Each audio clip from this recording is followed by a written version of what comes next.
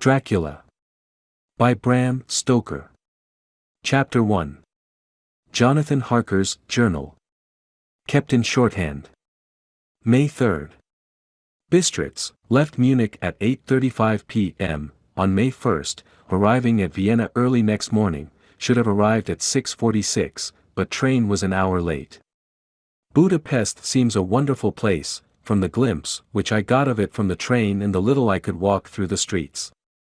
I feared to go very far from the station, as we had arrived late and would start as near the correct time as possible. The impression I had was that we were leaving the west and entering the east, the most western of splendid bridges over the Danube, which is here of noble width and depth, took us among the traditions of Turkish rule. We left in pretty good time, and came after nightfall to Klausenburg. Here I stopped for the night at the Hotel Royal. I had for dinner, or rather supper, a chicken done up some way with red pepper, which was very good but thirsty. Get recipe for Mina. I asked the waiter, and he said it was called paprika handel, and that, as it was a national dish, I should be able to get it anywhere along the Carpathians. I found my smattering of German very useful here. Indeed, I don't know how I should be able to get on without it. Having had some time at my disposal when in London, I had visited the British Museum, and made search among the books and maps in the library regarding Transylvania. It had struck me that some foreknowledge of the country could hardly fail to have some importance in dealing with a nobleman of that country. I find that the district he named is in the extreme east of the country, just on the borders of 3 states, Transylvania, Moldavia and Bukovina, in the midst of the Carpathian Mountains, one of the wildest and least known portions of Europe. I was not able to light on any map or work giving the exact locality of the Castle Dracula, as there are no maps of this country as yet to compare with our own Ordnance Survey maps, but I found that Bistritz, the post town named by Count Dracula, is a fairly well-known place. I shall enter here some of my notes, as they may refresh my memory when I talk over my travels with Mina. In the population of Transylvania there are 4 distinct nationalities, Saxons in the south, and mixed with them the Wallachs, who are the descendants of the Dacians, Magyars in the west, and Sikelis in the east and north. I am going among the latter, who claim to be descended from Attila and the Huns. This may be so, for when the Magyars conquered the country in the 11th century they found the Huns settled in it. I read that every known superstition in the world is gathered into the horseshoe of the Carpathians, as if it were the center of some sort of imaginative whirlpool. If so, my stay may be very interesting. I must ask the Count all about them. I did not sleep well, though my bed was comfortable enough, for I had all sorts of queer dreams. There was a dog howling all night under my window, which may have had something to do with it, or it may have been the paprika, for I had to drink up all the water in my carafe, and was still thirsty. Towards morning I slept and was wakened by the continuous knocking at my door, so I guess I must have been sleeping soundly then. I had for breakfast more paprika, and a sort of porridge of maize flour which they said was mamaliga, and eggplant stuffed with forcemeat, a very excellent dish, which they call implatata. Get recipe for this also. I had to hurry breakfast, for the train started a little before 8, or rather it ought to have done so, for after rushing to the station at 7:30 I had to sit in the carriage for more than an hour before we began to move. It seems to me that the further east you go the more unpunctual are the trains. What ought they to be in China? All day long we seemed to dawdle through a country which was full of beauty of every kind. Sometimes we saw little towns or castles on the top of steep hills such as we see in old missals, sometimes we ran by rivers and streams which seemed from the wide stony margin on each side of them to be subject to great floods. It takes a lot of water, and running strong, to sweep the outside edge of a river clear. At every station there were groups of people, sometimes crowds, and in all sorts of attire. Some of them were just like the peasants at home or those I saw coming through France and Germany, with short jackets and round hats and homemade trousers, but others were very picturesque. The women looked pretty, except when you got near them, but they were very clumsy about the waist. They had all full white sleeves of some kind or other, and most of them had big belts with a lot of strips of something fluttering from them like the dresses in a ballet, but of course there were petticoats under them.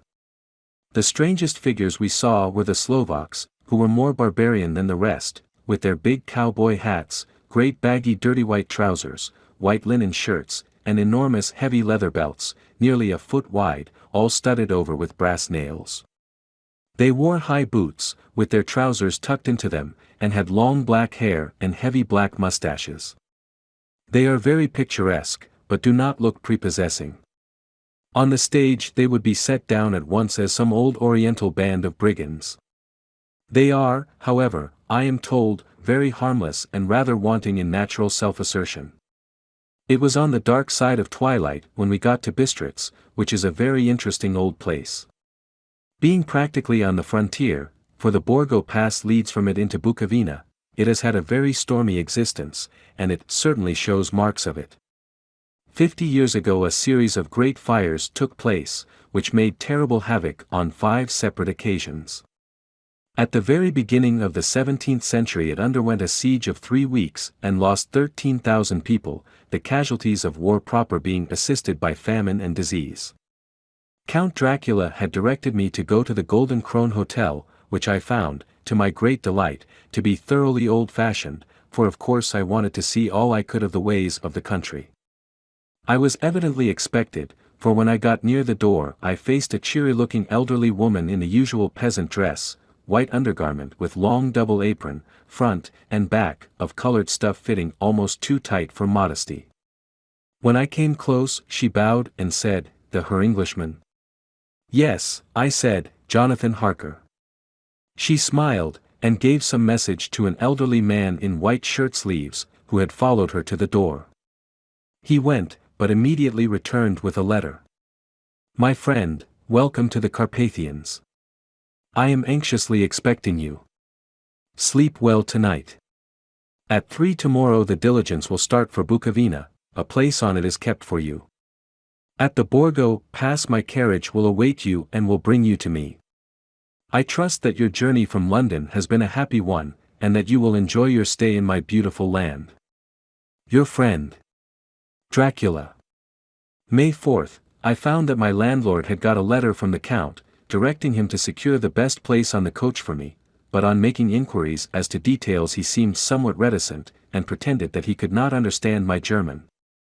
This could not be true, because up to then he had understood it perfectly, at least, he answered my questions exactly as if he did. He and his wife, the old lady who had received me, looked at each other in a frightened sort of way. He mumbled out that the money had been sent in a letter, and that was all he knew. When I asked him if he knew Count Dracula, and could tell me anything of his castle, both he and his wife crossed themselves, and, saying that they knew nothing at all, simply refused to speak further. It was so near the time of starting that I had no time to ask anyone else, for it was all very mysterious and not by any means comforting. Just before I was leaving, the old lady came up to my room and said in a very hysterical way, "Must you go? Oh, young Herr, must you go?" She was in such an excited state that she seemed to have lost her grip of what German she knew, and mixed it all up with some other language which I did not know at all. I was just able to follow her by asking many questions. When I told her that I must go at once, and that I was engaged on important business, she asked again, "Do you know what day it is?" I answered that it was the 4th of May. She shook her head as she said again, "Oh, yes. I know that. I know that, but do you know what day it is?" On my saying that I did not understand, she went on. "It is the eve of St. George's Day. Do you not know that tonight, when the clock strikes midnight, all the evil things in the world will have full sway? Do you know where you are going, and what you are going to?" She was in such evident distress that I tried to comfort her, but without effect. Finally she went down on her knees and implored me not to go, at least to wait a day or two before starting. It was all very ridiculous, but I did not feel comfortable. However, there was business to be done, and I could allow nothing to interfere with it. I therefore tried to raise her up, and said, as gravely as I could, that I thanked her, but my duty was imperative, and that I must go. She then rose and dried her eyes, and taking a crucifix from her neck offered it to me. I did not know what to do, for, as an English churchman, I have been taught to regard such things as in some measure idolatrous, and yet it seemed so ungracious to refuse an old lady meaning so well and in such a state of mind. She saw, I suppose, the doubt in my face, for she put the rosary round my neck, and said, "For your mother's sake," and went out of the room. I am writing up this part of the diary whilst I am waiting for the coach, which is, of course, late, and the crucifix is still round my neck. Whether it is the old lady's fear, or the many ghostly traditions of this place, or the crucifix itself, I do not know, but I am not feeling nearly as easy in my mind as usual. If this book should ever reach Mina before I do, let it bring my goodbye. Here comes the coach. May 5th. The castle, the grey of the morning has passed, and the sun is high over the distant horizon, which seems jagged, whether with trees or hills I know not, for it is so far off that big things and little are mixed. I am not sleepy, and, as I am not to be called till I awake, naturally I write till sleep comes. There are many odd things to put down, and, lest who reads them may fancy that I dined too well before I left Bistritz, let me put down my dinner exactly. I dined on what they called robber steak, bits of bacon, onion, and beef, seasoned with red pepper, and strung on sticks and roasted over the fire, in the simple style of the London cat's meat. The wine was golden mediash, which produces a queer sting on the tongue, which is, however, not disagreeable. I had only a couple of glasses of this, and nothing else.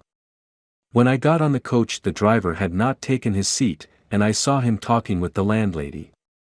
They were evidently talking of me, for every now and then they looked at me, and some of the people who were sitting on the bench outside the door, which they call by a name meaning word-bearer, came and listened, and then looked at me, most of them pityingly.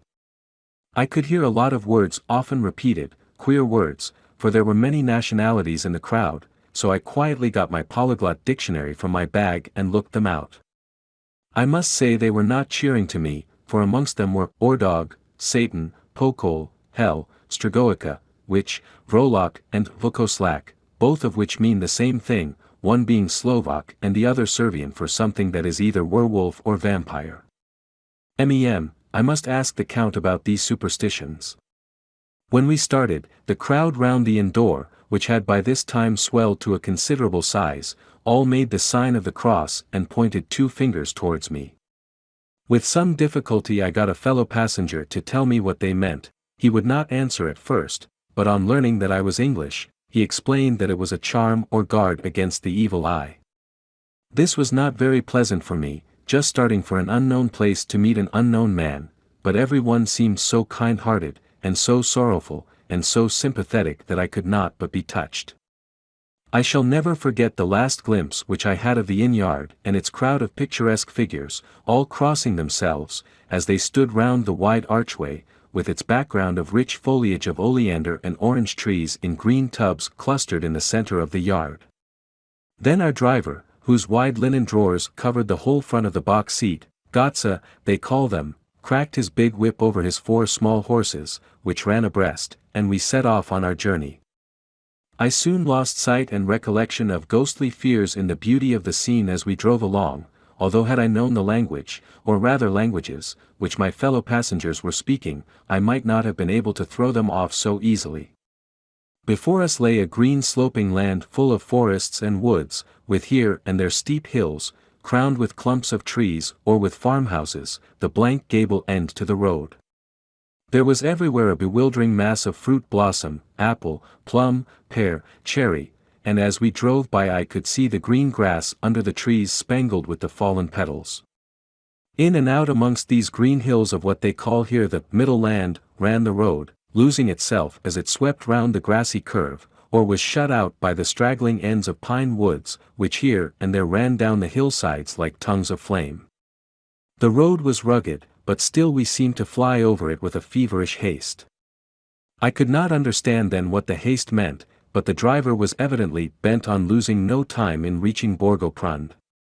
I was told that this road is in summertime excellent, but that it had not yet been put in order after the winter snows. In this respect it is different from the general run of roads in the Carpathians, for it is an old tradition that they are not to be kept in too good order. Of old the hospodars would not repair them, lest the Turk should think that they were preparing to bring in foreign troops, and so hasten the war which was always really at loading point. Beyond the green swelling hills of the middle land rose mighty slopes of forest up to the lofty steeps of the Carpathians themselves. Right and left of us they towered, with the afternoon sun falling full upon them and bringing out all the glorious colors of this beautiful range, deep blue and purple in the shadows of the peaks, green and brown where grass and rock mingled, and an endless perspective of jagged rock and pointed crags, till these were themselves lost in the distance, where the snowy peaks rose grandly. Here and there seemed mighty rifts in the mountains, through which, as the sun began to sink, we saw now and again the white gleam of falling water. One of my companions touched my arm as we swept round the base of a hill and opened up the lofty, snow-covered peak of a mountain, which seemed, as we wound on our serpentine way, to be right before us. Look! Isan Sek! God's seat! And he crossed himself reverently. As we wound on our endless way, and the sun sank lower and lower behind us, the shadows of the evening began to creep round us. This was emphasized by the fact that the snowy mountain top still held the sunset, and seemed to glow out with a delicate cool pink. Here and there we passed Czechs and Slovaks, all in picturesque attire, but I noticed that goiter was painfully prevalent. By the roadside were many crosses, and as we swept by, my companions all crossed themselves. Here and there was a peasant man or woman kneeling before a shrine, who did not even turn round as we approached, but seemed in the self-surrender of devotion to have neither eyes nor ears for the outer world. There were many things new to me, for instance, hayricks in the trees, and here and there very beautiful masses of weeping birch, their white stems shining like silver through the delicate green of the leaves. Now and again we passed a lighter wagon, the ordinary peasant's cart, with its long, snake-like vertebra, calculated to suit the inequalities of the road. On this were sure to be seated quite a group of homecoming peasants, the Czechs with their white, and the Slovaks with their colored, sheepskins, the latter carrying lance-fashion their long staves, with axe at end.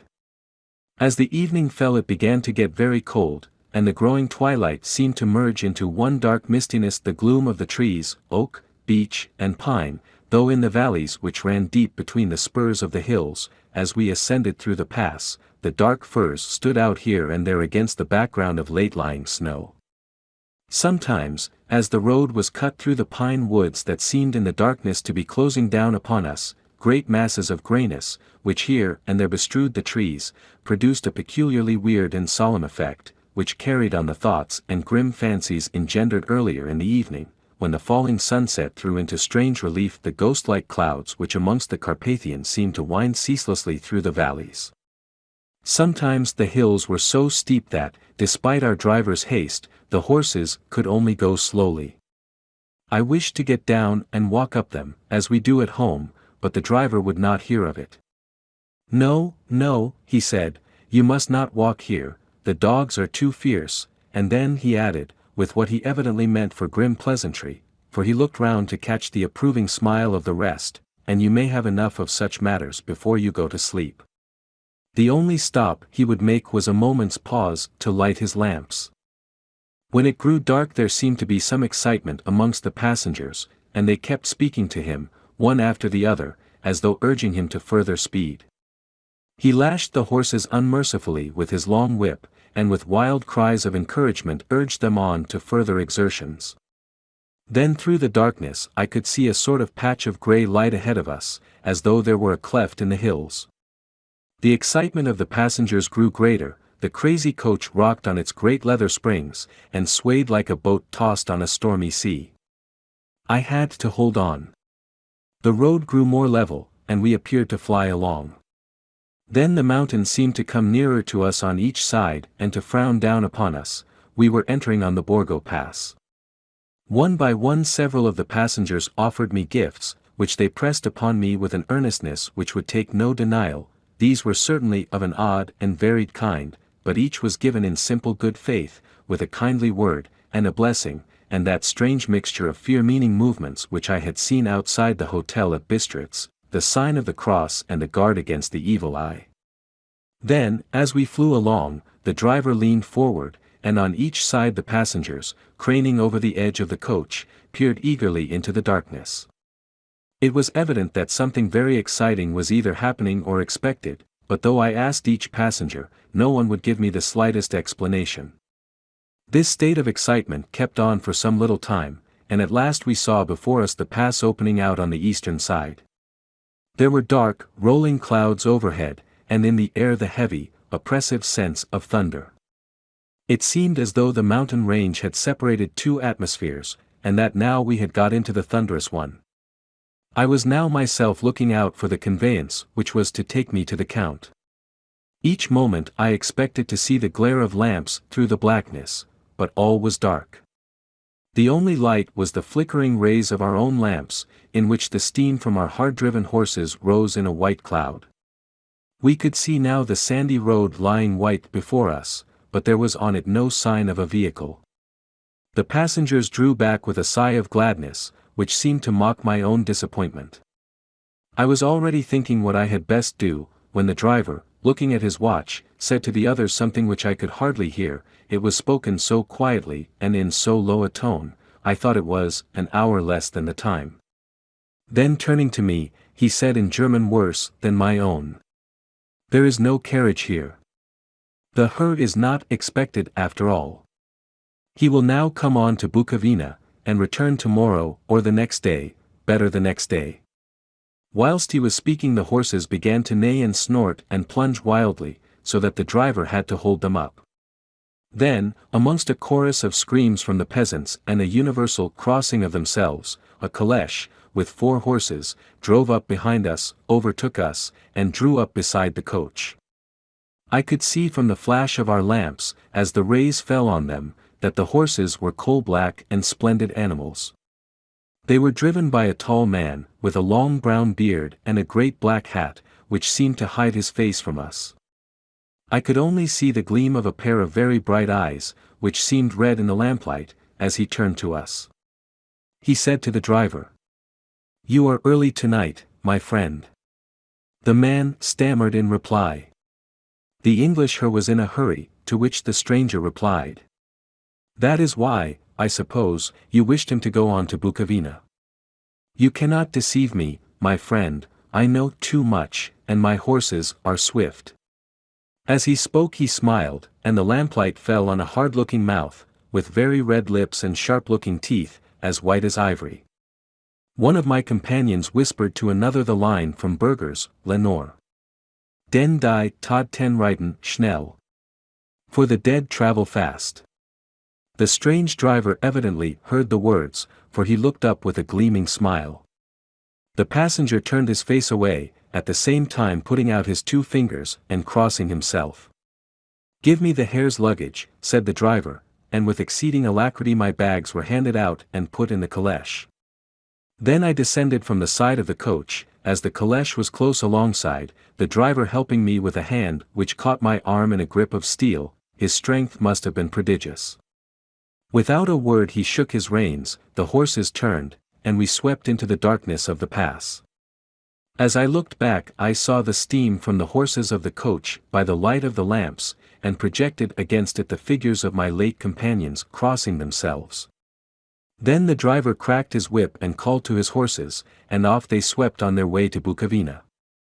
As they sank into the darkness I felt a strange chill, and a lonely feeling came over me, but a cloak was thrown over my shoulders, and a rug across my knees, and the driver said in excellent German, "The night is chill, mein Herr, and my master the Count bade me take all care of you.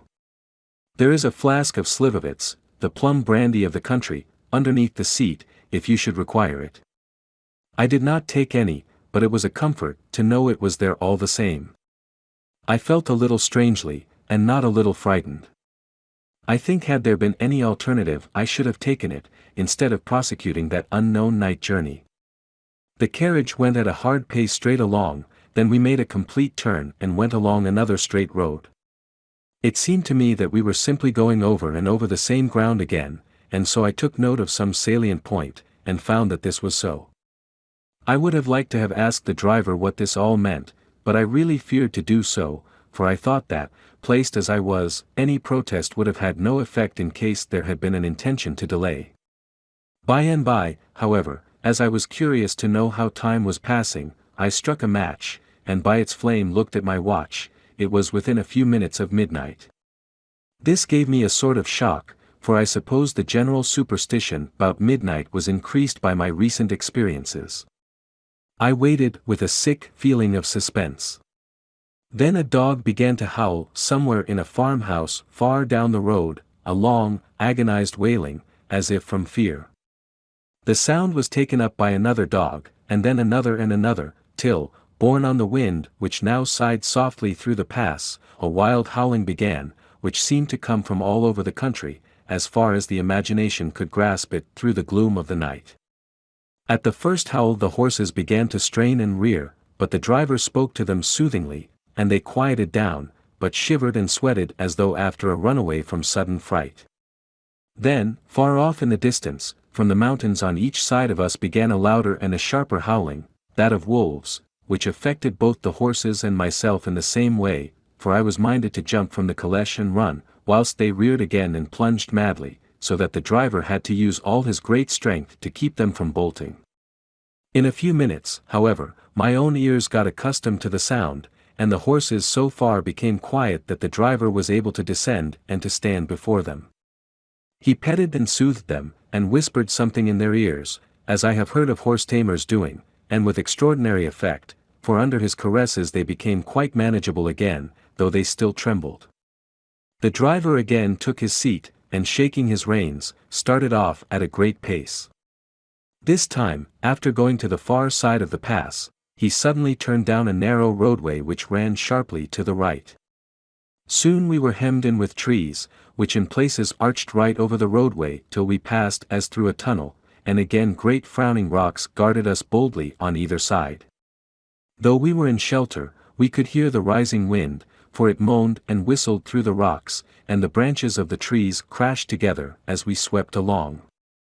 It grew colder and colder still, and fine, powdery snow began to fall, so that soon we and all around us were covered with a white blanket. The keen wind still carried the howling of the dogs, though this grew fainter as we went on our way. The baying of the wolves sounded nearer and nearer, as though they were closing round on us from every side. I grew dreadfully afraid, and the horses shared my fear. The driver, however, was not in the least disturbed. He kept turning his head to left and right, but I could not see anything through the darkness. Suddenly, away on our left, I saw a faint, flickering blue flame. The driver saw it at the same moment. He at once checked the horses, and, jumping to the ground, disappeared into the darkness. I did not know what to do, the less as the howling of the wolves grew closer, but while I wondered the driver suddenly appeared again, and without a word took his seat, and we resumed our journey. I think I must have fallen asleep and kept dreaming of the incident, for it seemed to be repeated endlessly, and now looking back, it is like a sort of awful nightmare. Once the flame appeared so near the road, that even in the darkness around us I could watch the driver's motions. He went rapidly to where the blue flame arose. It must have been very faint, for it did not seem to illumine the place around it at all, and gathering a few stones, formed them into some device. Once there appeared a strange optical effect. When he stood between me and the flame he did not obstruct it, for I could see its ghostly flicker all the same. This startled me, but as the effect was only momentary, I took it that my eyes deceived me straining through the darkness. Then for a time there were no blue flames, and we sped onwards through the gloom, with the howling of the wolves around us, as though they were following in a moving circle. At last there came a time when the driver went further afield than he had yet gone, and during his absence, the horses began to tremble worse than ever and to snort and scream with fright. I could not see any cause for it, for the howling of the wolves had ceased altogether, but just then the moon, sailing through the black clouds, appeared behind the jagged crest of a beetling, pine-clad rock, and by its light I saw around us a ring of wolves, with white teeth and lolling red tongues, with long, sinewy limbs and shaggy hair. They were 100 times more terrible in the grim silence which held them than even when they howled. For myself, I felt a sort of paralysis of fear. It is only when a man feels himself face to face with such horrors that he can understand their true import. All at once the wolves began to howl as though the moonlight had had some peculiar effect on them. The horses jumped about and reared, and looked helplessly round with eyes that rolled in a way painful to see, but the living ring of terror encompassed them on every side, and they had perforce to remain within it. I called to the coachman to come, for it seemed to me that our only chance was to try to break out through the ring and to aid his approach. I shouted and beat the side of the caleche, hoping by the noise to scare the wolves from that side, so as to give him a chance of reaching the trap. How he came there, I know not, but I heard his voice raised in a tone of imperious command, and looking towards the sound, saw him stand in the roadway. As he swept his long arms, as though brushing aside some impalpable obstacle, the wolves fell back and back further still. Just then a heavy cloud passed across the face of the moon, so that we were again in darkness. When I could see again, the driver was climbing into the caleche, and the wolves had disappeared. This was all so strange and uncanny that a dreadful fear came upon me, and I was afraid to speak or move. The time seemed interminable as we swept on our way, now in almost complete darkness, for the rolling clouds obscured the moon. We kept on ascending, with occasional periods of quick descent, but in the main always ascending. Suddenly, I became conscious of the fact that the driver was in the act of pulling up the horses in the courtyard of a vast ruined castle, from whose tall black windows came no ray of light, and whose broken battlements showed a jagged line against the moonlit sky. Chapter 2. Jonathan Harker's Journal, continued. May 5th, I must have been asleep, for certainly, if I had been fully awake, I must have noticed the approach of such a remarkable place. In the gloom the courtyard looked of considerable size, and as several dark ways led from it under great round arches, it perhaps seemed bigger than it really is. I have not yet been able to see it by daylight. When the caleche stopped, the driver jumped down and held out his hand to assist me to alight. Again I could not but notice his prodigious strength. His hand actually seemed like a steel vice that could have crushed mine if he had chosen. Then he took out my traps, and placed them on the ground beside me as I stood close to a great door, old and studded with large iron nails, and set in a projecting doorway of massive stone. I could see even in the dim light that the stone was massively carved, but that the carving had been much worn by time and weather. As I stood, the driver jumped again into his seat and shook the reins, the horses started forward, and trap and all disappeared down one of the dark openings. I stood in silence where I was, for I did not know what to do. Of bell or knocker there was no sign. Through these frowning walls and dark window openings it was not likely that my voice could penetrate. The time I waited seemed endless, and I felt doubts and fears crowding upon me. What sort of place had I come to, and among what kind of people? What sort of grim adventure was it on which I had embarked? Was this a customary incident in the life of a solicitor's clerk sent out to explain the purchase of a London estate to a foreigner? Solicitor's clerk. Mina would not like that. Solicitor, for just before leaving London I got word that my examination was successful, and I am now a full-blown solicitor. I began to rub my eyes and pinch myself to see if I were awake. It all seemed like a horrible nightmare to me, and I expected that I should suddenly awake, and find myself at home, with the dawn struggling in through the windows, as I had now and again felt in the morning after a day of overwork. But my flesh answered the pinching test, and my eyes were not to be deceived. I was indeed awake and among the Carpathians. All I could do now was to be patient, and to wait the coming of the morning. Just as I had come to this conclusion I heard a heavy step approaching behind the great door, and saw through the chinks the gleam of a coming light. Then there was the sound of rattling chains and the clanking of massive bolts drawn back. A key was turned with the loud grating noise of long disuse, and the great door swung back. Within, stood a tall old man, clean-shaven save for a long white mustache, and clad in black from head to foot, without a single speck of color about him anywhere. He held in his hand an antique silver lamp, in which the flame burned without chimney or globe of any kind, throwing long quivering shadows as it flickered in the draught of the open door. The old man motioned me in with his right hand with a courtly gesture, saying in excellent English, but with a strange intonation, "Welcome to my house. Enter freely and of your own will." He made no motion of stepping to meet me, but stood like a statue, as though his gesture of welcome had fixed him into stone. The instant, however, that I had stepped over the threshold, he moved impulsively forward, and holding out his hand grasped mine with a strength which made me wince, an effect which was not lessened by the fact that it seemed as cold as ice, more like the hand of a dead than a living man. Again, he said, "Welcome to my house. Come freely. Go safely, and leave something of the happiness you bring." The strength of the handshake was so much akin to that which I had noticed in the driver, whose face I had not seen, that for a moment I doubted if it were not the same person to whom I was speaking, so to make sure, I said interrogatively, "Count Dracula?" He bowed in a courtly way as he replied, "I am Dracula, and I bid you welcome, Mr. Harker, to my house. Come in, the night air is chill, and you must need to eat and rest." As he was speaking, he put the lamp on a bracket on the wall, and stepping out, took my luggage. He had carried it in before I could forestall him. I protested, but he insisted. "Nay, sir, you are my guest. It is late, and my people are not available. Let me see to your comfort myself." He insisted on carrying my traps along the passage, and then up a great winding stair, and along another great passage, on whose stone floor our steps rang heavily. At the end of this he threw open a heavy door, and I rejoiced to see within a well-lit room in which a table was spread for supper, and on whose mighty hearth a great fire of logs, freshly replenished, flamed and flared.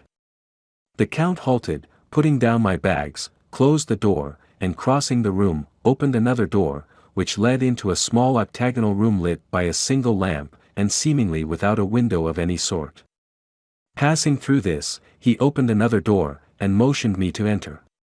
It was a welcome sight, for here was a great bedroom well lighted and warmed with another log fire, also added to but lately, for the top logs were fresh, which sent a hollow roar up the wide chimney.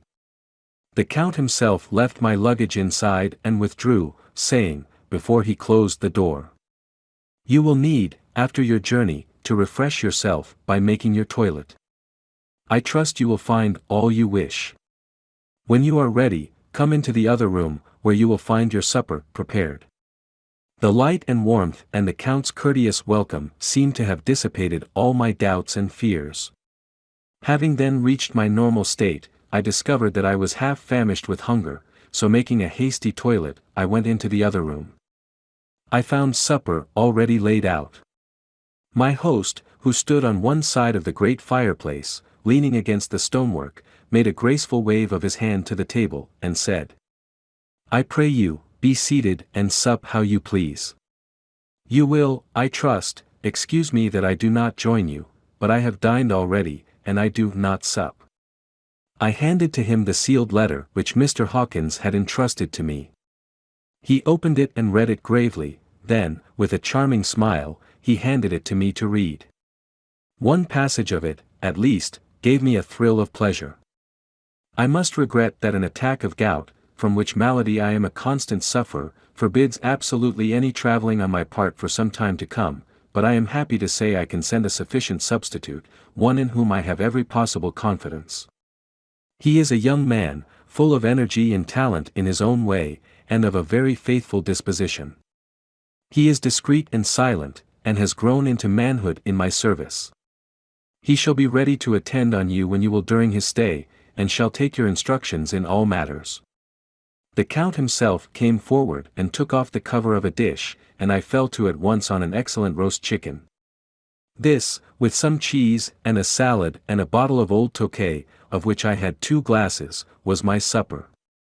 During the time I was eating it the Count asked me many questions as to my journey, and I told him by degrees all I had experienced.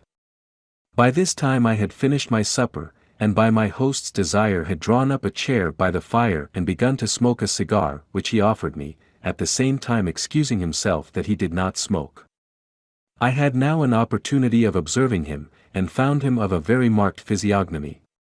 His face was a very strong, aquiline, with high bridge of the thin nose and peculiarly arched nostrils, with lofty domed forehead, and hair growing scantily round the temples, but profusely elsewhere. His eyebrows were very massive, almost meeting over the nose, and with bushy hair that seemed to curl in its own profusion. The mouth, so far as I could see it under the heavy mustache, was fixed and rather cruel-looking, with peculiarly sharp white teeth. These protruded over the lips, whose remarkable ruddiness showed astonishing vitality in a man of his years. For the rest, his ears were pale, and at the tops extremely pointed, the chin was broad and strong, and the cheeks firm though thin. The general effect was one of extraordinary pallor. Hitherto I had noticed the backs of his hands as they lay on his knees in the firelight, and they had seemed rather white and fine, but seeing them now close to me, I could not but notice that they were rather coarse, broad, with squat fingers. Strange to say, there were hairs in the center of the palm. The nails were long and fine, and cut to a sharp point. As the Count leaned over me and his hands touched me, I could not repress a shudder. It may have been that his breath was rank, but a horrible feeling of nausea came over me, which, do what I would, I could not conceal. The Count, evidently noticing it, drew back, and with a grim sort of smile, which showed more than he had yet done his protuberant teeth, sat himself down again on his own side of the fireplace. We were both silent for a while, and as I looked towards the window I saw the first dim streak of the coming dawn. There seemed a strange stillness over everything, but as I listened I heard as if from down below in the valley the howling of many wolves. The Count's eyes gleamed, and he said, "Listen to them, the children of the night. What music they make!" Seeing, I suppose, some expression in my face strange to him, he added, "Ah, sir, you dwellers in the city cannot enter into the feelings of the hunter." Then he rose and said, "But you must be tired.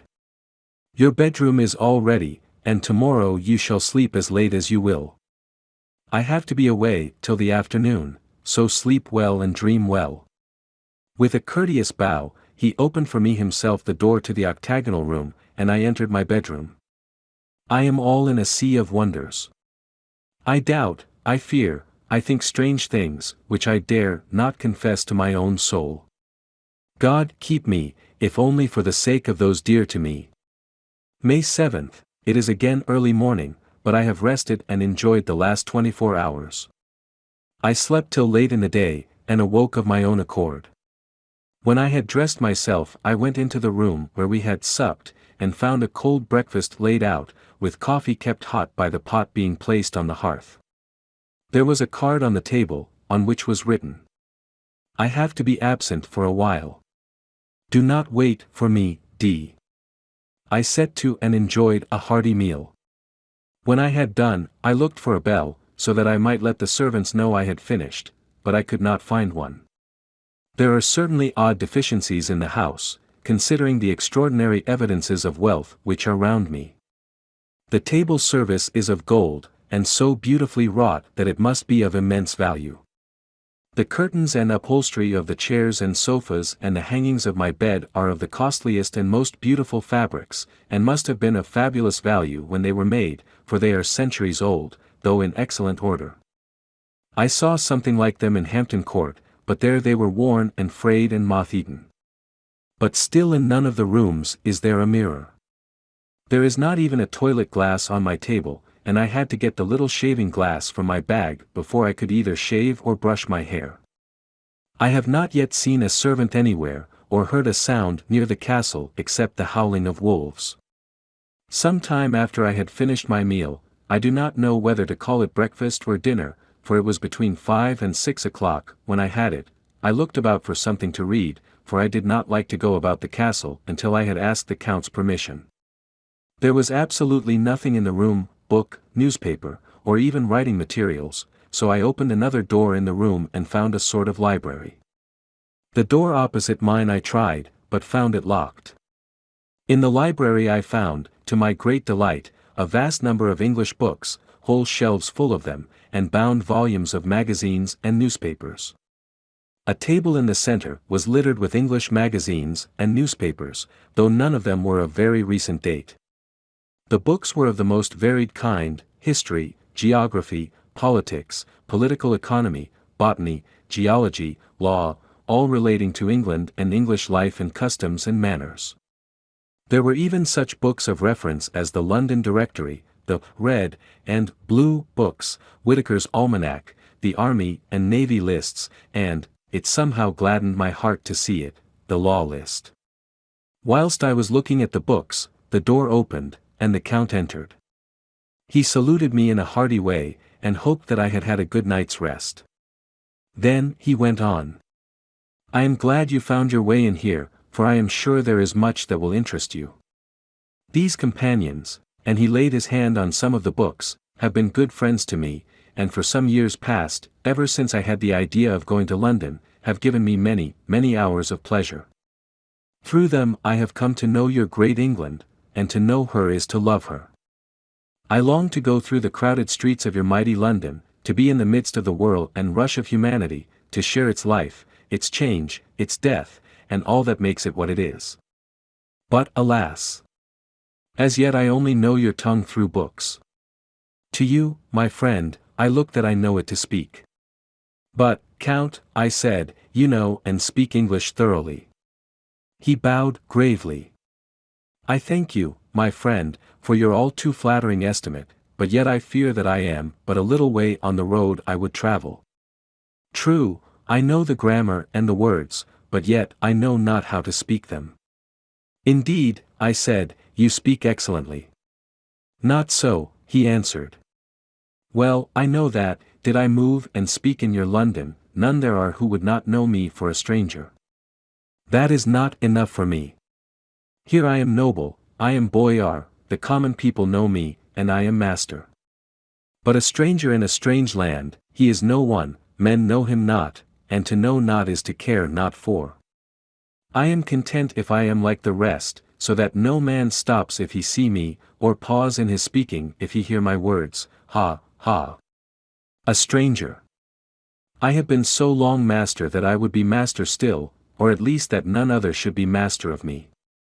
You come to me not alone as agent of my friend Peter Hawkins, of Exeter, to tell me all about my new estate in London. You shall, I trust, rest here with me a while, so that by our talking I may learn the English intonation, and I would that you tell me when I make error, even of the smallest, in my speaking.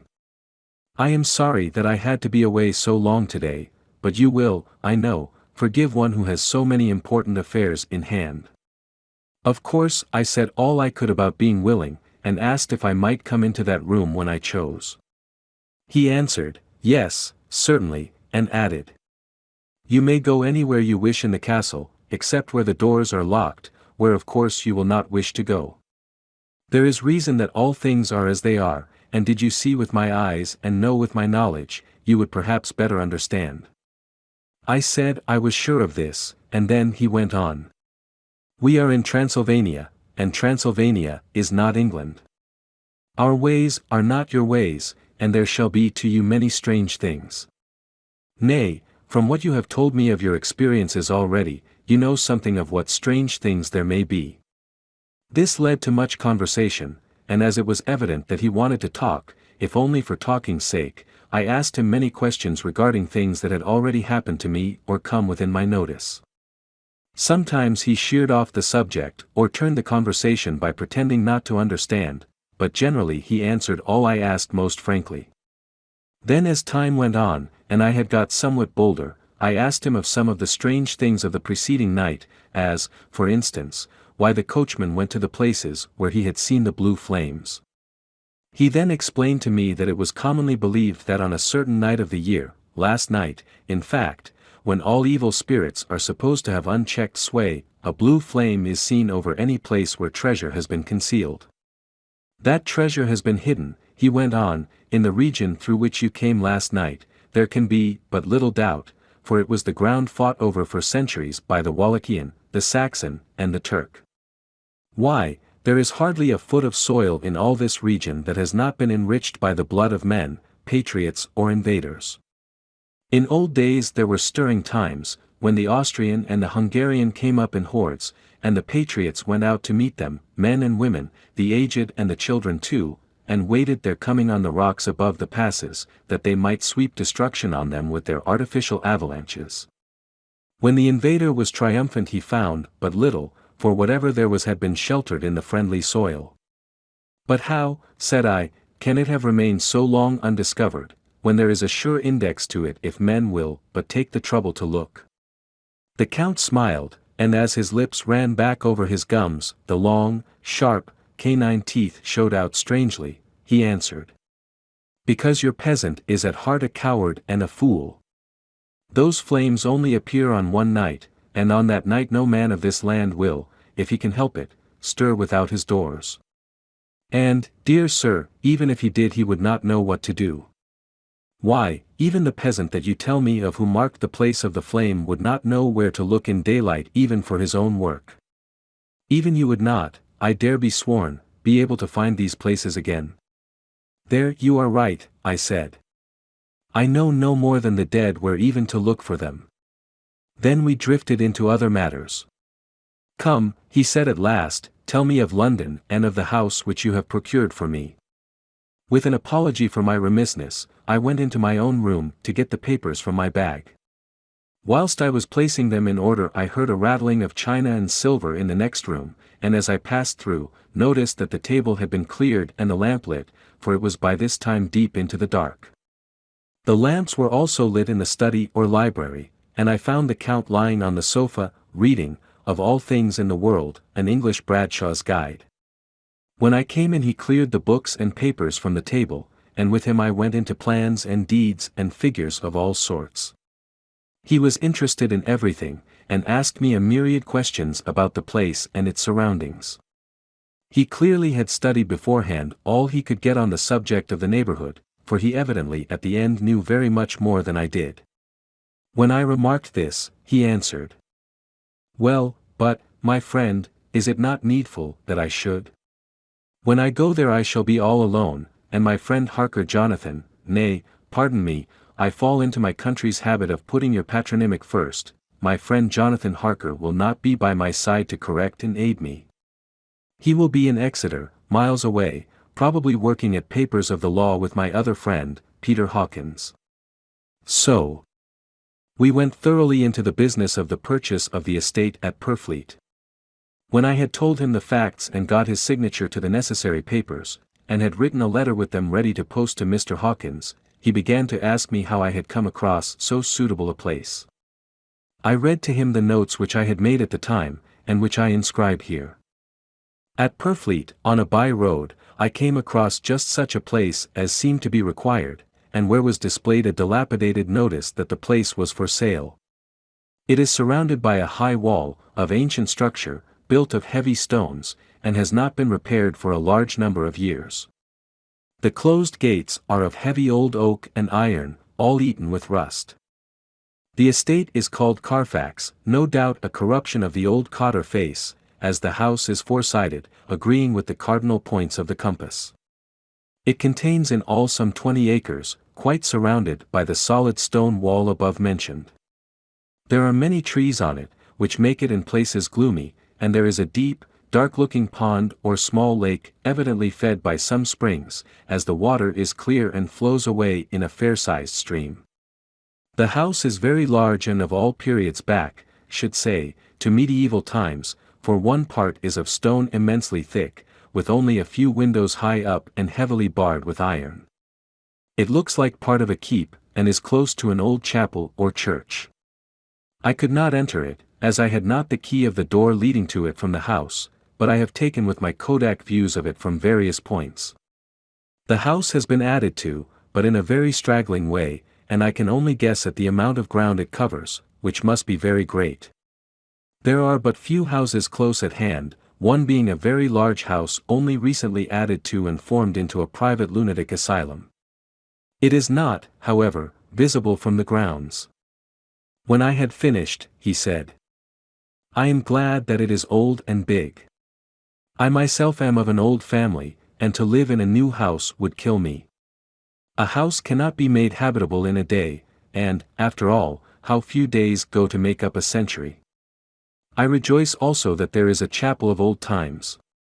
We Transylvanian nobles love not to think that our bones may lie amongst the common dead.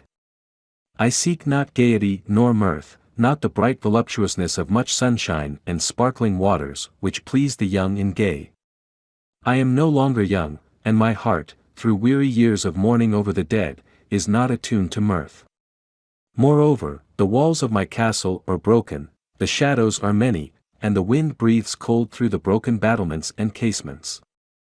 I love the shade and the shadow, and would be alone with my thoughts when I may.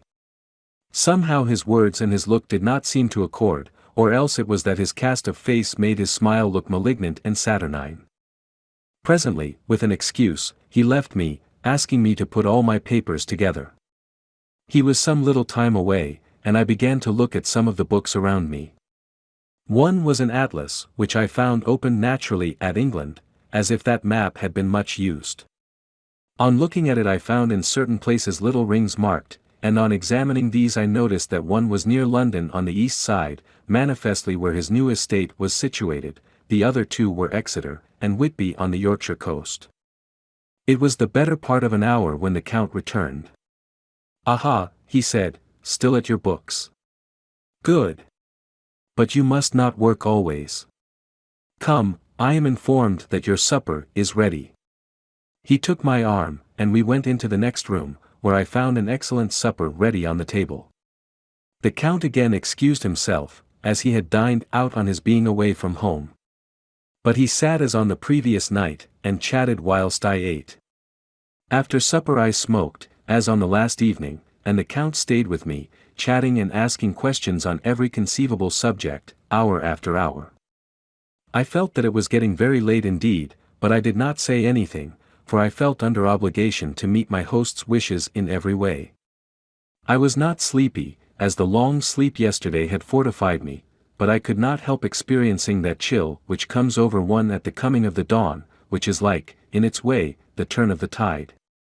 They say that people who are near death die generally at the change to the dawn or at the turn of the tide. Anyone who has when tired, and tied as it were to his post, experienced this change in the atmosphere can well believe it.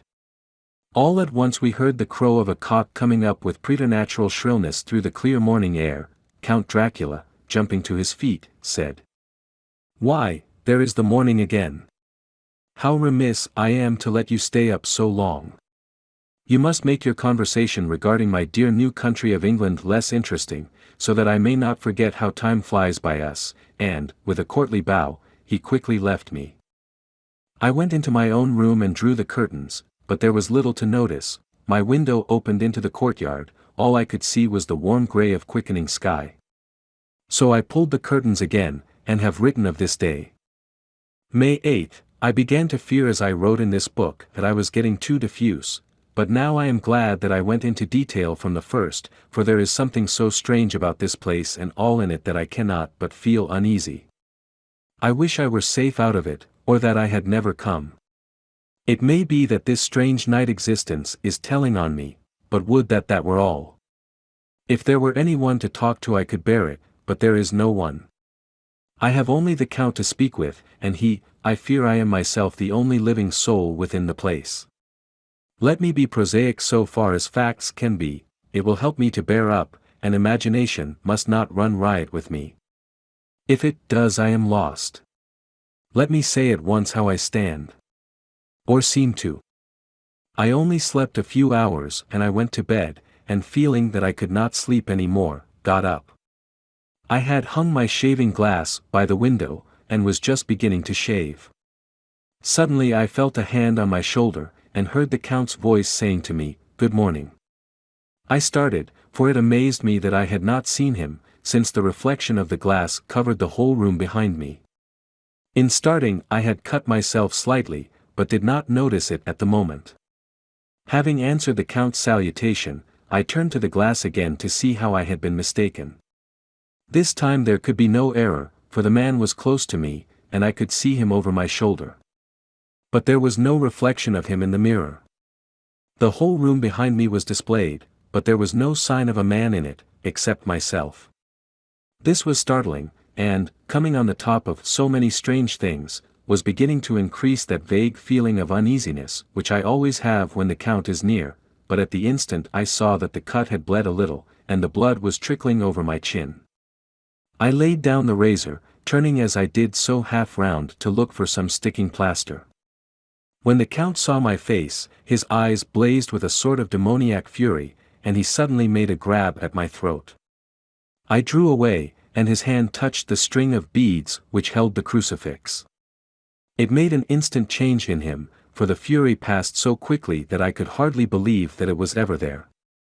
"Take care," he said, "take care how you cut yourself. It is more dangerous than you think in this country."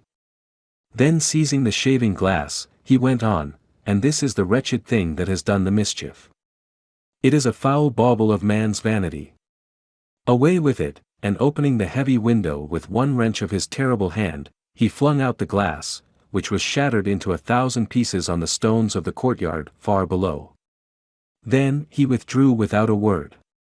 It is very annoying, for I do not see how I am to shave, unless in my watch case or the bottom of the shaving pot, which is fortunately of metal. When I went into the dining room, breakfast was prepared, but I could not find the Count anywhere. So I breakfasted alone. It is strange that as yet I have not seen the Count eat or drink. He must be a very peculiar man. After breakfast I did a little exploring in the castle. I went out on the stairs, and found a room looking towards the south. The view was magnificent, and from where I stood there was every opportunity of seeing it. The castle is on the very edge of a terrible precipice. A stone falling from the window would fall 1,000 feet without touching anything. As far as the eye can reach is a sea of green tree tops, with occasionally a deep rift where there is a chasm. Here and there are silver threads where the rivers wind in deep gorges through the forests. But I am not in heart to describe beauty, for when I had seen the view I explored further, doors, doors, doors everywhere, and all locked and bolted. In no place save from the windows in the castle walls is there an available exit. The castle is a veritable prison, and I am a prisoner. Chapter 3. Jonathan Harker's Journal, continued. When I found that I was a prisoner, a sort of wild feeling came over me. I rushed up and down the stairs, trying every door and peering out of every window I could find, but after a little the conviction of my helplessness overpowered all other feelings. When I look back after a few hours I think I must have been mad for the time, for I behaved much as a rat does in a trap. When, however, the conviction had come to me that I was helpless, I sat down quietly as I have ever done anything in my life, and began to think over what was best to be done. I am thinking still, and as yet have come to no definite conclusion. Of one thing only am I certain, that it is no use making my ideas known to the Count. He knows well that I am imprisoned, and as he has done it himself, and has doubtless his own motives for it, he would only deceive me if I trusted him fully with the facts. So far as I can see, my only plan will be to keep my knowledge and my fears to myself, and my eyes open. I am, I know, either being deceived, like a baby, by my own fears, or else I am in desperate straits, and if the latter be so, I need, and shall need, all my brains to get through. I had hardly come to this conclusion when I heard the great door below shut, and knew that the Count had returned. He did not come at once into the library, so I went cautiously to my own room and found him making the bed. This was odd, but only confirmed what I had all along thought, that there were no servants in the house. When later I saw him through the chink of the hinges of the door laying the table in the dining room, I was assured of it, for if he does himself all these menial offices, surely it is proof that there is no one else to do them. This gave me a fright, for if there is no one else in the castle, it must have been the Count himself who was the driver of the coach that brought me here. This is a terrible thought, for if so, what does it mean that he could control the wolves, as he did, by only holding up his hand in silence? How was it that all the people at Bistritz and on the coach had some terrible fear for me? What meant the giving of the crucifix, of the garlic, of the wild rose, of the mountain ash? Bless that good woman who hung the crucifix round my neck. For it is a comfort and a strength to me whenever I touch it. It is odd that a thing which I have been taught to regard with disfavor and as idolatrous should in a time of loneliness and trouble be of help.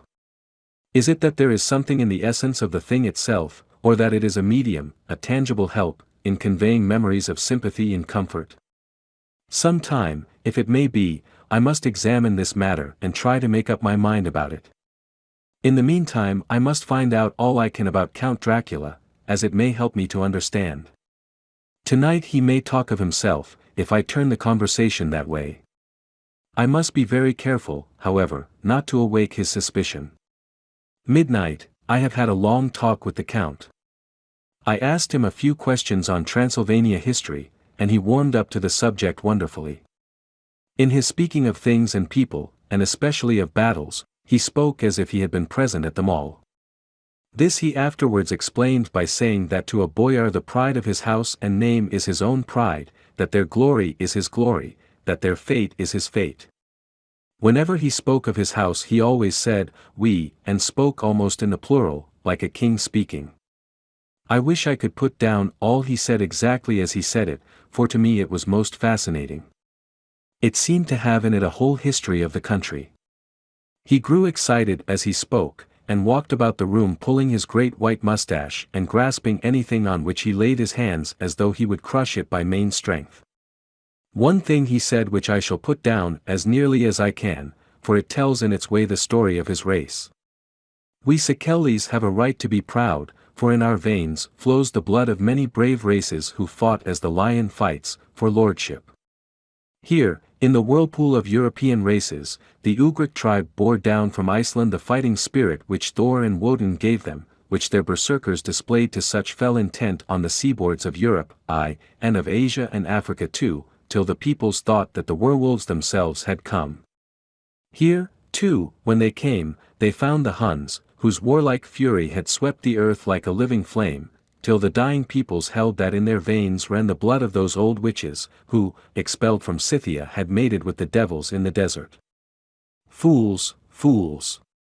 What devil or what witch was ever so great as Attila, whose blood is in these veins? He held up his arms. Is it a wonder that we were a conquering race, that we were proud, that when the Magyar, the Lombard, the Avar, the Bulgar, or the Turk poured his thousands on our frontiers, we drove them back? Is it strange that when Arpad and his legions swept through the Hungarian fatherland he found us here and he reached the frontier, that the Honfoglas was completed there? And when the Hungarian flood swept eastward, the Szekelys were claimed as kindred by the victorious Magyars, and to us for centuries was trusted the guarding of the frontier of Turkeyland, aye, and more than that, endless duty of the frontier guard, for, as the Turks say, water sleeps, an enemy is sleepless. Who more gladly than we throughout the four nations received the bloody sword, or at its warlike call flocked quicker to the standard of the king? When was redeemed that great shame of my nation, the shame of Kosovo, when the flags of the Wallach and the Magyar went down beneath the crescent? Who was it but one of my own race who as voivode crossed the Danube and beat the Turk on his own ground? This was a Dracula, indeed. Woe was it that his own unworthy brother, when he had fallen, sold his people to the Turk and brought the shame of slavery on them. Was it not this Dracula, indeed, who inspired that other of his race who in a later age again and again brought his forces over the great river into Turkeyland, who, when he was beaten back, came again, and again, and again, though he had to come alone from the bloody field where his troops were being slaughtered, since he knew that he alone could ultimately triumph? They said that he thought only of himself. Bah! What good are peasants without a leader? Where ends the war without a brain and heart to conduct it? Again, when, after the Battle of Mohacs, we threw off the Hungarian yoke, we of the Dracula blood were amongst their leaders, for our spirit would not brook that we were not free. Ah, young sir, the Szekelys, and the Dracula as their heart's blood, their brains, and their swords, can boast a record that mushroom growths like the Habsburgs and the Romanovs can never reach. The warlike days are over. Blood is too precious a thing in these days of dishonorable peace, and the glories of the great races are as a tale that is told. It was by this time close on morning, and we went to bed. This diary seems horribly like the beginning of the Arabian Nights, for everything has to break off at cockcrow, or like the ghost of Hamlet's father. May 12th, let me begin with facts, bare, meager facts, verified by books and figures, and of which there can be no doubt. I must not confuse them with experiences which will have to rest on my own observation, or my memory of them. Last evening when the Count came from his room he began by asking me questions on legal matters and on the doing of certain kinds of business. I had spent the day wearily over books, and, simply to keep my mind occupied, went over some of the matters I had been examining at Lincoln's Inn. There was a certain method in the Count's inquiries, so I shall try to put them down in sequence.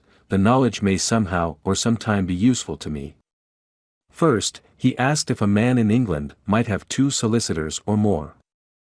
I told him he might have a dozen if he wished, but that it would not be wise to have more than 1 solicitor engaged in one transaction, as only one could act at a time, and that to change would be certain to militate against his interest.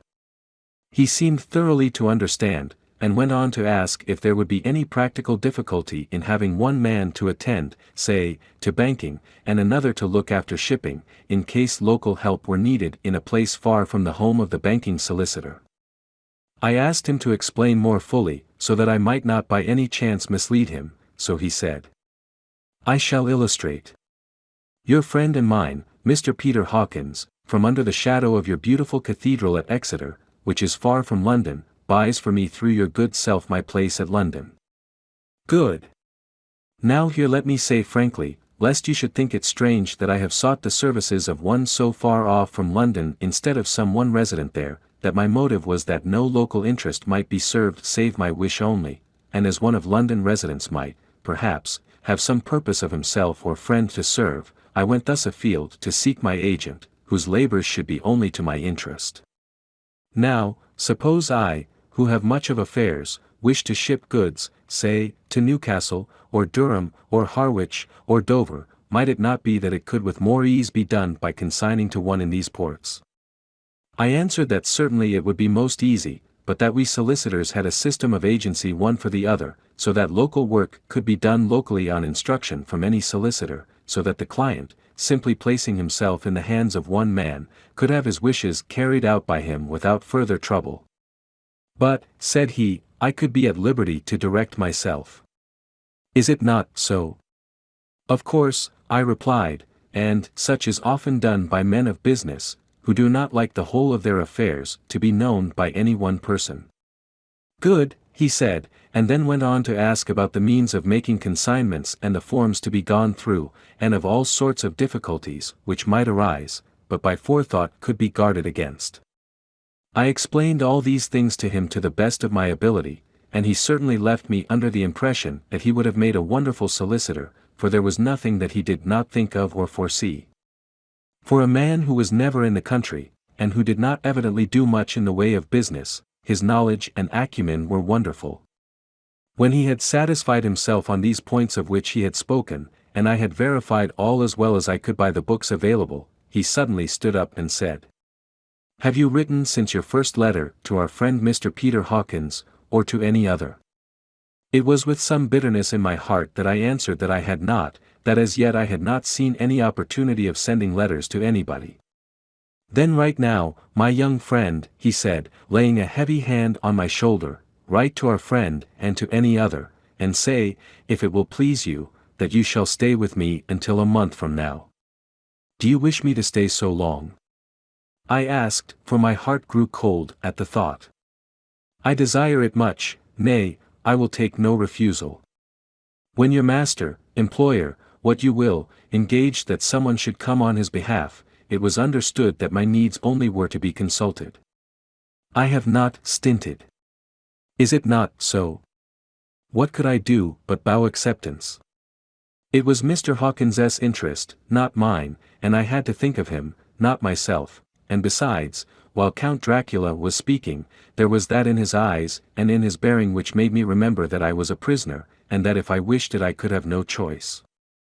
The Count saw his victory in my bow, and his mastery in the trouble of my face, for he began at once to use them, but in his own smooth, resistless way.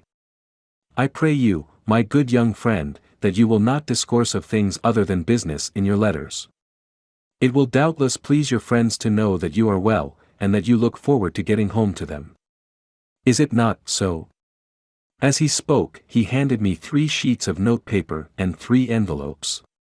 They were all of the thinnest foreign post, and looking at them, then at him, and noticing his quiet smile, with the sharp, canine teeth lying over the red underlip, I understood as well as if he had spoken that I should be careful what I wrote, for he would be able to read it.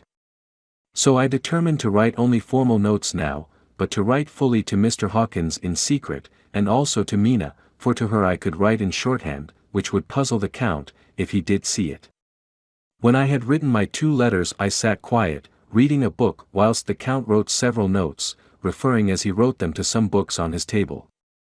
Then he took up my 2 and placed them with his own, and put by his writing materials, after which, the instant the door had closed behind him, I leaned over and looked at the letters, which were face down on the table.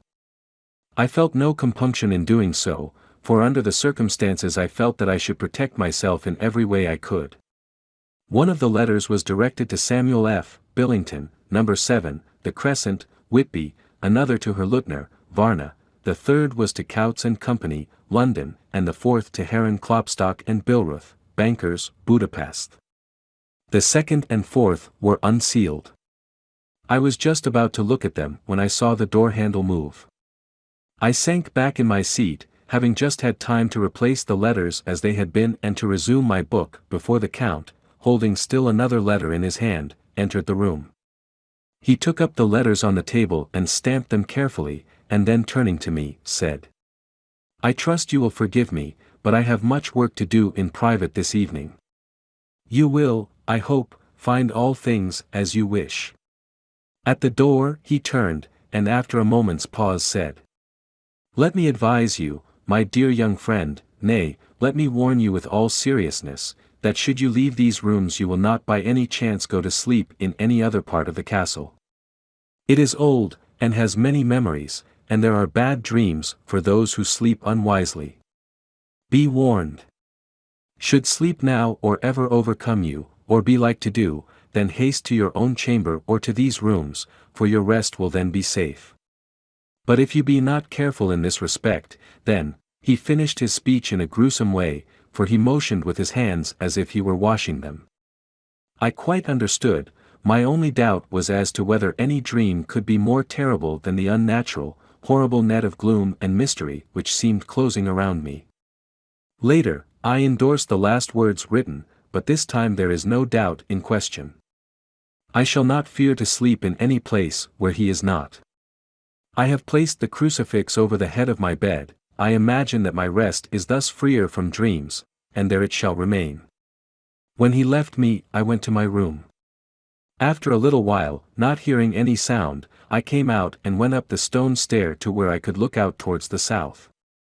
There was some sense of freedom in the vast expanse, inaccessible though it was to me, as compared with the narrow darkness of the courtyard. Looking out on this, I felt that I was indeed in prison, and I seemed to want a breath of fresh air, though it were of the night. I am beginning to feel this nocturnal existence tell on me. It is destroying my nerve. I start at my own shadow, and am full of all sorts of horrible imaginings. God knows that there is ground for my terrible fear in this accursed place. I looked out over the beautiful expanse, bathed in soft yellow moonlight till it was almost as light as day. In the soft light the distant hills became melted, and the shadows in the valleys and gorges of velvety blackness. The mere beauty seemed to cheer me. There was peace and comfort in every breath I drew. As I leaned from the window my eye was caught by something moving a story below me, and somewhat to my left, where I imagined, from the order of the rooms, that the windows of the Count's own room would look out. The window at which I stood was tall and deep, stone-mullioned, and though weather-worn, was still complete, but it was evidently many a day since the case had been there. I drew back behind the stonework, and looked carefully out. What I saw was the Count's head coming out from the window. I did not see the face, but I knew the man by the neck and the movement of his back and arms. In any case, I could not mistake the hands which I had had so many opportunities of studying.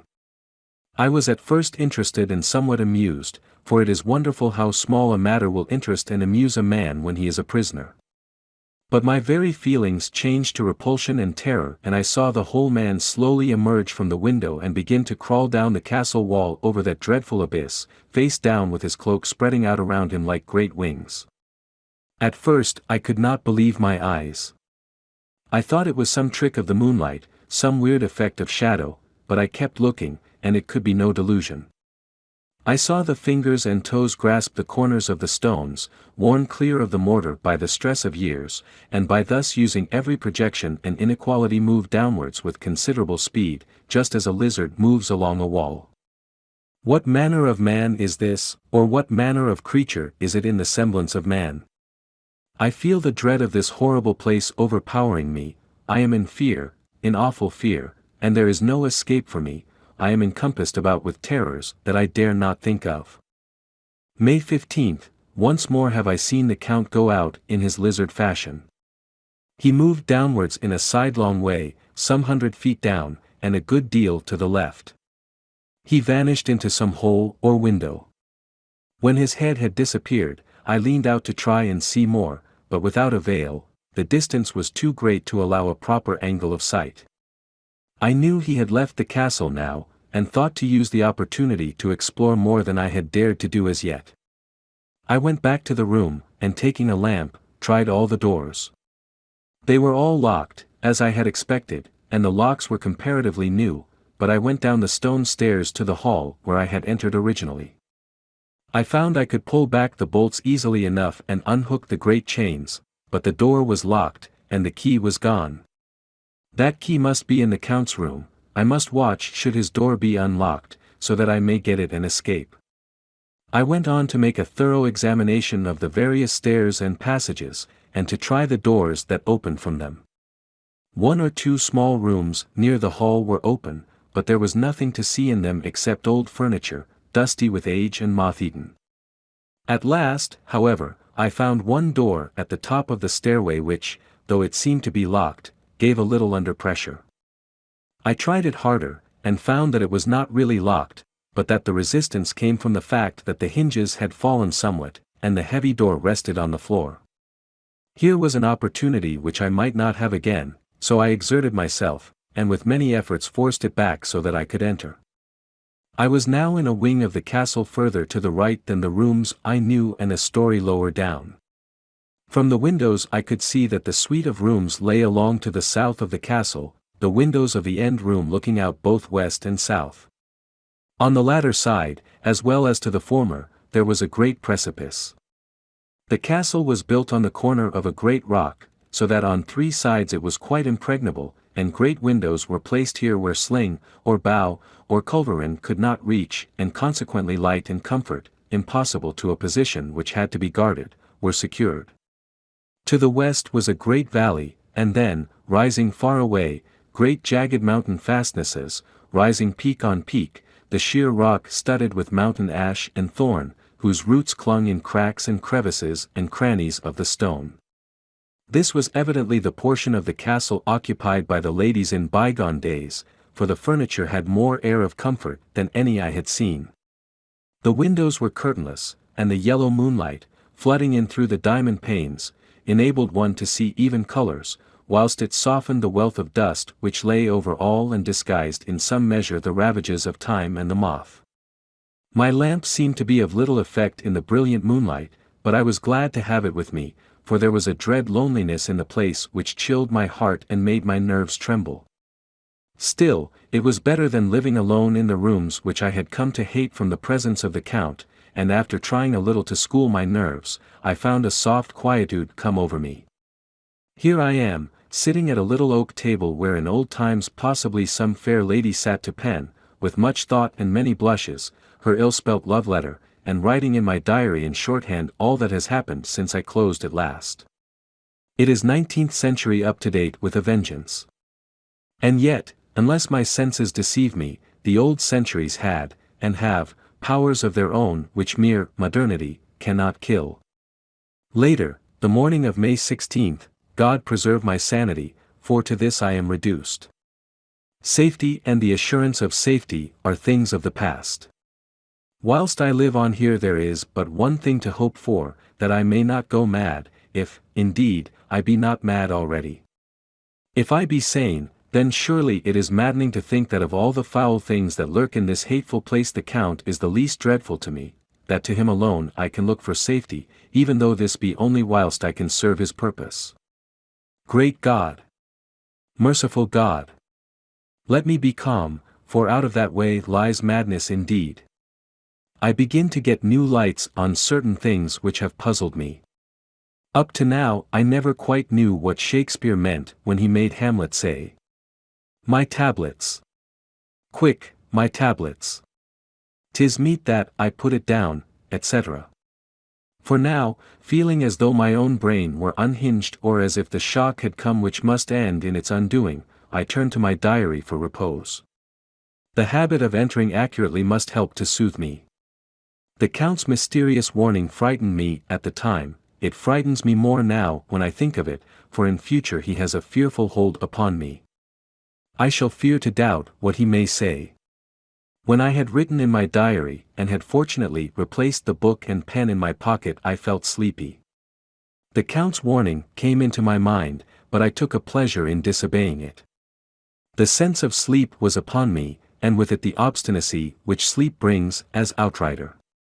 The soft moonlight soothed, and the wide expanse without gave a sense of freedom which refreshed me.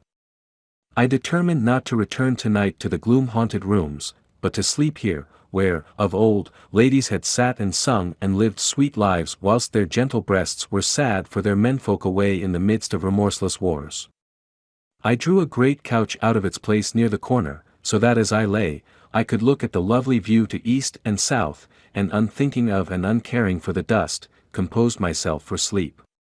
I suppose I must have fallen asleep, I hope so, but I fear, for all that followed was startlingly real, so real that now sitting here in the broad, full sunlight of the morning, I cannot in the least believe that it was all sleep.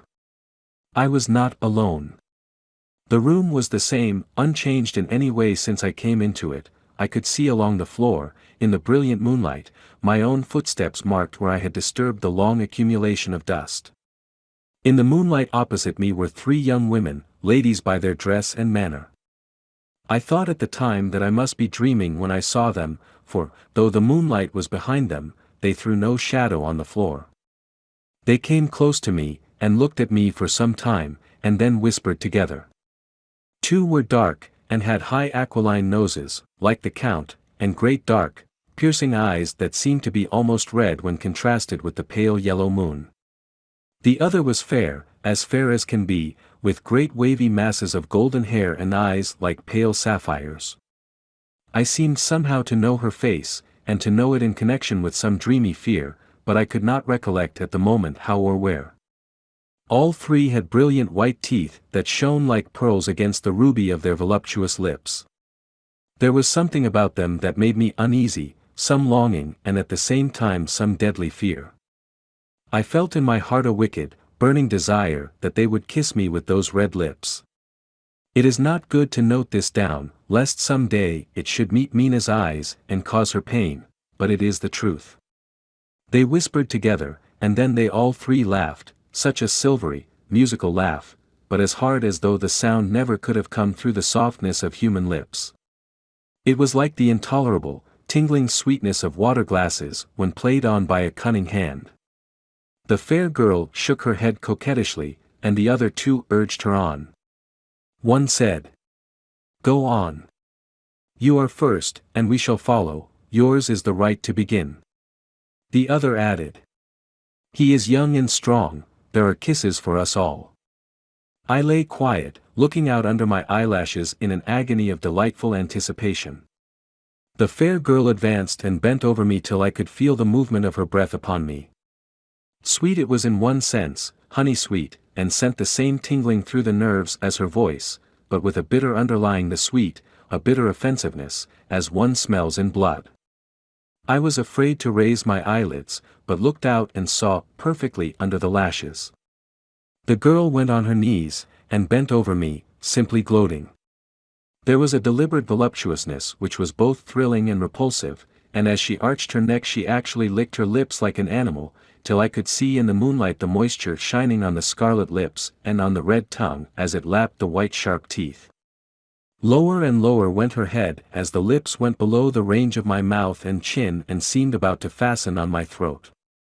Then she paused, and I could hear the churning sound of her tongue as it licked her teeth and lips, and could feel the hot breath on my neck.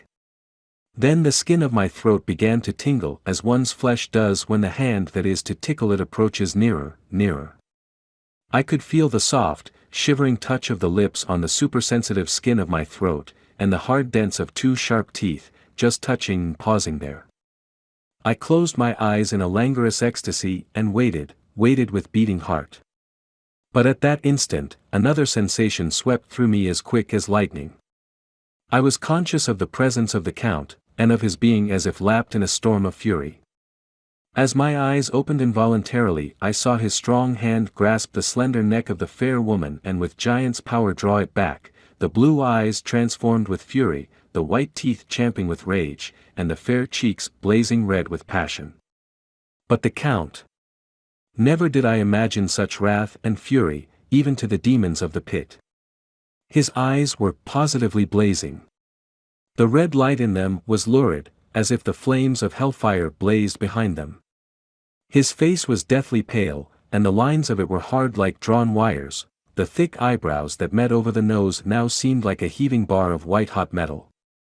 With a fierce sweep of his arm, he hurled the woman from him, and then motioned to the others, as though he were beating them back. It was the same imperious gesture that I had seen used to the wolves. In a voice which, though low and almost in a whisper seemed to cut through the air and then ring round the room, he said, "How dare you touch him, any of you? How dare you cast eyes on him when I had forbidden it? Back, I tell you all. This man belongs to me. Beware how you meddle with him, or you'll have to deal with me." The fair girl, with a laugh of ribald coquetry, turned to answer him. "You yourself never loved, you never love." On this the other women joined, and such a mirthless, hard, soulless laughter rang through the room that it almost made me faint to hear. It seemed like the pleasure of fiends. Then the Count turned, after looking at my face attentively, and said in a soft whisper, "Yes, I too can love, you yourselves can tell it from the past. Is it not so? Well, now I promise you that when I am done with him you shall kiss him at your will. Now go. Go.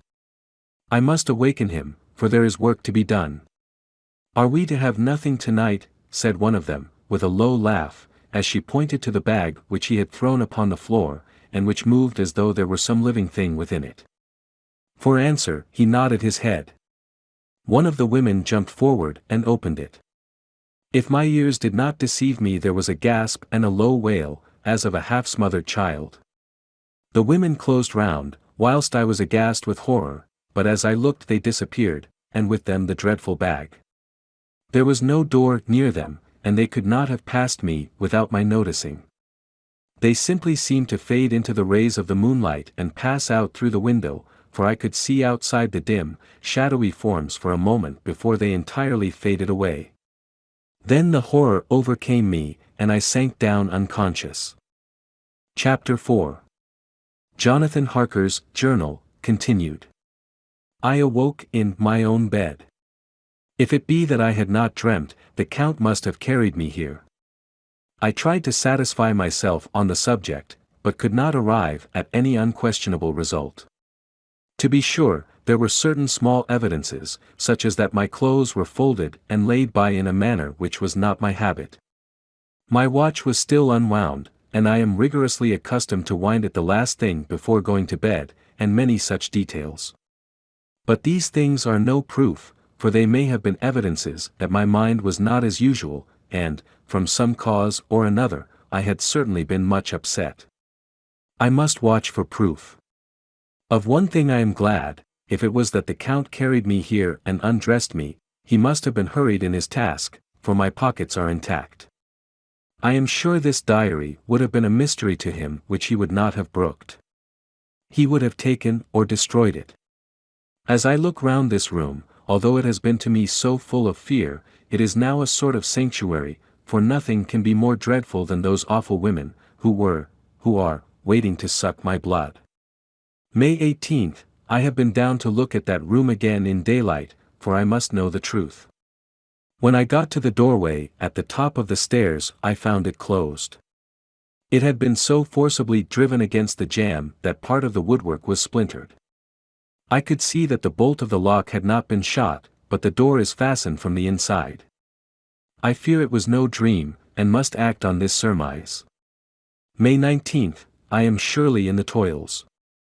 Last night the Count asked me in the suavest tones to write 3 letters, one saying that my work here was nearly done, and that I should start for home within a few days, another that I was starting on the next morning from the time of the letter, and the third that I had left the castle and arrived at Bistritz.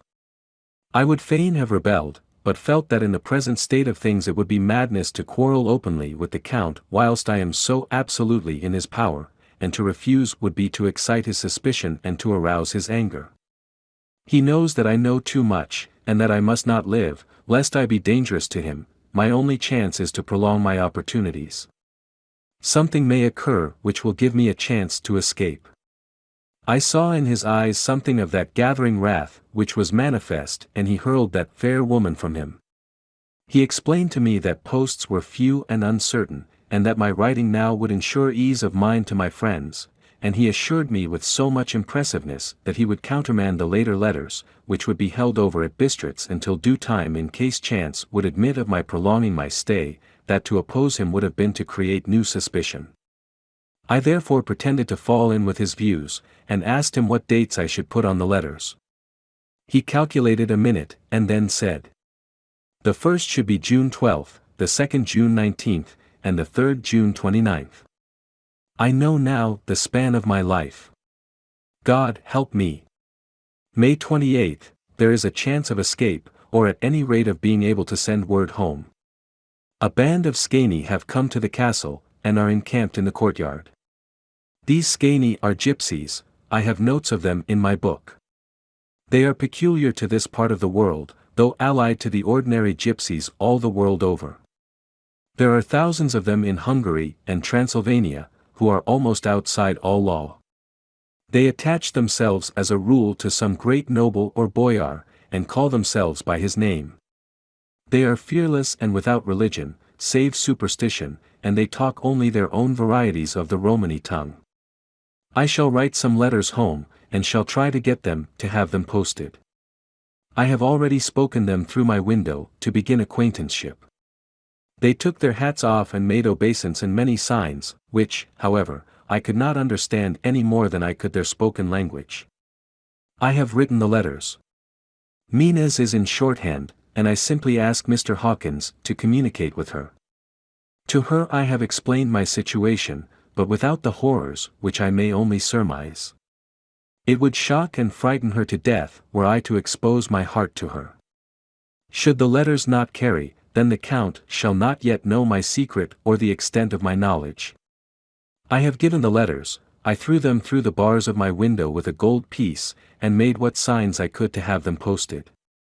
The man who took them pressed them to his heart and bowed, and then put them in his cap. I could do no more. I stole back to the study, and began to read.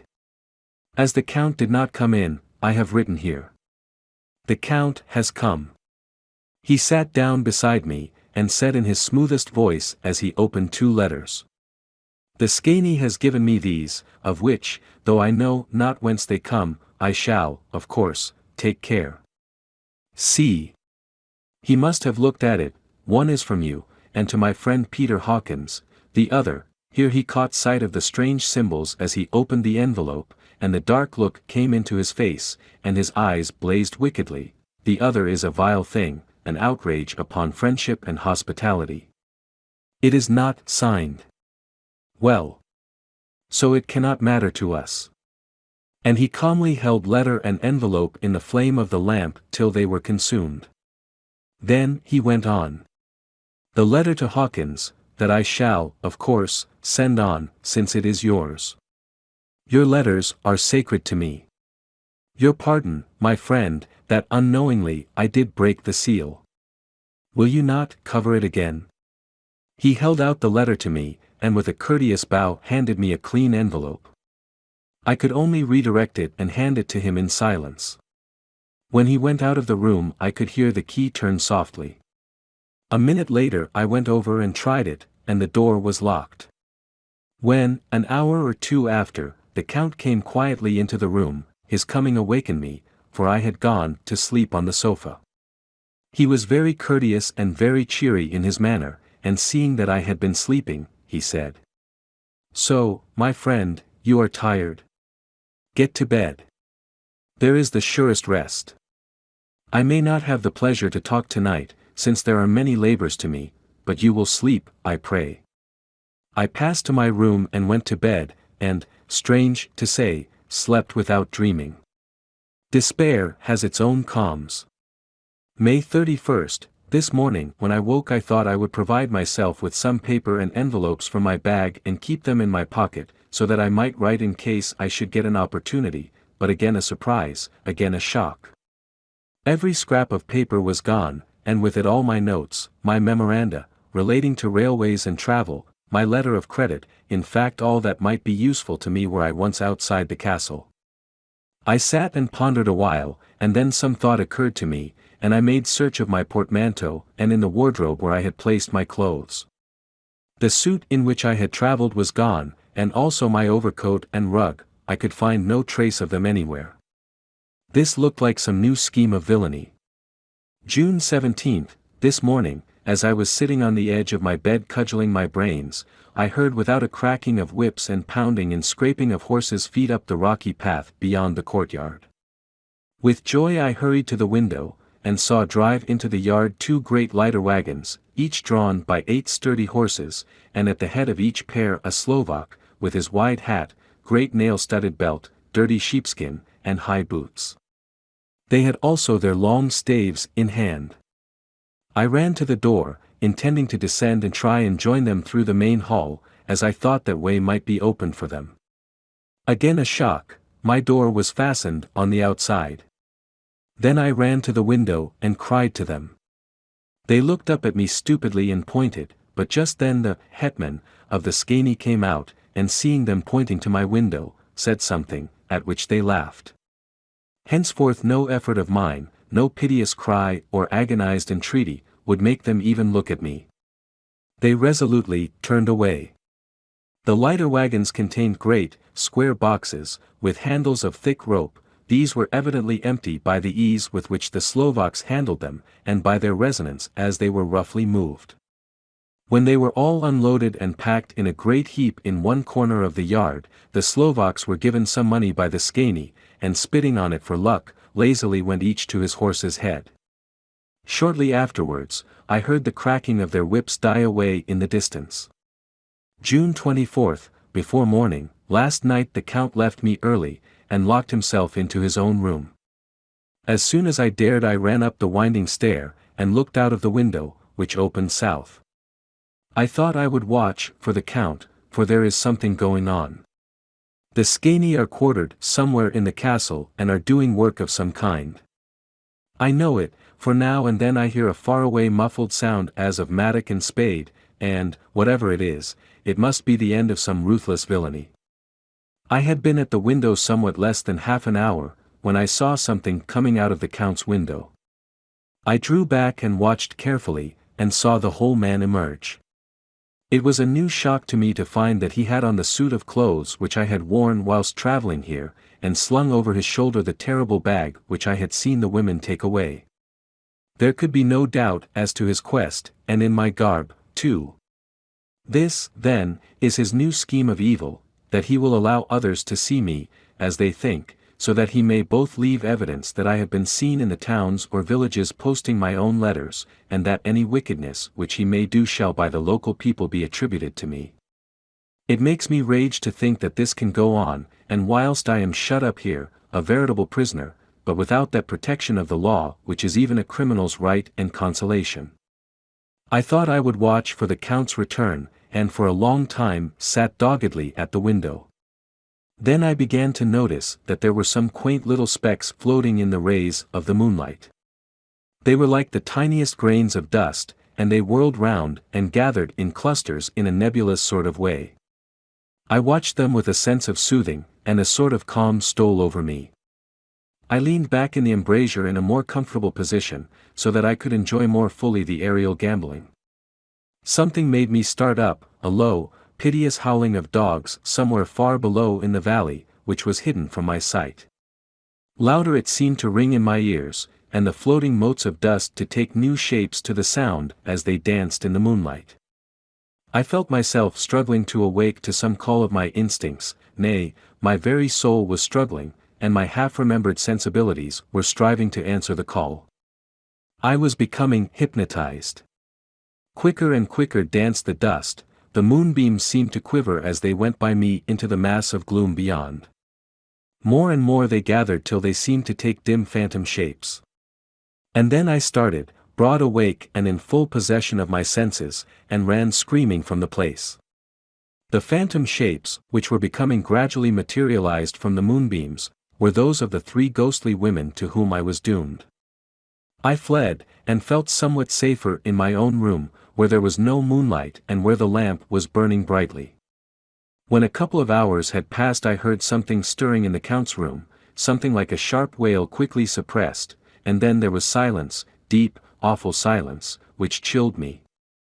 With a beating heart, I tried the door, but I was locked in my prison, and could do nothing. I sat down and simply cried.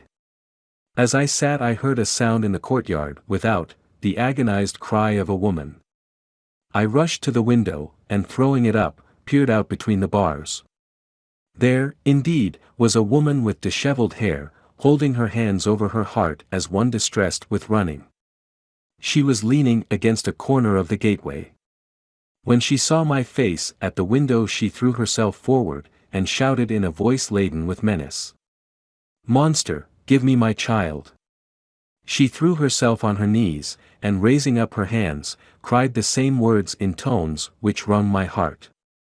Then she tore her hair and beat her breast, and abandoned herself to all the violences of extravagant emotion. Finally, she threw herself forward, and, though I could not see her, I could hear the beating of her naked hands against the door.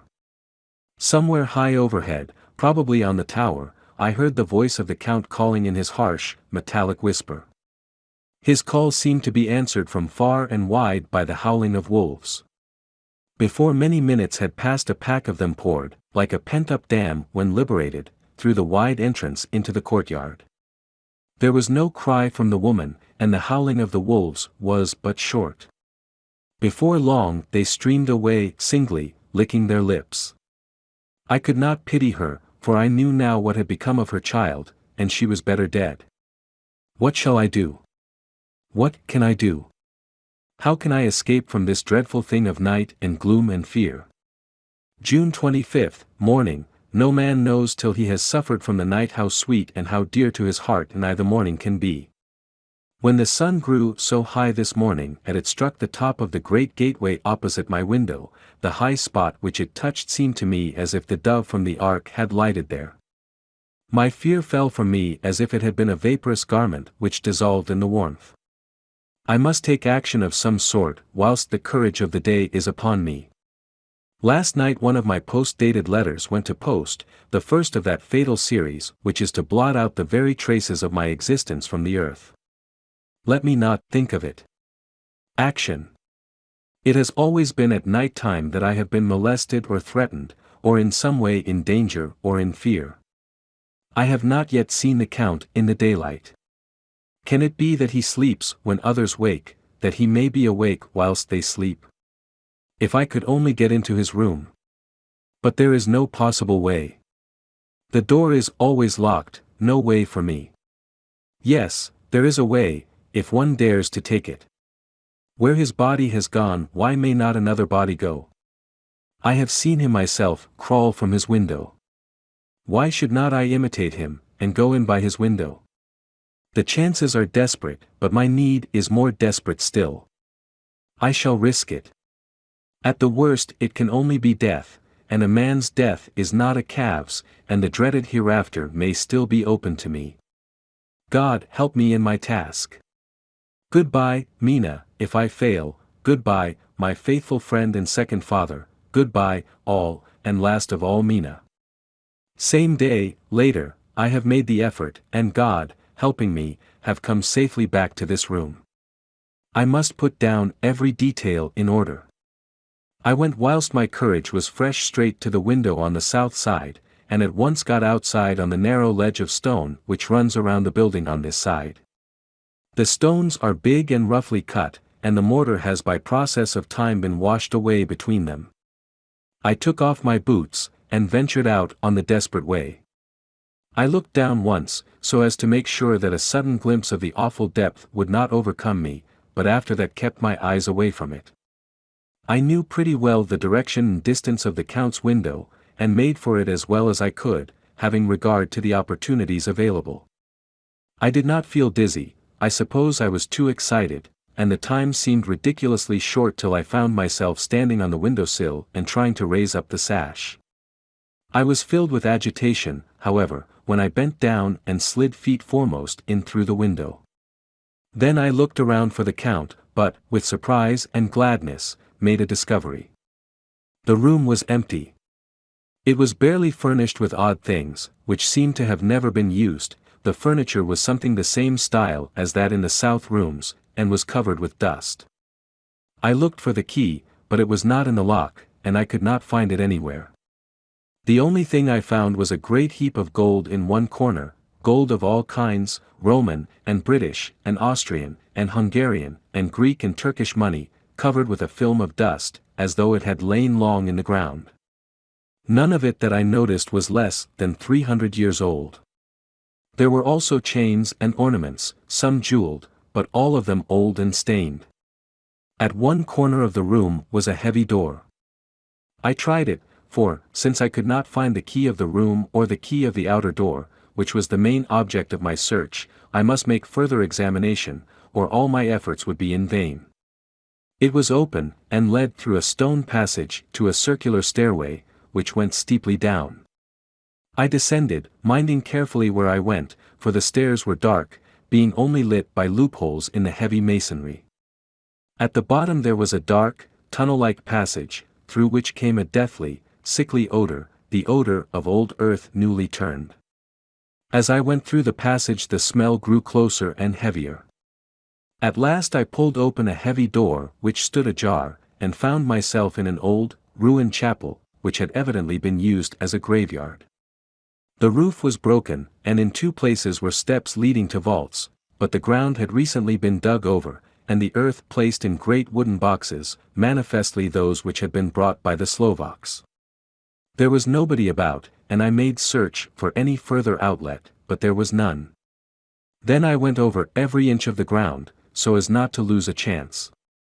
I went down even into the vaults, where the dim light struggled, although to do so was a dread to my very soul. Into two of these I went, but saw nothing except fragments of old coffins and piles of dust. In the third, however, I made a discovery.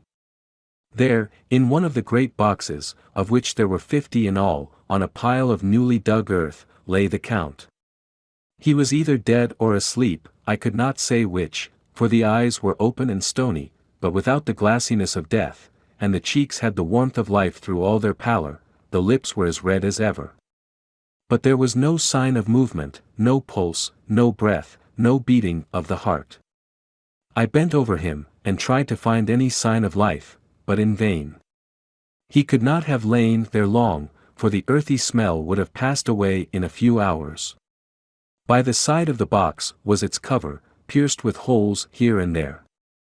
I thought he might have the keys on him, but when I went to search I saw the dead eyes, and in them, dead though they were, such a look of hate, though unconscious of me or my presence, that I fled from the place, and leaving the Count's room by the window, crawled again up the castle wall.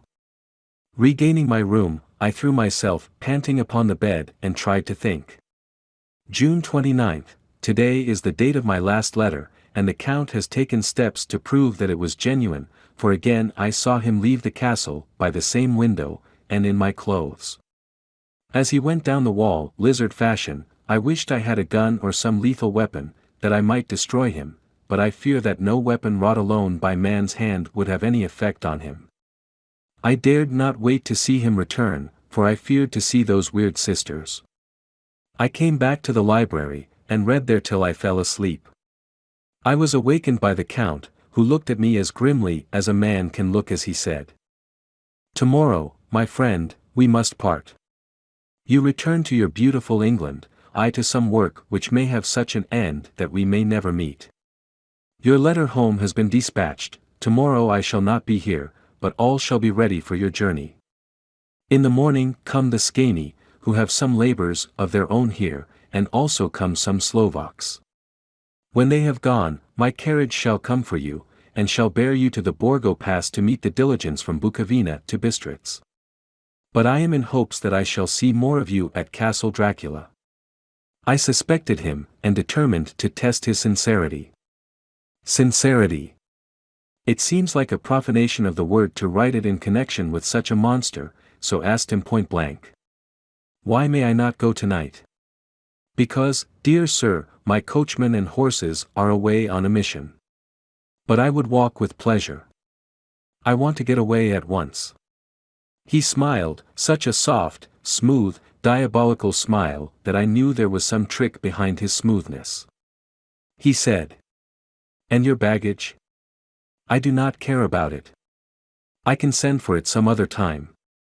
The Count stood up, and said, with a sweet courtesy which made me rub my eyes, it seemed so real, "You English have a saying which is close to my heart, for its spirit is that which rules our boyars: welcome the coming, speed the parting guest. Come with me, my dear young friend. Not an hour shall you wait in my house against your will, though sad am I at your going, and that you so suddenly desire it. Come." With a stately gravity, he, with the lamp, preceded me down the stairs and along the hall. Suddenly he stopped. Hark! Close at hand came the howling of many wolves. It was almost as if the sound sprang up at the rising of his hand, just as the music of a great orchestra seems to leap under the baton of the conductor. After a pause of a moment, he proceeded, in his stately way, to the door, drew back the ponderous bolts, unhooked the heavy chains, and began to draw it open. To my intense astonishment I saw that it was unlocked. Suspiciously, I looked all round, but could see no key of any kind. As the door began to open, the howling of the wolves without grew louder and angrier, their red jaws, with champing teeth, and their blunt-clawed feet as they leaped, came in through the opening door. I knew then that to struggle at the moment against the Count was useless. With such allies as these at his command, I could do nothing. But still the door continued slowly to open, and only the Count's body stood in the gap. Suddenly it struck me that this might be the moment and means of my doom. I was to be given to the wolves, and at my own instigation. There was a diabolical wickedness in the idea great enough for the Count, and as a last chance I cried out, "Shut the door, I shall wait till morning," and covered my face with my hands to hide my tears of bitter disappointment. With one sweep of his powerful arm, the Count threw the door shut, and the great bolts clanged and echoed through the hall as they shot back into their places. In silence we returned to the library, and after a minute or two I went to my own room. The last I saw of Count Dracula was his kissing his hand to me, with a red light of triumph in his eyes, and with a smile that Judas in hell might be proud of. When I was in my room and about to lie down, I thought I heard a whispering at my door. I went to it softly and listened. Unless my ears deceived me, I heard the voice of the Count. "Back, back, to your own place. Your time is not yet come. Wait. Have patience. Tonight is mine. Tomorrow night is yours."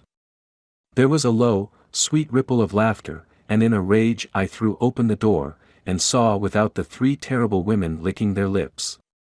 As I appeared they all joined in a horrible laugh, and ran away. I came back to my room and threw myself on my knees. It is then so near the end. Tomorrow. Tomorrow. Lord, help me, and those to whom I am dear. June 30th, morning. These may be the last words I ever write in this diary. I slept till just before the dawn, and when I woke threw myself on my knees, for I determined that if death came he should find me ready. At last I felt that subtle change in the air, and knew that the morning had come. Then came the welcome cock-crow, and I felt that I was safe. With a glad heart, I opened my door and ran down to the hall. I had seen that the door was unlocked, and now escape was before me. With hands that trembled with eagerness, I unhooked the chains and drew back the massive bolts. But the door would not move. Despair seized me. I pulled and pulled at the door, and shook it till, massive as it was, it rattled in its casement. I could see the bolt shot. It had been locked after I left the Count. Then a wild desire took me to obtain that key at any risk, and I determined then and there to scale the wall again and gain the Count's room. He might kill me, but death now seemed the happier choice of evils. Without a pause I rushed up to the east window, and scrambled down the wall, as before, into the Count's room. It was empty, but that was as I expected. I could not see a key anywhere, but the heap of gold remained. I went through the door in the corner and down the winding stair and along the dark passage to the old chapel. I knew now well enough where to find the monster I sought. The great box was in the same place, close against the wall, but the lid was laid on it, not fastened down, but with the nails ready in their places to be hammered home. I knew I must reach the body for the key, so I raised the lid, and laid it back against the wall, and then I saw something which filled my very soul with horror. There lay the Count, but looking as if his youth had been half renewed, for the white hair and mustache were changed to dark iron gray, the cheeks were fuller, and the white skin seemed ruby red underneath, the mouth was redder than ever, for on the lips were gouts of fresh blood, which trickled from the corners of the mouth and ran over the chin and neck. Even the deep, burning eyes seemed set amongst swollen flesh, for the lids and pouches underneath were bloated. It seemed as if the whole awful creature were simply gorged with blood. He lay like a filthy leech, exhausted with his repletion. I shuddered as I bent over to touch him, and every sense in me revolted at the contact, but I had to search, or I was lost. The coming night might see my own body a banquet in a similar way to those horrid three. I felt all over the body, but no sign could I find of the key. Then I stopped and looked at the Count. There was a mocking smile on the bloated face which seemed to drive me mad. This was the being I was helping to transfer to London, where, perhaps, for centuries to come he might, amongst its teeming millions, satiate his lust for blood, and create a new and ever-widening circle of semi-demons to batten on the helpless. The very thought drove me mad. A terrible desire came upon me to rid the world of such a monster. There was no lethal weapon at hand, but I seized a shovel which the workmen had been using to fill the cases, and lifting it high, struck, with the edge downward, at the hateful face. But as I did so the head turned, and the eyes fell full upon me, with all their blaze of basilisk horror. The sight seemed to paralyze me, and the shovel turned in my hand and glanced from the face, merely making a deep gash above the forehead. The shovel fell from my hand across the box, and as I pulled it away the flange of the blade caught the edge of the lid which fell over again, and hid the horrid thing from my sight. The last glimpse I had was of the bloated face, blood-stained and fixed with a grin of malice which would have held its own in the nethermost hell. I thought and thought what should be my next move, but my brain seemed on fire, and I waited with a despairing feeling growing over me. As I waited I heard in the distance a gypsy song sung by merry voices coming closer, and through their song the rolling of heavy wheels and the cracking of whips, the Skani and the Slovaks of whom the Count had spoken were coming. With a last look around and at the box which contained the vile body, I ran from the place and gained the Count's room, determined to rush out at the moment the door should be opened. With strained ears, I listened, and heard downstairs the grinding of the key in the great lock and the falling back of the heavy door. There must have been some other means of entry, or someone had a key for one of the locked doors. Then there came the sound of many feet tramping and dying away in some passage which sent up a clanging echo. I turned to run down again towards the vault, where I might find the new entrance, but at the moment there seemed to come a violent puff of wind, and the door to the winding stair blew to with a shock that set the dust from the lintels flying. When I ran to push it open, I found that it was hopelessly fast. I was again a prisoner, and the net of doom was closing round me more closely. As I write, there is in the passage below a sound of many tramping feet and the crash of weights being set down heavily, doubtless the boxes, with their freight of earth. There is a sound of hammering, it is the box being nailed down. Now I can hear the heavy feet tramping again along the hall, with many other idle feet coming behind them. The door is shut, and the chains rattle, there is a grinding of the key in the lock, I can hear the key withdraw, then another door opens and shuts, I hear the creaking of lock and bolt. Hark! In the courtyard and down the rocky way the roll of heavy wheels, the crack of whips, and the chorus of the skeiny as they pass into the distance. I am alone in the castle with those awful women. Faugh! Mina is a woman, and there is not in common. They are devils of the pit. I shall not remain alone with them, I shall try to scale the castle wall farther than I have yet attempted. I shall take some of the gold with me, lest I want it later. I may find a way from this dreadful place. And then a way for home. A way to the quickest and nearest train. Away from this cursed spot, from this cursed land, where the devil and his children still walk with earthly feet. At least God's mercy is better than that of these monsters, and the precipice is steep and high. At its foot a man may sleep, as a man. Goodbye, all. Mina. Chapter 5. Letter from Miss Mina Murray to Miss Lucy Westenra. May 9th. My dearest Lucy. Forgive my long delay in writing, but I have been simply overwhelmed with work. The life of an assistant schoolmistress is sometimes trying.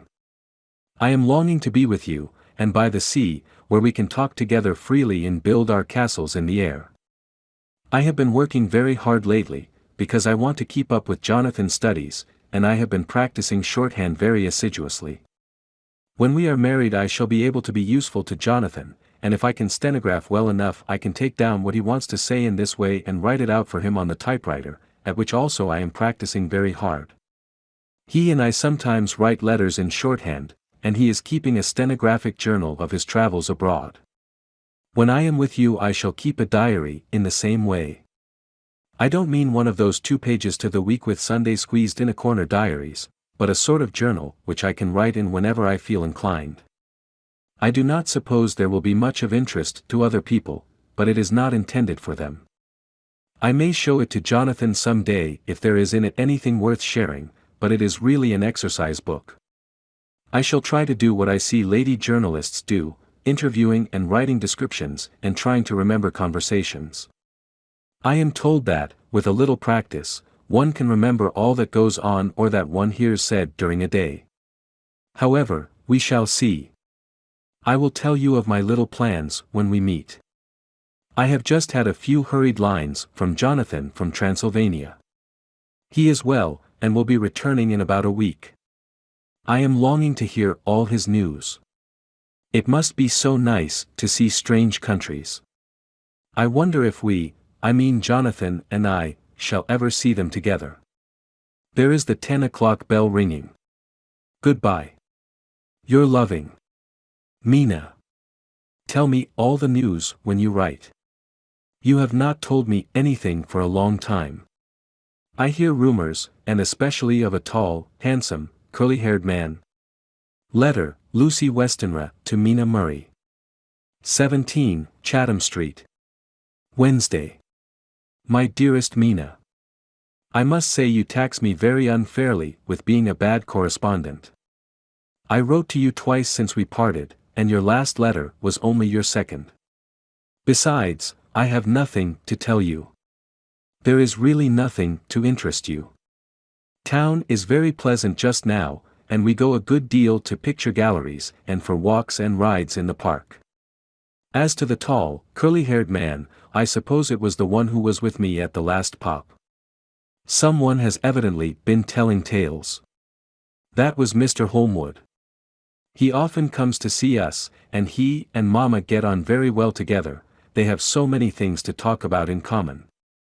We met some time ago a man that would just do for you, if you were not already engaged to Jonathan. He is an excellent part one, being handsome, well off, and of good birth. He is a doctor and really clever. Just fancy. He is only 29, and he has an immense lunatic asylum all under his own care. Mr. Holmwood introduced him to me, and he called here to see us, and often comes now. I think he is one of the most resolute men I ever saw, and yet the most calm. He seems absolutely imperturbable. I can fancy what a wonderful power he must have over his patients. He has a curious habit of looking one straight in the face, as if trying to read one's thoughts. He tries this on very much with me, but I flatter myself he has got a tough nut to crack. I know that from my glass. Do you ever try to read your own face? I do, and I can tell you it is not a bad study, and gives you more trouble than you can well fancy if you have never tried it. He says that I afford him a curious psychological study, and I humbly think I do. I do not, as you know, take sufficient interest in dress to be able to describe the new fashions. Dress is a bore. That is slang again, but never mind, Arthur says that every day. There, it is all out. Mina, we have told all our secrets to each other since we were children, we have slept together and eaten together, and laughed and cried together, and now, though I have spoken, I would like to speak more. Oh, Mina, couldn't you guess? I love him. I am blushing as I write, for although I think he loves me, he has not told me so in words. But oh, Mina, I love him, I love him, I love him. There, that does me good. I wish I were with you, dear, sitting by the fire undressing, as we used to sit, and I would try to tell you what I feel. I do not know how I am writing this even to you. I am afraid to stop, or I should tear up the letter, and I don't want to stop, for I do so want to tell you all. Let me hear from you at once, and tell me all that you think about it. Mina, I must stop. Good night. Bless me in your prayers, and, Mina, pray for my happiness. Lucy. P.S. that I need not tell you this is a secret. Good night again. L. Letter, Lucy Westenra, to Mina Murray. May 24th. My dearest Mina. Thanks, and thanks, and thanks again, for your sweet letter. It was so nice to be able to tell you and to have your sympathy. My dear, it never rains, but it pours. How true the old proverbs are. Here am I, who shall be 20 in September, and yet I never had a proposal till today, not a real proposal, and today I have had 3. Just fancy. 3 proposals in one day. Isn't it awful? I feel sorry, really and truly sorry, for 2 of the poor fellows. Oh, Mina, I am so happy that I don't know what to do with myself. And 3 proposals. But, for goodness sake, don't tell any of the girls, or they would be getting all sorts of extravagant ideas and imagining themselves injured and slighted if in their very first day at home they did not get 6 at least. Some girls are so vain. You and I, Mina dear, who are engaged and are going to settle down soon soberly into old married women, can despise vanity. Well, I must tell you about the 3, but you must keep it a secret, dear, from every one, except, of course, Jonathan. You will tell him, because I would, if I were in your place, certainly tell Arthur. A woman ought to tell her husband everything, don't you think so, dear, and I must be fair. Men like women, certainly their wives, to be quite as fair as they are, and women, I am afraid, are not always quite as fair as they should be. Well, my dear, number 1 came just before lunch. I told you of him, Dr. John Seward, the lunatic asylum man, with the strong jaw and the good forehead. He was very cool outwardly, but was nervous all the same. He had evidently been schooling himself as to all sorts of little things, and remembered them, but he almost managed to sit down on his silk hat, which men don't generally do when they are cool, and then when he wanted to appear at ease he kept playing with a lancet in a way that made me nearly scream. He spoke to me, Mina, very straightforwardly. He told me how dear I was to him, though he had known me so little, and what his life would be with me to help and cheer him. He was going to tell me how unhappy he would be if I did not care for him, but when he saw me cry he said that he was a brute and would not add to my present trouble. Then he broke off and asked if I could love him in time, and when I shook my head his hands trembled, and then with some hesitation he asked me if I cared already for any one else. He put it very nicely, saying that he did not want to wring my confidence from me, but only to know, because if a woman's heart was free a man might have hope. And then, Mina, I felt a sort of duty to tell him that there was someone. I only told him that much, and then he stood up, and he looked very strong and very grave as he took both my hands in his and said he hoped I would be happy, and that if I ever wanted a friend I must count him one of my best. Oh, Mina dear, I can't help crying, and you must excuse this letter being all blotted.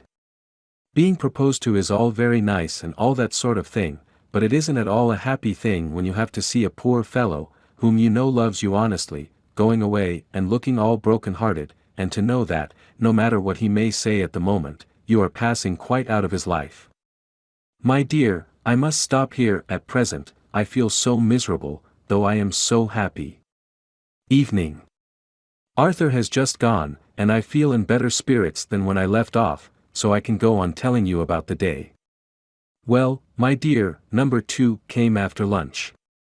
He is such a nice fellow, an American from Texas, and he looks so young and so fresh that it seems almost impossible that he has been to so many places and has had such adventures. I sympathize with poor Desdemona when she had such a dangerous stream poured in her ear, even by a black man. I suppose that we women are such cowards that we think a man will save us from fears, and we marry him. I know now what I would do if I were a man and wanted to make a girl love me. No, I don't, for there was Mr. Morris telling us his stories, and Arthur never told any, and yet. My dear, I am somewhat previous. Mr. Quincy P. Morris found me alone. It seems that a man always does find a girl alone.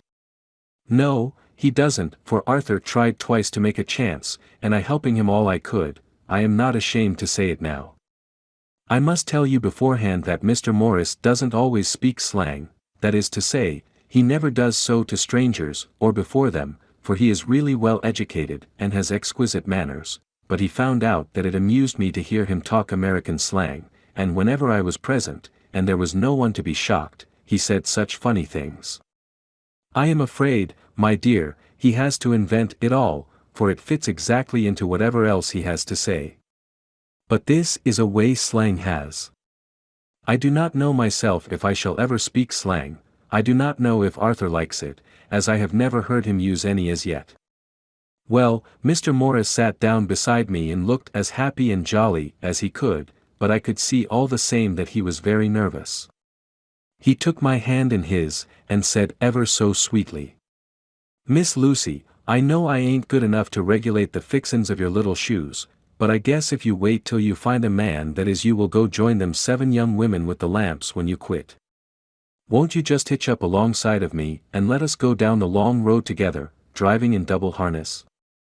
Well, he did look so good-humored and so jolly that it didn't seem half so hard to refuse him as it did poor Dr. Seward, so I said, as lightly as I could, that I did not know anything of hitching, and that I wasn't broken to harness at all yet. Then he said that he had spoken in a light manner, and he hoped that if he had made a mistake in doing so on so grave, so momentous, an occasion for him, I would forgive him. He really did look serious when he was saying it, and I couldn't help feeling a bit serious too. I know, Mina, you will think me a horrid flirt, though I couldn't help feeling a sort of exultation that he was number 2 in one day. And then, my dear, before I could say a word he began pouring out a perfect torrent of love-making, laying his very heart and soul at my feet. He looked so earnest over it that I shall never again think that a man must be playful always, and never earnest, because he is merry at times. I suppose he saw something in my face which checked him, for he suddenly stopped, and said with a sort of manly fervor that I could have loved him for if I had been free. "Lucy, you are an honest-hearted girl, I know. I should not be here speaking to you as I am now if I did not believe you clean grit, right through to the very depths of your soul. Tell me, like one good fellow to another, is there any one else that you care for? And if there is, I'll never trouble you a hair's breadth again, but will be, if you will let me, a very faithful friend. My dear Mina, why are men so noble when we women are so little worthy of them?" Here was I almost making fun of this great-hearted, true gentleman. I burst into tears. "I am afraid, my dear, you will think this a very sloppy letter in more ways than one, and I really felt very badly. Why can't they let a girl marry 3 men, or as many as want her, and save all this trouble? But this is heresy, and I must not say it. I am glad to say that, though I was crying, I was able to look into Mr. Morris's brave eyes, and I told him out straight. Yes, there is someone I love, though he has not told me yet that he even loves me. I was right to speak to him so frankly, for quite a light came into his face, and he put out both his hands and took mine, I think I put them into his, and said in a hearty way, 'That's my brave girl. It's better worth being late for a chance of winning you than being in time for any other girl in the world. Don't cry, my dear. If it's for me, I'm a hard nut to crack, and I take it standing up. If that other fellow doesn't know his happiness, well, he'd better look for it soon, or he'll have to deal with me. Little girl, your honesty and pluck have made me a friend, and that's rarer than a lover, it's more unselfish anyhow. My dear, I'm going to have a pretty lonely walk between this and kingdom come. Won't you give me one kiss? It'll be something to keep off the darkness now and then. You can, you know, if you like, for that other good fellow, he must be a good fellow, my dear, and a fine fellow, or you could not love him, hasn't spoken yet.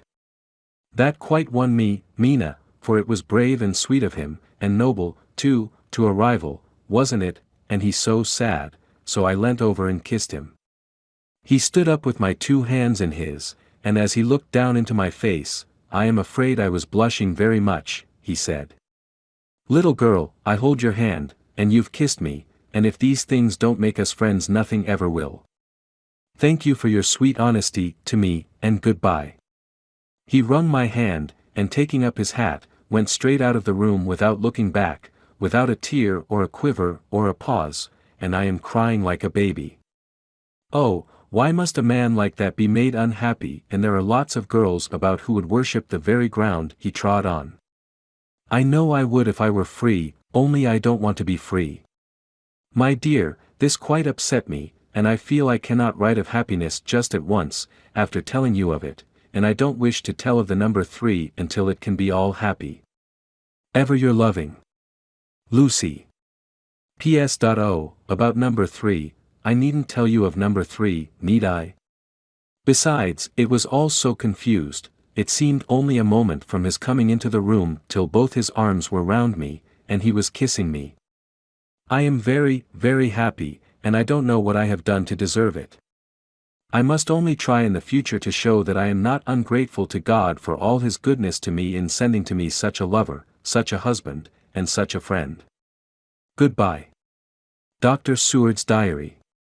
Kept in phonograph. May 25th, ebb tide in appetite today. Cannot eat, cannot rest, so diary instead. Since my rebuff of yesterday I have a sort of empty feeling, nothing in the world seems of sufficient importance to be worth the doing. As I knew that the only cure for this sort of thing was work, I went down amongst the patients. I picked out one who has afforded me a study of much interest. He is so quaint that I am determined to understand him as well as I can.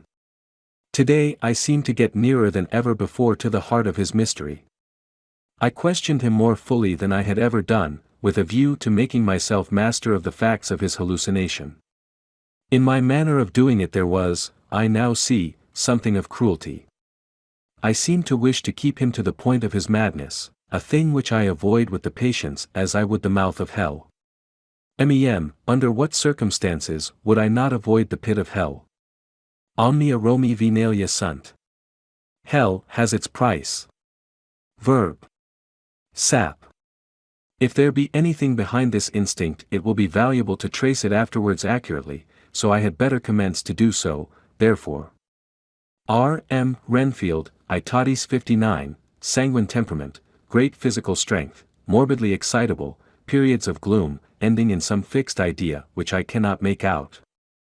I presume that the sanguine temperament itself and the disturbing influence end in a mentally accomplished finish, a possibly dangerous man, probably dangerous if unselfish. In selfish men caution is as secure an armor for their foes as for themselves. What I think of on this point is, when self is the fixed point the centripetal force is balanced with the centrifugal, when duty, a cause, etc., is the fixed point, the latter force is paramount, and only accident or a series of accidents can balance it. Letter, Quincy P. Morris to Honorable Arthur Holmwood. May 25. My dear Art. We've told yarns by the campfire in the prairies, and dressed one another's wounds after trying a landing at the Marquesas, and drunk healths on the shore of Titicaca. There are more yarns to be told, and other wounds to be healed, and another health to be drunk. Won't you let this be at my campfire tomorrow night? I have no hesitation in asking you, as I know a certain lady is engaged to a certain dinner party, and that you are free. There will only be one other, our old pal at the Korea, Jack Seward. He's coming, too, and we both want to mingle our weeps over the wine cup, and to drink a health with all our hearts to the happiest man in all the wide world, who has won the noblest heart that God has made and the best worth winning. We promise you a hearty welcome, and a loving greeting, and a health as true as your own right hand. We shall both swear to leave you at home if you drink too deep to a certain pair of eyes. Come. Yours, as ever and always. Quincy P. Morris. Telegram from Arthur Holmwood to Quincy P. Morris. May 26. Count me in every time. I bear messages which will make both your ears tingle. Art. Chapter 6. Mina Murray's Journal. July 24. Whitby, Lucy met me at the station, looking sweeter and lovelier than ever, and we drove up to the house at the Crescent in which they have rooms. This is a lovely place. The little river, the Esk, runs through a deep valley, which broadens out as it comes near the harbor. A great viaduct runs across, with high piers, through which the view seems somehow further away than it really is. The valley is beautifully green, and it is so steep that when you are on the high land on either side you look right across it, unless you are near enough to see down. The houses of the old town, the side away from us, are all red-roofed, and seem piled up one over the other anyhow, like the pictures we see of Nuremberg. Right over the town is the ruin of Whitby Abbey, which was sacked by the Danes, and which is the scene of part of Marmion, where the girl was built up in the wall. It is a most noble ruin, of immense size, and full of beautiful and romantic bits. There is a legend that a white lady is seen in one of the windows. Between it and the town there is another church, the parish one, round which is a big graveyard, all full of tombstones. This is to my mind the nicest spot in Whitby, for it lies right over the town, and has a full view of the harbor and all up the bay to where the headland called Kettleness stretches out into the sea. It descends so steeply over the harbor that part of the bank has fallen away, and some of the graves have been destroyed. In one place part of the stonework of the grave stretches out over the sandy pathway far below. There are walks, with seats beside them, through the churchyard, and people go and sit there all day long looking at the beautiful view and enjoying the breeze. I shall come and sit here very often myself and work. Indeed, I am writing now, with my book on my knee, and listening to the talk of three old men who are sitting beside me. They seem to do nothing all day but sit up here and talk. The harbor lies below me, with, on the far side, one long granite wall stretching out into the sea, with a curve outwards at the end of it, in the middle of which is a lighthouse. A heavy seawall runs along outside of it. On the near side, the seawall makes an elbow crooked inversely, and its end too has a lighthouse. Between the two piers there is a narrow opening into the harbor, which then suddenly widens. It is nice at high water, but when the tide is out it shoals away to nothing, and there is merely the stream of the Esk, running between banks of sand, with rocks here and there.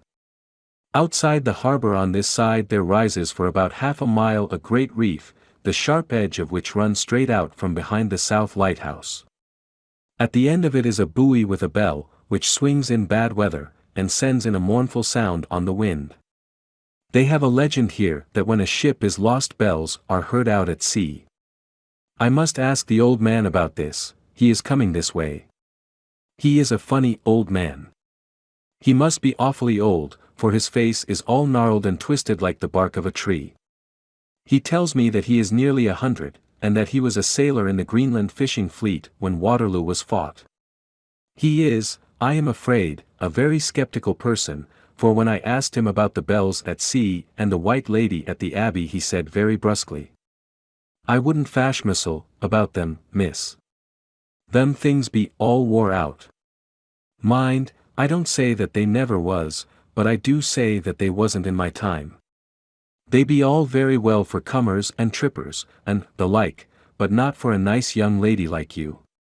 Them feet folks from York and Leeds that be always eatin' cured herrins and drinkin' tea and lookin' out to buy cheap jet would creed aught. I wonder missile, who'd be bothered tellin' lies to them, even the newspapers, which is full of fool talk."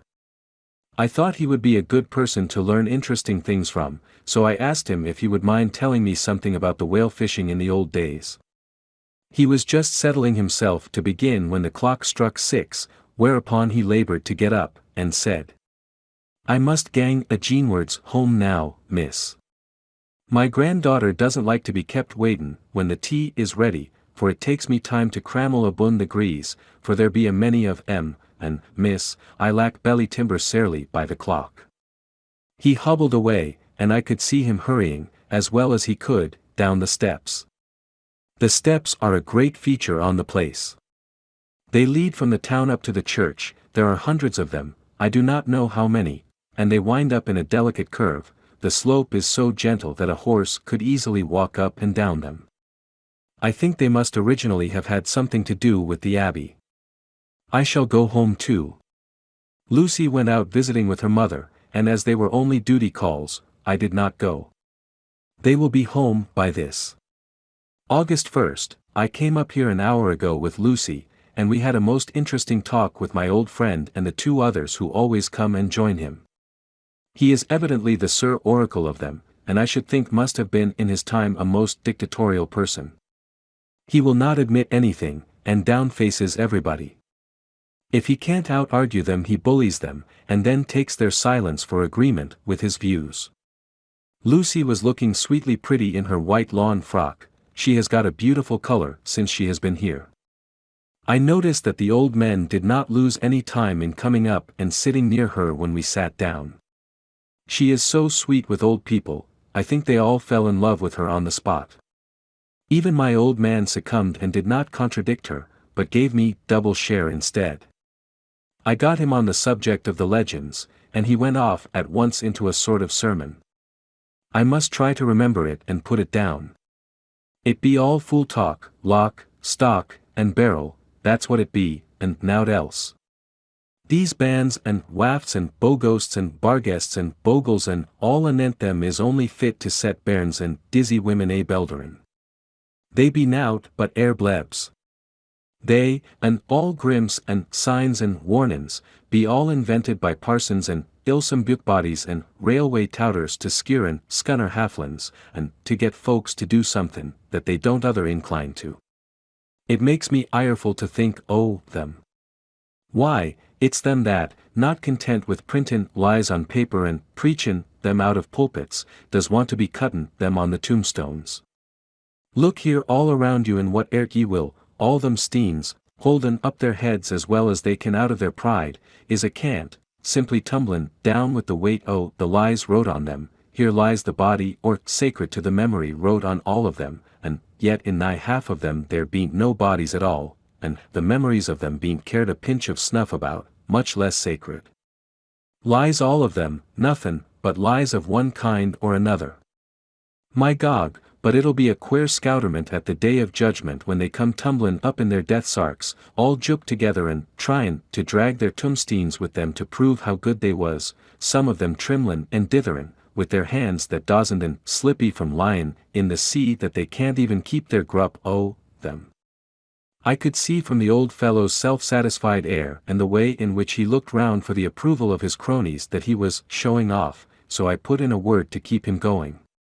"Oh, Mr. Swales, you can't be serious. Surely these tombstones are not all wrong." "Yablins. There may be a poorish few not wrong, Savon, where they make out the people too good, for there be folk that do think a bomb'll be like the sea, if only it be their own. The whole thing be only lies. Now look you here, you come here a stranger, and you see this Kirkgarth." I nodded, for I thought it better to assent, though I did not quite understand his dialect. I knew it had something to do with the church.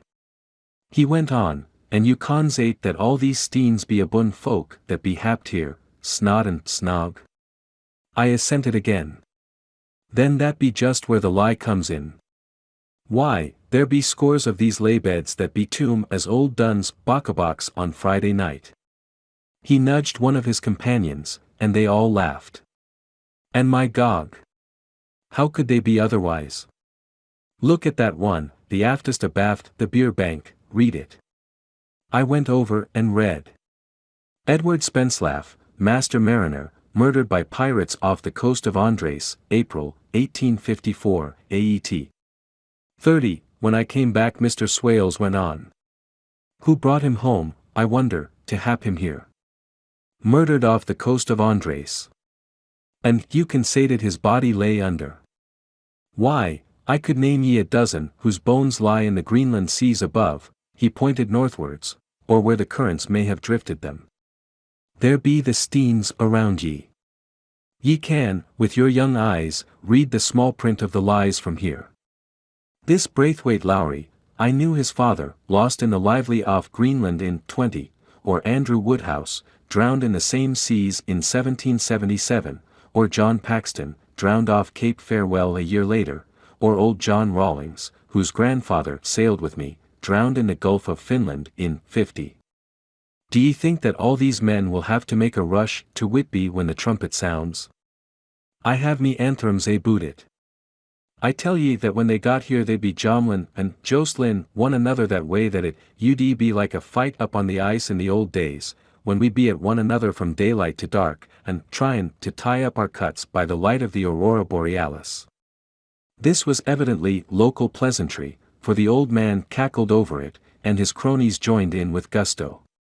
"But," I said, "surely you are not quite correct, for you start on the assumption that all the poor people, or their spirits, will have to take their tombstones with them on the day of judgment. Do you think that will be really necessary? Well, what else be they tombstones for? Answer me that, miss." "To please their relatives, I suppose." "To please their relatives, you suppose?" This he said with intense scorn. "How will it pleasure their relatives to know that lies is wrote over them, and that everybody in the place knows that they be lies?" He pointed to a stone at our feet which had been laid down as a slab, on which the seat was rested, close to the edge of the cliff.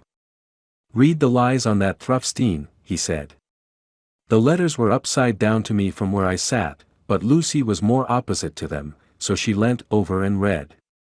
"Sacred to the memory of George Cannon, who died, in the hope of a glorious resurrection, on July 29, 1873, falling from the rocks at Kettleness.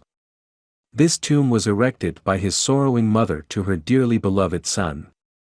He was the only son of his mother, and she was a widow. Really, Mr. Swales, I don't see anything very funny in that." She spoke her comment very gravely and somewhat severely. "Ye don't see aught funny. Ha! Ha! But that's because ye don't gom the sorrowin' mother was a hellcat that hated him because he was a crooked, a regular lammeter he was, and he hated her so that he committed suicide in order that she mightn't get an insurance she put on his life. He blew nigh the top of his head off with an old musket that they had for scarin' the crows with. 'Twarn't for crows then, for it brought the clegs and the doups to him. That's the way he fell off the rocks. And, as to hopes of a glorious resurrection, I've often heard him say Missal, that he hoped he'd go to hell, for his mother was so pious that she'd be sure to go to heaven, and he didn't want to addle where she was. Now isn't that Steen at any rate, he hammered it with his stick as he spoke, a pack of lies. And won't it make Gabriel Kekel when Geordie comes pantin up the grease with the tombstone balanced on his hump, and asks it to be took as evidence? I did not know what to say, but Lucy turned the conversation as she said, rising up. "Oh, why did you tell us of this? It is my favorite seat, and I cannot leave it, and now I find I must go on sitting over the grave of a suicide. That won't harm ye, my pretty, and it may make poor Geordie gladsome to have so trim a lass sittin' on his lap. That won't hurt ye. Why, I've sat here off and on for nigh 20 years past, and it hasn't done me no harm. Don't ye fash about them as lies under ye, or that doesn't lie there either. It'll be time for ye to be getting scart when ye see the tombstones all run away with, and the place as bare as a stubble field. There's the clock, and I must gang. My service to ye, ladies." And off he hobbled. Lucy and I sat a while, and it was all so beautiful before us that we took hands as we sat, and she told me all over again about Arthur and their coming marriage. That made me just a little heartsick, for I haven't heard from Jonathan for a whole month. The same day, I came up here alone, for I am very sad. There was no letter for me. I hope there cannot be anything the matter with Jonathan. The clock has just struck 9. I see the lights scattered all over the town, sometimes in rows where the streets are, and sometimes singly. They run right up the Esk and die away in the curve of the valley. To my left the view is cut off by a black line of roof of the old house next the abbey. The sheep and lambs are bleating in the fields away behind me, and there is a clatter of a donkey's hoofs up the paved road below. The band on the pier is playing a harsh waltz in good time, and further along the quay there is a Salvation Army meeting in a back street. Neither of the bands hears the other, but up here I hear and see them both. I wonder where Jonathan is and if he is thinking of me. I wish he were here. Dr. Seward's Diary. June 5. The case of Renfield grows more interesting the more I get to understand the man. He has certain qualities very largely developed: selfishness, secrecy, and purpose. I wish I could get at what is the object of the latter. He seems to have some settled scheme of his own, but what it is I do not yet know. His redeeming quality is a love of animals, though, indeed, he has such curious turns in it that I sometimes imagine he is only abnormally cruel. His pets are of odd sorts. Just now his hobby is catching flies. He has at present such a quantity that I have had myself to expostulate. To my astonishment, he did not break out into a fury, as I expected, but took the matter in simple seriousness. He thought for a moment, and then said, "May I have 3 days? I shall clear them away." Of course, I said that would do. I must watch him. June 18. He has turned his mind now to spiders, and has got several very big fellows in a box. He keeps feeding them with his flies, and the number of the latter is becoming sensibly diminished, although he has used half his food in attracting more flies from outside to his room. July 1. His spiders are now becoming as great a nuisance as his flies, and today I told him that he must get rid of them. He looked very sad at this, so I said that he must clear out some of them, at all events. He cheerfully acquiesced in this, and I gave him the same time as before for reduction.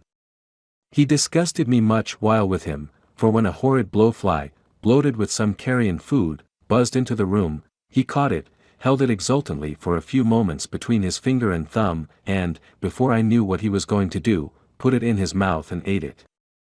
I scolded him for it, but he argued quietly that it was very good and very wholesome, that it was life, strong life, and gave life to him. This gave me an idea, or the rudiment of one. I must watch how he gets rid of his spiders. He has evidently some deep problem in his mind, for he keeps a little notebook in which he is always jotting down something. Whole pages of it are filled with masses of figures, generally single numbers added up in batches, and then the totals added in batches again, as though he were focusing some account, as the auditors put it.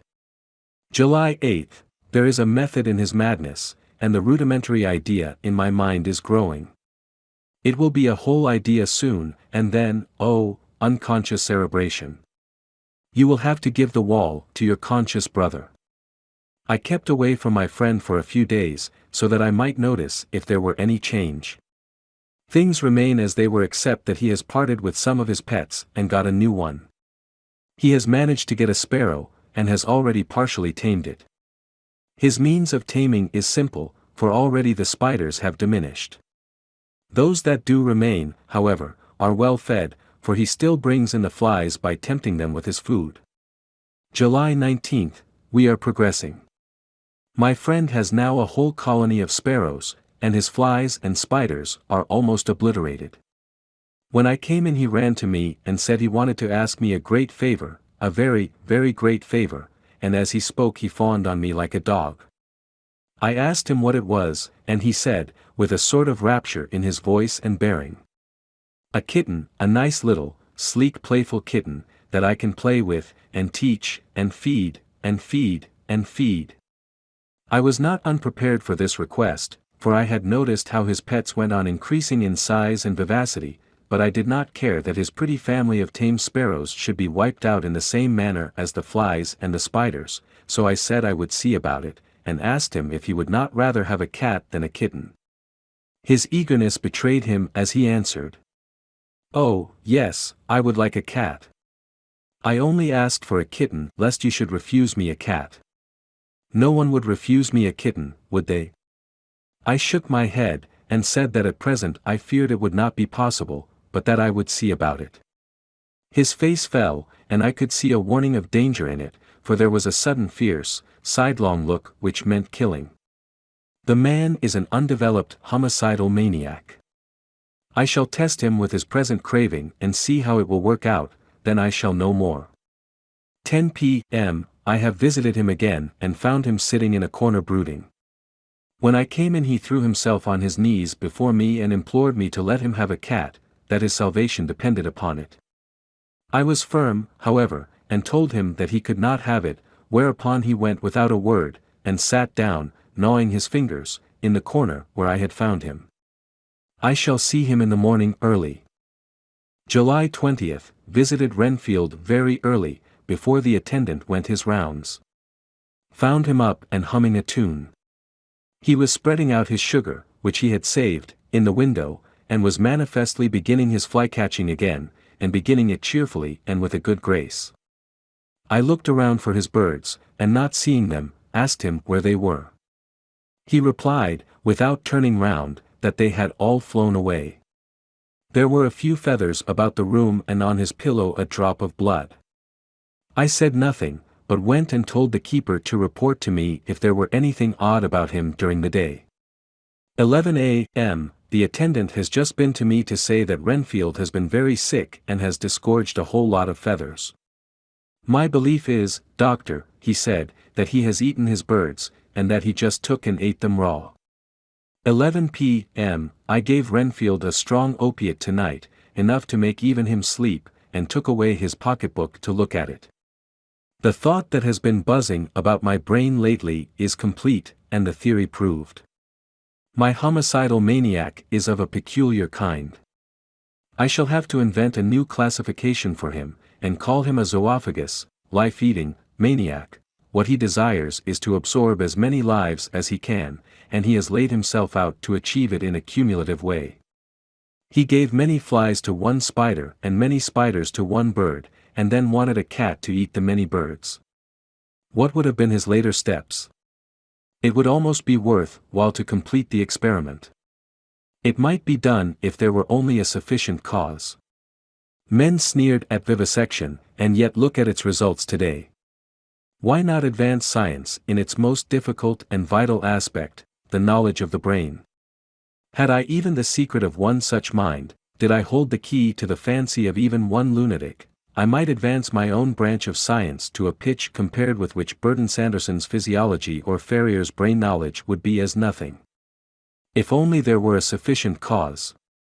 I must not think too much of this, or I may be tempted. A good cause might turn the scale with me, for may not I too be of an exceptional brain, congenitally? How well the man reasoned, lunatics always do within their own scope. I wonder at how many lives he values a man, or if at only one. He has closed the account most accurately, and today begun a new record. How many of us begin a new record with each day of our lives? To me it seems only yesterday that my whole life ended with my new hope, and that truly I began a new record. So it will be until the great recorder sums me up and closes my ledger account with a balance to profit or loss. Oh, Lucy, Lucy, I cannot be angry with you, nor can I be angry with my friend whose happiness is yours, but I must only wait on hopeless and work. Work.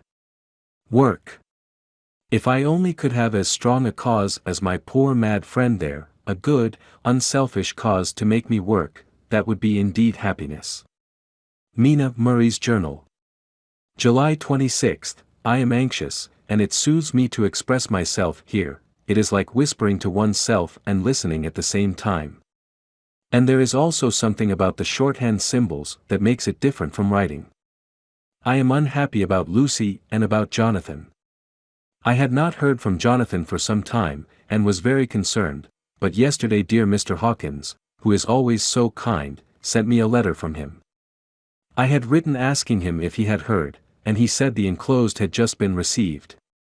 It is only a line dated from Castle Dracula, and says that he is just starting for home. That is not like Jonathan, I do not understand it, and it makes me uneasy. Then, too, Lucy, although she is so well, has lately taken to her old habit of walking in her sleep. Her mother has spoken to me about it, and we have decided that I am to lock the door of our room every night. Mrs. Westenra has got an idea that sleepwalkers always go out on roofs of houses and along the edges of cliffs and then get suddenly wakened and fall over with a despairing cry that echoes all over the place. Poor dear, she is naturally anxious about Lucy, and she tells me that her husband, Lucy's father, had the same habit, that he would get up in the night and dress himself and go out, if he were not stopped. Lucy is to be married in the autumn, and she is already planning out her dresses and how her house is to be arranged. I sympathize with her, for I do the same, only Jonathan and I will start in life in a very simple way, and shall have to try to make both ends meet. Mr. Holmwood, he is the Honourable Arthur Holmwood, only son of Lord Godalming, is coming up here very shortly, as soon as he can leave town, for his father is not very well, and I think dear Lucy is counting the moments till he comes. She wants to take him up to the seat on the churchyard cliff and show him the beauty of Whitby. I dare say it is the waiting which disturbs her. She will be all right when he arrives. July 27th, no news from Jonathan. I am getting quite uneasy about him, though why I do not know, but I do wish that he would write, if it were only a single line. Lucy walks more than ever, and each night I am awakened by her moving about the room. Fortunately, the weather is so hot that she cannot get cold, but still the anxiety and the perpetually being wakened is beginning to tell on me, and I am getting nervous and wakeful myself. Thank God, Lucy's health keeps up. Mr. Holmwood has been suddenly called to ring to see his father, who has been taken seriously ill. Lucy frets at the postponement of seeing him, but it does not touch her looks. She is a trifle stouter, and her cheeks are a lovely rose pink. She has lost that anemic look which she had. I pray it will all last. August 3rd, another week gone, and no news from Jonathan, not even to Mr. Hawkins, from whom I have heard. Oh, I do hope he is not ill. He surely would have written. I look at that last letter of his, but somehow it does not satisfy me. It does not read like him, and yet it is his writing. There is no mistake of that. Lucy has not walked much in her sleep the last week, but there is an odd concentration about her which I do not understand. Even in her sleep she seems to be watching me. She tries the door, and finding it locked, goes about the room searching for the key. August 6th, another 3 days, and no news. This suspense is getting dreadful. If I only knew where to write to or where to go to, I should feel easier, but no one has heard a word of Jonathan since that last letter. I must only pray to God for patience. Lucy is more excitable than ever, but is otherwise well. Last night was very threatening, and the fishermen say that we are in for a storm. I must try to watch it and learn the weather signs. Today is a gray day, and the sun, as I write, is hidden in thick clouds, high over Kettleness. Everything is gray, except the green grass, which seems like emerald amongst it, gray earthy rock, gray clouds, tinged with the sunburst at the far edge, hang over the gray sea, into which the sandpoints stretch like gray fingers. The sea is tumbling in over the shallows and the sandy flats, with a roar, muffled in the sea mists drifting inland. The horizon is lost in a gray mist. All is vastness, the clouds are piled up like giant rocks, and there is a brull over the sea that sounds like some presage of doom. Dark figures are on the beach here and there, sometimes half shrouded in the mist, and seem men like trees walking. The fishing boats are racing for home, and rise and dip in the ground swell as they sweep into the harbor, bending to the scuppers. Here comes old Mr. Swales. He is making straight for me, and I can see, by the way he lifts his hat, that he wants to talk. I have been quite touched by the change in the poor old man. When he sat down beside me, he said in a very gentle way, "I want to say something to you, miss." I could see he was not at ease, so I took his poor old wrinkled hand in mine and asked him to speak fully, so he said, leaving his hand in mine, "I'm afraid, my dearie, that I must have shocked you by all the wicked things I've been sayin' about the dead, and such like, for weeks past, but I didn't mean them, and I want ye to remember that when I'm gone. We AUD folks that be daffled, and with one foot abaft the crock hole, don't altogether like to think of it, and we don't want to feel scarred of it, and that's why I've took to makin' light of it, so that I'd cheer up my own heart a bit. But, Lord love ye, miss, I ain't afraid of dyin', not a bit, only I don't want to die if I can help it. My time must be nigh at hand now, for I be AUD, and 100 years is too much for any man to expect, and I'm so nigh it that the AUD man is already whettin' his scythe. Ye see, I can't get out the habit of caffin about it all at once, the shafts will wag as they be used to. Some day soon the angel of death will sound his trumpet for me. But don't ye Dolan greet, my dearie. For he saw that I was crying, if he should come this very night I'd not refuse to answer his call. For life be, after all, only a waitin' for somethin' else than what we're doin', and death be all that we can rightly depend on. But I'm content, for it's comin' to me, my dearie, and comin' quick. It may be comin' while we be lookin' and wonderin'. Maybe it's in that wind out over the sea that's bringin' with it loss and wreck, and sore distress, and sad hearts. Look! Look, he cried suddenly. There's something in that wind and in the host beyond that sounds, and looks, and tastes, and smells like death. It's in the air, I feel it comin'. Lord, make me answer cheerful when my call comes. He held up his arms devoutly, and raised his hat. His mouth moved as though he were praying. After a few minutes' silence, he got up, shook hands with me, and blessed me, and said goodbye, and hobbled off. It all touched me, and upset me very much. I was glad when the Coast Guard came along, with his spyglass under his arm. He stopped to talk with me, as he always does, but all the time kept looking at a strange ship. I can't make her out, he said, she's a Russian, by the look of her, but she's knocking about in the queerest way. She doesn't know her mind a bit, she seems to see the storm coming, but can't decide whether to run up north in the open, or to put in here. Look there again. She is steered mighty strangely, for she doesn't mind the hand on the wheel, changes about with every puff of wind. We'll hear more of her before this time tomorrow. Chapter 7. Cutting from The Dailygraph, August 8th. Pasted in Mina Murray's journal. From a correspondent. Whitby. One greatest and suddenest storms on record has just been experienced here, with results both strange and unique. The weather had been somewhat sultry, but not to any degree uncommon in the month of August. Saturday evening was as fine as was ever known, and the great body of holidaymakers laid out yesterday for visits to Mulgrave Woods, Robin Hood's Bay, Rig Mill, Brunswick, Staithes, and the various trips in the neighborhood of Whitby. The steamers Emma and Scarborough made trips up and down the coast, and there was an unusual amount of tripping, both to and from Whitby. The day was unusually fine till the afternoon, when some of the gossips who frequent the East Cliff churchyard, and from that commanding eminence watched the wide sweep of sea visible to the north and east, called attention to a sudden show of Mara's tails high in the sky to the northwest. The wind was then blowing from the southwest in the mild degree which in barometrical language is ranked number 2, light breeze. The Coast Guard on duty at once made report, and one old fisherman, who for more than half a century has kept watch on weather signs from the East Cliff, foretold in an emphatic manner the coming of a sudden storm.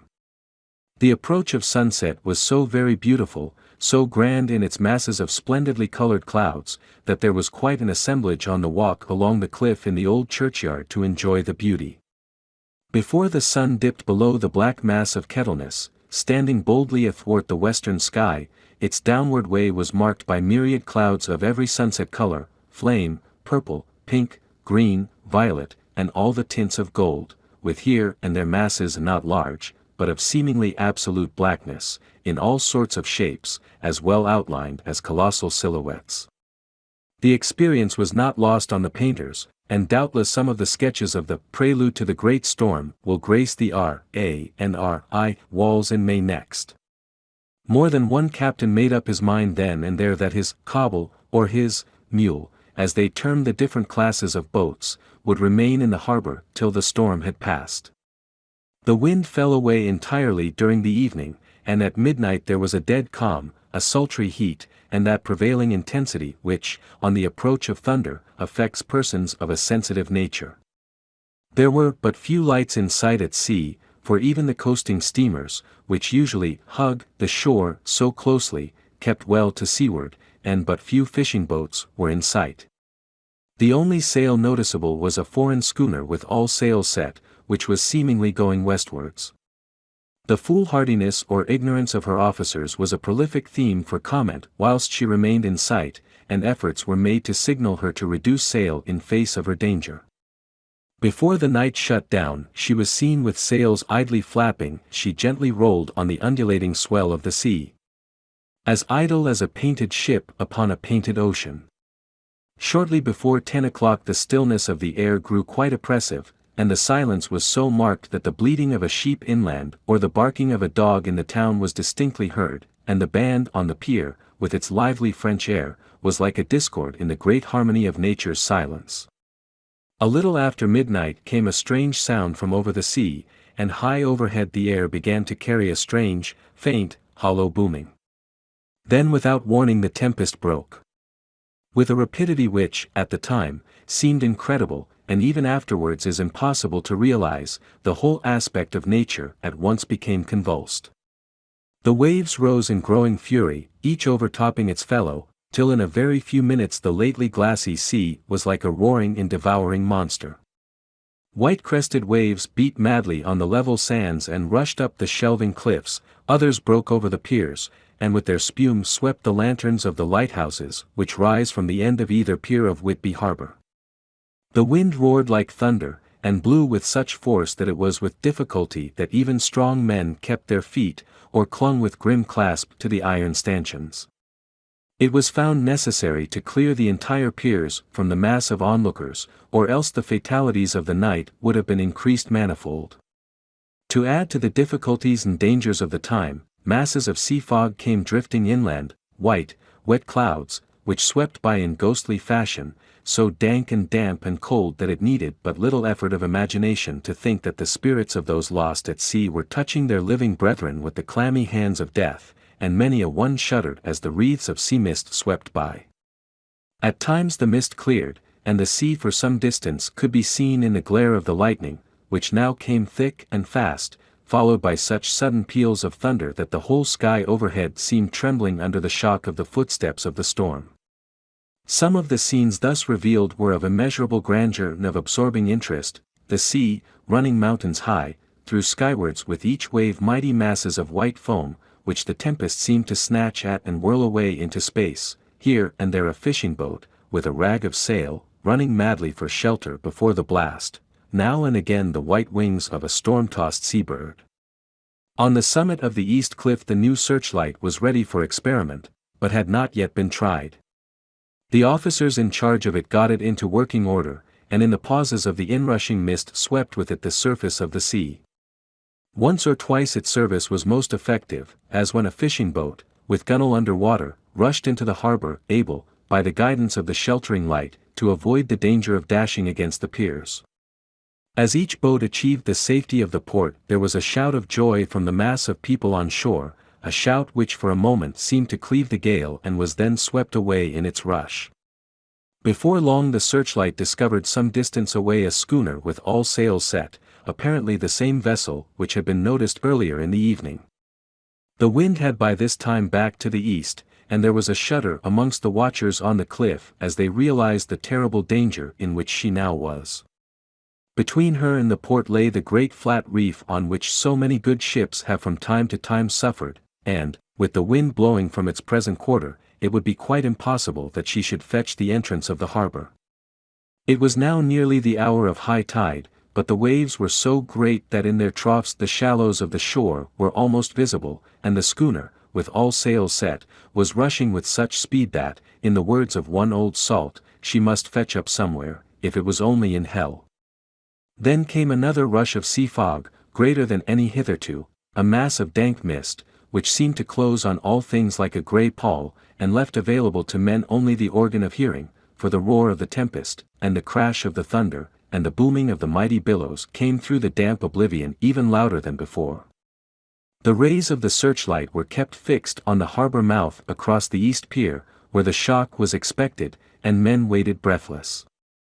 The wind suddenly shifted to the northeast, and the remnant of the sea fog melted in the blast, and then, mirabile dictu, between the piers, leaping from wave to wave as it rushed at headlong speed, swept the strange schooner before the blast, with all sails set, and gained the safety of the harbor. The searchlight followed her, and a shudder ran through all who saw her, for lashed to the helm was a corpse, with drooping head, which swung horribly to and fro at each motion of the ship. No other form could be seen on deck at all. A great awe came on all as they realized that the ship, as if by a miracle, had found the harbor, unsteered save by the hand of a dead man. However, all took place more quickly than it takes to write these words.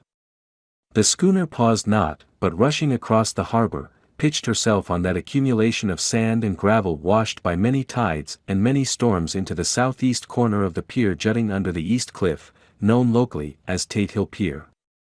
There was of course a considerable concussion as the vessel drove up on the sand heap.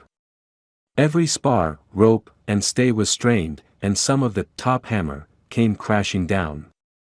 But, strangest of all, the very instant the shore was touched, an immense dog sprang up on deck from below, as if shot up by the concussion, and running forward, jumped from the bow on the sand. Making straight for the steep cliff, where the churchyard hangs over the laneway to the east pier so steeply that some of the flat tombstones, thruffsteins, or throughstones, as they call them in the Whitby vernacular, actually project over where the sustaining cliff has fallen away, it disappeared in the darkness, which seemed intensified just beyond the focus of the searchlight. It so happened that there was no one at the moment on Tate Hill Pier, as all those whose houses are in close proximity were either in bed or were out on the heights above. Thus the Coast Guard on duty on the eastern side of the harbor, who at once ran down to the little pier, was the first to climb on board. The men working the searchlight, after scouring the entrance of the harbor without seeing anything, then turned the light on the derelict and kept it there. The Coast Guard ran aft, and when he came beside the wheel, bent over to examine it, and recoiled at once as though under some sudden emotion. This seemed to pique general curiosity, and quite a number of people began to run. It is a good way round from the west cliff by the drawbridge to Tate Hill Pier, but your correspondent is a fairly good runner, and came well ahead of the crowd. When I arrived, however, I found already assembled on the pier a crowd, whom the Coast Guard and police refused to allow to come on board. By the courtesy of the chief boatman, I was, as your correspondent, permitted to climb on deck, and was one of a small group who saw the dead seaman whilst actually lashed to the wheel. It was no wonder that the Coast Guard was surprised, or even awed, for not often can such a sight have been seen. The man was simply fastened by his hands, tied one over the other, to a spoke of the wheel. Between the inner hand and the wood was a crucifix, the set of beads on which it was fastened being around both wrists and wheel, and all kept fast by the binding cords. The poor fellow may have been seated at one time, but the flapping and buffeting of the sails had worked through the rudder of the wheel and dragged him to and fro, so that the cords with which he was tied had cut the flesh to the bone. Accurate note was made of the state of things, and a doctor, Surgeon J. M. Caffin, of 33, East Elliot Place, who came immediately after me, declared, after making examination, that the man must have been dead for quite 2 days. In his pocket was a bottle, carefully corked, empty save for a little roll of paper, which proved to be the addendum to the log. The Coast Guard said the man must have tied up his own hands, fastening the knots with his teeth. The fact that a Coast Guard was the first on board may save some complications, later on, in the Admiralty Court, for Coast Guards cannot claim the salvage which is the right of the first civilian entering on a derelict. Already, however, the legal tongues are wagging, and one young law student is loudly asserting that the rights of the owner are already completely sacrificed, his property being held in contravention of the statutes of Mortmain, since the tiller, as emblemship, if not proof, of delegated possession, is held in a dead hand. It is needless to say that the dead steersman has been reverently removed from the place where he held his honorable watch and ward till death, a steadfastness as noble as that of the young Casabianca, and placed in the mortuary to await inquest. Already the sudden storm is passing, and its fierceness is abating, crowds are scattering homeward, and the sky is beginning to redden over the Yorkshire wolds. I shall send, in time for your next issue, further details of the derelict ship which found her way so miraculously into harbor in the storm. Whitby. August 9th, the sequel to the strange arrival of the derelict in the storm last night is almost more startling than the thing itself. It turns out that the schooner is a Russian from Varna, and is called the Demeter. She is almost entirely in ballast of silver sand, with only a small amount of cargo, a number of great wooden boxes filled with mold. This cargo was consigned to a Whitby solicitor, Mr. S. F. Billington, of 7, the Crescent, who this morning went aboard and formally took possession of the goods consigned to him. The Russian consul, too, acting for the charter party, took formal possession of the ship, and paid all harbor dues, etc. Nothing is talked about here today except the strange coincidence. The officials of the Board of Trade have been most exacting in seeing that every compliance has been made with existing regulations. As the matter is to be a 9 days' wonder, they are evidently determined that there shall be no cause of after complaint. A good deal of interest was abroad concerning the dog which landed when the ship struck, and more than a few of the members of the S.P.C., which is very strong in Whitby, have tried to befriend the animal.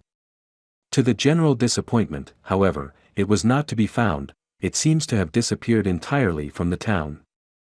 It may be that it was frightened and made its way on to the moors, where it is still hiding in terror. There are some who look with dread on such a possibility, lest later on it should in itself become a danger, for it is evidently a fierce brute. Early this morning a large dog, a half-bred mastiff belonging to a coal merchant close to Tate Hill Pier, was found dead in the roadway opposite to its master's yard. It had been fighting, and manifestly had had a savage opponent, for its throat was torn away, and its belly was slit open as if with a savage claw. Later, by the kindness of the Board of Trade Inspector, I have been permitted to look over the log book of the Demeter, which was in order up to within 3 days, but contained nothing of special interest except as to facts of missing men. The greatest interest, however, is with regard to the paper found in the bottle, which was today produced at the inquest, and a more strange narrative than the two between them unfolded has not been my lot to come across. As there is no motive for concealment, I am permitted to use them, and accordingly send you a rescript, simply omitting technical details of seamanship and supercargo. It almost seems as though the captain had been seized with some kind of mania before he had got well into blue water, and that this had developed persistently throughout the voyage. Of course my statement must be taken cum grano, since I am writing from the dictation of a clerk of the Russian consul, who kindly translated for me, time being short. Log of the Demeter. Varna to Whitby. Written July 18, things so strange happening, that I shall keep accurate note henceforth till we land. On July 6 we finished taking in cargo, silver sand and boxes of earth. At noon set sail. East wind, fresh. Crew, 5 hands, 2 mates, cook, and myself, captain. On July 11 at dawn entered Bosphorus. Boarded by Turkish customs officers. Bakshish. All correct. Underway at 4 p.m. On July 12 through Dardanelles. More customs officers and flag boat of guarding squadron. Bakshish again. Work of officers thorough, but quick. Want us off soon. At dark passed into archipelago. On 13 July passed Cape Matapan. Crew dissatisfied about something. Seemed scared, but would not speak out. On July 14 was somewhat anxious about crew. Men all steady fellows, who sailed with me before. Mate could not make out what was wrong, they only told him there was something, and crossed themselves. Mate lost temper with one of them that day and struck him. Expected fierce quarrel, but all was quiet. On July 16 mate reported in the morning that one of crew, Petrovsky, was missing. Could not account for it. Took larboard watch 8 bells last night, was relieved by Abramov, but did not go to bunk. Men more downcast than ever. All said they expected something of the kind, but would not say more than there was something aboard. Mate getting very impatient with them, feared some trouble ahead. On July 17, yesterday, one of the men, Olgarin, came to my cabin, and in an awestruck way confided to me that he thought there was a strange man aboard the ship. He said that in his watch he had been sheltering behind the deck house, as there was a rainstorm, when he saw a tall, thin man, who was not like any of the crew, come up the companionway, and go along the deck forward, and disappear. He followed cautiously, but when he got to bows found no one, and the hatchways were all closed. He was in a panic of superstitious fear, and I am afraid the panic may spread. To allay it, I shall today search entire ship carefully from stem to stern. Later in the day I got together the whole crew, and told them, as they evidently thought there was someone in the ship, we would search from stem to stern. First mate angry, said it was folly, and to yield to such foolish ideas would demoralize the men, said he would engage to keep them out of trouble with a handspike.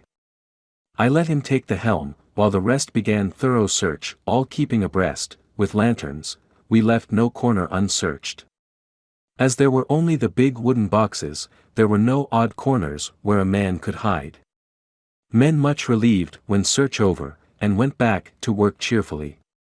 First mate scowled, but said nothing. July 22, rough weather last 3 days, and all hands busy with sails, no time to be frightened. Men seem to have forgotten their dread. Mate cheerful again, and all on good terms. Praised men for work in bad weather. Past Gibraltar and out through straits. All well. July 24, there seems some doom over this ship. Already a hand short, and entering on the Bay of Biscay with wild weather ahead, and yet last night another man lost, disappeared. Like the first, he came off his watch and was not seen again. Men all in a panic of fear, sent a round robin, asking to have double watch, as they fear to be alone. Mate angry. Fear there will be some trouble, as either he or the men will do some violence. July 28, 4 days in hell, knocking about in a sort of maelstrom, and the wind a tempest. No sleep for any one. Men all worn out. Hardly know how to set a watch, since no one fit to go on. Second mate volunteered to steer and watch, and let men snatch a few hours' sleep. Wind abating, sea still terrific, but feel them less, as ship is steadier. July 29th, another tragedy. Had single watch tonight, as crew too tired to double. When morning watch came on deck could find no one except steersman. Raised outcry, and all came on deck. Thorough search, but no one found. Are now without second mate, and crew in a panic. Mate and I agreed to go armed henceforth and wait for any sign of cause. July 30th, last night. Rejoiced, we are nearing England. Weather fine, all sails set. Retired worn out, slept soundly, awaked by mate telling me that both man of watch and steersman missing. Only self and mate and 2 hands left to work ship. August 1st, 2 days of fog, and not a sail sighted. Had hoped when in the English Channel to be able to signal for help or get in somewhere. Not having power to work sails, have to run before wind. Dare not lower, as could not raise them again. We seem to be drifting to some terrible doom. Mate now more demoralized than either of men. His stronger nature seems to have worked inwardly against himself. Men are beyond fear, working stolidly and patiently, with minds made up to worst. They are Russian, he Romanian. August 2nd, midnight, woke up from few minutes' sleep by hearing a cry, seemingly outside my port. Could see nothing in fog. Rushed on deck, and ran against mate. Tells me heard cry and ran, but no sign of man on watch. One more gone. Lord, help us. Mate says we must be past Straits of Dover, as in a moment of fog lifting he saw North Foreland, just as he heard the man cry out. If so we are now off in the North Sea, and only God can guide us in the fog, which seems to move with us, and God seems to have deserted us. August 3rd, at midnight I went to relieve the man at the wheel, and when I got to it found no one there. The wind was steady, and as we ran before it there was no yawing. I dared not leave it, so shouted for the mate. After a few seconds he rushed up on deck in his flannels. He looked wild-eyed and haggard, and I greatly fear his reason has given way. He came close to me and whispered hoarsely, with his mouth to my ear, as though fearing the very air might hear, "It is here, I know it, now. On the watch last night I saw it, like a man, tall and thin, and ghastly pale. It was in the bows, and looking out. I crept behind it and gave it my knife, but the knife went through it, empty as the air." And as he spoke he took his knife and drove it savagely into space. Then he went on, "But it is here, and I'll find it. It is in the hold, perhaps in one of those boxes. I'll unscrew them one by one and see. You work the helm." And, with a warning look and his finger on his lip, he went below. There was springing up a choppy wind, and I could not leave the helm. I saw him come out on deck again with a tool chest and a lantern, and go down the forward hatchway. He is mad, stark, raving mad, and it's no use my trying to stop him. He can't hurt those big boxes, they are invoiced as clay, and to pull them about is as harmless a thing as he can do. So here I stay, and mind the helm, and write these notes. I can only trust in God and wait till the fog clears. Then, if I can't steer to any harbor with the wind that is, I shall cut down sails and lie by, and signal for help. It is nearly all over now. Just as I was beginning to hope that the mate would come out calmer, for I heard him knocking away at something in the hold, and work is good for him, there came up the hatchway a sudden, startled scream, which made my blood run cold, and up on the deck he came as if shot from a gun, a raging madman, with his eyes rolling and his face convulsed with fear. "Save me! Save me!" he cried, and then looked round on the blanket of fog. His horror turned to despair, and in a steady voice he said, "You had better come to, Captain, before it is too late. He is there. I know the secret now. The sea will save me from him, and it is all that is left." Before I could say a word, or move forward to seize him, he sprang on the bulwark and deliberately threw himself into the sea. I suppose I know the secret too, now. It was this madman who had got rid of the men one by one, and now he has followed them himself. God help me! How am I to account for all these horrors when I get to port? When I get to port. Will that ever be? August 4th, still fog, which the sunrise cannot pierce. I know there is sunrise, because I am a sailor, why else I know not. I dared not go below, I dared not leave the helm, so here all night I stayed, and in the dimness of the night I saw it. Him. God, forgive me, but the mate was right to jump overboard. It was better to die like a man, to die like a sailor in blue water, no man can object. But I am captain, and I must not leave my ship. But I shall baffle this fiend or monster, for I shall tie my hands to the wheel when my strength begins to fail, and along with them I shall tie that which it, dare not touch, and then, come good wind or foul, I shall save my soul, and my honor as a captain. I am growing weaker, and the night is coming on. If he can look me in the face again, I may not have time to act. If we are wrecked, mayhap this bottle may be found, and those who find it may understand. If not, well, then all men shall know that I have been true to my trust. God and the Blessed Virgin and the saints help a poor ignorant soul trying to do his duty. Of course the verdict was an open one. There is no evidence to adduce, and whether or not the man himself committed the murders there is now none to say. The folk here hold almost universally that the captain is simply a hero, and he is to be given a public funeral. Already it is arranged that his body is to be taken with a train of boats up the Esk for a piece and then brought back to Tatehill Pier and up the Abbey steps, for he is to be buried in the churchyard on the cliff. The owners of more than 100 boats have already given in their names as wishing to follow him to the grave. No trace has ever been found of the great dog, at which there is much mourning, for, with public opinion in its present state, he would, I believe, be adopted by the town. Tomorrow will see the funeral, and so will end this one more mystery of the sea. Mina Murray's Journal. August 8th, Lucy was very restless all night, and I, too, could not sleep. The storm was fearful, and as it boomed loudly among the chimney-pots, it made me shudder. When a sharp puff came it seemed to be like a distant gun. Strangely enough, Lucy did not wake, but she got up twice and dressed herself. Fortunately, each time I awoke in time and managed to undress her without waking her, and got her back to bed. It is a very strange thing, this sleepwalking, for as soon as her will is thwarted in any physical way, her intention, if there be any, disappears, and she yields herself almost exactly to the routine of her life.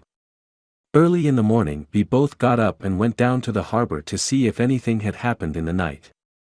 There were very few people about, and though the sun was bright, and the air clear and fresh, the big, grim-looking waves, that seemed dark themselves because the foam that topped them was like snow, forced themselves in through the narrow mouth of the harbor, like a bullying man going through a crowd.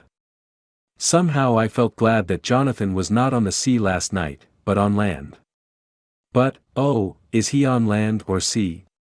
Where is he, and how? I am getting fearfully anxious about him. If I only knew what to do, and could do anything.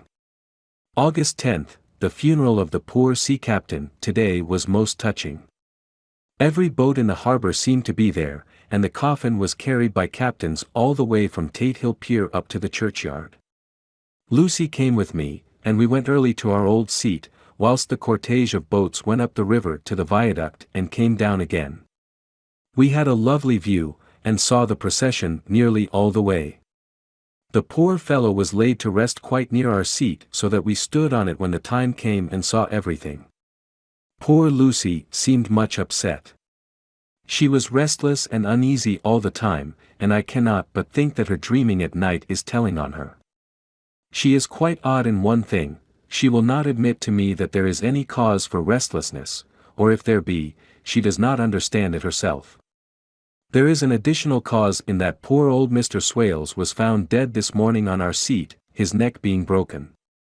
He had evidently, as the doctor said, fallen back in the seat in some sort of fright, for there was a look of fear and horror on his face that the men said made them shudder. Poor dear old man! Perhaps he had seen death with his dying eyes. Lucy is so sweet and sensitive that she feels influences more acutely than other people do. Just now she was quite upset by a little thing which I did not much heed, though I am myself very fond of animals. One of the men who came up here often to look for the boats was followed by his dog. The dog is always with him. They are both quiet persons, and I never saw the man angry, nor heard the dog bark.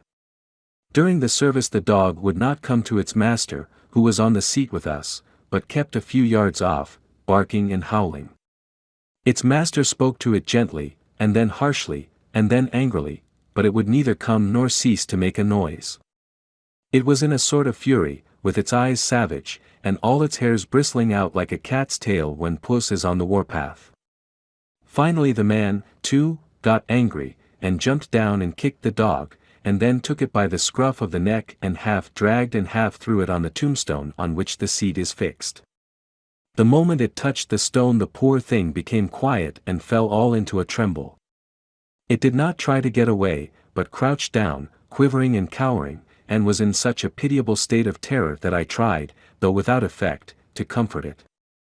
Lucy was full of pity, too, but she did not attempt to touch the dog, but looked at it in an agonized sort of way. I greatly fear that she is of too supersensitive a nature to go through the world without trouble. She will be dreaming of this tonight, I am sure. The whole agglomeration of things, the ship steered into port by a dead man, his attitude, tied to the wheel with a crucifix and beads, the touching funeral, the dog, now furious and now in terror, will all afford material for her dreams. I think it will be best for her to go to bed tired out physically, so I shall take her for a long walk by the cliffs to Robin Hood's Bay and back. She ought not to have much inclination for sleepwalking then. Chapter 8. Mina Murray's Journal. Same day, 11 o'clock p.m. Oh, but I am tired. If it were not that I had made my diary a duty, I should not open it tonight. We had a lovely walk. Lucy, after a while, was in gay spirits, owing, I think, to some dear cows who came nosing towards us in a field close to the lighthouse, and frightened the wits out of us. I believe we forgot everything except, of course, personal fear, and it seemed to wipe the slate clean and give us a fresh start. We had a capital, severe tea, at Robin Hood's Bay in a sweet little old-fashioned inn, with a bow window right over the seaweed-covered rocks of the strand. I believe we should have shocked the new woman with our appetites. Men are more tolerant, bless them. Then we walked home with some, or rather many, stoppages to rest, and with our hearts full of a constant dread of wild bulls. Lucy was really tired, and we intended to creep off to bed as soon as we could. The young curate came in, however, and Mrs. Westenra asked him to stay for supper. Lucy and I had both a fight for it with the dusty miller. I know it was a hard fight on my part, and I am quite heroic. I think that some day the bishops must get together and see about breeding up a new class of curates, who don't take supper, no matter how they may be pressed to, and who will know when girls are tired. Lucy is asleep and breathing softly. She has more color in her cheeks than usual, and looks, oh, so sweet. If Mr. Holmwood fell in love with her seeing her only in the drawing-room, I wonder what he would say if he saw her now. Some of the new women writers will some day start an idea that men and women should be allowed to see each other asleep before proposing or accepting. But I suppose the new woman won't condescend in future to accept, she will do the proposing herself. And a nice job she will make of it, too. There's some consolation in that. I am so happy tonight, because dear Lucy seems better. I really believe she has turned the corner, and that we are over her troubles with dreaming. I should be quite happy if I only knew if Jonathan. God bless and keep him. August 11th, 3 a.m., diary again. No sleep now, so I may as well write. I am too agitated to sleep. We have had such an adventure, such an agonizing experience. I fell asleep as soon as I had closed my diary. Suddenly I became broad awake, and sat up, with a horrible sense of fear upon me, and of some feeling of emptiness around me. The room was dark, so I could not see Lucy's bed. I stole across and felt for her. The bed was empty. I lit a match and found that she was not in the room. The door was shut, but not locked, as I had left it. I feared to wake her mother, who has been more than usually ill lately, so threw on some clothes and got ready to look for her. As I was leaving the room it struck me that the clothes she wore might give me some clue to her dreaming intention. Dressing gown would mean house, dress, outside. Dressing gown and dress were both in their places. Thank God, I said to myself, she cannot be far, as she is only in her nightdress. I ran downstairs and looked in the sitting room. Not there. Then I looked in all the other open rooms of the house, with an ever-growing fear chilling my heart. Finally, I came to the hall door and found it open. It was not wide open, but the catch of the lock had not caught.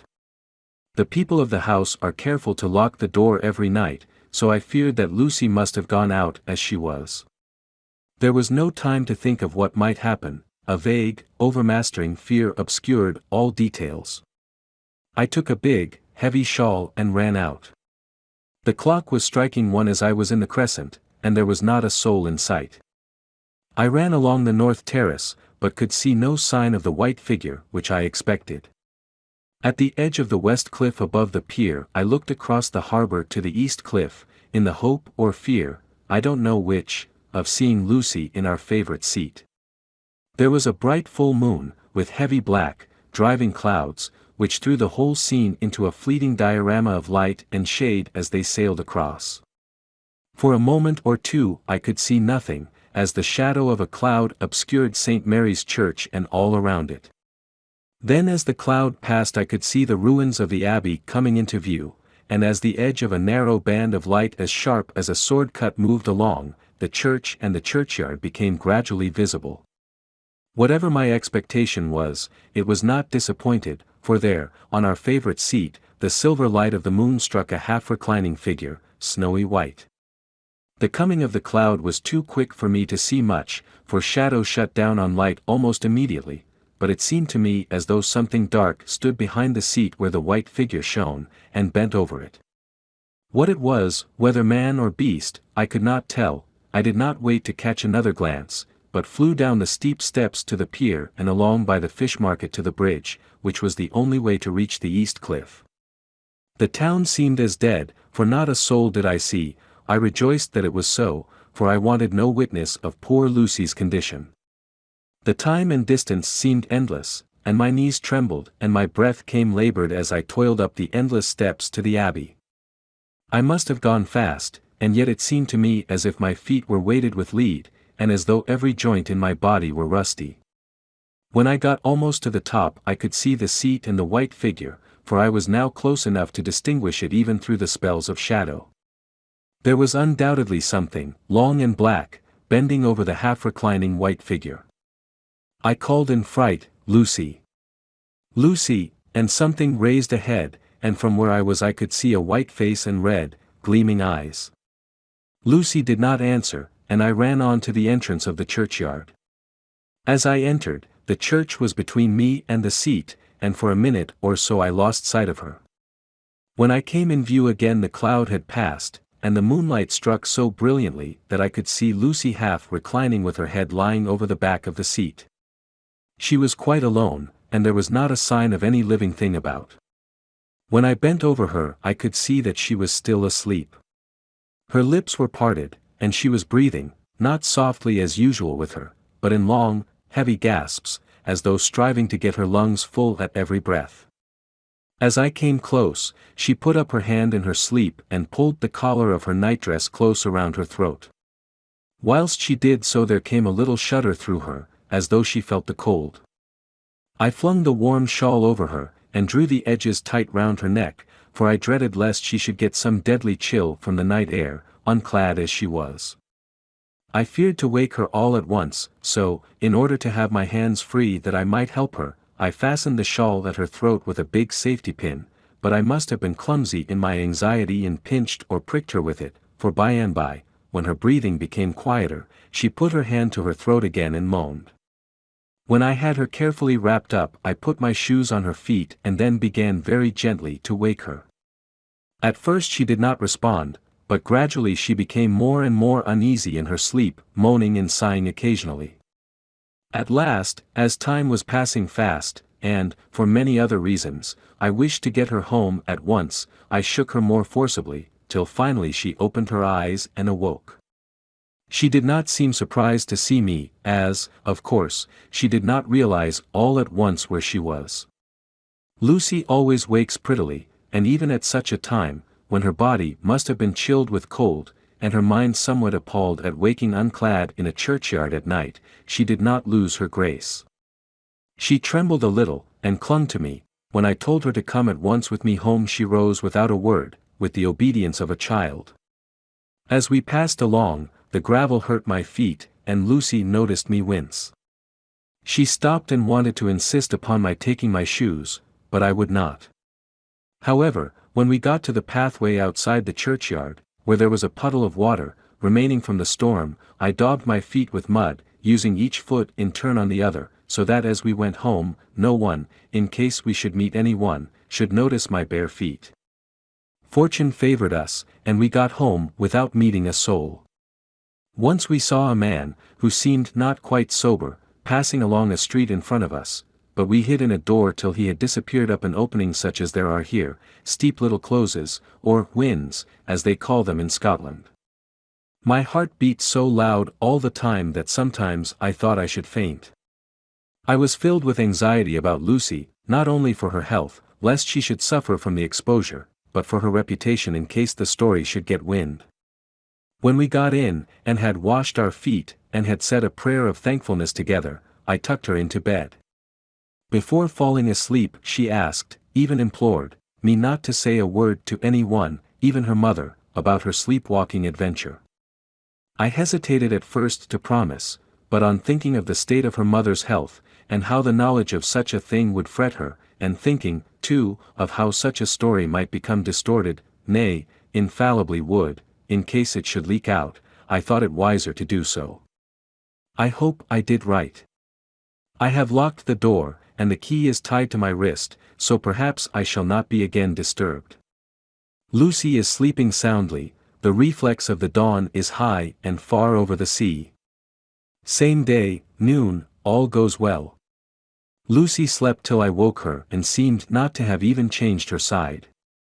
The adventure of the night does not seem to have harmed her, on the contrary, it has benefited her, for she looks better this morning than she has done for weeks. I was sorry to notice that my clumsiness with the safety pin hurt her. Indeed, it might have been serious, for the skin of her throat was pierced. I must have pinched up a piece of loose skin and have transfixed it, for there are two little red points like pinpricks, and on the band of her nightdress was a drop of blood. When I apologized and was concerned about it, she laughed and petted me, and said she did not even feel it. Fortunately it cannot leave a scar, as it is so tiny. Same day, night, we passed a happy day. The air was clear, and the sun bright, and there was a cool breeze. We took our lunch to Mulgrave Woods, Mrs. Westoner driving by the road and Lucy and I walking by the cliff path and joining her at the gate. I felt a little sad myself, for I could not but feel how absolutely happy it would have been had Jonathan been with me. But there.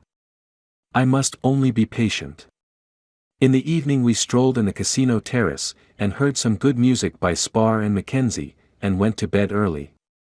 Lucy seems more restful than she has been for some time, and fell asleep at once. I shall lock the door and secure the key the same as before, though I do not expect any trouble tonight. August 12th. My expectations were wrong, for twice during the night I was wakened by Lucy trying to get out. She seemed, even in her sleep, to be a little impatient at finding the door shut, and went back to bed under a sort of protest. I woke with the dawn, and heard the birds chirping outside of the window. Lucy woke, too, and, I was glad to see, was even better than on the previous morning. All her old gaiety of manner seemed to have come back, and she came and snuggled in beside me and told me all about Arthur. I told her how anxious I was about Jonathan, and then she tried to comfort me. Well, she succeeded somewhat, for, though sympathy can't alter facts, it can help to make them more bearable. August 13th, another quiet day, and to bed with the key on my wrist as before. Again I awoke in the night, and found Lucy sitting up in bed, still asleep, pointing to the window. I got up quietly, and pulling aside the blind, looked out. It was brilliant moonlight, and the soft effect of the light over the sea and sky, merged together in one great, silent mystery, was beautiful beyond words. Between me and the moonlight flitted a great bat, coming and going in great whirling circles. Once or twice it came quite close, but was, I suppose, frightened at seeing me, and flitted away across the harbor towards the abbey. When I came back from the window, Lucy had lain down again, and was sleeping peacefully. She did not stir again all night. August 14th, on the East Cliff, reading and writing all day. Lucy seems to have become as much in love with the spot as I am, and it is hard to get her away from it when it is time to come home for lunch or tea or dinner. This afternoon she made a funny remark. We were coming home for dinner, and had come to the top of the steps up from the West Pier and stopped to look at the view, as we generally do. The setting sun, low down in the sky, was just dropping behind Kettleness. The red light was thrown over on the East Cliff and the old abbey, and seemed to bathe everything in a beautiful rosy glow. We were silent for a while, and suddenly Lucy murmured as if to herself. "His red eyes again. They are just the same." It was such an odd expression, coming apropos of nothing, that it quite startled me. I slewed round a little, so as to see Lucy well without seeming to stare at her, and saw that she was in a half-dreamy state, with an odd look on her face that I could not quite make out, so I said nothing, but followed her eyes. She appeared to be looking over at our own seat, whereon was a dark figure seated alone. I was a little startled myself, for it seemed for an instant as if the stranger had great eyes like burning flames, but a second look dispelled the illusion. The red sunlight was shining on the windows of St. Mary's Church behind our seat, and as the sun dipped there was just sufficient change in the refraction and reflection to make it appear as if the light moved. I called Lucy's attention to the peculiar effect, and she became herself with a start, but she looked sad all the same. It may have been that she was thinking of that terrible night up there. We never refer to it, so I said nothing, and we went home to dinner. Lucy had a headache and went early to bed. I saw her asleep, and went out for a little stroll myself. I walked along the cliffs to the westward, and was full of sweet sadness, for I was thinking of Jonathan. When coming home, it was then bright moonlight, so bright that, though the front of our part of the crescent was in shadow, everything could be well seen. I threw a glance up at our window, and saw Lucy's head leaning out. I thought that perhaps she was looking out for me, so I opened my handkerchief and waved it. She did not notice or make any movement whatever. Just then, the moonlight crept round an angle of the building, and the light fell on the window. There distinctly was Lucy with her head lying up against the side of the windowsill and her eyes shut. She was fast asleep, and by her, seated on the windowsill, was something that looked like a good-sized bird. I was afraid she might get a chill, so I ran upstairs, but as I came into the room she was moving back to her bed, fast asleep, and breathing heavily. She was holding her hand to her throat, as though to protect it from cold. I did not wake her, but tucked her up warmly. I have taken care that the door is locked and the window securely fastened. She looks so sweet as she sleeps, but she is paler than is her wont, and there is a drawn, haggard look under her eyes, which I do not like. I fear she is fretting about something. I wish I could find out what it is. August 15th, rose later than usual. Lucy was languid and tired, and slept on after we had been called. We had a happy surprise at breakfast. Arthur's father is better, and wants the marriage to come off soon. Lucy is full of quiet joy, and her mother is glad and sorry at once. Later on in the day she told me the cause. She is grieved to lose Lucy as her very own, but she is rejoiced that she is soon to have someone to protect her. Poor dear, sweet lady. She confided to me that she has got her death warrant. She has not told Lucy, and made me promise secrecy. Her doctor told her that within a few months, at most, she must die, for her heart is weakening. At any time, even now, a sudden shock would be almost sure to kill her. Ah, we were wise to keep from her the affair of the dreadful night of Lucy's sleepwalking. August 17th, no diary for 2 whole days. I have not had the heart to write. Some sort of shadowy pall seems to be coming over our happiness. No news from Jonathan, and Lucy seems to be growing weaker, whilst her mother's hours are numbering to a close. I do not understand Lucy's fading away as she is doing. She eats well and sleeps well, and enjoys the fresh air, but all the time the roses in her cheeks are fading, and she gets weaker and more languid day by day. At night I hear her gasping as if for air. I keep the key of our door always fastened to my wrist at night, but she gets up and walks about the room, and sits at the open window. Last night I found her leaning out when I woke up, and when I tried to wake her I could not. She was in a faint. When I managed to restore her she was as weak as water, and cried silently between long, painful struggles for breath. When I asked her how she came to be at the window she shook her head and turned away. I trust her feeling ill may not be from that unlucky prick of the safety pin. I looked at her throat just now as she lay asleep, and the tiny wounds seem not to have healed. They are still open, and, if anything, larger than before, and the edges of them are faintly white. They are like little white dots, with red centers. Unless they heal within a day or 2, I shall insist on the doctor seeing about them. Letter, Samuel F. Billington and Son, Solicitors, Whitby, to Messrs. Carter, Patterson and Company, London. August 17th. Dear Sirs. Herewith please receive invoice of goods sent by Great Northern Railway. Same are to be delivered at Carfax, near Purfleet, immediately on receipt at goods station King's Cross. The house is at present empty, but enclosed please find keys, all of which are labeled. You will please deposit the boxes, 50 in number, which form the consignment, in the partially ruined building forming part of the house and marked A on rough diagram enclosed. Your agent will easily recognize the locality, as it is the ancient chapel of the mansion. The goods leave by the train at 9:30 tonight, and will be due at King's Cross at 4:30 tomorrow afternoon. As our client wishes the delivery made as soon as possible, we shall be obliged by your having teams ready at King's Cross at the time named and forthwith conveying the goods to destination.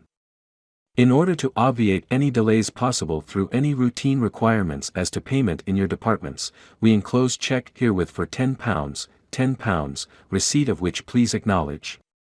Should the charge be less than this amount, you can return balance. If greater, we shall at once send check for difference on hearing from you. You are to leave the keys on coming away in the main hall of the house, where the proprietor may get them on his entering the house, by means of his duplicate key. Pray do not take us as exceeding the bounds of business courtesy in pressing you in all ways to use the utmost expedition.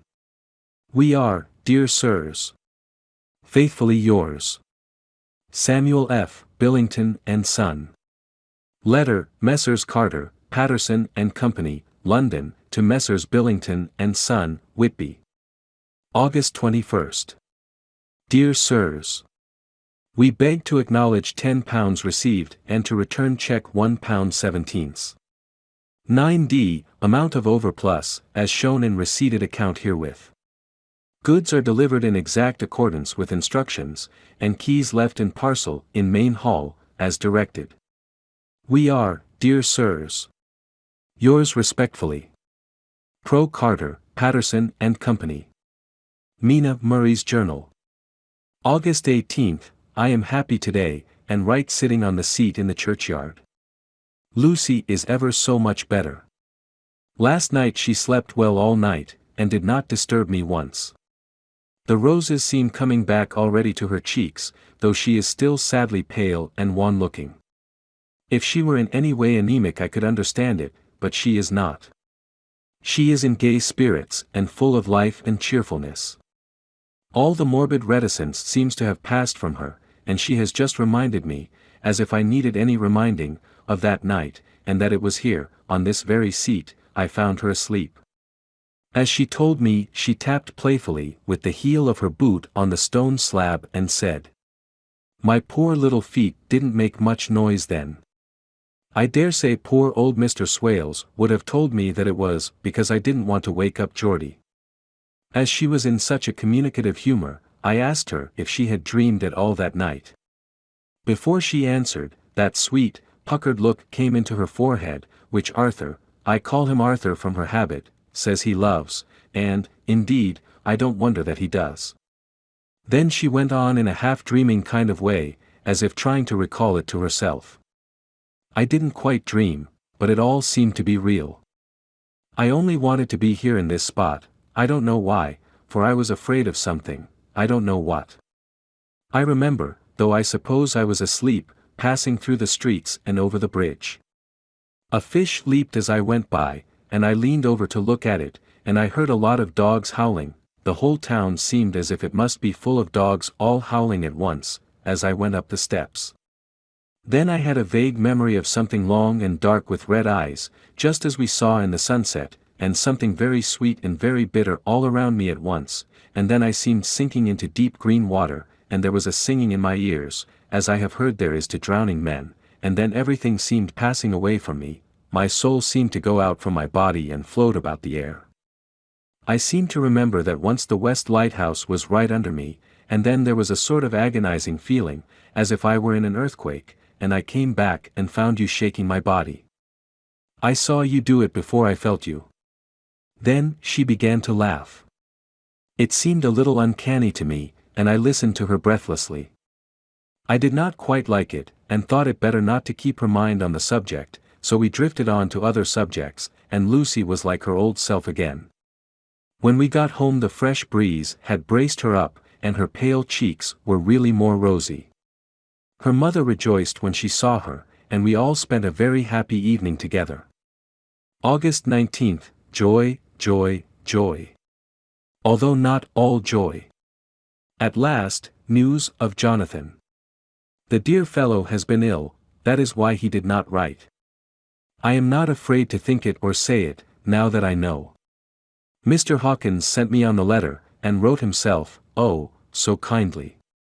I am to leave in the morning and go over to Jonathan, and to help to nurse him if necessary, and to bring him home. Mr. Hawkins says it would not be a bad thing if we were to be married out there. I have cried over the good sister's letter till I can feel it wet against my bosom, where it lies. It is of Jonathan, and must be next my heart, for he is in my heart. My journey is all mapped out, and my luggage ready. I am only taking one change of dress. Lucy will bring my trunk to London and keep it till I send for it may be that. I must write no more, I must keep it to say, to Jonathan, my husband. The letter that he has seen and touched must comfort me till we meet. Letter, Sister Agatha, Hospital of St. Joseph and St. Mary, Budapest, to Miss Wilhelmina Murray. August 12th. Dear Madam, I write by desire of Mr. Jonathan Harker, who is himself not strong enough to write, though progressing well, thanks to God and St. Joseph and St. Mary. He has been under our care for nearly 6 weeks, suffering from a violent brain fever. He wishes me to convey his love, and to say that by this post I write for him to Mr. Peter Hawkins, Exeter, to say, with his dutiful respects, that he is sorry for his delay, and that all of his work is completed. He will require some few weeks' rest in our sanatorium in the hills, but will then return. He wishes me to say that he has not sufficient money with him, and that he would like to pay for his staying here, so that others who need shall not be wanting for help. Believe me, yours, with sympathy and all blessings, Sister Agatha. P.S. My patient being asleep, I open this to let you know something more. He has told me all about you, and that you are shortly to be his wife. All blessings to you both. He has had some fearful shock, so says our doctor, and in his delirium his ravings have been dreadful, of wolves and poison and blood, of ghosts and demons, and I fear to say of what.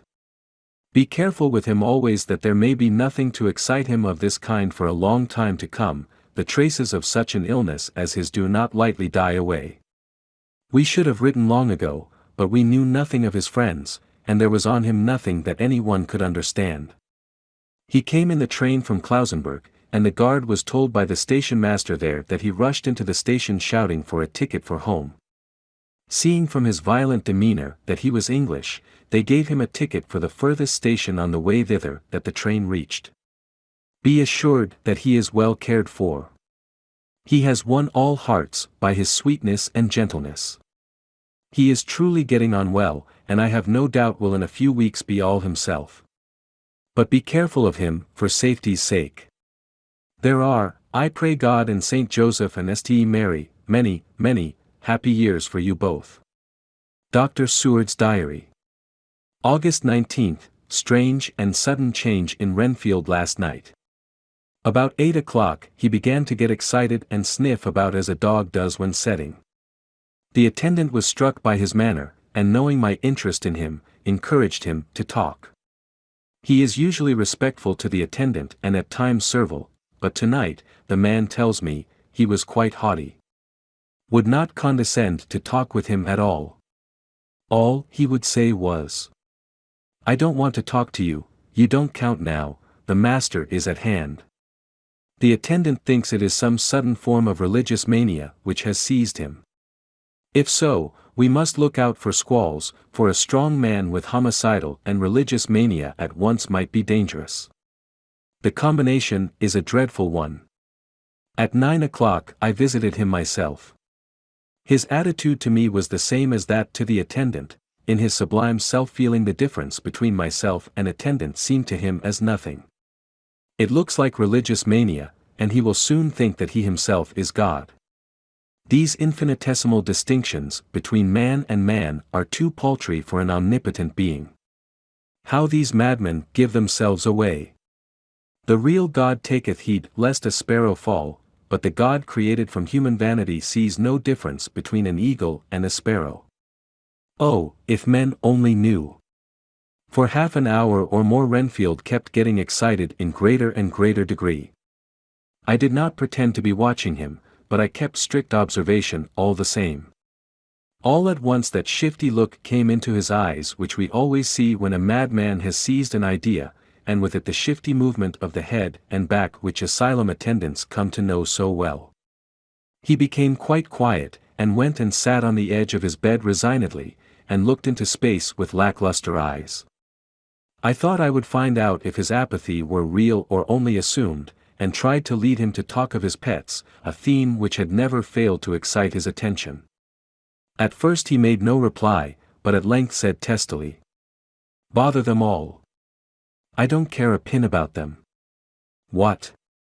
I said. "You don't mean to tell me you don't care about spiders?" Spiders at present are his hobby, and the notebook is filling up with columns of small figures. To this he answered enigmatically, "The bride maidens rejoice the eyes that wait the coming of the bride, but when the bride draweth nigh, then the maidens shine not to the eyes that are filled."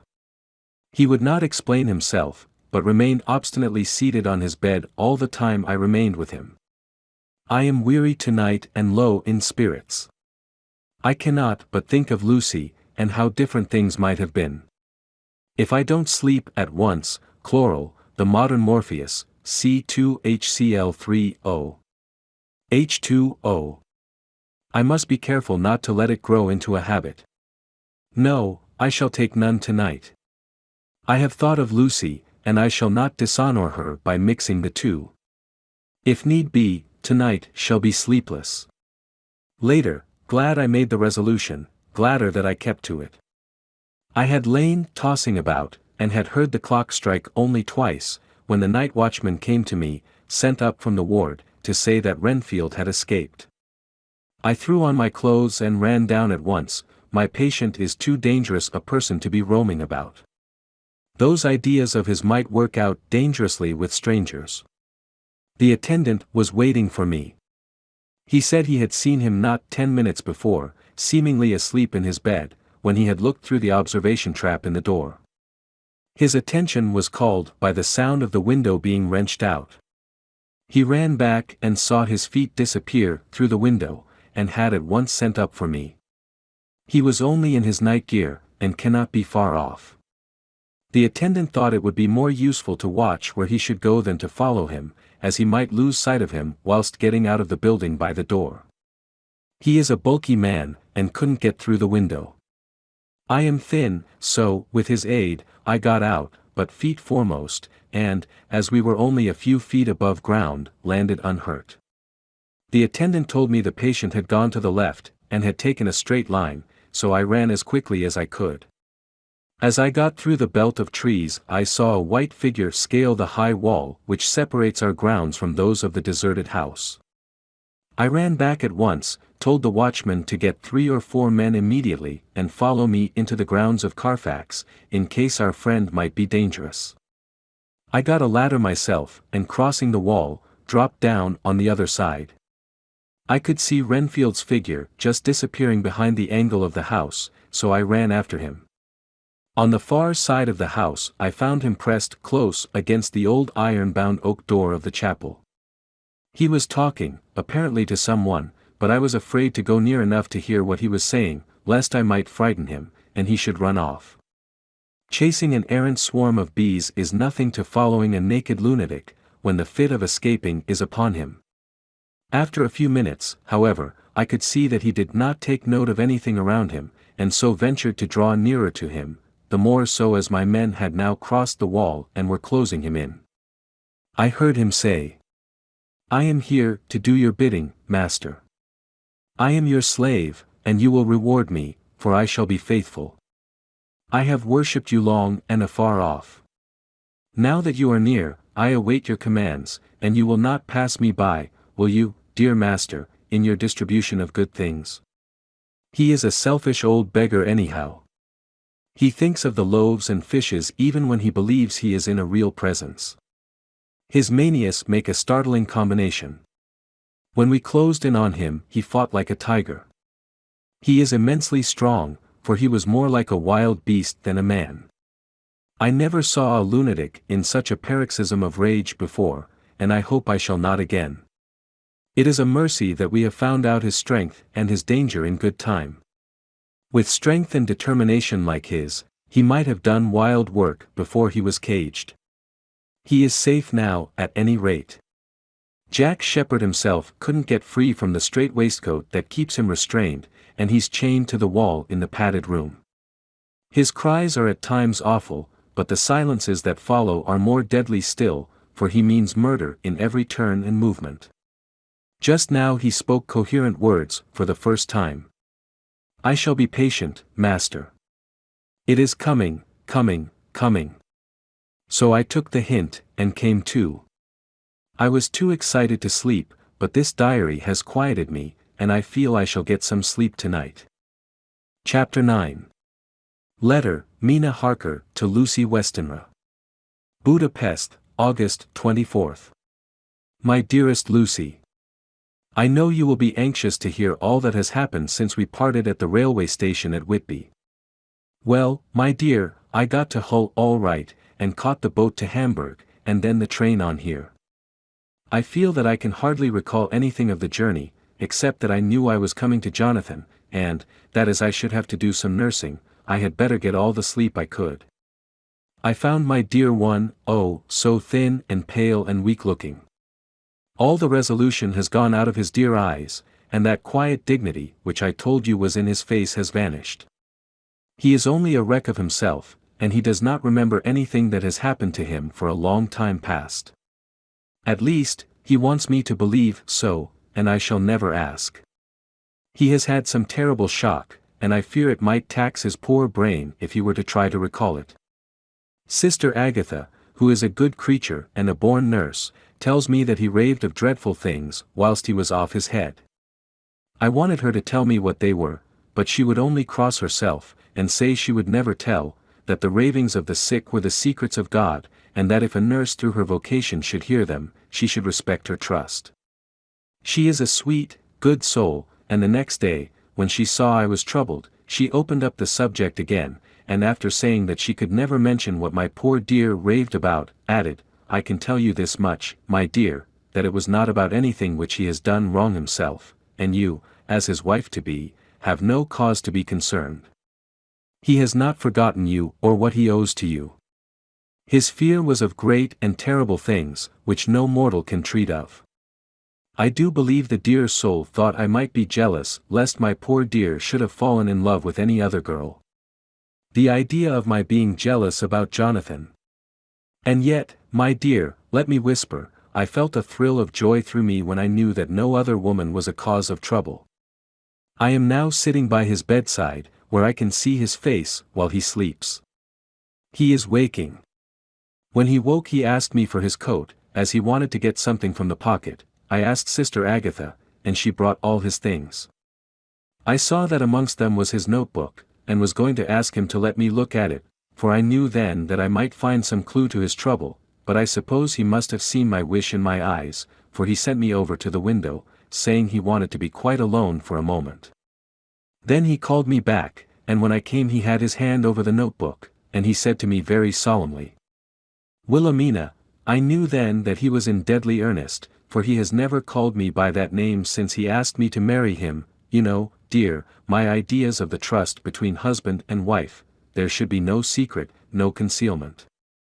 I have had a great shock, and when I try to think of what it is I feel my head spin round, and I do not know if it was all real or the dreaming of a madman. You know I have had brain fever, and that is to be mad.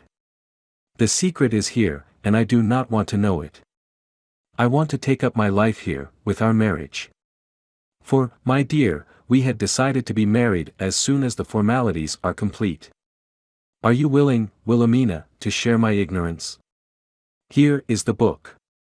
Take it and keep it, read it if you will, but never let me know, unless, indeed, some solemn duty should come upon me to go back to the bitter hours, asleep or awake, sane or mad, recorded here." He fell back exhausted, and I put the book under his pillow, and kissed him. I have asked Sister Agatha to beg the Superior to let our wedding be this afternoon, and am waiting her reply. She has come and told me that the chaplain of the English Mission Church has been sent for. We are to be married in an hour, or as soon after as Jonathan awakes. Lucy, the time has come and gone. I feel very solemn, but very, very happy. Jonathan woke a little after the hour, and all was ready, and he sat up in bed, propped up with pillows. He answered his "I will" firmly and strongly. I could hardly speak, my heart was so full that even those words seemed to choke me. The dear sisters were so kind. Please God, I shall never, never forget them, nor the grave and sweet responsibilities I have taken upon me. I must tell you of my wedding present. When the chaplain and the sisters had left me alone with my husband, oh, Lucy, it is the first time I have written the words, my husband, left me alone with my husband, I took the book from under his pillow, and wrapped it up in white paper, and tied it with a little bit of pale blue ribbon which was round my neck, and sealed it over the knot with sealing wax, and for my seal I used my wedding ring. Then I kissed it and showed it to my husband, and told him that I would keep it so, and then it would be an outward and visible sign for us all our lives that we trusted each other, that I would never open it unless it were for his own dear sake or for the sake of some stern duty. Then he took my hand in his, and oh, Lucy, it was the first time he took his wife's hand, and said that it was the dearest thing in all the wide world, and that he would go through all the past again to win it, if need be. The poor dear meant to have said a part of the past, but he cannot think of time yet, and I shall not wonder if at first he mixes up not only the month, but the year.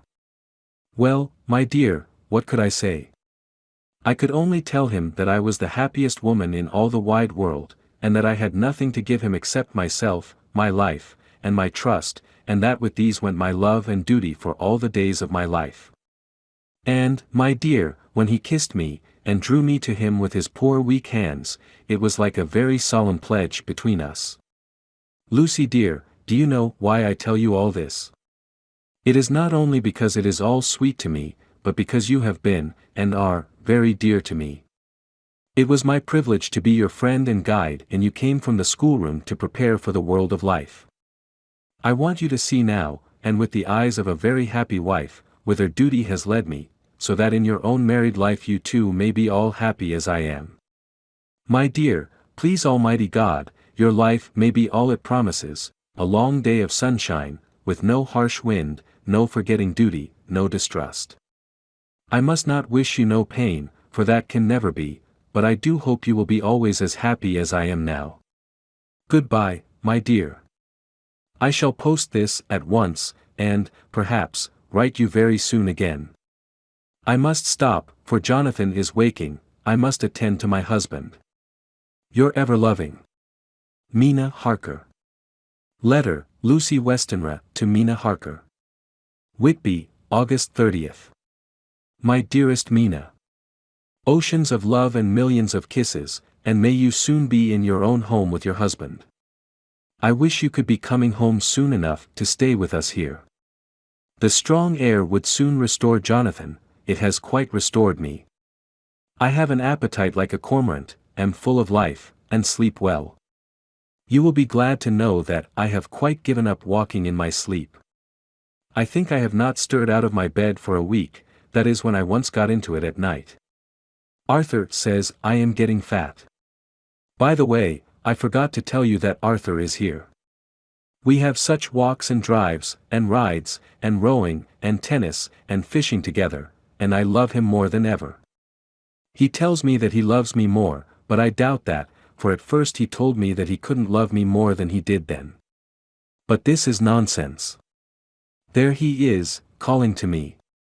So no more just at present from your loving Lucy. P.S. Mother sends her love. She seems better, poor dear.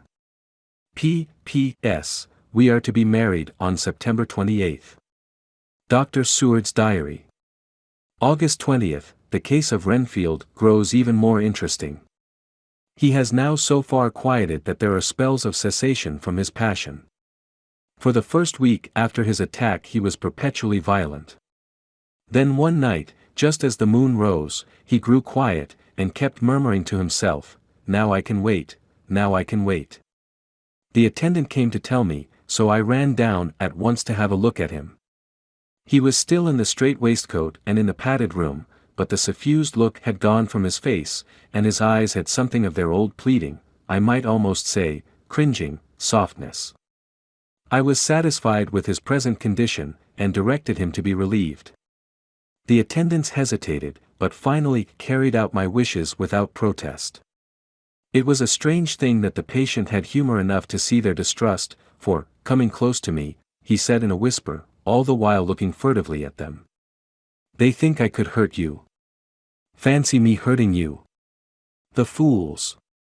It was soothing, somehow, to the feelings to find myself dissociated even in the mind of this poor madman from the others, but all the same I do not follow his thought. Am I to take it that I have anything in common with him, so that we are, as it were, to stand together, or has he to gain from me some good so stupendous that my well-being is needful to him? I must find out later on. Tonight he will not speak. Even the offer of a kitten or even a full-grown cat will not tempt him. He will only say, "I don't take any stock in cats. I have more to think of now, and I can wait, I can wait." After a while I left him. The attendant tells me that he was quiet until just before dawn, and that then he began to get uneasy, and at length violent, until at last he fell into a paroxysm which exhausted him so that he swooned into a sort of coma. 3 nights has the same thing happened, violent all day and quiet from moonrise to sunrise. I wish I could get some clue to the cause. It would almost seem as if there was some influence which came and went. Happy thought. We shall tonight play sane wits against mad ones. He escaped before without our help, tonight he shall escape with it. We shall give him a chance, and have the men ready to follow in case they are required. August 23rd, the unexpected always happens. How well Disraeli knew life. Our bird when he found the cage open would not fly, so all our subtle arrangements were for naught. At any rate, we have proved one thing, that the spells of quietness last a reasonable time. We shall in future be able to ease his bonds for a few hours each day. I have given orders to the night attendant merely to shut him in the padded room, when once he is quiet, until an hour before sunrise. The poor soul's body will enjoy the relief even if his mind cannot appreciate it. Hark! The unexpected again. I am called, the patient has once more escaped. Later, another night adventure. Renfield artfully waited until the attendant was entering the room to inspect. Then he dashed out past him and flew down the passage. I sent word for the attendants to follow. Again he went into the grounds of the deserted house, and we found him in the same place, pressed against the old chapel door. When he saw me he became furious, and had not the attendants seized him in time, he would have tried to kill me. As we were holding him a strange thing happened. He suddenly redoubled his efforts, and then as suddenly grew calm. I looked round instinctively, but could see nothing. Then I caught the patient's eye and followed it, but could trace nothing as it looked into the moonlit sky except a big bat, which was flapping its silent and ghostly way to the west. Bats usually wheel and flit about, but this one seemed to go straight on, as if it knew where it was bound for or had some intention of its own. The patient grew calmer every instant, and presently said, "You needn't tie me, I shall go quietly." Without trouble we came back to the house. I feel there is something ominous in his calm, and shall not forget this night. Lucy Westenra's Diary. Hillingham, August 24th. I must imitate Mina, and keep writing things down. Then we can have long talks when we do meet. I wonder when it will be. I wish she were with me again, for I feel so unhappy. Last night I seemed to be dreaming again just as I was at Whitby. Perhaps it is the change of air, or getting home again. It is all dark and horrid to me, for I can remember nothing, but I am full of vague fear, and I feel so weak and worn out. When Arthur came to lunch he looked quite grieved when he saw me, and I hadn't the spirit to try to be cheerful. I wonder if I could sleep in Mother's room tonight. I shall make an excuse and try. August 25th, another bad night. Mother did not seem to take to my proposal. She seems not too well herself, and doubtless she fears to worry me. I tried to keep awake, and succeeded for a while, but when the clock struck 12 it waked me from a doze, so I must have been falling asleep. There was a sort of scratching or flapping at the window, but I did not mind it, and as I remember no more, I suppose I must then have fallen asleep. More bad dreams. I wish I could remember them. This morning I am horribly weak. My face is ghastly pale, and my throat pains me. It must be something wrong with my lungs, for I don't seem ever to get air enough. I shall try to cheer up when Arthur comes, or else I know he will be miserable to see me so. Letter, Arthur Holmwood to Dr. Seward. Albemarle Hotel, August 31st. My dear Jack. I want you to do me a favor. Lucy is ill, that is, she has no special disease, but she looks awful, and is getting worse every day. I have asked her if there is any cause. I do not dare to ask her mother, for to disturb the poor lady's mind about her daughter in her present state of health would be fatal. Mrs. Westenra has confided to me that her doom is spoken, disease of the heart, though poor Lucy does not know it yet. I am sure that there is something preying on my dear girl's mind. I am almost distracted when I think of her. To look at her gives me a pang. I told her I should ask you to see her, and though she demurred at first, I know why, old fellow, she finally consented. It will be a painful task for you, I know, old friend, but it is for her sake, and I must not hesitate to ask, or you to act. You are to come to lunch at Hillingham tomorrow, 2 o'clock, so as not to arouse any suspicion in Mrs. Westenra, and after lunch Lucy will take an opportunity of being alone with you. I shall come in for tea, and we can go away together. I am filled with anxiety, and want to consult with you alone as soon as I can after you have seen her. Do not fail. Arthur. Telegram, Arthur Holmwood to Seward. September 1st. Am summoned to see my father, who is worse. Am writing. Write me fully by tonight's post to ring. Wire me, if necessary. Letter from Dr. Seward to Arthur Holmwood. September 2nd. My dear old fellow.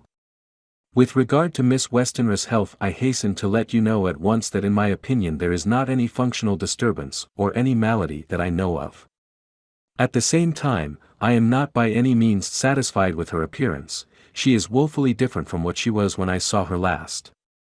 Of course you must bear in mind that I did not have full opportunity of examination such as I should wish. Our very friendship makes a little difficulty which not even medical science or custom can bridge over. I had better tell you exactly what happened, leaving you to draw, in a measure, your own conclusions. I shall then say what I have done and propose doing. I found Miss Westenra in seemingly gay spirits. Her mother was present, and in a few seconds I made up my mind that she was trying all she knew to mislead her mother and prevent her from being anxious. I have no doubt she guesses, if she does not know, what need of caution there is. We lunched alone, and as we all exerted ourselves to be cheerful, we got, as some kind of reward for our labors, some real cheerfulness amongst us.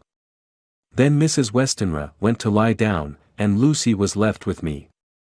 We went into her boudoir, and till we got there her gaiety remained, for the servants were coming and going. As soon as the door was closed, however, the mask fell from her face, and she sank down into a chair with a great sigh, and hid her eyes with her hand. When I saw that her high spirits had failed, I at once took advantage of her reaction to make a diagnosis. She said to me very sweetly, "I cannot tell you how I loathe talking about myself." I reminded her that a doctor's confidence was sacred, but that you were grievously anxious about her. She caught on to my meaning at once, and settled that matter in a word. "Tell Arthur everything you choose. I do not care for myself, but all for him. So, I am quite free." I could easily see that she is somewhat bloodless, but I could not see the usual anemic signs, and by a chance I was actually able to test the quality of her blood, for in opening a window which was stiff a cord gave way, and she cut her hand slightly with broken glass. It was a slight matter in itself, but it gave me an evident chance, and I secured a few drops of the blood and have analyzed them. The qualitative analysis gives a quite normal condition, and shows, I should infer, in itself a vigorous state of health. In other physical matters I was quite satisfied that there is no need for anxiety, but as there must be a cause somewhere, I have come to the conclusion that it must be something mental. She complains of difficulty in breathing satisfactorily at times, and of heavy, lethargic sleep, with dreams that frighten her, but regarding which she can remember nothing. She says that as a child she used to walk in her sleep, and that when in Whitby the habit came back, and that once she walked out in the night and went to East Cliff, where Miss Murray found her, but she assures me that of late the habit has not returned. I am in doubt, and so have done the best thing I know of. I have written to my old friend and master, Professor Van Helsing, of Amsterdam, who knows as much about obscure diseases as any one in the world. I have asked him to come over, and as you told me that all things were to be at your charge, I have mentioned to him who you are and your relations to Miss Westenra. This, my dear fellow, is in obedience to your wishes, for I am only too proud and happy to do anything I can for her. Van Helsing would, I know, do anything for me for a personal reason, so, no matter on what ground he comes, we must accept his wishes. He is a seemingly arbitrary man, but this is because he knows what he is talking about better than anyone else. He is a philosopher and a metaphysician, and one of the most advanced scientists of his day, and he has, I believe, an absolutely open mind. This, with an iron nerve, a temper of the icebrook, an indomitable resolution, self-command, and toleration exalted from virtues to blessings, and the kindliest and truest heart that beats, these form his equipment for the noble work that he is doing for mankind, work both in theory and practice, for his views are as wide as his all-embracing sympathy. I tell you these facts that you may know why I have such confidence in him. I have asked him to come at once. I shall see Miss Westenra tomorrow again. She is to meet me at the stores, so that I may not alarm her mother by too early a repetition of my call. Yours always, John Seward. Letter, Abraham Van Helsing, M.D., D. Ph.D. Lit., etc., etc., to Dr. Seward. September 2nd. My good friend. When I have received your letter, I am already coming to you. By good fortune I can leave just at once, without wrong to any of those who have trusted me. Were fortune other, then it were bad for those who have trusted, for I come to my friend when he call me to aid those he holds dear. Tell your friend that when that time you sucked from my wound so swiftly the poison of the gangrene from that knife, that our other friend, too nervous, let slip, you did more for him when he wants my aids and you call for them than all his great fortune could do. But it is pleasure added to do for him, your friend, it is to you that I come. Have then rooms for me at the Great Eastern Hotel, so that I may be near to hand, and please it so arrange that we may see the young lady not too late on tomorrow, for it is likely that I may have to return here that night. But if need be I shall come again in 3 days, and stay longer if it must. Till then goodbye, my friend John. Van Helsing. Letter, Dr. Seward to Honorable Arthur Holmwood. September 3rd. My dear Art. Van Helsing has come and gone. He came on with me to Hillingham, and found that, by Lucy's discretion, her mother was lunching out, so that we were alone with her. Van Helsing made a very careful examination of the patient. He is to report to me, and I shall advise you, for of course I was not present all the time. He is, I fear, much concerned, but says he must think. When I told him of our friendship and how you trust to me in the matter, he said, you must tell him all you think. Tell him what I think, if you can guess it, if you will. Nay, I am not jesting. This is no jest, but life and death, perhaps more. I asked what he meant by that, for he was very serious. This was when we had come back to town, and he was having a cup of tea before starting on his return to Amsterdam. He would not give me any further clue. You must not be angry with me, Art, because his very reticence means that all his brains are working for her good. He will speak plainly enough when the time comes, be sure. So I told him I would simply write an account of our visit, just as if I were doing a descriptive special article for the Daily Telegraph. He seemed not to notice, but remarked that the smuts in London were not quite so bad as they used to be when he was a student here. I am to get his report tomorrow if he can possibly make it. In any case I am to have a letter. Well, as to the visit. Lucy was more cheerful than on the day I first saw her, and certainly looked better. She had lost something of the ghastly look that so upset you, and her breathing was normal. She was very sweet to the professor, as she always is, and tried to make him feel at ease, though I could see that the poor girl was making a hard struggle for it. I believe Van Helsing saw it, too, for I saw the quick look under his bushy brows that I knew of old. Then he began to chat of all things except ourselves and diseases, and with such an infinite geniality that I could see poor Lucy's pretense of animation merge into reality. Then, without any seeming change, he brought the conversation gently round to his visit, and suavely said, "My dear young miss, I have the so great pleasure because you are so much beloved. That is much, my dear, ever were there that which I do not see. They told me you were down in the spirit, and that you were of a ghastly pale. To them I say, poof." And he snapped his fingers at me and went on, "But you and I shall show them how wrong they are. How can he," and he pointed at me with the same look and gesture as that with which once he pointed me out to his class, on, or rather after, a particular occasion which he never fails to remind me of, know anything of a young lady's. He has his madams to play with, and to bring them back to happiness, and to those that love them. It is much to do, and, oh, but there are rewards, in that we can bestow such happiness. But the young ladies. He has no wife nor daughter, and the young do not tell themselves to the young, but to the old, like me, who have known so many sorrows and the causes of them. So, my dear, we will send him away to smoke the cigarette in the garden, whiles you and I have little talk all to ourselves." I took the hint, and strolled about, and presently the professor came to the window, and called me in. He looked grave, but said, "I have made careful examination, but there is no functional cause. With you I agree that there has been much blood lost, it has been, but is not. But the conditions of her are in no way anemic. I have asked her to send me her maid, that I may ask just one or two questions, that so I may not chance to miss nothing. I know well what she will say. And yet there is always cause for everything. I must go back home and think. You must send to me the telegram every day, and if there be cause I shall come again. The disease, for not to be all well is a disease, interest me, and the sweet young dear, she interest me too.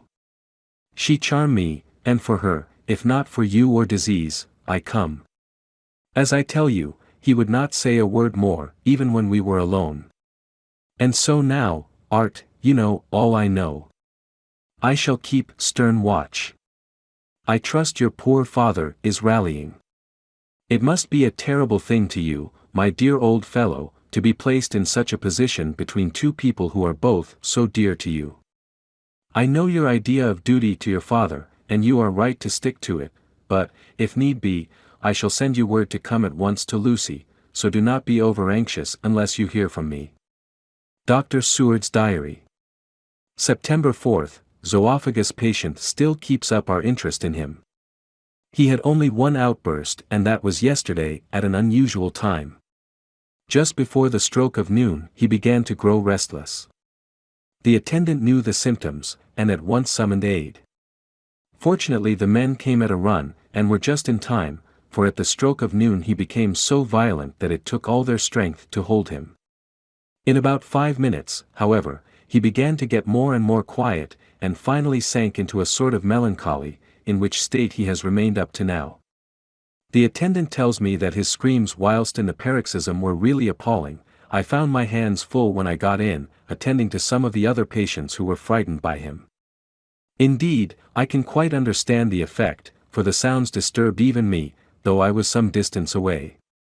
It is now after the dinner hour of the asylum, and as yet my patient sits in a corner brooding, with a dull, sullen, woebegone look in his face, which seems rather to indicate than to show something directly. I cannot quite understand it. Later, another change in my patient. At 5 o'clock I looked in on him, and found him seemingly as happy and contented as he used to be.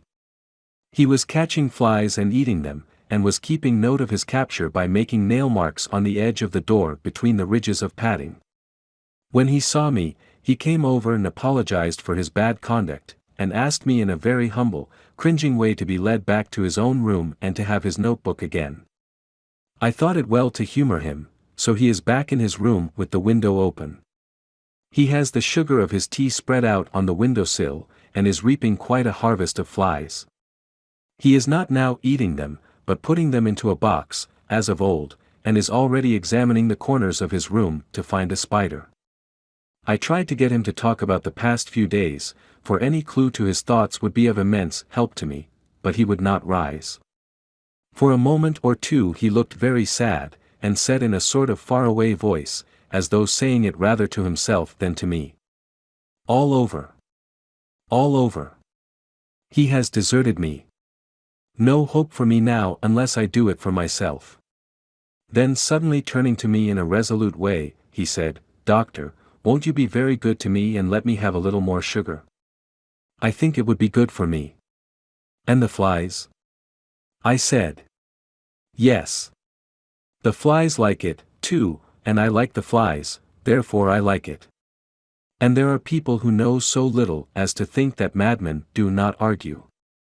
I procured him a double supply, and left him as happy a man as, I suppose, any in the world. I wish I could fathom his mind. Midnight, another change in him. I had been to see Miss Westenra, whom I found much better, and had just returned, and was standing at our own gate looking at the sunset, when once more I heard him yelling. As his room is on this side of the house, I could hear it better than in the morning. It was a shock to me to turn from the wonderful smoky beauty of a sunset over London, with its lurid lights and inky shadows, and all the marvelous tints that come on foul clouds even as on foul water, and to realize all the grim sternness of my own cold stone building, with its wealth of breathing misery, and my own desolate heart to endure it all. I reached him just as the sun was going down, and from his window saw the red disk sink. As it sank he became less and less frenzied, and just as it dipped he slid from the hands that held him, an inert mass, on the floor. It is wonderful, however, what intellectual recuperative power lunatics have, for within a few minutes he stood up quite calmly, and looked around him. I signaled to the attendants not to hold him, for I was anxious to see what he would do. He went straight over to the window and brushed out the crumbs of sugar, then he took his fly box, and emptied it outside, and threw away the box, then he shut the window, and crossing over, sat down on his bed. All this surprised me, so I asked him, "Are you not going to keep flies any more?" "No," said he, "I am sick of all that rubbish." He certainly is a wonderfully interesting study. I wish I could get some glimpse of his mind or of the cause of his sudden passion. Stop, there may be a clue, after all, if we can find why today his paroxysms came on at high noon and at sunset. Can it be that there is a malign influence of the sun at periods which affects certain natures, as at times the moon does others? We shall see. Telegram, Seward, London, to Van Helsing, Amsterdam. September 4th, patient still better today. Telegram, Seward, London, to Van Helsing, Amsterdam. September 5th, patient greatly improved. Good appetite, sleeps naturally, good spirits, color coming back. Telegram, Seward, London, to Van Helsing, Amsterdam. September 6th, terrible change for the worse. Come at once, do not lose an hour. I hold over telegram to Holmwood till have seen you. Chapter 10. Letter, Dr. Seward to Honorable Arthur Holmwood. September 6th. My dear Art. My news today is not so good. Lucy this morning had gone back a bit. There is, however, one good thing which has arisen from it. Mrs. Westenra was naturally anxious concerning Lucy, and has consulted me professionally about her. I took advantage of the opportunity, and told her that my old master, Van Helsing, the great specialist, was coming to stay with me, and that I would put her in his charge conjointly with myself, so now we can come and go without alarming her unduly, for a shock to her would mean sudden death, and this, in Lucy's weak condition, might be disastrous to her. We are hedged in with difficulties, all of us, my poor old fellow, but, please God, we shall come through them all right. If any need I shall write, so that, if you do not hear from me, take it for granted that I am simply waiting for news. In haste. Yours ever. John Seward. Dr. Seward's Diary. September 7th, the first thing Van Helsing said to me when we met at Liverpool Street was, "Have you said anything to our young friend the lover of her?" "No," I said. "I waited till I had seen you, as I said in my telegram. I wrote him a letter simply telling him that you were coming, as Miss Westenra was not so well, and that I should let him know if need be." "Right, my friend," he said, "quite right. Better he not know as yet, perhaps he shall never know. I pray so, but if it be needed, then he shall know all. And, my good friend John, let me caution you. You deal with the madman. All men are mad in some way or the other, and inasmuch as you deal discreetly with your madman, so deal with God's madman, too, the rest of the world. You tell not your madman what you do nor why you do it, you tell them not what you think.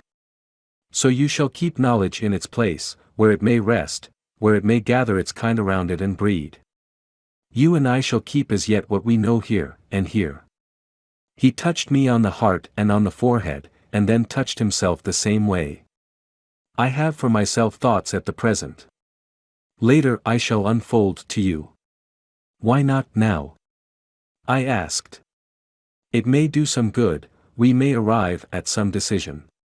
He stopped and looked at me, and said, "My friend John, when the corn is grown, even before it has ripened, while the milk of its mother earth is in him, and the sunshine has not yet begun to paint him with his gold, the husbandman he pull the ear and rub him between his rough hands, and blow away the green chaff, and say to you, Look. He's good corn, he will make good crop when the time comes. I did not see the application, and told him so. For reply he reached over and took my ear in his hand and pulled it playfully, as he used long ago to do at lectures, and said, "The good husbandman tell you so then because he knows, but not till then. But you do not find the good husbandman dig up his planted corn to see if he grow, that is for the children who play at husbandry, and not for those who take it as of the work of their life. See you now, friend John. I have sown my corn, and nature has her work to do in making it sprout. If he sprout at all, there's some promise, and I wait till the ear begins to swell." He broke off, for he evidently saw that I understood. Then he went on, and very gravely. "You were always a careful student, and your casebook was ever more full than the rest. You were only student then, now you are master, and I trust that good habit have not fail. Remember, my friend, that knowledge is stronger than memory, and we should not trust the weaker. Even if you have not kept the good practice, let me tell you that this case of our dear Miss is one that may be, mind, I say may be, of such interest to us and others that all the rest may not make him kick the beam, as your people say. Take then good note of it. Nothing is too small. I counsel you, put down in record even your doubts and surmises. Hereafter it may be of interest to you to see how true you guess. We learn from failure, not from success. When I described Lucy's symptoms, the same as before, but infinitely more marked, he looked very grave, but said nothing. He took with him a bag in which were many instruments and drugs, the ghastly paraphernalia of our beneficial trade, as he once called, in one of his lectures, the equipment of a professor of the healing craft. When we were shown in, Mrs. Westenra met us. She was alarmed, but not nearly so much as I expected to find her. Nature in one of her beneficent moods has ordained that even death has some antidote to its own terrors. Here, in a case where any shock may prove fatal, matters are so ordered that, from some cause or other, the things not personal, even the terrible change in her daughter, to whom she is so attached, do not seem to reach her. It is something like the way Dame Nature gathers round a foreign body an envelope of some insensitive tissue which can protect from evil that which it would otherwise harm by contact. If this be an ordered selfishness, then we should pause before we condemn any one for the vice of egoism, for there may be deeper root for its causes than we have knowledge of. I used my knowledge of this phase of spiritual pathology, and laid down a rule that she should not be present with Lucy or think of her illness more than was absolutely required. She assented readily, so readily that I saw again the hand of nature fighting for life. Van Helsing and I were shown up to Lucy's room. If I was shocked when I saw her yesterday, I was horrified when I saw her today. She was ghastly, chalkily pale, the red seemed to have gone even from her lips and gums, and the bones of her face stood out prominently. Her breathing was painful to see or hear. Van Helsing's face grew set as marble, and his eyebrows converged till they almost touched over his nose. Lucy lay motionless, and did not seem to have strength to speak, so for a while we were all silent. Then Van Helsing beckoned to me, and we went gently out of the room. The instant we had closed the door, he stepped quickly along the passage to the next door, which was open. Then he pulled me quickly in with him and closed the door. "My God," he said, "this is dreadful. There is no time to be lost. She will die for sheer want of blood to keep the heart's action as it should be. There must be transfusion of blood at once. Is it you or me? I am younger and stronger, Professor. It must be me. Then get ready at once.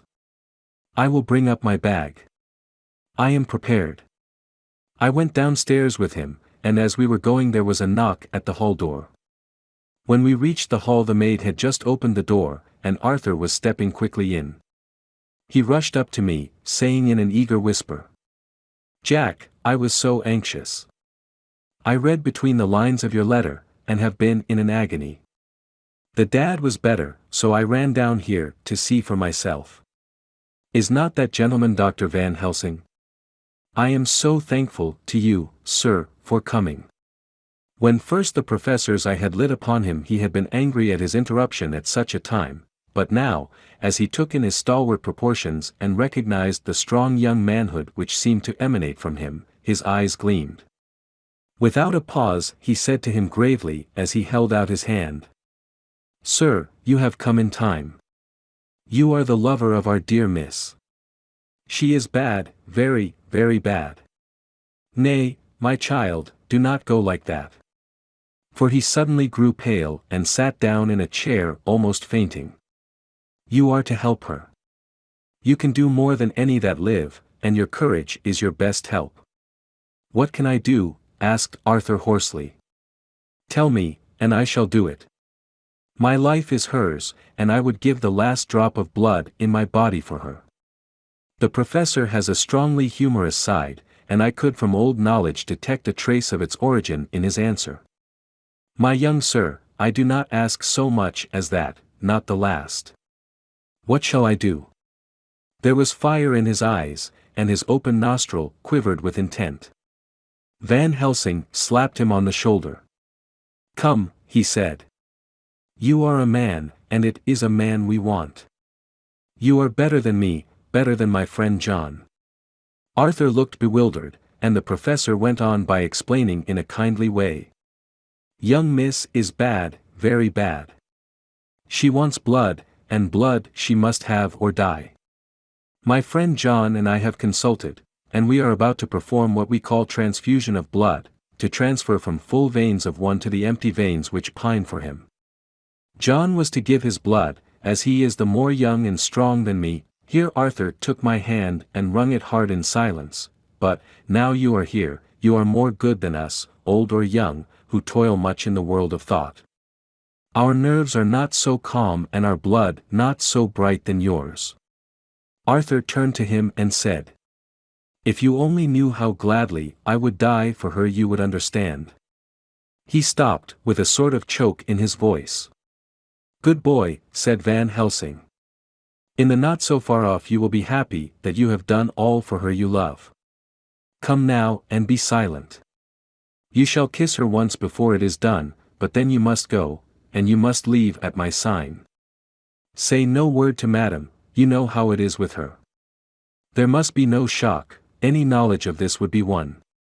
Come." We all went up to Lucy's room. Arthur by direction remained outside. Lucy turned her head and looked at us, but said nothing. She was not asleep, but she was simply too weak to make the effort. Her eyes spoke to us, that was all. Van Helsing took some things from his bag and laid them on a little table out of sight.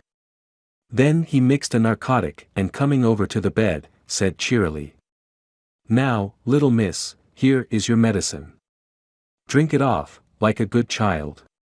See, I lift you so that to swallow is easy." Yes. She had made the effort with success. It astonished me how long the drug took to act. This, in fact, marked the extent of her weakness. The time seemed endless until sleep began to flicker in her eyelids. At last, however, the narcotic began to manifest its potency, and she fell into a deep sleep. When the professor was satisfied he called Arthur into the room, and bade him strip off his coat. Then he added, "You may take that one little kiss whiles I bring over the table. Friend John, help to me." So neither of us looked whilst he bent over her. Van Helsing, turning to me, said, "He is so young and strong and of blood so pure that we need not defibrillate it." Then with swiftness, but with absolute method, Van Helsing performed the operation. As the transfusion went on something like life seemed to come back to poor Lucy's cheeks, and through Arthur's growing pallor the joy of his face seemed absolutely to shine. After a bit I began to grow anxious, for the loss of blood was telling on Arthur, strong man as he was. It gave me an idea of what a terrible strain Lucy's system must have undergone that what weakened Arthur only partially restored her. But the professor's face was set, and he stood watch in hand and with his eyes fixed now on the patient and now on Arthur. I could hear my own heart beat. Presently, he said in a soft voice, "Do not stir an instant. It is enough. You attend him, I will look to her." When all was over I could see how much Arthur was weakened. I dressed the wound and took his arm to bring him away, when Van Helsing spoke without turning round. The man seems to have eyes in the back of his head. The brave lover, I think, deserve another kiss, which he shall have presently. And as he had now finished his operation, he adjusted the pillow to the patient's head. As he did so, the narrow black velvet band which she seems always to wear round her throat, buckled with an old diamond buckle which her lover had given her, was dragged a little up, and showed a red mark on her throat. Arthur did not notice it, but I could hear the deep hiss of indrawn breath, which is one of Van Helsing's ways of betraying emotion. He said nothing at the moment, but turned to me, saying, "Now take down our brave young lover, give him of the port wine, and let him lie down a while. He must then go home and rest, sleep much and eat much, that he may be recruited of what he has so given to his love. He must not stay here. Hold a moment. I may take it, sir, that you are anxious of result. Then bring it with you that in all ways the operation is successful. You have saved her life this time, and you can go home and rest easy in mind that all that can be is. I shall tell her all when she is well, she shall love you none the less for what you have done. Goodbye." When Arthur had gone, I went back to the room. Lucy was sleeping gently, but her breathing was stronger. I could see the counterpane move as her breast heaved. By the bedside sat Van Helsing, looking at her intently. The velvet band again covered the red mark. I asked the professor in a whisper, "What do you make of that mark on her throat? What do you make of it?" "I have not examined it yet," I answered, and then and there proceeded to loose the band. Just over the external jugular vein there were 2 punctures, not large, but not wholesome looking. There was no sign of disease, but the edges were white and worn-looking, as if by some trituration. It at once occurred to me that this wound, or whatever it was, might be the means of that manifest loss of blood, but I abandoned the idea as soon as formed, for such a thing could not be. The whole bed would have been drenched to a scarlet with the blood which the girl must have lost to leave such a pallor as she had before the transfusion. "Well," said Van Helsing. "Well," said I can make nothing of it." The professor stood up. "I must go back to Amsterdam tonight," he said. "There are books and things there which I want. You must remain here all the night, and you must not let your sight pass from her." "Shall I have a nurse?" I asked. "We are the best nurses, you and I. You keep watch all night, see that she is well fed, and that nothing disturbs her. You must not sleep all the night. Later on we can sleep, you and I. I shall be back as soon as possible. And then we may begin." "May begin?" I said. "What on earth do you mean?" "We shall see," he answered, as he hurried out. He came back a moment later and put his head inside the door and said with warning finger held up, "Remember, she is your charge. If you leave her, and harm befall, you shall not sleep easy hereafter." Dr. Seward's diary, continued. September 8th, I sat up all night with Lucy. The opiate worked itself off towards dusk, and she waked naturally. She looked a different being from what she had been before the operation. Her spirits even were good, and she was full of a happy vivacity, but I could see evidences of the absolute prostration which she had undergone. When I told Mrs. Westenra that Dr. Van Helsing had directed that I should sit up with her, she almost pooh-poohed the idea, pointing out her daughter's renewed strength and excellent spirits. I was firm, however, and made preparations for my long vigil.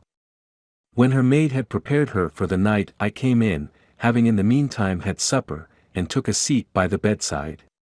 She did not in any way make objection, but looked at me gratefully whenever I caught her eye. After a long spell she seemed sinking off to sleep, but with an effort seemed to pull herself together and shook it off. This was repeated several times, with greater effort and with shorter pauses as the time moved on. It was apparent that she did not want to sleep, so I tackled the subject at once. "You do not want to go to sleep?" "No, I am afraid." Afraid to go to sleep. Why so? It is the boon we all crave for. Ah, not if you were like me, if sleep was to you a presage of horror. A presage of horror. What on earth do you mean? I don't know, oh, I don't know. And that is what is so terrible. All this weakness comes to me in sleep, until I dread the very thought. But, my dear girl, you may sleep tonight. I am here watching you, and I can promise that nothing will happen. Ah, I can trust you. I seized the opportunity, and said, I promise you that if I see any evidence of bad dreams I will wake you at once. You will? Oh, will you really? How good you are to me. Then I will sleep. And almost at the word she gave a deep sigh of relief, and sank back, asleep. All night long I watched by her. She never stirred, but slept on and on in a deep, tranquil, life-giving, health-giving sleep. Her lips were slightly parted, and her breast rose and fell with the regularity of a pendulum. There was a smile on her face, and it was evident that no bad dreams had come to disturb her peace of mind. In the early morning her maid came, and I left her in her care and took myself back home, for I was anxious about many things. I sent a short wire to Van Helsing and to Arthur, telling them of the excellent result of the operation.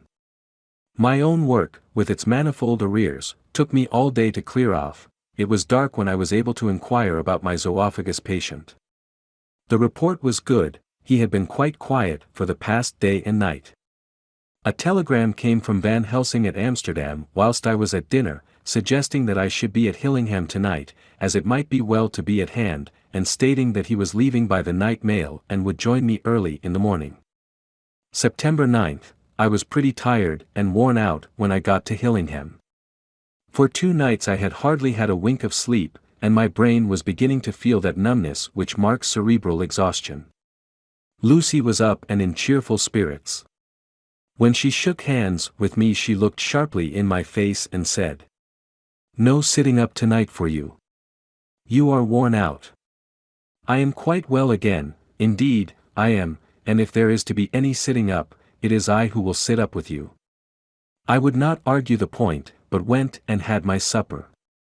Lucy came with me, and, enlivened by her charming presence, I made an excellent meal, and had a couple of glasses of the more than excellent port.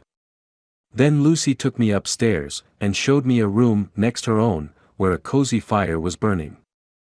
"Now," she said, "you must stay here. I shall leave this door open and my door too. You can lie on the sofa, for I know that nothing would induce any of you doctors to go to bed whilst there is a patient above the horizon. If I want anything I shall call out, and you can come to me at once." I could not but acquiesce, for I was dog-tired, and could not have sat up had I tried. So, on her renewing her promise to call me if she should want anything, I lay on the sofa, and forgot all about everything. Lucy Westenra's Diary. September 9th, I feel so happy tonight. I have been so miserably weak, that to be able to think and move about is like feeling sunshine after a long spell of east wind out of a steel sky. Somehow Arthur feels very, very close to me. I seem to feel his presence warm about me.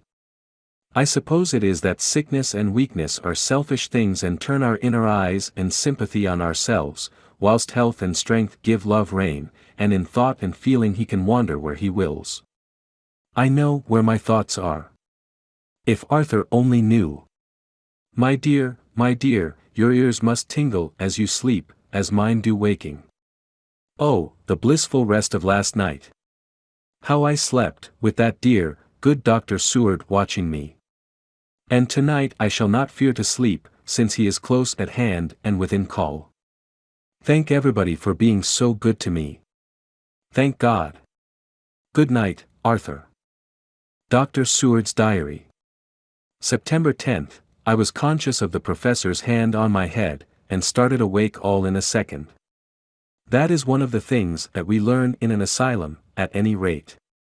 And how is our patient? Well, when I left her, or rather when she left me, I answered. "Come, let us see," he said. And together we went into the room. The blind was down, and I went over to raise it gently, whilst Van Helsing stepped, with his soft, cat-like tread, over to the bed. As I raised the blind, and the morning sunlight flooded the room, I heard the professor's low hiss of inspiration, and knowing its rarity, a deadly fear shot through my heart. As I passed over he moved back, and his exclamation of horror, "God in Himmel," needed no enforcement from his agonized face. He raised his hand and pointed to the bed, and his iron face was drawn and ashen white. I felt my knees begin to tremble. There on the bed, seemingly in a swoon, lay poor Lucy, more horribly white and wan-looking than ever. Even the lips were white, and the gums seemed to have shrunken back from the teeth, as we sometimes see in a corpse after a prolonged illness. Van Helsing raised his foot to stamp in anger, but the instinct of his life and all the long years of habit stood to him, and he put it down again softly. "Quick," he said. "Bring the brandy." I flew to the dining room, and returned with the decanter.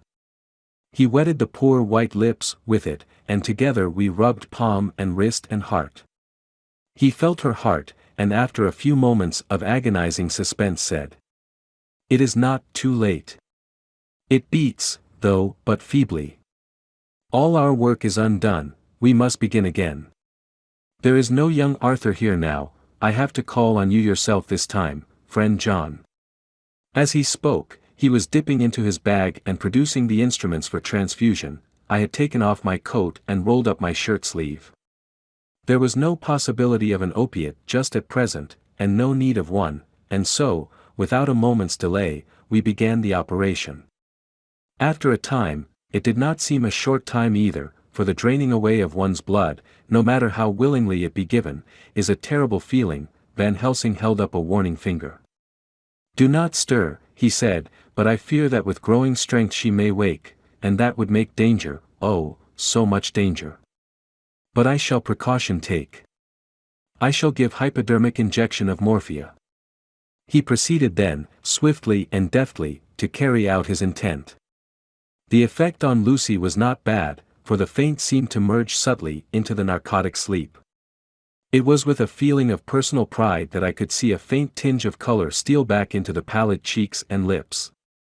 No man knows, till he experiences it, what it is to feel his own lifeblood drawn away into the veins of the woman he loves. The professor watched me critically. "That will do," he said. "Already?" I remonstrated. "You took a great deal more from art." To which he smiled a sad sort of smile as he replied, "He is her lover, her fiancé. You have work, much work, to do for her and for others, and the present will suffice." When we stopped the operation, he attended to Lucy, whilst I applied digital pressure to my own incision.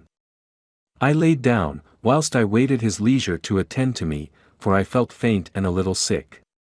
By and by he bound up my wound, and sent me downstairs to get a glass of wine for myself.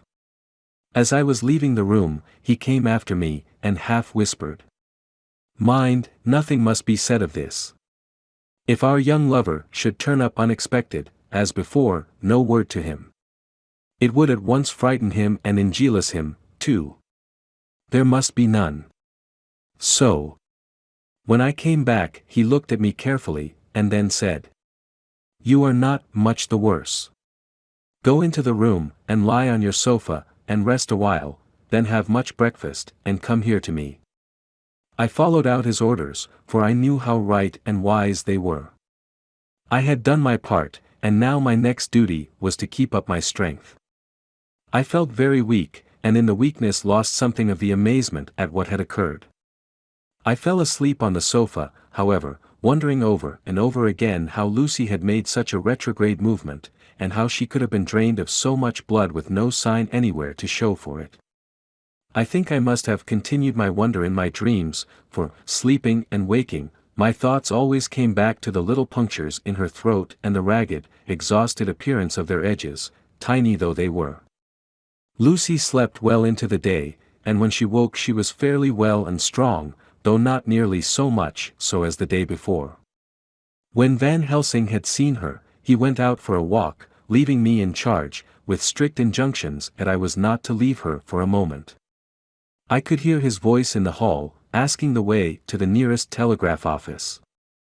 Lucy chatted with me freely, and seemed quite unconscious that anything had happened. I tried to keep her amused and interested. When her mother came up to see her, she did not seem to notice any change whatever, but said to me gratefully, "We owe you so much, Dr. Seward, for all you have done, but you really must now take care not to overwork yourself. You are looking pale yourself. You want a wife to nurse and look after you a bit, that you do." As she spoke, Lucy turned crimson, though it was only momentarily, for her poor wasted veins could not stand for long such an unwanted drain to the head. The reaction came in excessive pallor as she turned imploring eyes on me. I smiled and nodded, and laid my finger on my lips. With a sigh, she sank back amid her pillows. Van Helsing returned in a couple of hours, and presently said to me, "Now you go home, and eat much and drink enough. Make yourself strong. I stay here tonight, and I shall sit up with little miss myself. You and I must watch the case, and we must have none other to know. I have grave reasons. No, do not ask them, think what you will. Do not fear to think even the most not probable. Good night." In the hall, 2 of the maids came to me, and asked if they or either of them might not sit up with Miss Lucy. They implored me to let them, and when I said it was Dr. Van Helsing's wish that either he or I should sit up, they asked me quite piteously to intercede with the foreign gentleman. I was much touched by their kindness. Perhaps it is because I am weak at present, and perhaps because it was on Lucy's account, that their devotion was manifested, for over and over again have I seen similar instances of woman's kindness. I got back here in time for a late dinner, went my rounds, all well, and set this down whilst waiting for sleep. It is coming. September 11th, this afternoon I went over to Hillingham. Found Van Helsing in excellent spirits, and Lucy much better. Shortly after I had arrived, a big parcel from abroad came for the professor. He opened it with much impressment, assumed, of course, and showed a great bundle of white flowers. "These are for you, Miss Lucy," he said. "For me?" "Oh, Dr. Van Helsing." "Yes, my dear, but not for you to play with. These are medicines." Here Lucy made a wry face. "Nay, but they are not to take in a decoction or in nauseous form, so you need not snub that so charming nose, or I shall point out to my friend Arthur what woes he may have to endure in seeing so much beauty that he so loves so much distort.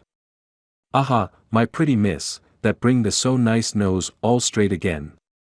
This is medicinal, but you do not know how.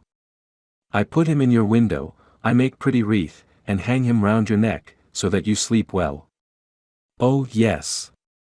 They, like the lotus flower, make your trouble forgotten. It smells so like the waters of Lethe, and of that fountain of youth that the conquistadores sought for in the Floridas, and find him all too late." Whilst he was speaking, Lucy had been examining the flowers and smelling them. Now she threw them down, saying, with half laughter, and half disgust, "Oh, Professor, I believe you are only putting up a joke on me. Why, these flowers are only common garlic." To my surprise, Van Helsing rose up and said with all his sternness, his iron jaw set and his bushy eyebrows meeting, "No trifling with me. I never jest. There is grim purpose in all I do, and I warn you that you do not thwart me. Take care, for the sake of others, if not for your own." Then seeing poor Lucy scared, as she might well be, he went on more gently, "Oh, little miss, my dear, do not fear me. I only do for your good, but there is much virtue to you in those so common flowers. See, I place them myself in your room. I make myself the wreath that you are to wear. But hush! No telling to others that make so inquisitive questions. We must obey, and silence is a part of obedience, and obedience is to bring you strong and well into loving arms that wait for you. Now sit still a while. Come with me, friend John, and you shall help me deck the room with my garlic, which is all the way from Harlem, where my friend Vanderpool raise herb in his glass houses all the year. I had to telegraph yesterday, or they would not have been here. We went into the room, taking the flowers with us. The professor's actions were certainly odd and not to be found in any pharmacopoeia that I ever heard of. First he fastened up the windows and latched them securely, next, taking a handful of the flowers, he rubbed them all over the sashes, as though to ensure that every whiff of air that might get in would be laden with the garlic smell. Then with the wisp he rubbed all over the jamb of the door, above, below, and at each side, and round the fireplace in the same way. It all seemed grotesque to me, and presently I said, "Well, Professor, I know you always have a reason for what you do, but this certainly puzzles me. It is well we have no skeptic here, or he would say that you were working some spell to keep out an evil spirit." "Perhaps I am," he answered quietly as he began to make the wreath which Lucy was to wear round her neck. We then waited whilst Lucy made her toilet for the night, and when she was in bed he came and himself fixed the wreath of garlic round her neck. The last words he said to her were, "Take care you do not disturb it, and even if the room feel close, do not tonight open the window or the door." "I promise," said Lucy, "and thank you both 1,000 times for all your kindness to me. Oh, what have I done to be blessed with such friends?" As we left the house in my fly, which was waiting, Van Helsing said, "Tonight I can sleep in peace, and sleep I want, 2 nights of travel, much reading in the day between, and much anxiety on the day to follow, and a night to sit up, without to wink. Tomorrow in the morning early you call for me, and we come together to see our pretty miss, so much more strong for my spell, which I have work. Ho! Ho!" He seemed so confident that I, remembering my own confidence 2 nights before and with the baneful result, felt awe and vague terror. It must have been my weakness that made me hesitate to tell it to my friend, but I felt it all the more, like unshed tears. Chapter 11. Lucy Westenra's Diary. September 12th, how good they all are to me. I quite love that dear Dr. Van Helsing. I wonder why he was so anxious about these flowers. He positively frightened me, he was so fierce. And yet he must have been right, for I feel comfort from them already. Somehow, I do not dread being alone tonight, and I can go to sleep without fear. I shall not mind any flapping outside the window. Oh, the terrible struggle that I have had against sleep so often of late, the pain of the sleeplessness, or the pain of the fear of sleep, with such unknown horrors as it has for me. How blessed are some people, whose lives have no fears, no dreads, to whom sleep is a blessing that comes nightly, and brings nothing but sweet dreams.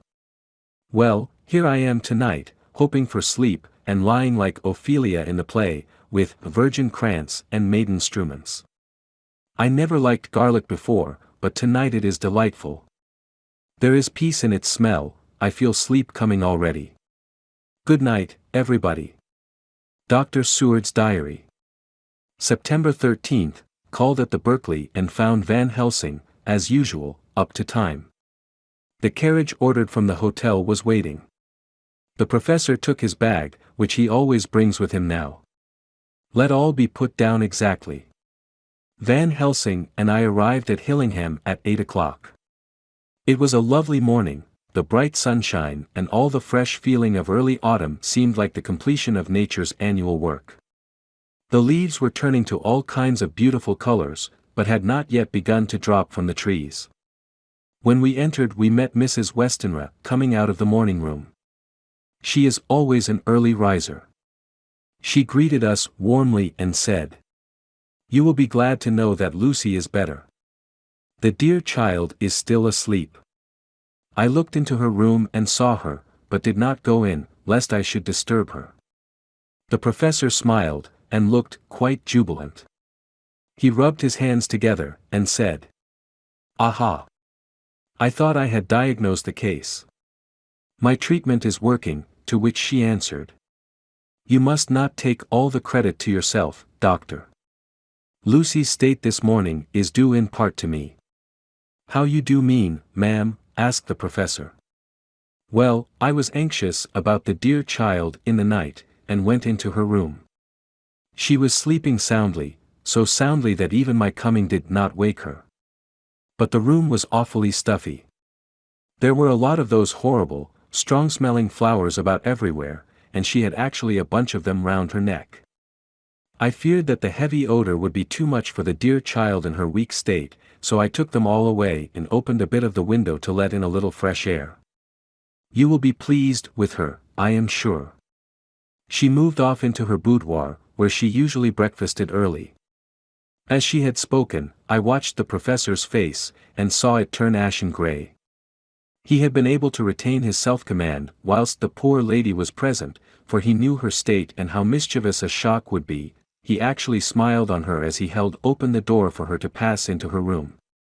But the instant she had disappeared he pulled me, suddenly and forcibly, into the dining room and closed the door. Then, for the first time in my life, I saw Van Helsing break down. He raised his hands over his head in a sort of mute despair, and then beat his palms together in a helpless way. Finally he sat down on a chair, and putting his hands before his face, began to sob, with loud, dry sobs that seemed to come from the very racking of his heart. Then he raised his arms again, as though appealing to the whole universe. God! God! God, he said. What have we done, what has this poor thing done, that we are so sore beset? Is there fate amongst us still, sent down from the pagan world of old, that such things must be, and in such way? This poor mother, all unknowing, and all for the best as she think, does such thing as lose her daughter body and soul, and we must not tell her, we must not even warn her, or she die, and then both die. Oh, how we are beset! How are all the powers of the devils against us?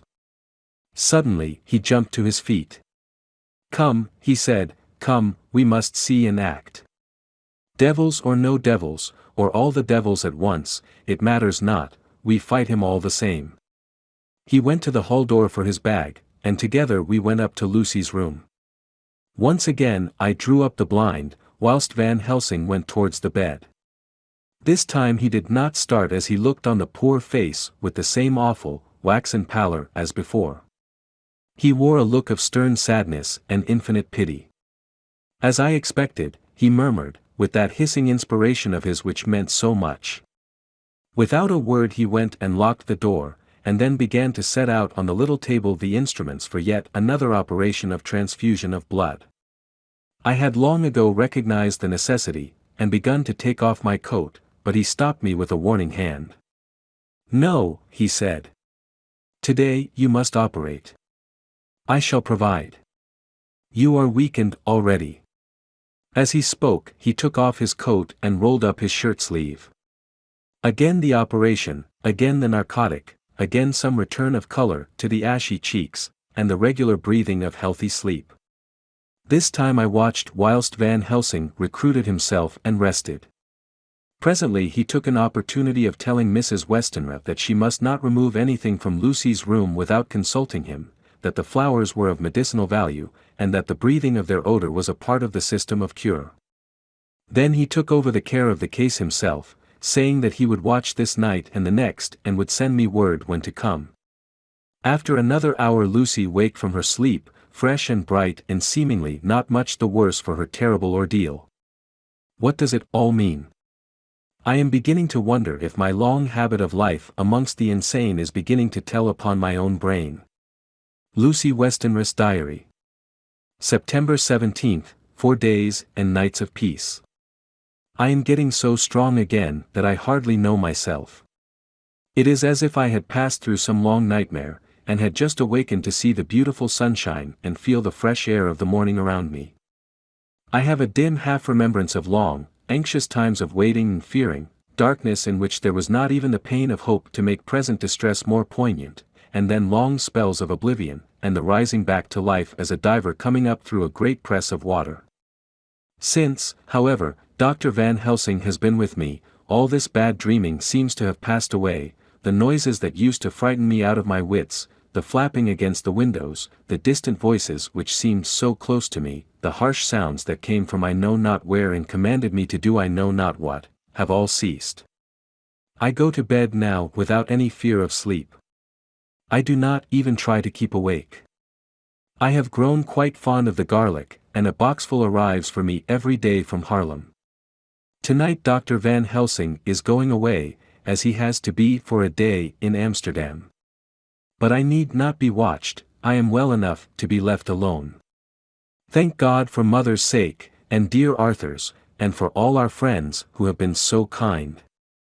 I shall not even feel the change, for last night Dr. Van Helsing slept in his chair a lot of the time. I found him asleep twice when I awoke, but I did not fear to go to sleep again, although the boughs or bats or something napped almost angrily against the window panes. The Pall Mall Gazette, September 18th. The Escaped Wolf. Perilous adventure of our interviewer. Interview with the keeper in the Zoological Gardens. After many inquiries and almost as many refusals, and perpetually using the words, Pall Mall Gazette, as a sort of talisman, I managed to find the keeper of the section of the Zoological Gardens in which the wolf department is included. Thomas Builder lives in one of the cottages in the enclosure behind the elephant house, and was just sitting down to his tea when I found him. Thomas and his wife are hospitable folk, elderly, and without children, and if the specimen I enjoyed of their hospitality be of the average kind, their lives must be pretty comfortable. The keeper would not enter on what he called business, until the supper was over, and we were all satisfied.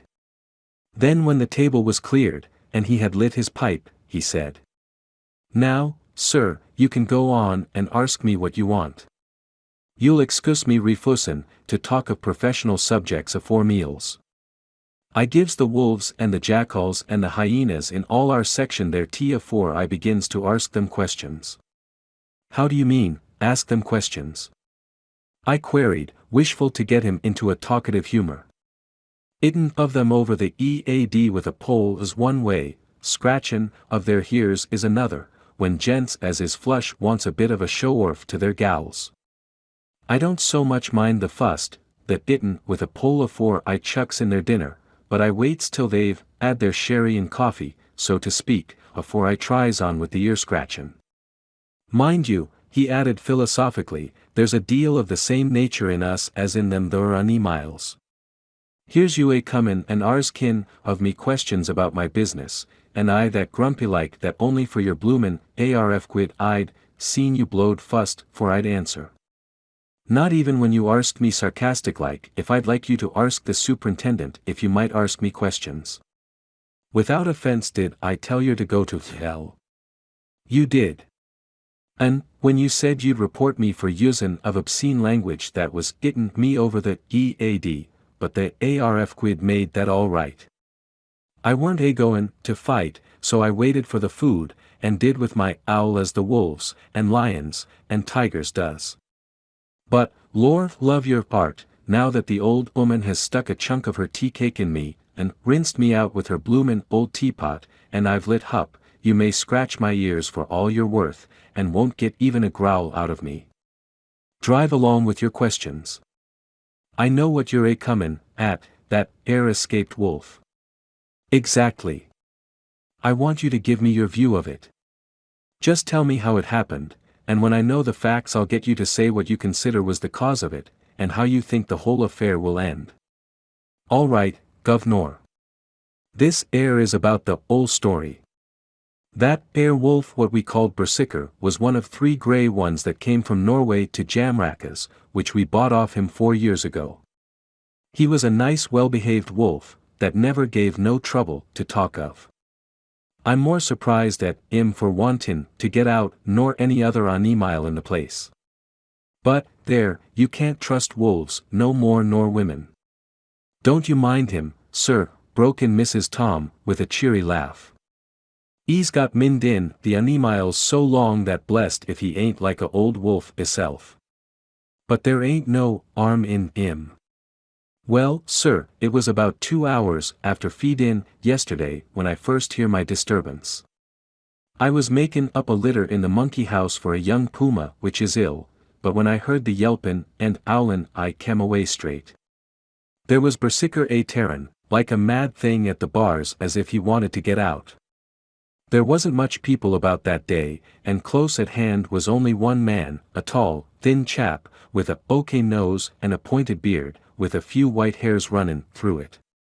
He had a hard, cold look and red eyes, and I took a sort of mislike to him, for it seemed as if it was 'im as they was irritated at. He 'ad white kid gloves on 'is 'ands, and he pointed out the animals to me and says, "Keeper, these wolves seem upset at something."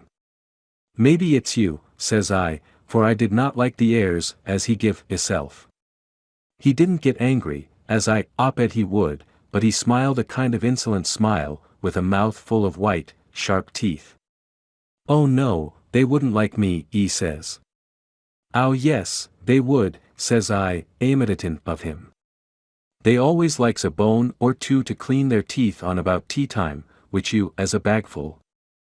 Well, it was a odd thing, but when the animals see us talkin', they lay down, and when I went over to Bersicker he let me stroke his ears same as ever. That there man came over, and blessed but if he didn't put in his hand and stroke the old wolf's ears too. "Take care," says I, "Bersicker is quick." "Never mind," he says. "I'm used to 'em. Are you in the business yourself?" I says, taking off my 'at, for a man what trades in wolves, etc., is a good friend to keepers. "No," says he, "not exactly in the business, but I've made pets of several." And with that he lifts his 'at as perlite as a lord, and walks away. Old Bersicker kept lookin' arter him till he was out of sight, and then went and lay down in a corner and wouldn't come hout the whole hevening. Well, larst night, so soon as the moon was hup, the wolves here all began aoling. There warn't nothing for them to howl at. There warn't no one near, except someone that was evidently callin' a dog somewheres out back of the gardings in the park road. Once or twice I went out to see that all was right, and it was, and then the howling stopped. Just before 12 o'clock I just took a look round afore tinnin' in, and, bust me, but when I came opposite to old Bersicker's cage I see the rails broken and twisted about and the cage empty. And that's all I know for certain. Did anyone else see anything? One of our gardeners was comin' 'ome about that time from a harmony, when he sees a big grey dog comin' out through the garden edges. At least, so he says, but I don't give much for it myself, for if he did, he never said a word about it to his missus when he got 'ome, and it was only after the escape of the wolf was made known, and we had been up all night a-huntin' of the park for Bersicker, that he remembered seein' anything. My own belief was that the harmony had got into his EAD. Now, Mr. Builder, can you account in any way for the escape of the wolf? Well, sir, he said, with a suspicious sort of modesty, I think I can, but I don't know as how you'd be satisfied with the theory. Certainly, I shall. If a man like you, who knows the animals from experience, can't hazard a good guess at any rate, who is even to try? Well then, sir, I accounts for it this way. It seems to me that Herr Wolf escaped, simply because he wanted to get out. From the hearty way that both Thomas and his wife laughed at the joke I could see that it had done service before, and that the whole explanation was simply an elaborate sell. I couldn't cope in badinage with the worthy Thomas, but I thought I knew a surer way to his heart, so I said. Now, Mr. Builder, we'll consider that first half-sovereign worked off, and this brother of his is waiting to be claimed when you've told me what you think will happen. Right sir, he said briskly. Ye'll excuse me, I know, for chaffin' of ye, but the old woman here winked at me, which was as much as telling me to go on. Well, I never, said the old lady. My opinion is this, that wolf is idin' of, somewheres. The gardener what didn't remember said he was gallopin' northward faster than a horse could go, but I don't believe him, for, yer see, sir, wolves don't gallop no more nor dogs does, they not bein' built that way. Wolves is fine things in a storybook, and I dessay when they gets in packs and does be chivying somethin', that's more afeard than they can make a devil of a noise and chop it up, whatever it is. But, Lord bless you, in real life a wolf is only a low creature, not half so clever or bold as a good dog, and not half a quarter so much fight in him. This one ain't been used to fightin' or even to providin' for hisself, and more like he's somewhere round the park a idin' and a shiverin' of, and, if he thinks at all, wonderin' where he is to get his breakfast from, or maybe he's got down some area and is in a coal cellar. My eye, won't some cook get a rum start when she sees his green eyes a shining at her out of the dark. If he can't get food he's bound to look for it, and mayhap he may chance to light on a butcher's shop in time. If he doesn't, and some nursemaid goes a walkin' orf with a soldier, leavin' of the hinfant in the perambulator, well, then I shouldn't be surprised if the census is one babby the less. That's all. I was handing him the half-sovereign, when something came bobbing up against the window, and Mr. Builder's face doubled its natural length with surprise. God bless me, he said.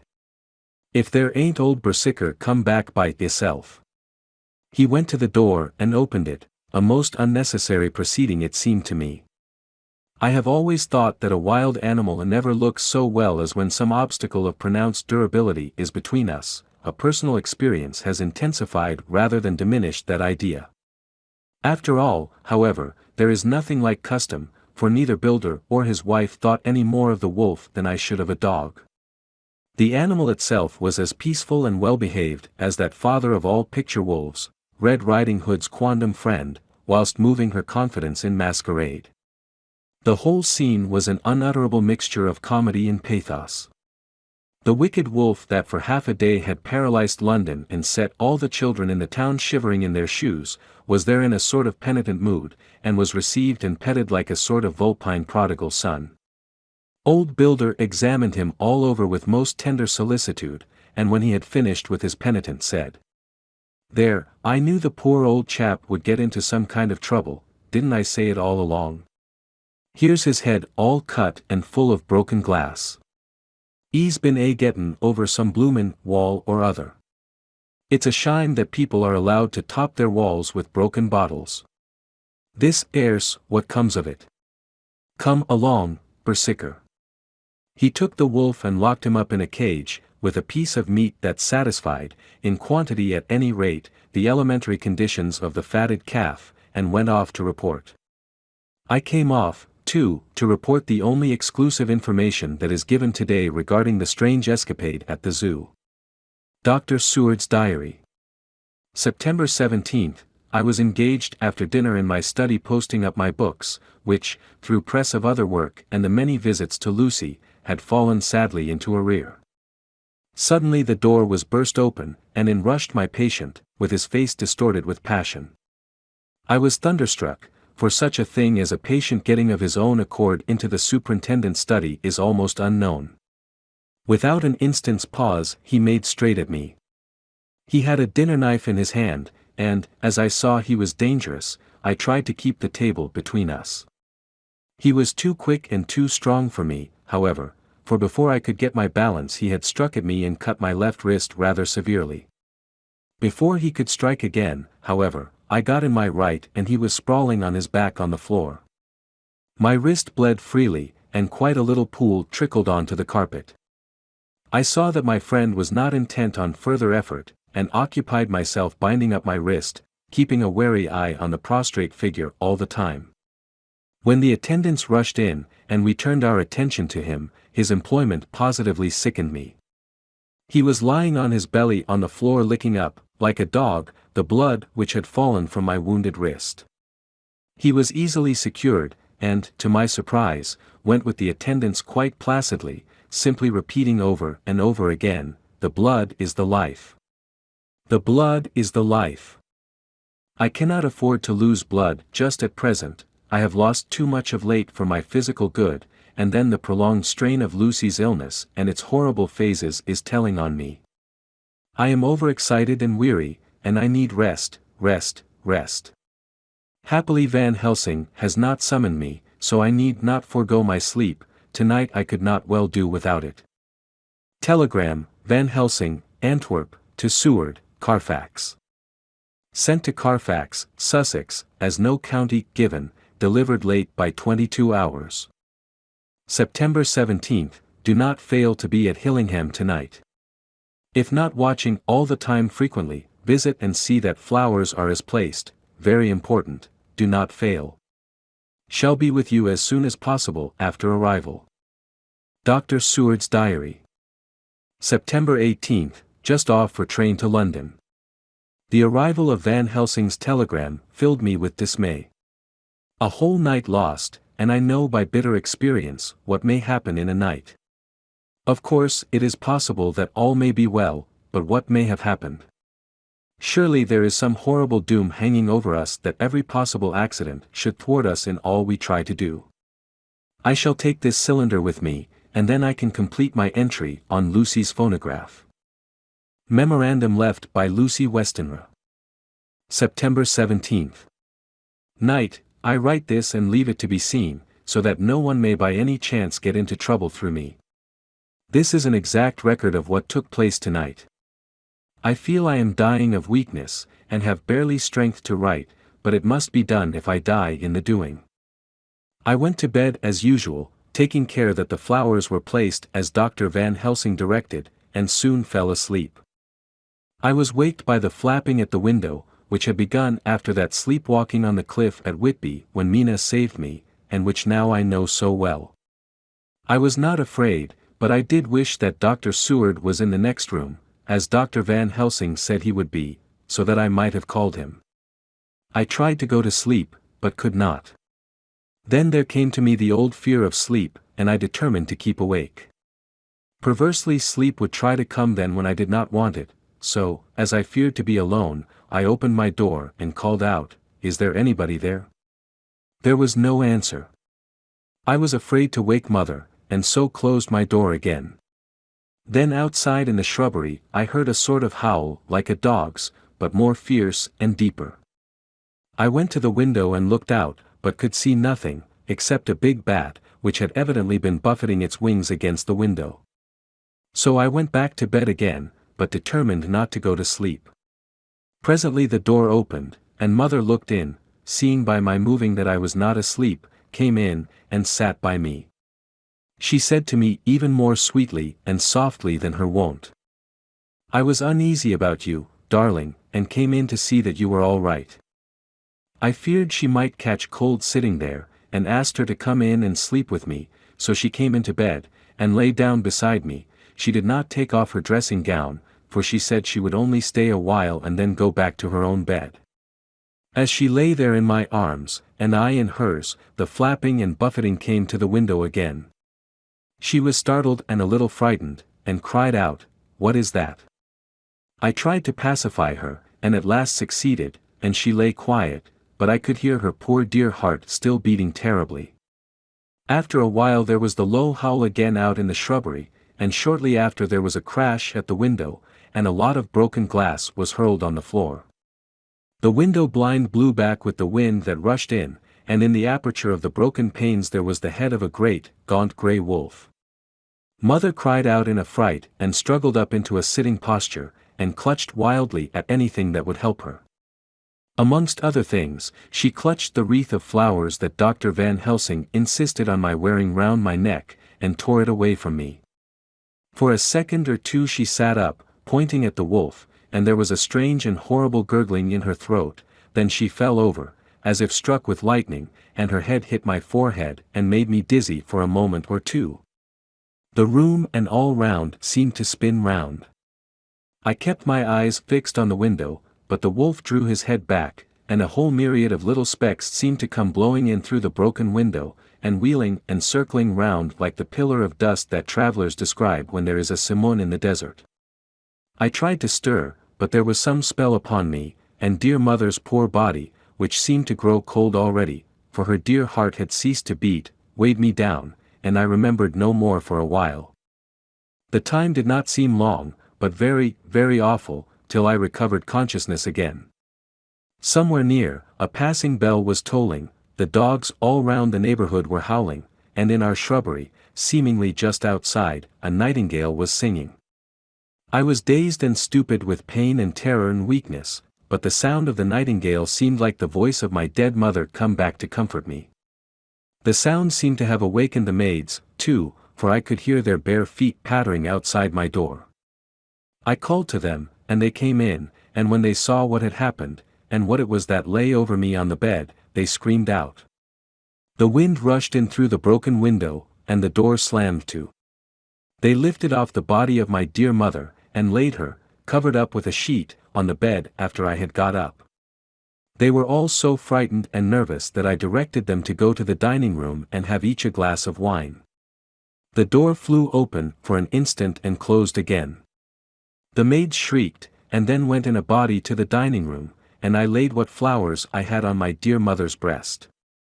When they were there I remembered what Dr. Van Helsing had told me, but I didn't like to remove them, and, besides, I would have some of the servants to sit up with me now.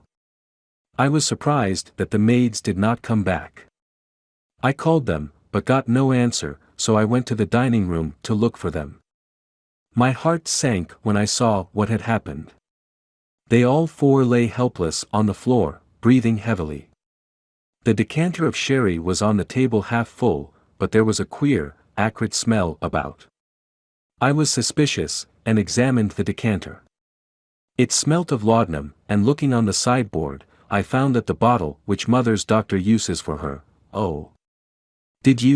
was empty. What am I to do? What am I to do? I am back in the room with mother. I cannot leave her, and I am alone, save for the sleeping servants, whom someone has drugged. Alone with the dead. I dare not go out, for I can hear the low howl of the wolf through the broken window. The air seems full of specks, floating and circling in the draught from the window, and the lights burn blue and dim. What am I to do? God, shield me from harm this night. I shall hide this paper in my breast, where they shall find it when they come to lay me out. My dear mother gone. It is time that I go too. Goodbye, dear Arthur, if I should not survive this night.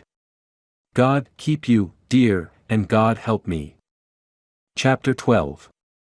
Dr. Seward's Diary. September 18th, I drove at once to Hillingham and arrived early. Keeping my cab at the gate, I went up the avenue alone. I knocked gently and rang as quietly as possible, for I feared to disturb Lucy or her mother, and hoped to only bring a servant to the door. After a while, finding no response, I knocked and rang again, still no answer. I cursed the laziness of the servants that they should lie abed at such an hour, for it was now 10 o'clock, and so rang and knocked again, but more impatiently, but still without response. Hitherto I had blamed only the servants, but now a terrible fear began to assail me. Was this desolation but another link in the chain of doom which seemed drawing tight around us? Was it indeed a house of death to which I had come, too late?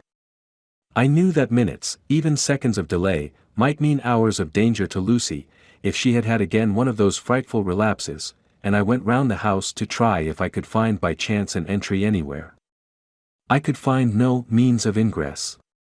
Every window and door was fastened and locked, and I returned baffled to the porch. As I did so, I heard the rapid pit-pat of a swiftly driven horse's feet. They stopped at the gate, and a few seconds later I met Van Helsing running up the avenue. When he saw me, he gasped out. Then it was you, and just arrived. How is she? Are we too late? Did you not get my telegram?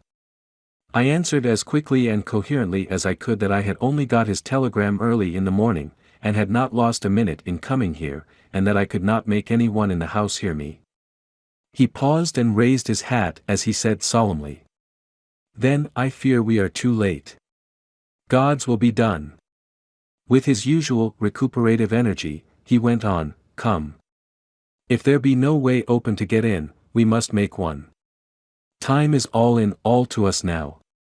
We went round to the back of the house, where there was a kitchen window. The professor took a small surgical saw from his case, and handing it to me, pointed to the iron bars which guarded the window. I attacked them at once and had very soon cut through 3 of them.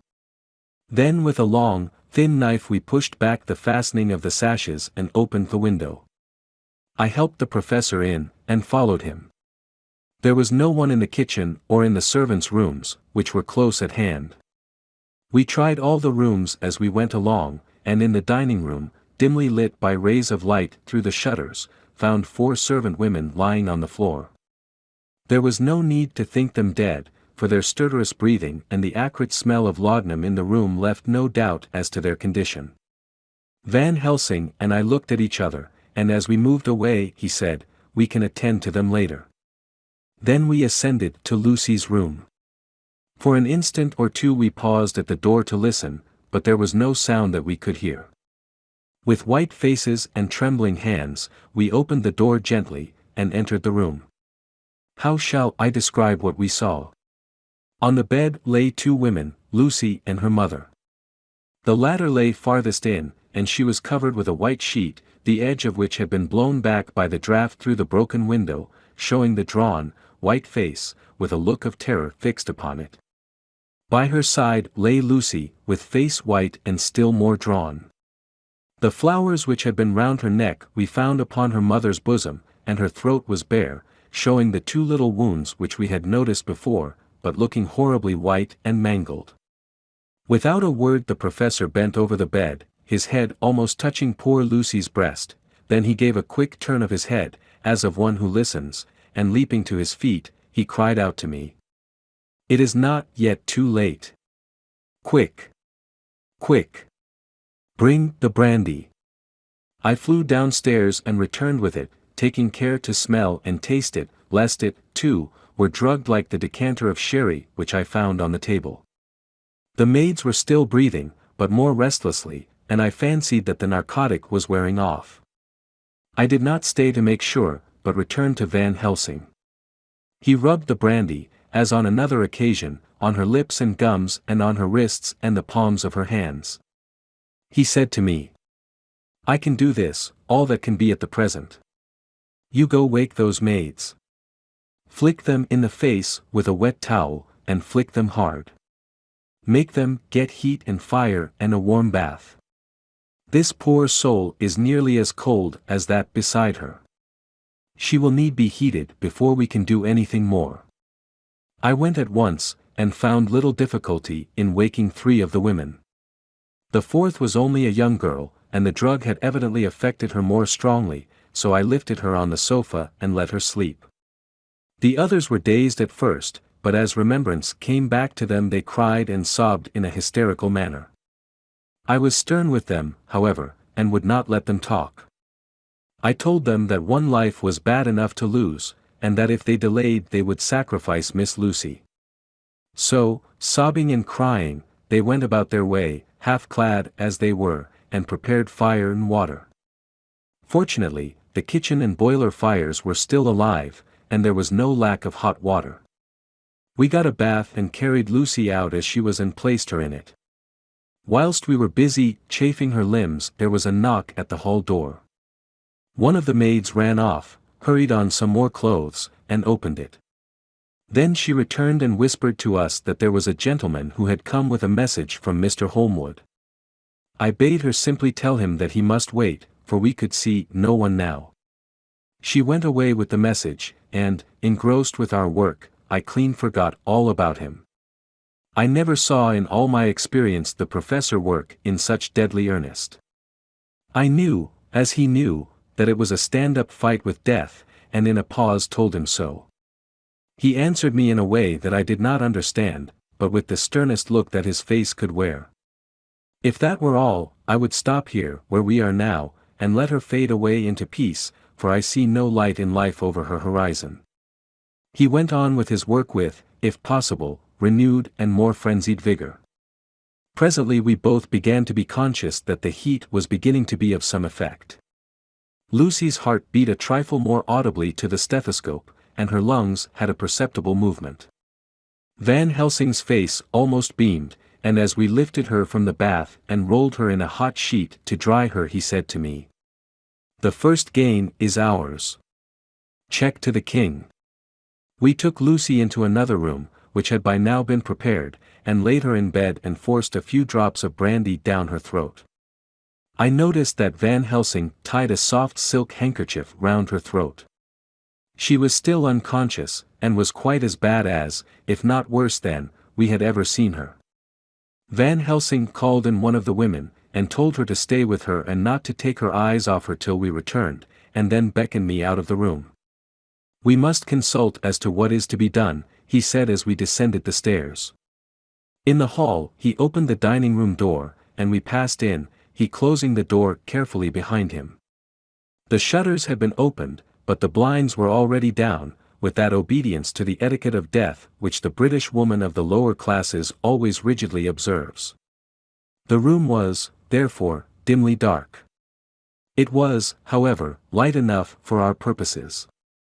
Van Helsing's sternness was somewhat relieved by a look of perplexity. He was evidently torturing his mind about something, so I waited for an instant, and he spoke. "What are we to do now? Where are we to turn for help? We must have another transfusion of blood, and that soon, or that poor girl's life won't be worth an hour's purchase. You are exhausted already, I am exhausted too. I fear to trust those women, even if they would have courage to submit. What are we to do for someone who will open his veins for her? What's the matter with me, anyhow?" The voice came from the sofa across the room, and its tones brought relief and joy to my heart, for they were those of Quincy Morris. Van Helsing started angrily at the first sound, but his face softened and a glad look came into his eyes as I cried out, "Quincy Morris," and rushed towards him with outstretched hands. "What brought you here?" I cried as our hands met. "I guess art is the cause." He handed me a telegram. "Have not heard from Seward for 3 days, and am terribly anxious. Cannot leave. Father still in same condition. Send me word how Lucy is. Do not delay, Holmwood. I think I came just in the nick of time.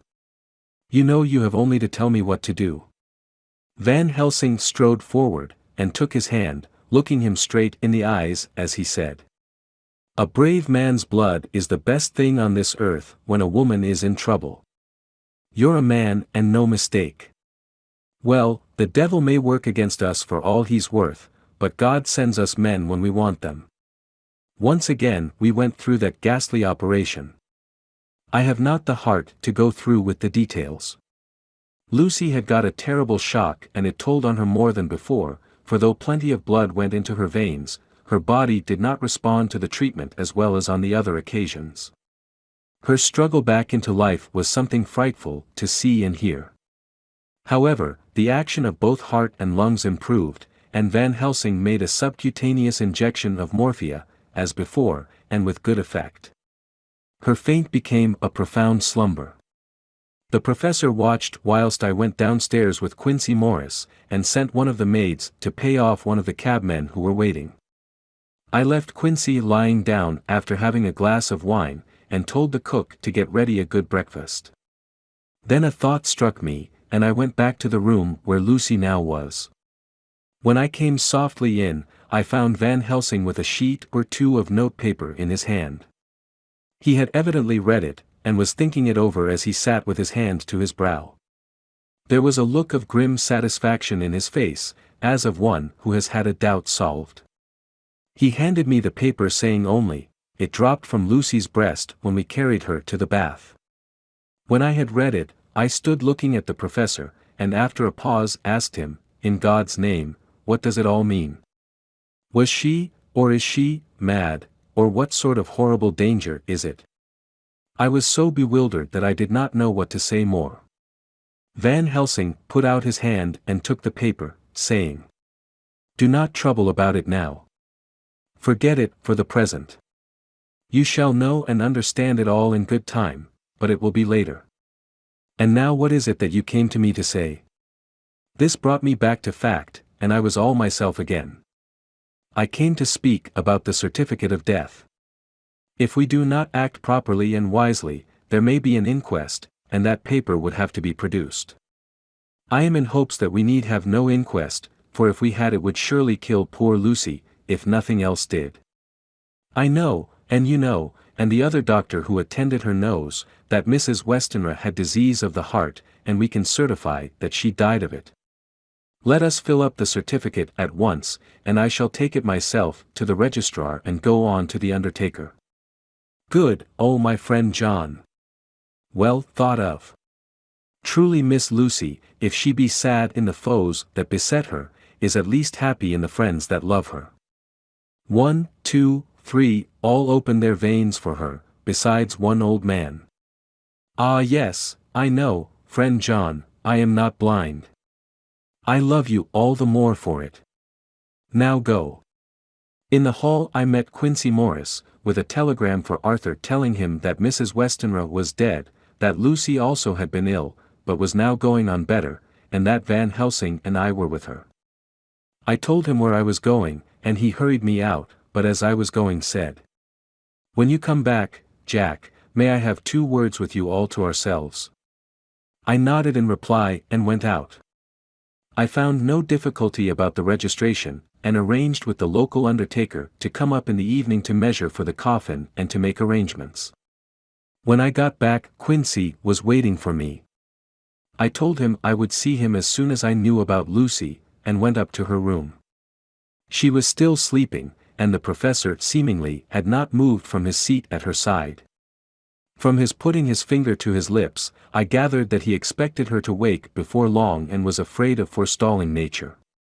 So I went down to Quincy and took him into the breakfast room, where the blinds were not drawn down, and which was a little more cheerful, or rather less cheerless, than the other rooms.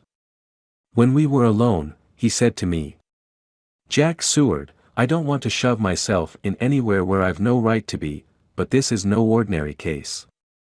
You know I loved that girl and wanted to marry her, but, although that's all past and gone, I can't help feeling anxious about her all the same. What is it that's wrong with her?" The Dutchman, and a fine old fellow he is, I can see that, said, "That time you 2 came into the room, that you must have another transfusion of blood, and that both you and he were exhausted. Now I know well that you medical men speak in camera, and that a man must not expect to know what they consult about in private. But this is no common matter, and, whatever it is, I have done my part. Is not that so?" "That's so," I said, and he went on. "I take it that both you and Van Helsing had done already what I did today. Is not that so?" "That's so. And I guess Art was in it too. When I saw him 4 days ago down at his own place he looked queer. I have not seen anything pulled down so quick since I was on the Pampas and had a mare that I was fond of go to grass all in a night. One of those big bats that they call vampires had got at her in the night, and what with his gorge and the vein left open, there wasn't enough blood in her to let her stand up, and I had to put a bullet through her as she lay. Jack, if you may tell me without betraying confidence, Arthur was the first, is not that so?" As he spoke, the poor fellow looked terribly anxious. He was in a torture of suspense regarding the woman he loved, and his utter ignorance of the terrible mystery which seemed to surround her intensified his pain. His very heart was bleeding, and it took all the manhood of him, and there was a royal lot of it, too, to keep him from breaking down. I paused before answering, for I felt that I must not betray anything which the professor wished kept secret, but already he knew so much, and guessed so much, that there could be no reason for not answering, so I answered in the same phrase, "That's so." "And how long has this been going on?" "About 10 days. 10 days. Then I guess, Jack Seward, that poor pretty creature that we all love has had put into her veins within that time the blood of 4 strong men. Man alive, her whole body wouldn't hold it." Then, coming close to me, he spoke in a fierce half-whisper, "What took it out?" I shook my head. "That," I said, "is the crux. Van Helsing is simply frantic about it, and I am at my wit's end. I can't even hazard a guess. There has been a series of little circumstances which have thrown out all our calculations as to Lucy being properly watched. But these shall not occur again. Here we stay until all be well, or ill." Quincy held out his hand. "Count me in," he said. "You and the Dutchman will tell me what to do, and I'll do it." When she woke late in the afternoon, Lucy's first movement was to feel in her breast, and, to my surprise, produced the paper which Van Helsing had given me to read. The careful professor had replaced it where it had come from, lest on waking she should be alarmed. Her eye then lit on Van Helsing and on me too, and gladdened. Then she looked around the room, and seeing where she was, shuddered, she gave a loud cry, and put her poor thin hands before her pale face. We both understood what that meant, that she had realized to the full her mother's death, so we tried what we could to comfort her. Doubtless sympathy eased her somewhat, but she was very low in thought and spirit, and wept silently and weakly for a long time. We told her that either or both of us would now remain with her all the time, and that seemed to comfort her. Towards dusk she fell into a doze. Here a very odd thing occurred. Whilst still asleep she took the paper from her breast and tore it in two. Van Helsing stepped over and took the pieces from her. All the same, however, she went on with the action of tearing, as though the material were still in her hands. Finally she lifted her hands and opened them as though scattering the fragments. Van Helsing seemed surprised, and his brows gathered as if in thought, but he said nothing. September 19th, all last night she slept fitfully, being always afraid to sleep, and something weaker when she woke from it. The professor and I took it in turns to watch, and we never left her for a moment unattended. Quincy Morris said nothing about his intention, but I knew that all night long he patrolled round and round the house. When the day came, its searching light showed the ravages in poor Lucy's strength. She was hardly able to turn her head, and the little nourishment which she could take seemed to do her no good. At times she slept, and both Van Helsing and I noticed the difference in her, between sleeping and waking. Whilst asleep she looked stronger, although more haggard, and her breathing was softer. Her open mouth showed the pale gums drawn back from the teeth, which thus looked positively longer and sharper than usual. When she woke the softness of her eyes evidently changed the expression, for she looked her own self, although a dying one. In the afternoon she asked for Arthur, and we telegraphed for him. Quincy went off to meet him at the station. When he arrived it was nearly 6 o'clock, and the sun was setting full and warm, and the red light streamed in through the window and gave more color to the pale cheeks. When he saw her, Arthur was simply choking with emotion, and none of us could speak. In the hours that had passed, the fits of sleep, or the comatose condition that passed for it, had grown more frequent, so that the pauses when conversation was possible were shortened. Arthur's presence, however, seemed to act as a stimulant. She rallied a little, and spoke to him more brightly than she had done since we arrived. He too pulled himself together, and spoke as cheerily as he could, so that the best was made of everything. It was now nearly 1 o'clock, and he and Van Helsing are sitting with her. I am to relieve them in a quarter of an hour, and I am entering this on Lucy's phonograph. Until 6 o'clock, they are to try to rest. I fear that tomorrow will end our watching, for the shock has been too great. The poor child cannot rally. God help us all. Letter, Mina Harker, to Lucy Westenra. Unopened, by her. September 17th. My dearest Lucy. It seems an age since I heard from you, or indeed since I wrote. You will pardon me, I know, for all my faults when you have read all my budget of news. Well, I got my husband back all right. When we arrived at Exeter there was a carriage waiting for us, and in it, though he had an attack of gout, Mr. Hawkins. He took us to his house, where there were rooms for us all nice and comfortable, and we dined together. After dinner Mr. Hawkins said, "My dears, I want to drink your health and prosperity, and may every blessing attend you both. I know you both from children, and have, with love and pride, seen you grow up. Now, I want you to make your home here with me. I have left to me neither chick nor child, all are gone, and in my will I have left you everything." I cried, "Lucy dear," as Jonathan and the old man clasped hands. Our evening was a very, very happy one. So here we are, installed in this beautiful old house, and from both my bedroom and the drawing room I can see the great elms of the cathedral close, with their great black stems standing out against the old yellow stone of the cathedral, and I can hear the rooks overhead cawing and chattering and gossiping all day, after the manner of rooks, and humans. I am busy, I need not tell you, arranging things in housekeeping. Jonathan and Mr. Hawkins are busy all day, for, now that Jonathan is a partner, Mr. Hawkins wants to tell him all about the clients. How is your dear mother getting on? I wish I could run up to town for a day or two to see you, dear, but I dare not go yet, with so much on my shoulders, and Jonathan wants looking after still. He is beginning to put some flesh on his bones again, but he was terribly weakened by the long illness. Even now he sometimes starts out of his sleep in a sudden way and awakes all trembling until I can coax him back to his usual placidity. However, thank God, these occasions grow less frequent as the days go on, and they will in time pass away altogether, I trust. And now I have told you my news, let me ask yours. When are you to be married, and where, and who is to perform the ceremony, and what are you to wear, and is it to be a public or a private wedding? Tell me all about it, dear, tell me all about everything, for there is nothing which interests you which will not be dear to me.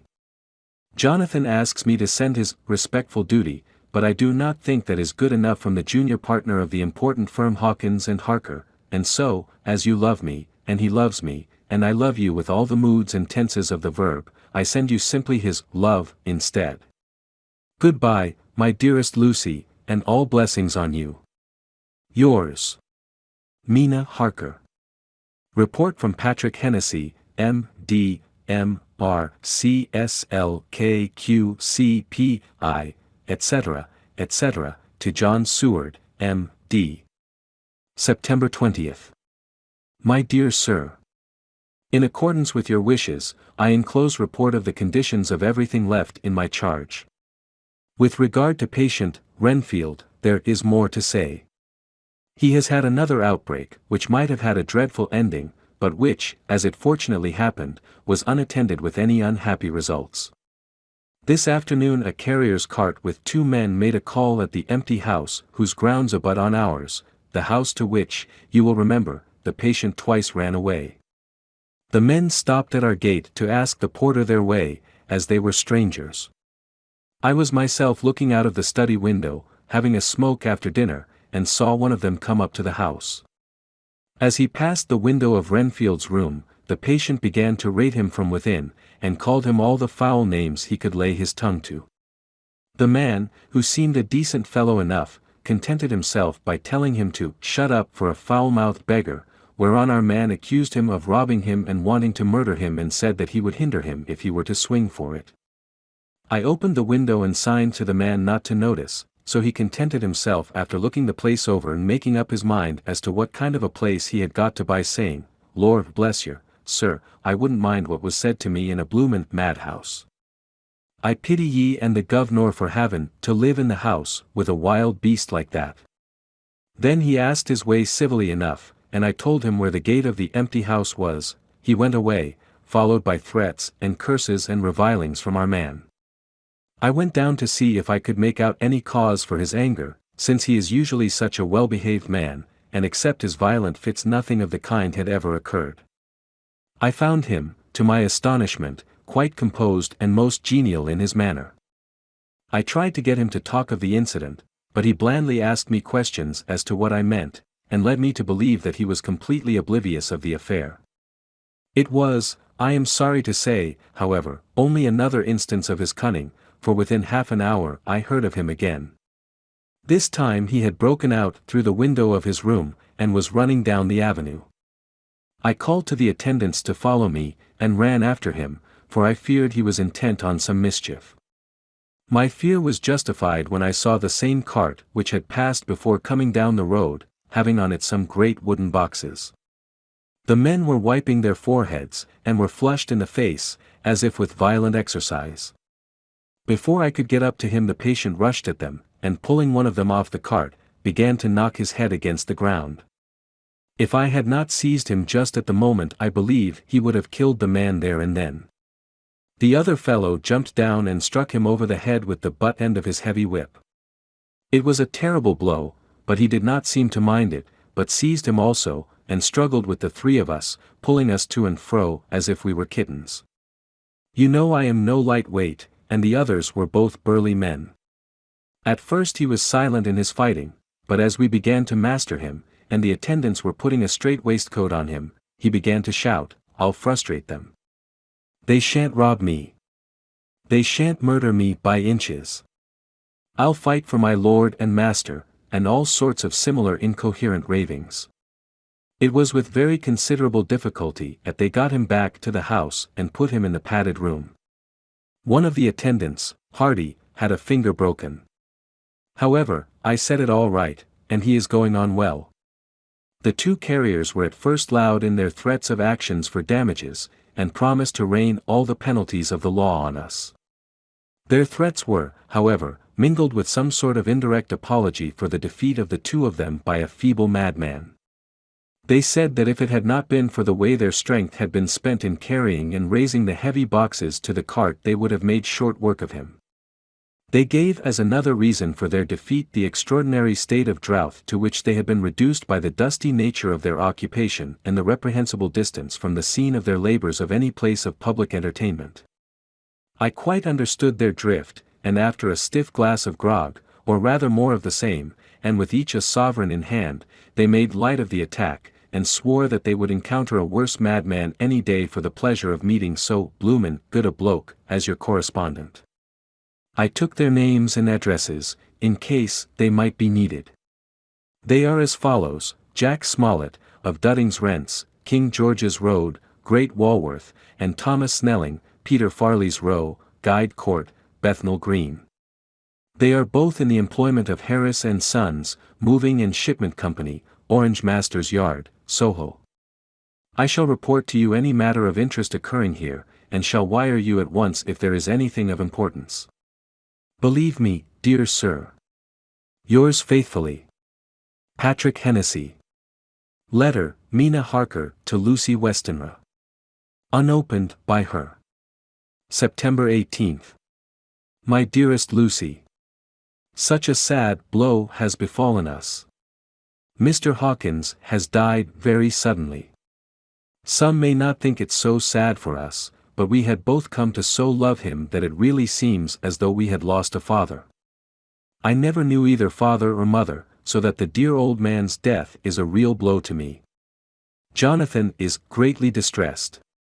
It is not only that he feels sorrow, deep sorrow, for the dear, good man who has befriended him all his life, and now at the end has treated him like his own son and left him a fortune which to people of our modest bringing up is wealth beyond the dream of avarice, but Jonathan feels it on another account. He says the amount of responsibility which it puts upon him makes him nervous. He begins to doubt himself. I try to cheer him up, and my belief in him helps him to have a belief in himself. But it is here that the grave shock that he experienced tells upon him the most. Oh, it is too hard that a sweet, simple, noble, strong nature such as his, a nature which enabled him by our dear, good friend's aid to rise from clerk to master in a few years, should be so injured that the very essence of its strength is gone. Forgive me, dear, if I worry you with my troubles in the midst of your own happiness, but, Lucy dear, I must tell someone, for the strain of keeping up a brave and cheerful appearance to Jonathan tries me, and I have no one here that I can confide in. I dread coming up to London, as we must do the day after tomorrow, for poor Mr. Hawkins left in his will that he was to be buried in the grave with his father. As there are no relations at all, Jonathan will have to be chief mourner. I shall try to run over to see you, dearest, if only for a few minutes. Forgive me for troubling you. With all blessings. Your loving Mina Harker. Dr. Seward's Diary. September 20th, only resolution and habit can let me make an entry tonight. I am too miserable, too low-spirited, too sick of the world and all in it, including life itself, that I would not care if I heard this moment the flapping of the wings of the angel of death. And he has been flapping those grim wings to some purpose of late, Lucy's mother and Arthur's father, and now. Let me get on with my work. I duly relieved Van Helsing in his watch over Lucy. We wanted Arthur to go to rest also, but he refused at first. It was only when I told him that we should want him to help us during the day, and that we must not all break down for want of rest, lest Lucy should suffer, that he agreed to go. Van Helsing was very kind to him. Come, my child, he said, come with me. You are sick and weak, and have had much sorrow and much mental pain, as well as that tax on your strength that we know of. You must not be alone, for to be alone is to be full of fears and alarms. Come to the drawing room, where there is a big fire, and there are 2 sofas. You shall lie on one, and I on the other, and our sympathy will be comfort to each other, even though we do not speak, and even if we sleep. Arthur went off with him, casting back a longing look on Lucy's face, which lay in her pillow, almost whiter than the lawn. She lay quite still, and I looked round the room to see that all was as it should be. I could see that the professor had carried out in this room, as in the other, his purpose of using the garlic. The whole of the window sashes reeked with it, and round Lucy's neck, over the silk handkerchief which Van Helsing made her keep on, was a rough chaplet of the same odorous flowers. Lucy was breathing somewhat stertorously, and her face was at its worst, for the open mouth showed the pale gums. Her teeth, in the dim, uncertain light, seemed longer and sharper than they had been in the morning. In particular, by some trick of the light, the canine teeth looked longer and sharper than the rest. I sat down by her, and presently she moved uneasily. At the same moment there came a sort of dull flapping or buffeting at the window. I went over to it softly, and peeped out by the corner of the blind. There was a full moonlight, and I could see that the noise was made by a great bat, which wheeled round, doubtless attracted by the light, although so dim, and every now and again struck the window with its wings. When I came back to my seat, I found that Lucy had moved slightly, and had torn away the garlic flowers from her throat. I replaced them as well as I could, and sat watching her. Presently she woke, and I gave her food, as Van Helsing had prescribed. She took but a little, and that languidly. There did not seem to be with her now the unconscious struggle for life and strength that had hitherto so marked her illness. It struck me as curious that the moment she became conscious she pressed the garlic flowers close to her. It was certainly odd that whenever she got into that lethargic state, with the stertorous breathing, she put the flowers from her, but that when she waked she clutched them close. There was no possibility of making any mistake about this, for in the long hours that followed, she had many spells of sleeping and waking and repeated both actions many times. At 6 o'clock Van Helsing came to relieve me. Arthur had then fallen into a doze, and he mercifully let him sleep on. When he saw Lucy's face I could hear the sissing indraw of his breath, and he said to me in a sharp whisper, "Draw up the blind, I want light." Then he bent down, and, with his face almost touching Lucy's, examined her carefully. He removed the flowers and lifted the silk handkerchief from her throat. As he did so he started back, and I could hear his ejaculation, "Mein Gott," as it was smothered in his throat. I bent over and looked, too, and as I noticed some queer chill came over me. The wounds on the throat had absolutely disappeared. For fully 5 minutes Van Helsing stood looking at her, with his face at its sternest. Then he turned to me and said calmly, "She is dying. It will not be long now. It will be much difference, mark me, whether she dies conscious or in her sleep. Wake that poor boy, and let him come and see the last. He trusts us, and we have promised him." I went to the dining room and waked him. He was dazed for a moment, but when he saw the sunlight streaming in through the edges of the shutters he thought he was late, and expressed his fear. I assured him that Lucy was still asleep, but told him as gently as I could that both Van Helsing and I feared that the end was near. He covered his face with his hands, and slid down on his knees by the sofa, where he remained, perhaps a minute, with his head buried, praying, whilst his shoulders shook with grief. I took him by the hand and raised him up. "Come," I said, "my dear old fellow, summon all your fortitude, it will be best and easiest for her."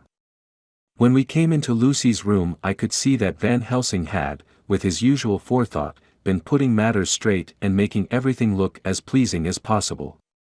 He had even brushed Lucy's hair, so that it lay on the pillow in its usual sunny ripples. When we came into the room she opened her eyes, and seeing him, whispered softly, "Arthur. Oh, my love, I am so glad you have come. He was stooping to kiss her, when Van Helsing motioned him back. "No," he whispered, "not yet. Hold her hand, it will comfort her more." So Arthur took her hand and knelt beside her, and she looked her best, with all the soft lines matching the angelic beauty of her eyes. Then gradually her eyes closed, and she sank to sleep. For a little bit her breast heaved softly, and her breath came and went like a tired child's. And then insensibly there came the strange change which I had noticed in the night. Her breathing grew stertorous, the mouth opened, and the pale gums, drawn back, made the teeth look longer and sharper than ever. In a sort of sleep-waking, vague, unconscious way she opened her eyes, which were now dull and hard at once, and said in a soft, voluptuous voice, such as I had never heard from her lips: "Arthur! Oh, my love, I am so glad you have come. Kiss me." Arthur bent eagerly over to kiss her, but at that instant Van Helsing, who, like me, had been startled by her voice, swooped upon him, and catching him by the neck with both hands, dragged him back with a fury of strength which I never thought he could have possessed, and actually hurled him almost across the room. "Not for your life," he said, "not for your living soul and hers." And he stood between them like a lion at bay. Arthur was so taken aback that he did not for a moment know what to do or say, and before any impulse of violence could seize him he realized the place and the occasion, and stood silent, waiting. I kept my eyes fixed on Lucy, as did Van Helsing, and we saw a spasm as of rage flit like a shadow over her face, the sharp teeth champed together. Then her eyes closed, and she breathed heavily.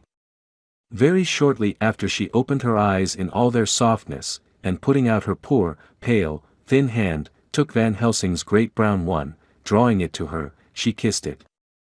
"My true friend," she said, in a faint voice, but with untellable pathos, "my true friend, and his. Oh, guard him, and give me peace." "I swear it," he said solemnly, kneeling beside her and holding up his hand, as one who registers an oath. Then he turned to Arthur, and said to him, "Come, my child, take her hand in yours, and kiss her on the forehead, and only once." Their eyes met instead of their lips, and so they parted. Lucy's eyes closed, and Van Helsing, who had been watching closely, took Arthur's arm, and drew him away. And then Lucy's breathing became stertorous again, and all at once it ceased. "It is all over," said Van Helsing. "She is dead." I took Arthur by the arm, and led him away to the drawing-room, where he sat down, and covered his face with his hands, sobbing in a way that nearly broke me down to see. I went back to the room, and found Van Helsing looking at poor Lucy, and his face was sterner than ever. Some change had come over her body. Death had given back part of her beauty, for her brow and cheeks had recovered some of their flowing lines, even the lips had lost their deadly pallor. It was as if the blood, no longer needed for the working of the heart, had gone to make the harshness of death as little rude as might be. We thought her dying whilst she slept. And sleeping when she died. I stood beside Van Helsing, and said, "Ah, well, poor girl, there is peace for her at last. It is the end." He turned to me, and said with grave solemnity, "Not so, alas. Not so. It is only the beginning." When I asked him what he meant, he only shook his head and answered, "We can do nothing as yet. Wait and see." Chapter 13. Dr. Seward's Diary, continued. The funeral was arranged for the next succeeding day, so that Lucy and her mother might be buried together. I attended to all the ghastly formalities, and the urbane undertaker proved that his staff were afflicted, or blessed, with something of his own obsequious suavity. Even the woman who performed the last offices for the dead remarked to me, in a confidential, brother-professional way, when she had come out from the death chamber, "She makes a very beautiful corpse, sir. It's quite a privilege to attend on her. It's not too much to say that she will do credit to our establishment." I noticed that Van Helsing never kept far away. This was possible from the disordered state of things in the household. There were no relatives at hand, and as Arthur had to be back the next day to attend at his father's funeral, we were unable to notify anyone who should have been bidden. Under the circumstances, Van Helsing and I took it upon ourselves to examine papers, etc. He insisted upon looking over Lucy's papers himself. I asked him why, for I feared that he, being a foreigner, might not be quite aware of English legal requirements, and so might in ignorance make some unnecessary trouble. He answered me. I know. You forget that I am a lawyer as well as a doctor. But this is not altogether for the law. You knew that, when you avoided the coroner. I have more than him to avoid. There may be papers more, such as this. As he spoke he took from his pocket-book the memorandum which had been in Lucy's breast, and which she had torn in her sleep. When you find anything of the solicitor who is for the late Mrs. Westenra, seal all her papers, and write him tonight. For me, I watch here in the room and in Miss Lucy's old room all night, and I myself search for what may be. It is not well that her very thoughts go into the hands of strangers. I went on with my part of the work, and in another half hour had found the name and address of Mrs. Westenra's solicitor and had written to him. All the poor lady's papers were in order, explicit directions regarding the place of burial were given. I had hardly sealed the letter, when, to my surprise, Van Helsing walked into the room, saying, "Can I help you, friend John? I am free, and if I may, my service is to you. Have you got what you looked for?" I asked, to which he replied, "I did not look for any specific thing. I only hope to find, and find I have, all that there was, only some letters and a few memoranda, and a diary new begun. But I have them here, and we shall for the present say nothing of them. I shall see that poor lad tomorrow evening, and, with his sanction, I shall use some." When we had finished the work in hand, he said to me, "And now, friend John, I think we may to bed. We want sleep, both you and I, and rest to recuperate. Tomorrow we shall have much to do, but for the tonight there is no need of us." Alas! Before turning in we went to look at poor Lucy. The undertaker had certainly done his work well, for the room was turned into a small chapelle ardente. There was a wilderness of beautiful white flowers, and death was made as little repulsive as might be. The end of the winding sheet was laid over the face. When the professor bent over and turned it gently back, we both started at the beauty before us, the tall wax candles showing a sufficient light to note it well. All Lucy's loveliness had come back to her in death, and the hours that had passed, instead of leaving traces of decay's effacing fingers, had but restored the beauty of life, till positively I could not believe my eyes that I was looking at a corpse. The professor looked sternly grave. He had not loved her as I had, and there was no need for tears in his eyes. He said to me, "Remain till I return," and left the room. He came back with a handful of wild garlic from the box waiting in the hall, but which had not been opened, and placed the flowers amongst the others on and around the bed. Then he took from his neck, inside his collar, a little gold crucifix, and placed it over the mouth. He restored the sheet to its place, and we came away. I was undressing in my own room, when, with a premonitory tap at the door, he entered, and at once began to speak. "Tomorrow I want you to bring me, before night, a set of post-mortem knives." "Must we make an autopsy?" I asked. "Yes and no. I want to operate, but not as you think. Let me tell you now, but not a word to another. I want to cut off her head and take out her heart." "Ah! You a surgeon, and so shocked. You, whom I have seen with no tremble of hand or heart, do operations of life and death that make the rest shudder. Oh, but I must not forget, my dear friend John, that you loved her, and I have not forgotten it, for it is I that shall operate, and you must only help. I would like to do it tonight, but for Arthur I must not. He will be free after his father's funeral tomorrow, and he will want to see her, to see it. Then, when she is coffined ready for the next day, you and I shall come when all sleep. We shall unscrew the coffin lid, and shall do our operation, and then replace all, so that none know, save we alone. But why do it at all? The girl is dead. Why mutilate her poor body without need? And if there is no necessity for a post-mortem and nothing to gain by it, no good to her, to us, to science, to human knowledge, why do it? Without such it is monstrous. For answer he put his hand on my shoulder, and said, with infinite tenderness, "Friend John, I pity your poor bleeding heart, and I love you the more because it does so bleed. If I could, I would take on myself the burden that you do bear. But there are things that you know not, but that you shall know, and bless me for knowing, though they are not pleasant things. John, my child, you have been my friend now many years, and yet did you ever know me to do any without good cause? I may err, I am but man, but I believe in all I do. Was it not for these causes that you sent for me when the great trouble came? Yes. Were you not amazed, nay horrified, when I would not let Arthur kiss his love, though she was dying, and snatched him away by all my strength? Yes.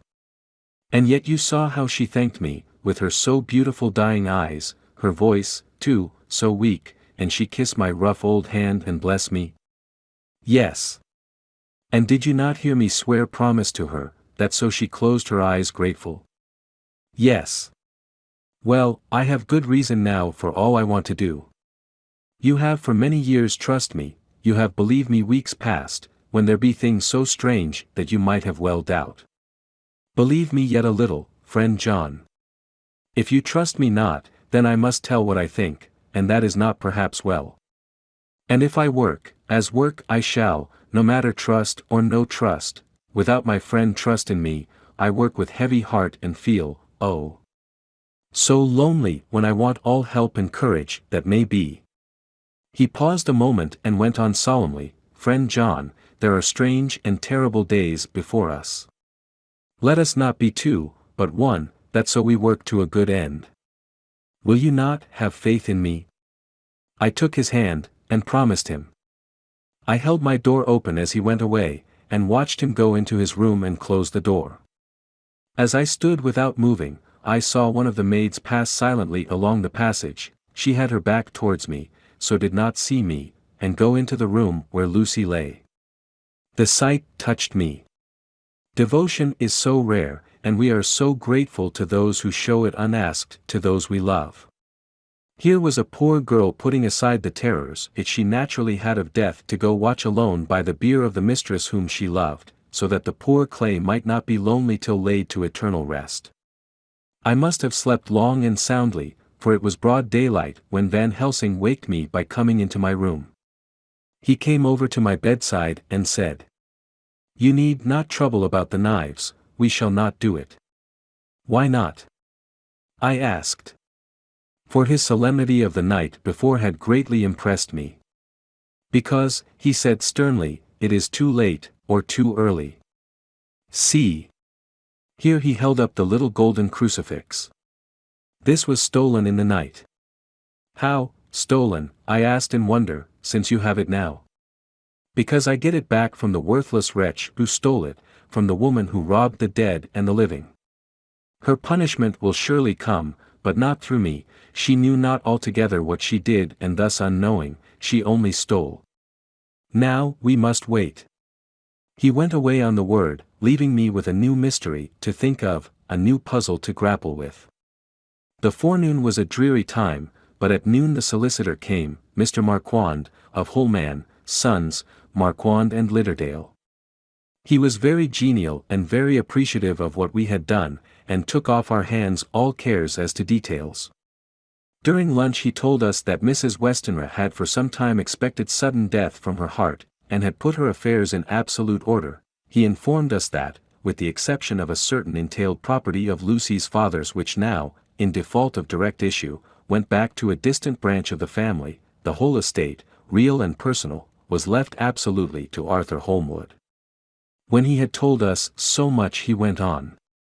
Frankly, we did our best to prevent such a testamentary disposition, and pointed out certain contingencies that might leave her daughter either penniless or not so free as she should be to act regarding a matrimonial alliance.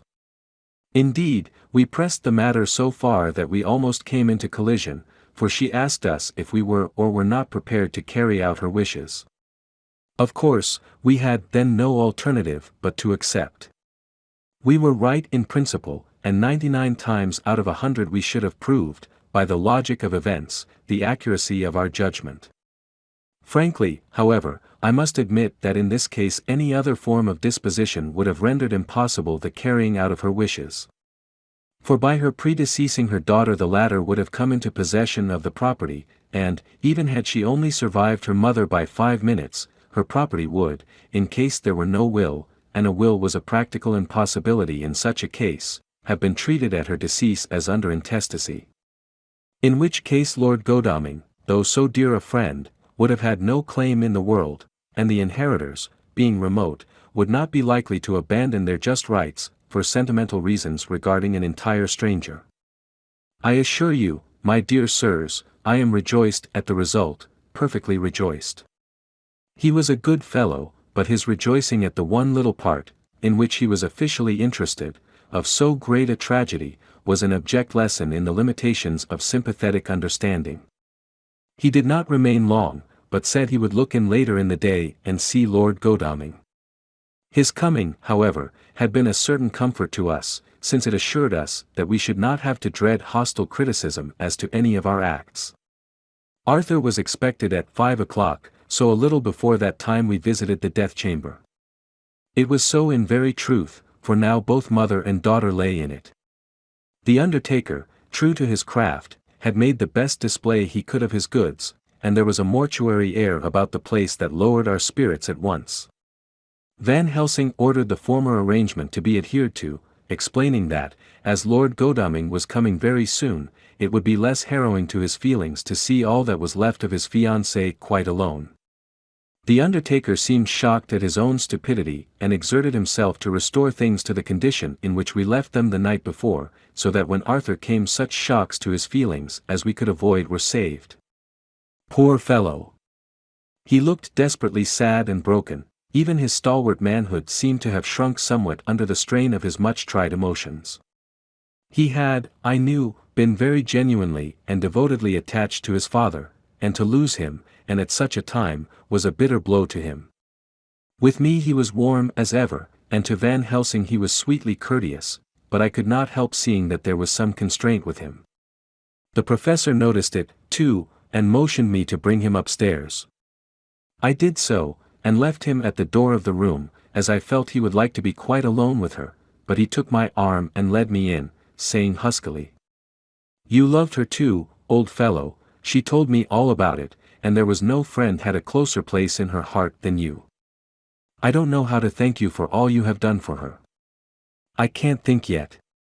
Here he suddenly broke down, and threw his arms round my shoulders and laid his head on my breast, crying, "Oh, Jack!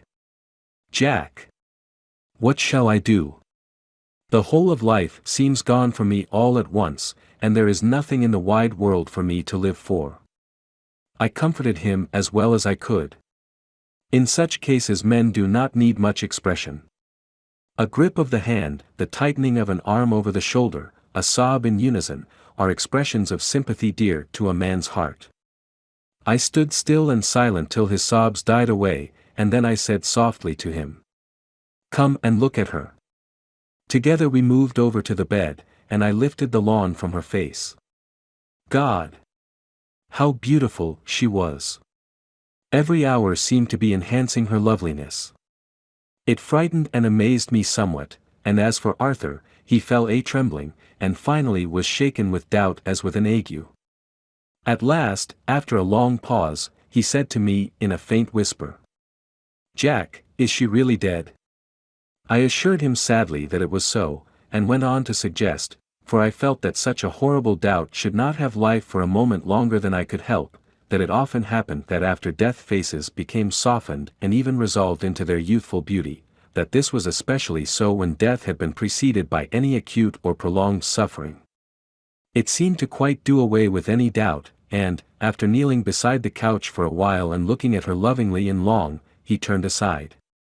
I told him that must be goodbye, as the coffin had to be prepared, so he went back and took her dead hand in his and kissed it, and bent over and kissed her forehead. He came away, fondly looking back over his shoulder at her as he came. I left him in the drawing room, and told Van Helsing that he had said goodbye, so the latter went to the kitchen to tell the undertaker's men to proceed with the preparations and to screw up the coffin. When he came out of the room again, I told him of Arthur's question, and he replied, "I am not surprised. Just now I doubted for a moment myself. We all dined together, and I could see that poor Art was trying to make the best of things."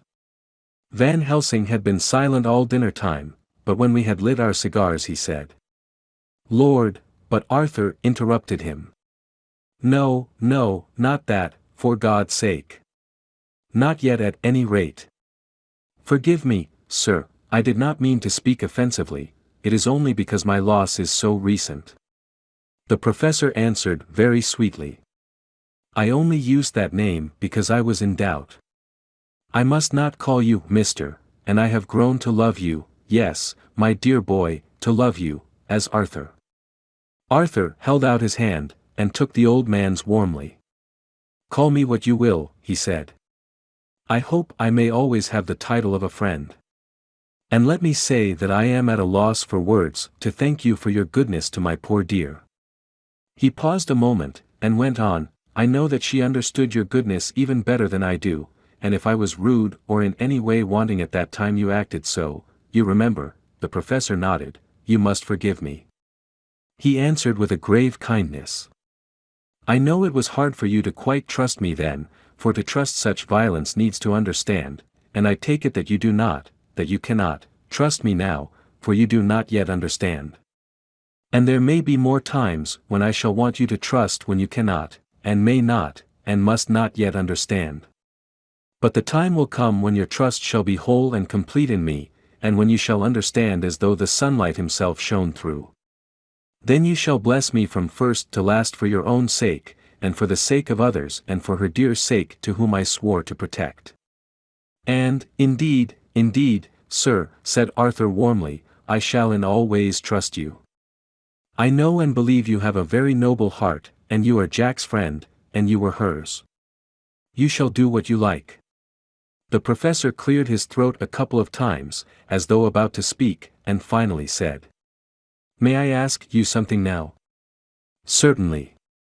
"You know that Mrs. Westenra left you all her property?" "No, poor dear, I never thought of it." "And as it is all yours, you have a right to deal with it as you will.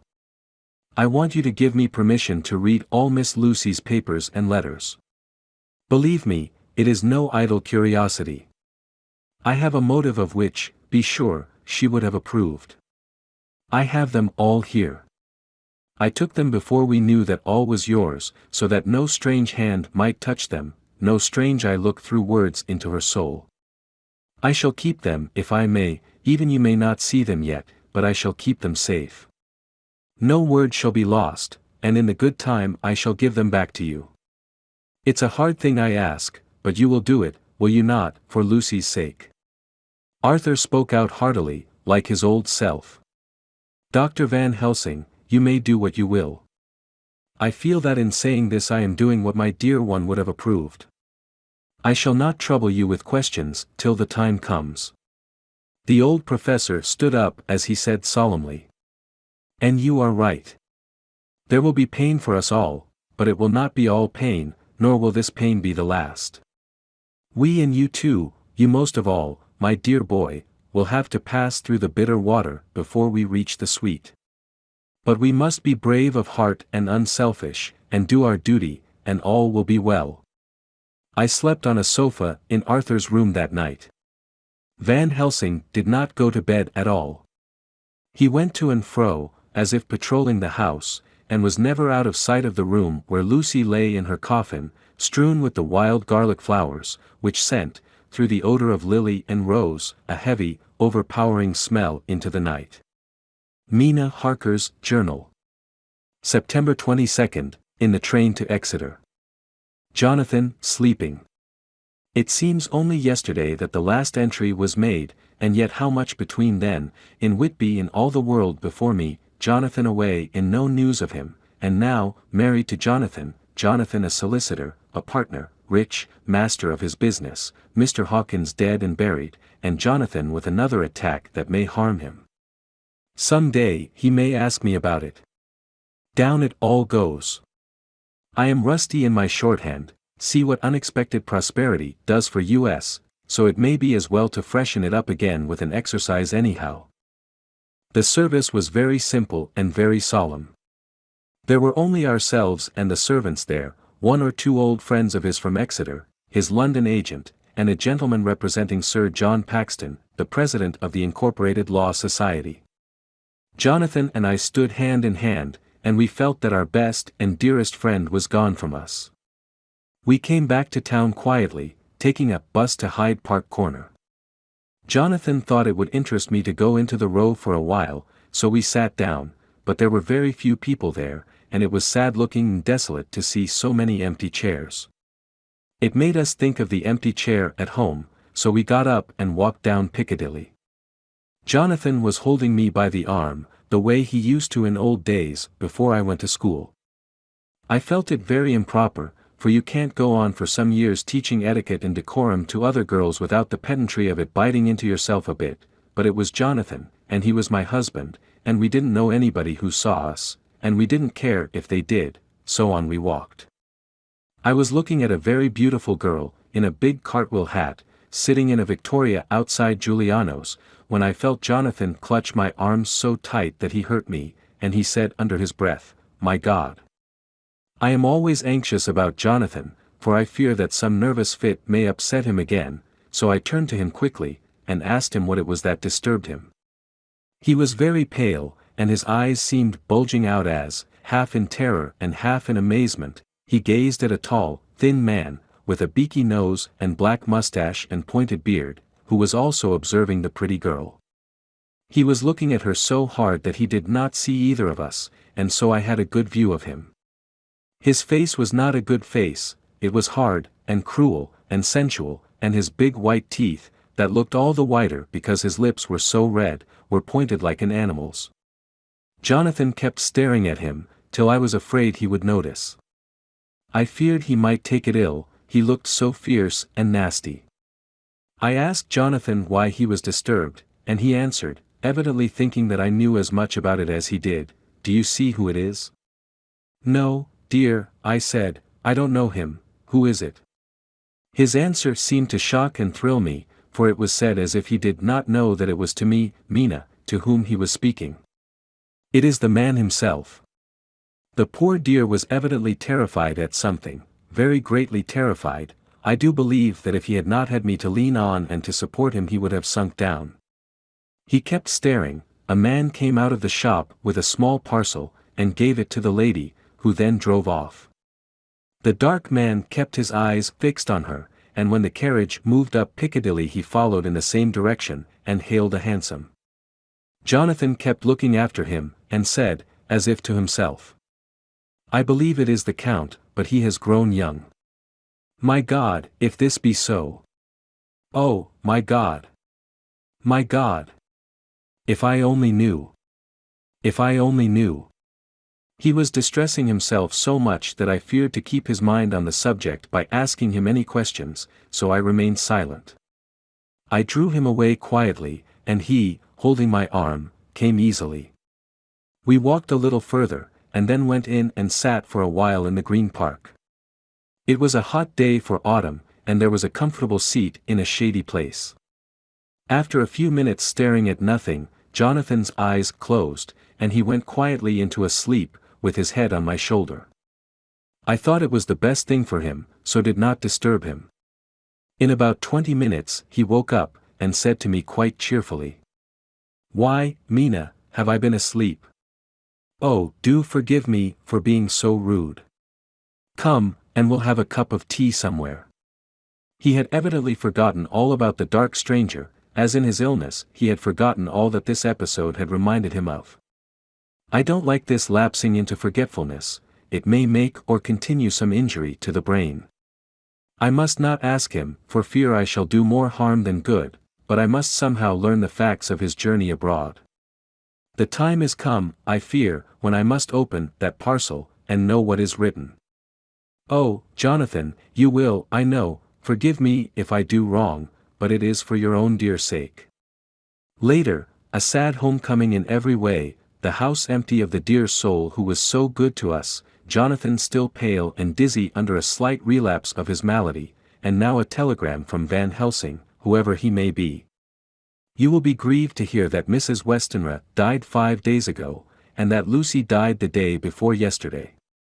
They were both buried today. Oh, what a wealth of sorrow in a few words.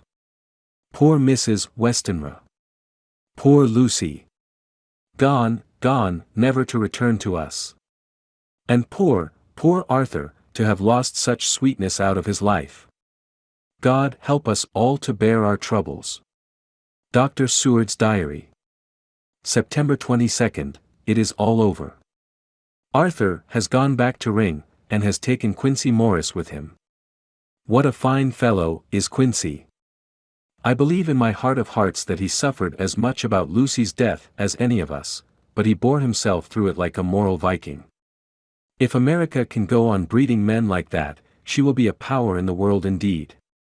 Van Helsing is lying down, having a rest preparatory to his journey.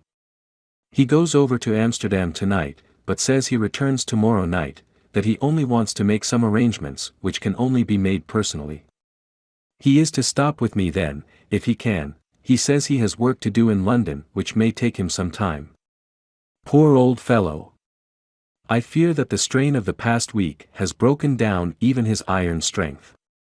All the time of the burial he was, I could see, putting some terrible restraint on himself. When it was all over, we were standing beside Arthur, who, poor fellow, was speaking of his part in the operation where his blood had been transfused to his Lucy's veins. I could see Van Helsing's face grow white and purple by turns. Arthur was saying that he felt since then as if they two had been really married and that she was his wife in the sight of God.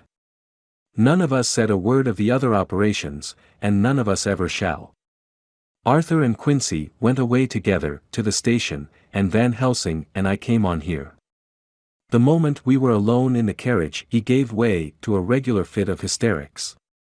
He has denied to me since that it was hysterics, and insisted that it was only his sense of humor asserting itself under very terrible conditions. He laughed till he cried, and I had to draw down the blinds lest anyone should see us and misjudge, and then he cried, till he laughed again, and laughed and cried together, just as a woman does. I tried to be stern with him, as one is to a woman under the circumstances, but it had no effect. Men and women are so different in manifestations of nervous strength or weakness.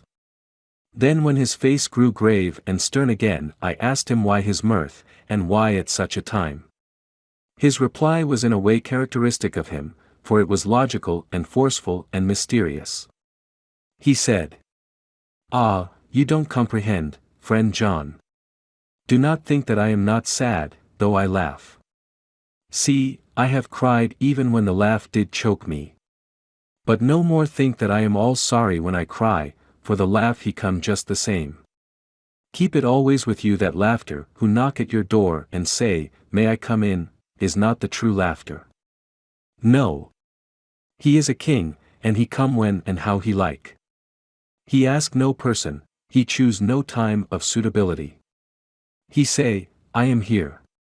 Behold, in example I grieve my heart out for that so sweet young girl, I give my blood for her, though I am old and worn, I give my time, my skill, my sleep, I let my other sufferers want that so she may have all.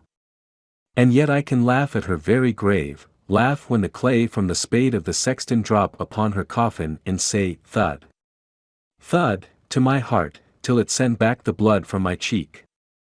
My heart bleed for that poor boy, that dear boy, so of the age of mine own boy had I been so blessed that he live, and with his hair and eyes the same.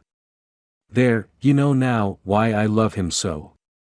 And yet when he say things that touch my husband heart to the quick, and make my father heart yearn to him as to no other man, not even to you, friend John, for we are more level in experiences than father and son, yet even at such moment king laugh he come to me and shout and bellow in my ear, here I am.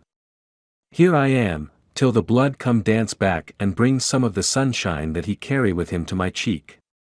Oh, friend John, it is a strange world, a sad world, a world full of miseries, and woes, and troubles, and yet when King laugh come he make them all dance to the tune he play. Bleeding hearts, and dry bones of the churchyard, and tears that burn as they fall, all dance together to the music that he make with that smileless mouth of him. And believe me, friend John, that he is good to come, and kind. Ah, we men and women are like ropes drawn tight with strain that pull us different ways. Then tears come, and, like the rain on the ropes, they brace us up, until perhaps the strain become too great, and we break. But King laugh he come like the sunshine, and he ease off the strain again, and we bear to go on with our labor, what it may be. I did not like to wound him by pretending not to see his idea, but, as I did not yet understand the cause of his laughter, I asked him. As he answered me his face grew stern, and he said in quite a different tone.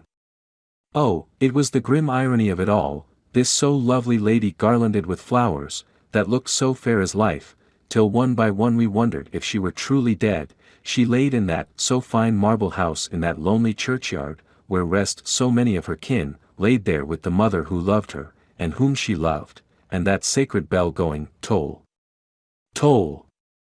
Toll, so sad and slow, and those holy men, with the white garments of the angel, pretending to read books, and yet all the time their eyes never on the page, and all of us with the bowed head. And all for what? She is dead, so. Is it not?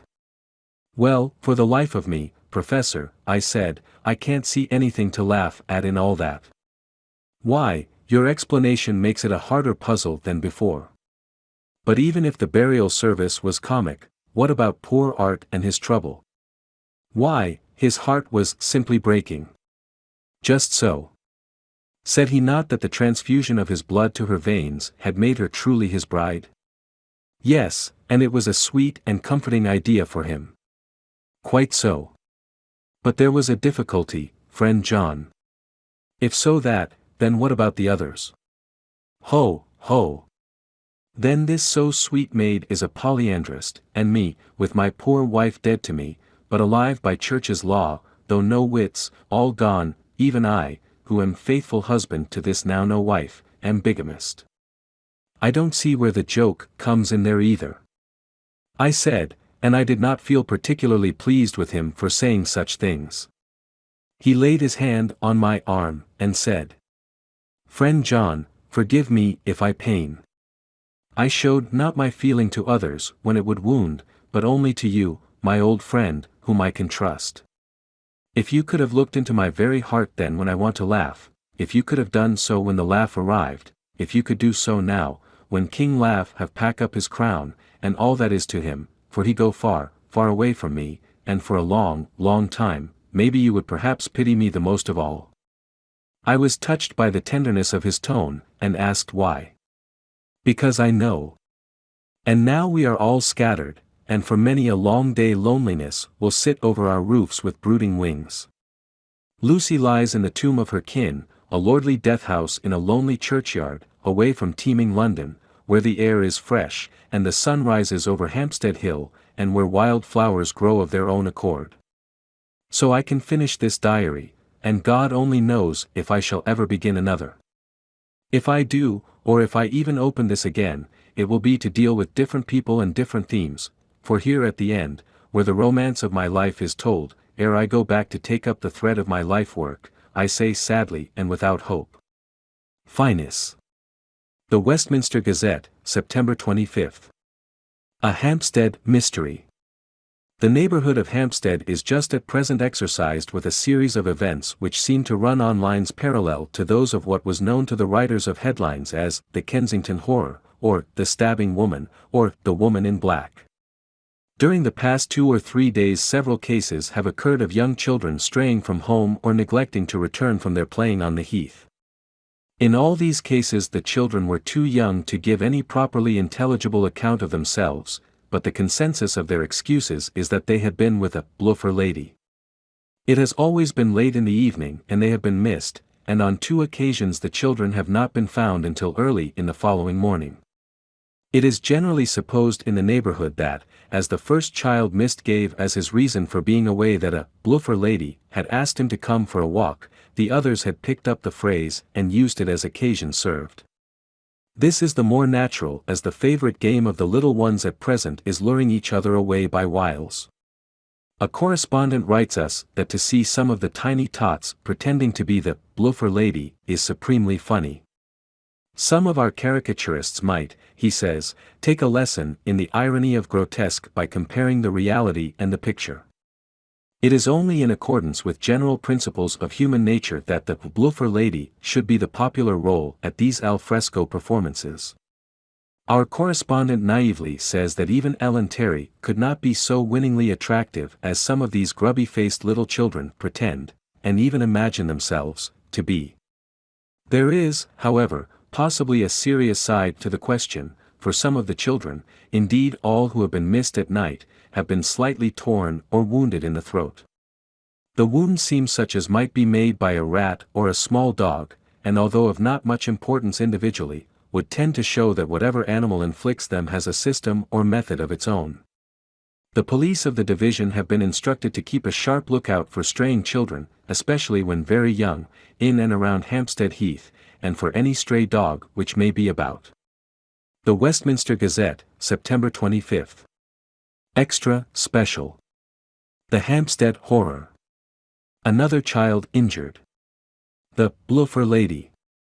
We have just received intelligence that another child, missed last night, was only discovered late in the morning under a furze bush at the Shooter's Hill side of Hampstead Heath, which is, perhaps, less frequented than the other parts. It has the same tiny wound in the throat as has been noticed in other cases. It was terribly weak, and looked quite emaciated. It too, when partially restored, had the common story to tell of being lured away by the bluffer lady. Chapter 14. Mina Harker's Journal. September 23. Jonathan is better after a bad night.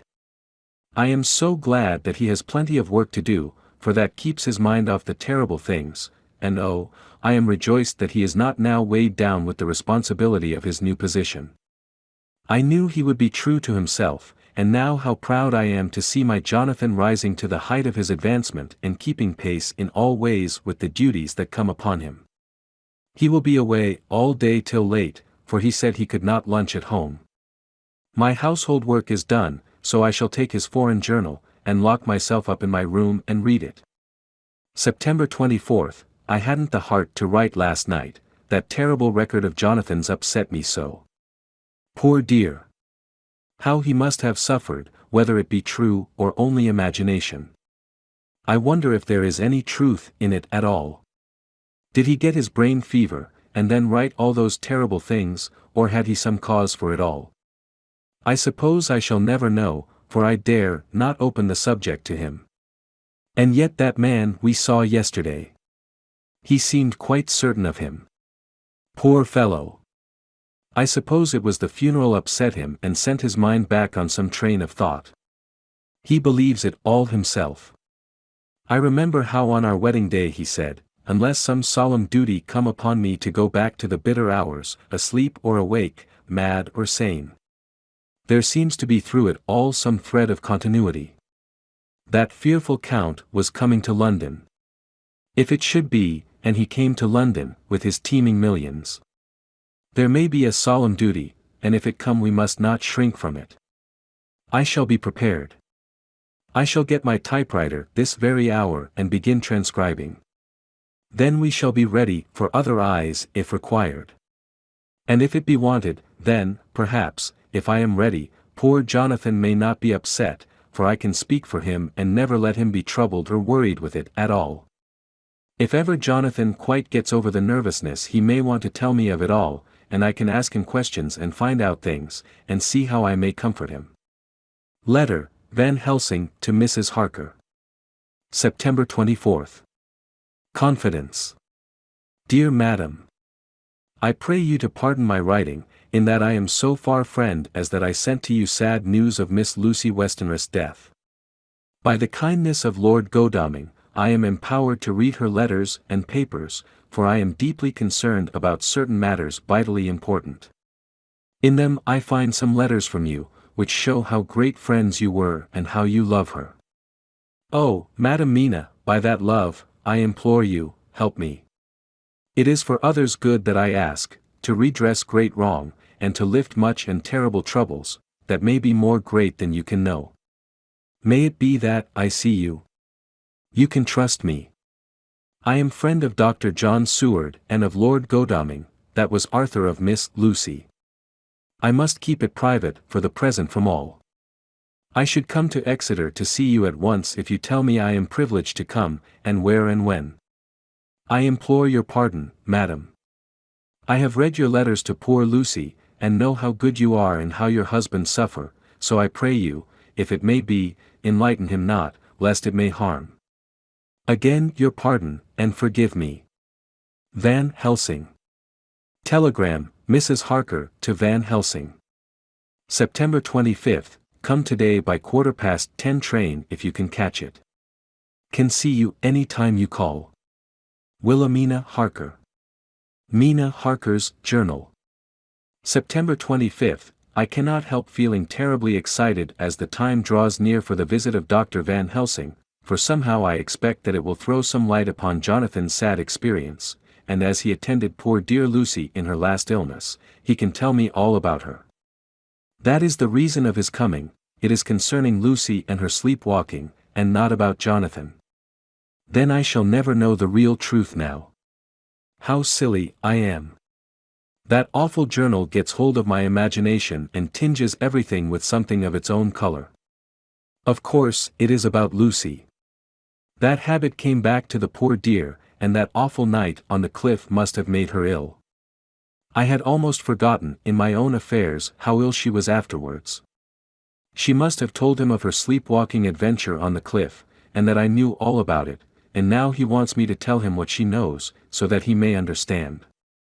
I hope I did right in not saying anything of it to Mrs. Westenra. I should never forgive myself if any act of mine, were it even a negative one, brought harm on poor dear Lucy. I hope, too, Dr. Van Helsing will not blame me. I have had so much trouble and anxiety of late that I feel I cannot bear more just at present. I suppose a cry does us all good at times, clears the air as other rain does. Perhaps it was reading the journal yesterday that upset me, and then Jonathan went away this morning to stay away from me a whole day and night, the first time we have been parted since our marriage. I do hope the dear fellow will take care of himself, and that nothing will occur to upset him. It is 2:00, and the doctor will be here soon now. I shall say nothing of Jonathan's journal unless he asks me. I am so glad I have typewritten out my own journal, so that, in case he asks about Lucy, I can hand it to him. It will save much questioning. Later, he has come and gone. Oh, what a strange meeting, and how it all makes my head whirl round. I feel like one in a dream. Can it be all possible, or even a part of it? If I had not read Jonathan's journal first, I should never have accepted even a possibility. Poor, dear Jonathan. How he must have suffered. Please the good God, all this may not upset him again.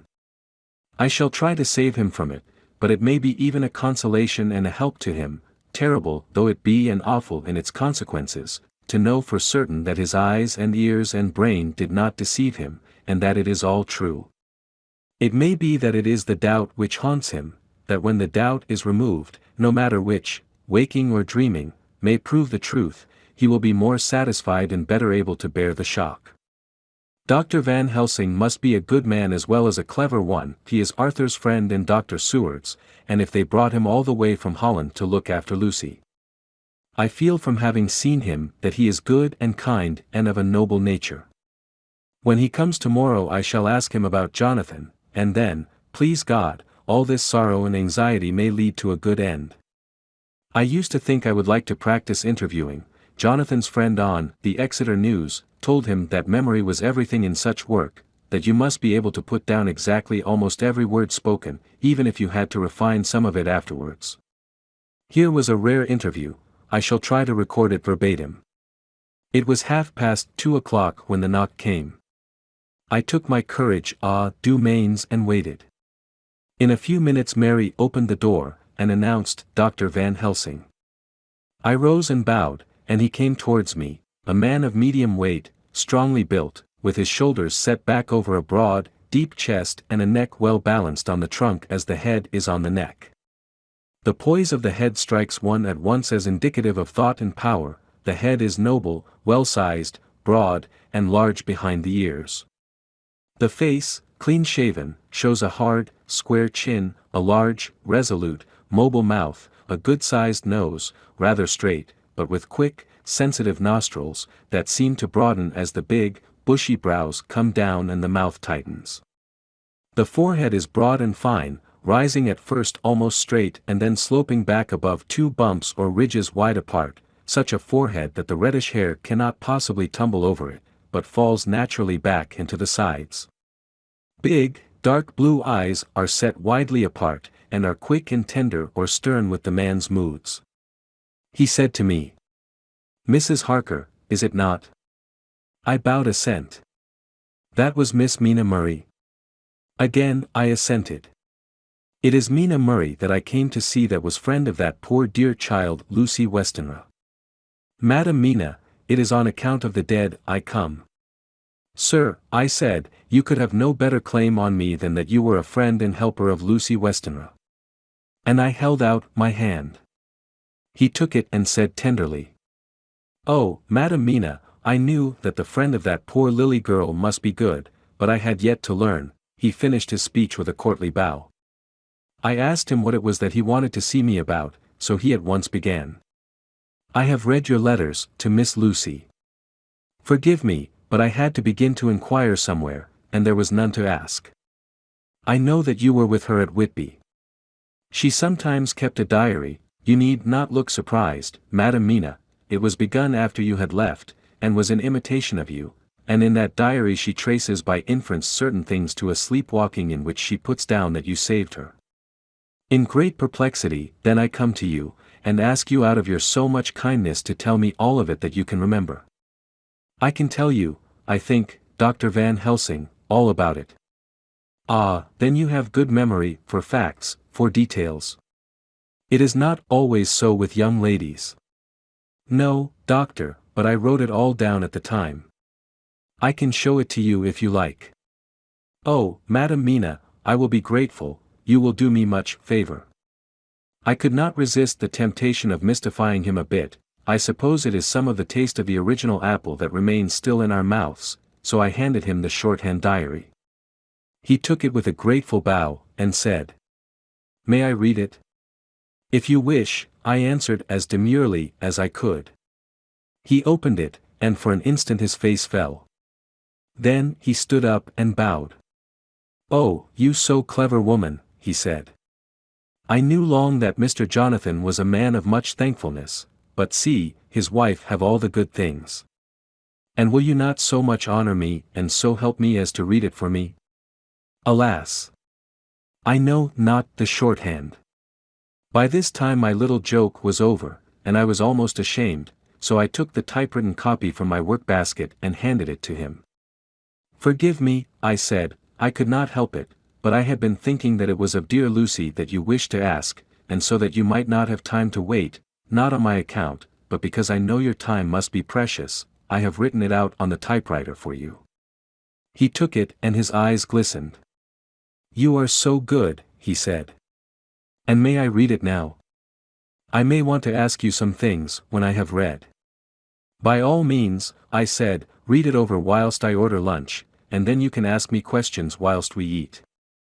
He bowed and settled himself in a chair with his back to the light, and became absorbed in the papers, whilst I went to see after lunch chiefly in order that he might not be disturbed. When I came back, I found him walking hurriedly up and down the room, his face all ablaze with excitement. He rushed up to me and took me by both hands. "Oh, Madam Mina," he said, "how can I say what I owe to you? This paper is as sunshine. It opens the gate to me. I am dazzled, with so much light, and yet clouds roll in behind the light every time. But that you do not, cannot, comprehend.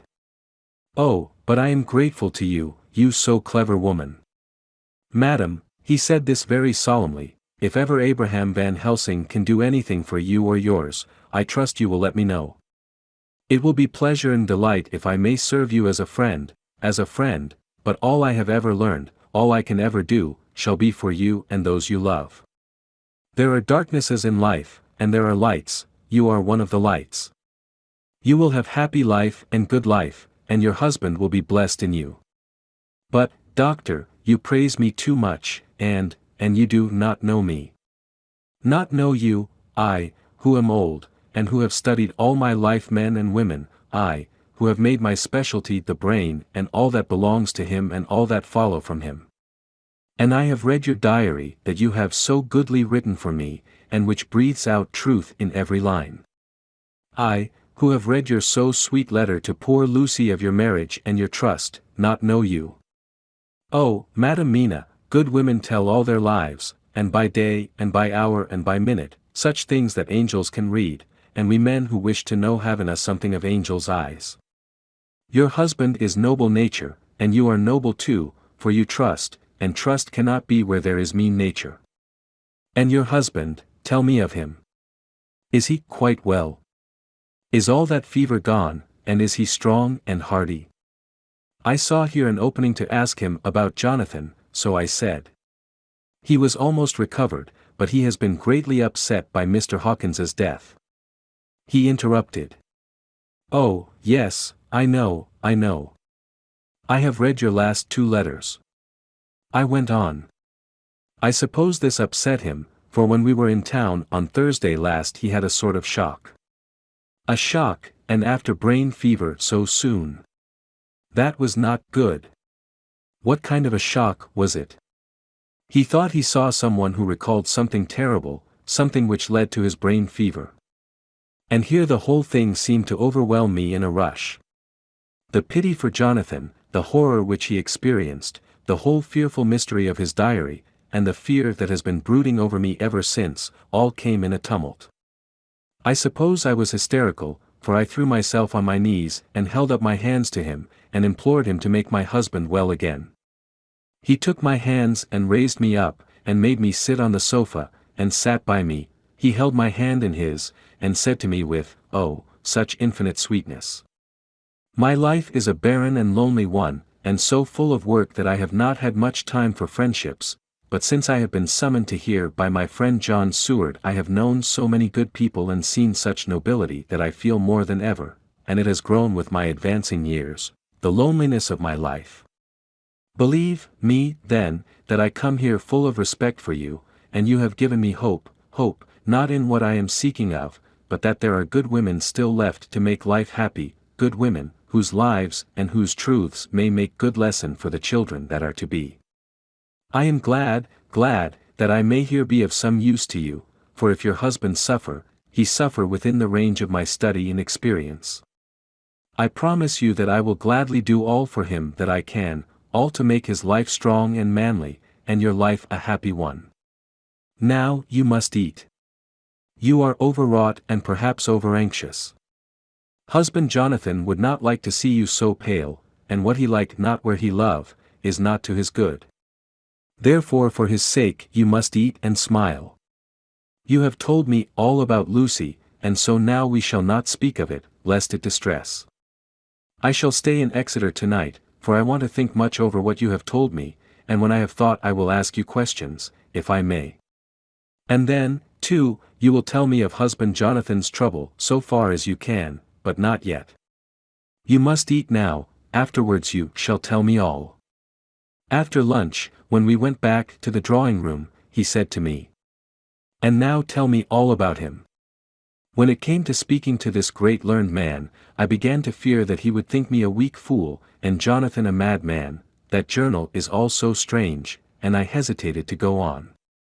But he was so sweet and kind, and he had promised to help, and I trusted him, so I said, Dr. Van Helsing, what I have to tell you is so queer that you must not laugh at me or at my husband.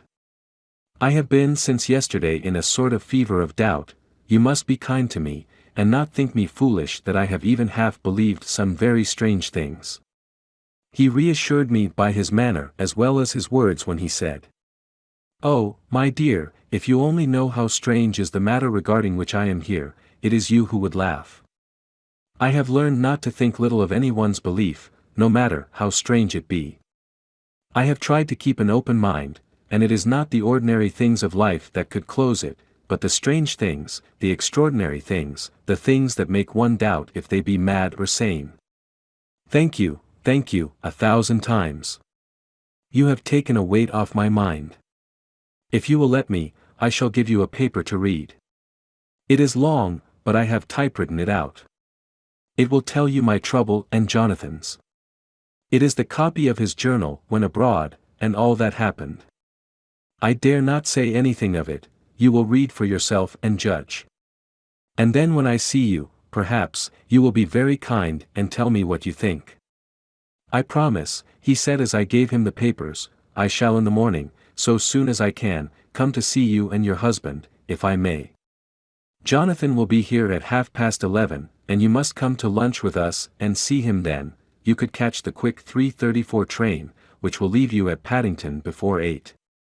He was surprised at my knowledge of the trains offhand, but he does not know that I have made up all the trains to and from Exeter, so that I may help Jonathan in case he is in a hurry. So he took the papers with him and went away, and I sit here thinking I don't know what. Letter, by hand, Van Helsing to Mrs. Harker. September 25, 6 o'clock. Dear Madam Mina, I have read your husband's so wonderful diary. You may sleep without doubt. Strange and terrible as it is true.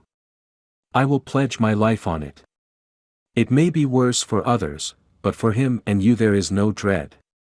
He is a noble fellow, and let me tell you from experience of men, that one who would do as he did in going down that wall and to that room, aye, and going a second time, is not one to be injured in permanence by a shock. His brain and his heart are all right, this I swear, before I have even seen him, so be at rest. I shall have much to ask him of other things.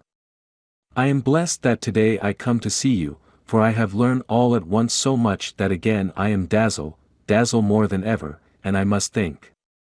Yours the most faithful, Abraham Van Helsing. Letter, Mrs. Harker to Van Helsing. September 25, 6:30 p.m. My dear Dr. Van Helsing. 1,000 thanks for your kind letter, which has taken a great weight off my mind. And yet, if it be true, what terrible things there are in the world, and what an awful thing if that man, that monster, be really in London. I fear to think. I have this moment, whilst writing, had a wire from Jonathan, saying that he leaves by the 6:25 tonight from Launceston and will be here at 10:18, so that I shall have no fear tonight. Will you, therefore, instead of lunching with us, please come to breakfast at 8 o'clock, if this be not too early for you? You can get away, if you are in a hurry, by the 10:30 train, which will bring you to Paddington by 2:35. Do not answer this, as I shall take it that, if I do not hear, you will come to breakfast. Believe me, your faithful and grateful friend, Mina Harker. Jonathan Harker's Journal. September 26. I thought never to write in this diary again, but the time has come. When I got home last night Mina had supper ready, and when we had supped she told me of Van Helsing's visit, and of her having given him the 2 diaries copied out, and of how anxious she has been about me. She showed me, in the doctor's letter, that all I wrote down was true. It seems to have made a new man of me. It was the doubt as to the reality of the whole thing that knocked me over. I felt impotent, and in the dark, and distrustful. But, now that I know, I am not afraid, even of the Count.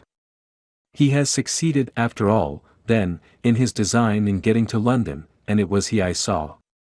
He has got younger, and how? Van Helsing is the man to unmask him and hunt him out, if he is anything like what Mina says. We sat late, and talked it all over. Mina is dressing, and I shall call at the hotel in a few minutes and bring him over. He was, I think, surprised to see me. When I came into the room where he was, and introduced myself, he took me by the shoulder, and turned my face round to the light, and said, after a sharp scrutiny. "But Madam Mina told me you were ill, that you had had a shock." It was so funny to hear my wife called Madam Mina by this kindly, strong-faced old man. I smiled, and said, "I was ill, I have had a shock, but you have cured me already." "And how?" "By your letter to Mina last night." I was in doubt, and then everything took a hue of unreality, and I did not know what to trust, even the evidence of my own senses. Not knowing what to trust, I did not know what to do, and so had only to keep on working in what had hitherto been the groove of my life. The groove ceased to avail me, and I mistrusted myself. "Doctor, you don't know what it is to doubt everything, even yourself." "No, you don't, you couldn't with eyebrows like yours." He seemed pleased, and laughed as he said, "So, you are physiognomist. I learn more here with each hour. I am with so much pleasure coming to you to breakfast, and, oh, sir, you will pardon praise from an old man, but you are blessed in your wife." I would listen to him go on praising Mina for a day, so I simply nodded and stood silent. She is one of God's women, fashioned by his own hand to show us men and other women that there is a heaven where we can enter, and that its light can be here on earth. So true, so sweet, so noble, so little an egoist, and that, let me tell you, is much in this age, so skeptical and selfish. And you, sir, I have read all the letters to poor Miss Lucy, and some of them speak of you, so I know you since some days from the knowing of others, but I have seen your true self since last night. You will give me your hand, will you not? And let us be friends, for all our lives. We shook hands, and he was so earnest and so kind that it made me quite choky. "And now," he said, "may I ask you for some more help? I have a great task to do, and at the beginning it is to know. You can help me here. Can you tell me what went before your going to Transylvania? Later on I may ask more help, and of a different kind, but at first this will do." "Look here, sir," I said, "does what you have to do concern the Count?" "It does," he said solemnly. "Then I am with you heart and soul. As you go by the 10:30 train, you will not have time to read them, but I shall get the bundle of papers. You can take them with you and read them in the train." After breakfast I saw him to the station. When we were parting, he said, "Perhaps you will come to town if I send to you, and take Madam Mina too." "We shall both come when you will," I said. I had got him the morning papers and the London papers of the previous night, and while we were talking at the carriage window, waiting for the train to start, he was turning them over.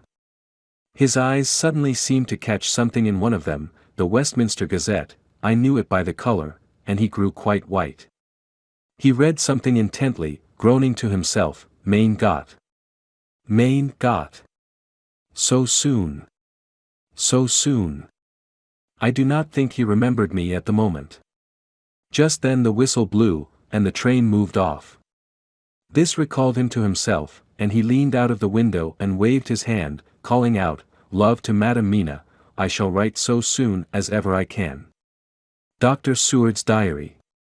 September 26th, truly there is no such thing as finality. Not a week since I said, "Finus," and yet here I am starting fresh again, or rather going on with the same record.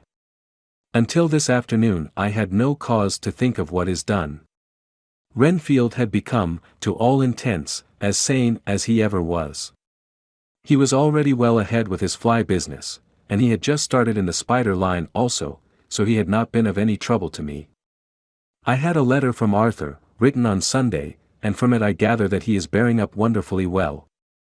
Quincy Morris is with him, and that is much of a help, for he himself is a bubbling well of good spirits. Quincy wrote me a line too, and from him I hear that Arthur is beginning to recover something of his old buoyancy, so as to them all my mind is at rest.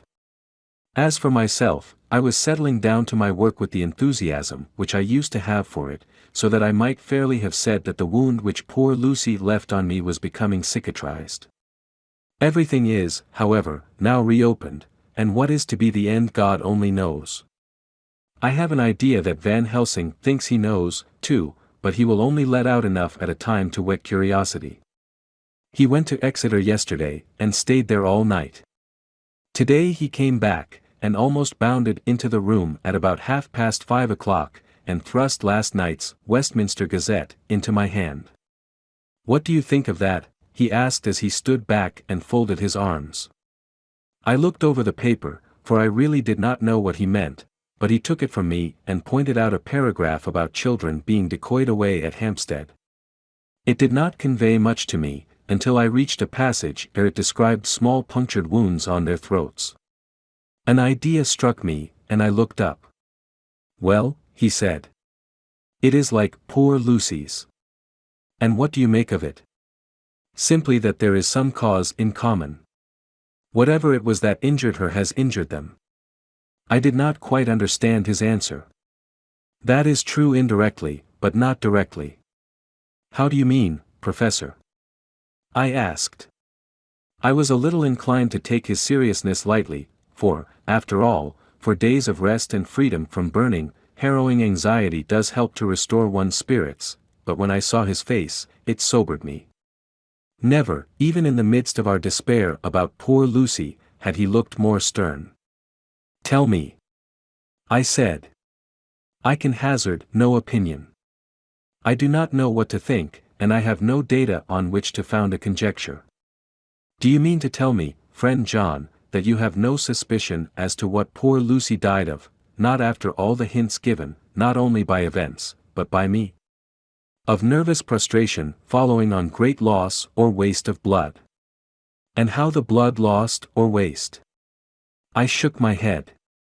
He stepped over and sat down beside me, and went on. "You are a clever man, friend John, you reason well, and your wit is bold, but you are too prejudiced. You do not let your eyes see nor your ears hear, and that which is outside your daily life is not of account to you. Do you not think that there are things which you cannot understand, and yet which are, that some people see things that others cannot?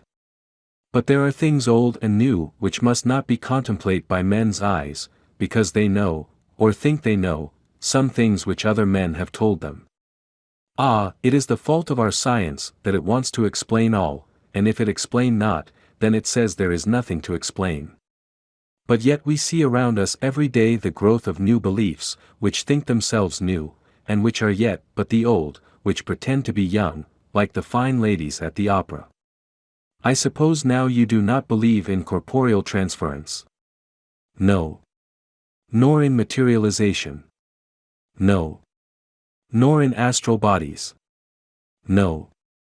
"Nor in the reading of thought?" "No." "Nor in hypnotism?" "Yes," I said. "Charcot has proved that pretty well." He smiled as he went on. "Then you are satisfied as to it?" "Yes." "And of course then you understand how it act, and can follow the mind of the great Charcot, alas that he is no more, into the very soul of the patient that he influence?" "No." "Then, friend John, am I to take it that you simply accept fact, and are satisfied to let from premise to conclusion be a blank?" "No." "Then tell me, for I am student of the brain, how you accept the hypnotism and reject the thought reading. Let me tell you, my friend, that there are things done today in electrical science which would have been deemed unholy by the very men who discovered electricity, who would themselves not so long before have been burned as wizards. There are always mysteries in life. Why was it that Methuselah lived 900 years, and Old Parr 169, and yet that poor Lucy, with 4 men's blood in her poor veins, could not live even one day? For, had she lived one more day, we could have saved her. Do you know all the mystery of life and death? Do you know the altogether of comparative anatomy, and can say wherefore the qualities of brutes are in some men, and not in others? Can you tell me why, when other spiders die small and soon, that one great spider lived for centuries in the tower of the old Spanish church and grew, till, on descending, he could drink the oil of all the church lamps?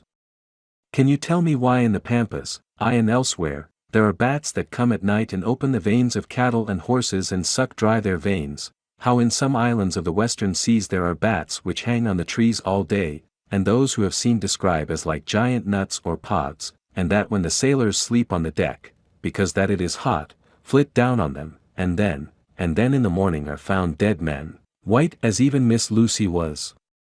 Good God, Professor! I said, starting up. Do you mean to tell me that Lucy was bitten by such a bat, and that such a thing is here in London in the 19th century? He waved his hand for silence, and went on. Can you tell me why the tortoise lives more long than generations of men, why the elephant goes on and on till he have seen dynasties, and why the parrot never die only of bite of cat or dog or other complaint? Can you tell me why men believe in all ages and places that there are some few who live on always if they be permit, that there are men and women who cannot die? We all know, because science has vouched for the fact, that there have been toads shut up in rocks for thousands of years, shut in one so small hole that only hold him since the youth of the world.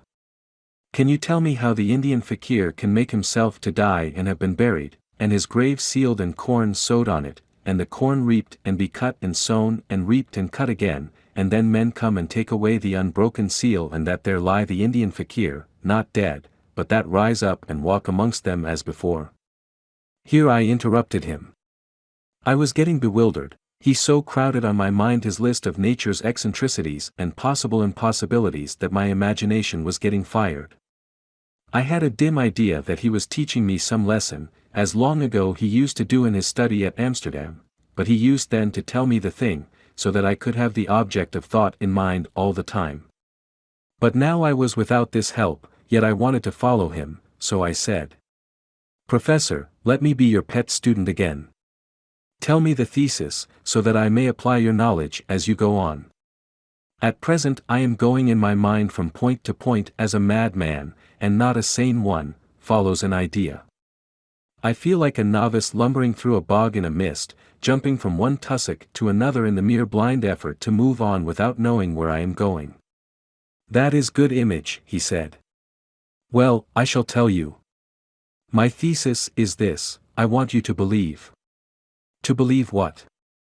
To believe in things that you cannot. Let me illustrate. I heard once of an American who so defined faith, that faculty which enables us to believe things which we know to be untrue. For one, I follow that man.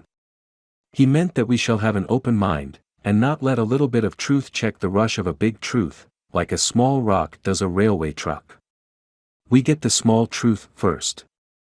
Good. We keep him, and we value him, but all the same we must not let him think himself all the truth in the universe. Then you want me not to let some previous conviction injure the receptivity of my mind with regard to some strange matter. Do I read your lesson aright? Ah, you are my favorite pupil still. It is worth to teach you. Now that you are willing to understand, you have taken the first step to understand. You think then that those so small holes in the children's throats were made by the same that made the hole in Miss Lucy? I suppose so. He stood up and said solemnly. Then you are wrong. Oh, would it were so. But alas. No. It is worse, far, far worse. In God's name, Professor Van Helsing, what do you mean? I cried. He threw himself with a despairing gesture into a chair, and placed his elbows on the table, covering his face with his hands as he spoke. They were made by Miss Lucy. Chapter 15. Dr. Seward's diary, continued. For a while sheer anger mastered me, it was as if he had during her life struck Lucy on the face. I smote the table hard and rose up as I said to him, Dr. Van Helsing, are you mad? He raised his head and looked at me, and somehow the tenderness of his face calmed me at once. Would I were, he said. Madness were easy to bear compared with truth like this. Oh, my friend, why, think you, did I go so far round, why take so long to tell you so simple a thing? Was it because I hate you and have hated you all my life? Was it because I wished to give you pain? Was it that I wanted, now so late, revenge for that time when you saved my life, and from a fearful death? Ah no. Forgive me, said I. He went on. My friend, it was because I wished to be gentle in the breaking to you, for I know you have loved that so sweet lady. But even yet I do not expect you to believe. It is so hard to accept at once any abstract truth, that we may doubt such to be possible when we have always believed the no of it. It is more hard still to accept so sad a concrete truth, and of such a one as Miss Lucy. Tonight I go to prove it. Dare you come with me? This staggered me. A man does not like to prove such a truth, Byron excepted from the category, jealousy. And prove the very truth he most abhorred. He saw my hesitation, and spoke. The logic is simple, no madman's logic this time, jumping from tussock to tussock in a misty bog. If it be not true, then proof will be relief, at worst it will not harm. If it be true. Ah, there is the dread, yet very dread should help my cause, for in it is some need of belief. Come, I tell you what I propose, first, that we go off now and see that child in the hospital. Dr. Vincent, of the North Hospital, where the papers say the child is friend of mine, and I think of yours since you were in class at Amsterdam. He will let 2 scientists see his case, if he will not let 2 friends. We shall tell him nothing, but only that we wish to learn. And then. He took a key from his pocket and held it up. And then we spend the night, you and I, in the churchyard where Lucy lies. This is the key that locked the tomb. I had it from the coffin man to give to Arthur. My heart sank within me, for I felt that there was some fearful ordeal before us. I could do nothing, however, so I plucked up what heart I could and said that we had better hasten, as the afternoon was passing. We found the child awake. It had had a sleep and taken some food, and altogether was going on well. Dr. Vincent took the bandage from its throat, and showed us the punctures. There was no mistaking the similarity to those which had been on Lucy's throat. They were smaller, and the edges looked fresher, that was all.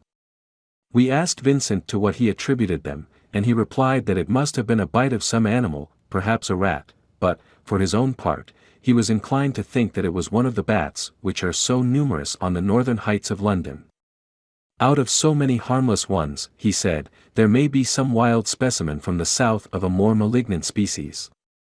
Some sailor may have brought one home, and it managed to escape, or even from the zoological gardens a young one may have got loose, or one be bred there from a vampire. These things do occur, you know. Only 10 days ago a wolf got out, and was, I believe, traced up in this direction.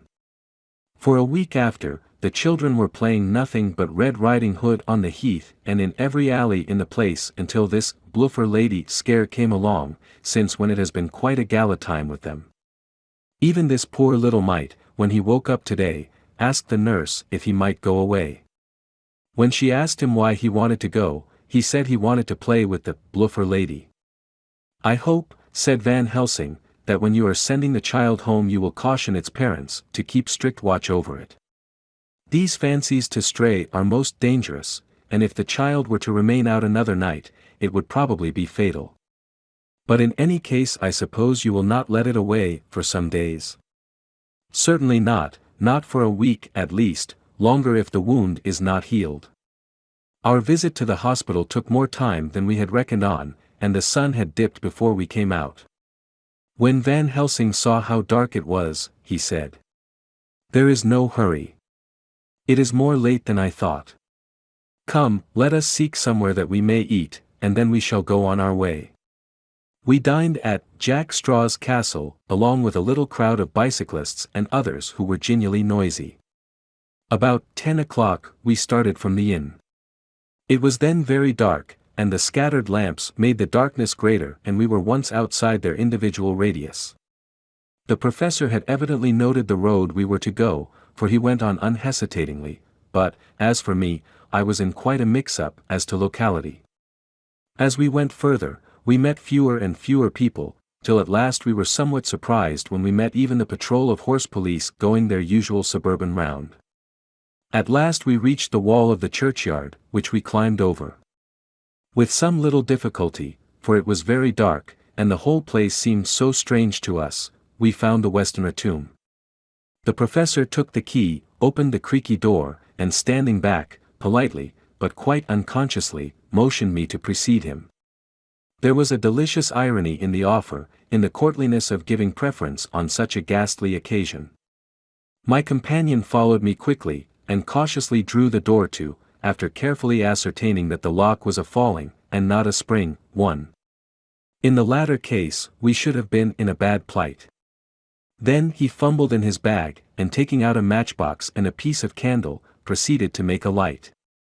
The tomb in the daytime, and when wreathed with fresh flowers, had looked grim and gruesome enough, but now, some days afterwards, when the flowers hung lank and dead, their whites turning to rust and their greens to browns, when the spider and the beetle had resumed their accustomed dominance, when time-discolored stone, and dust-encrusted mortar, and rusty, dank iron, and tarnished brass, and clouded silver plating gave back the feeble glimmer of a candle, the effect was more miserable and sordid than could have been imagined.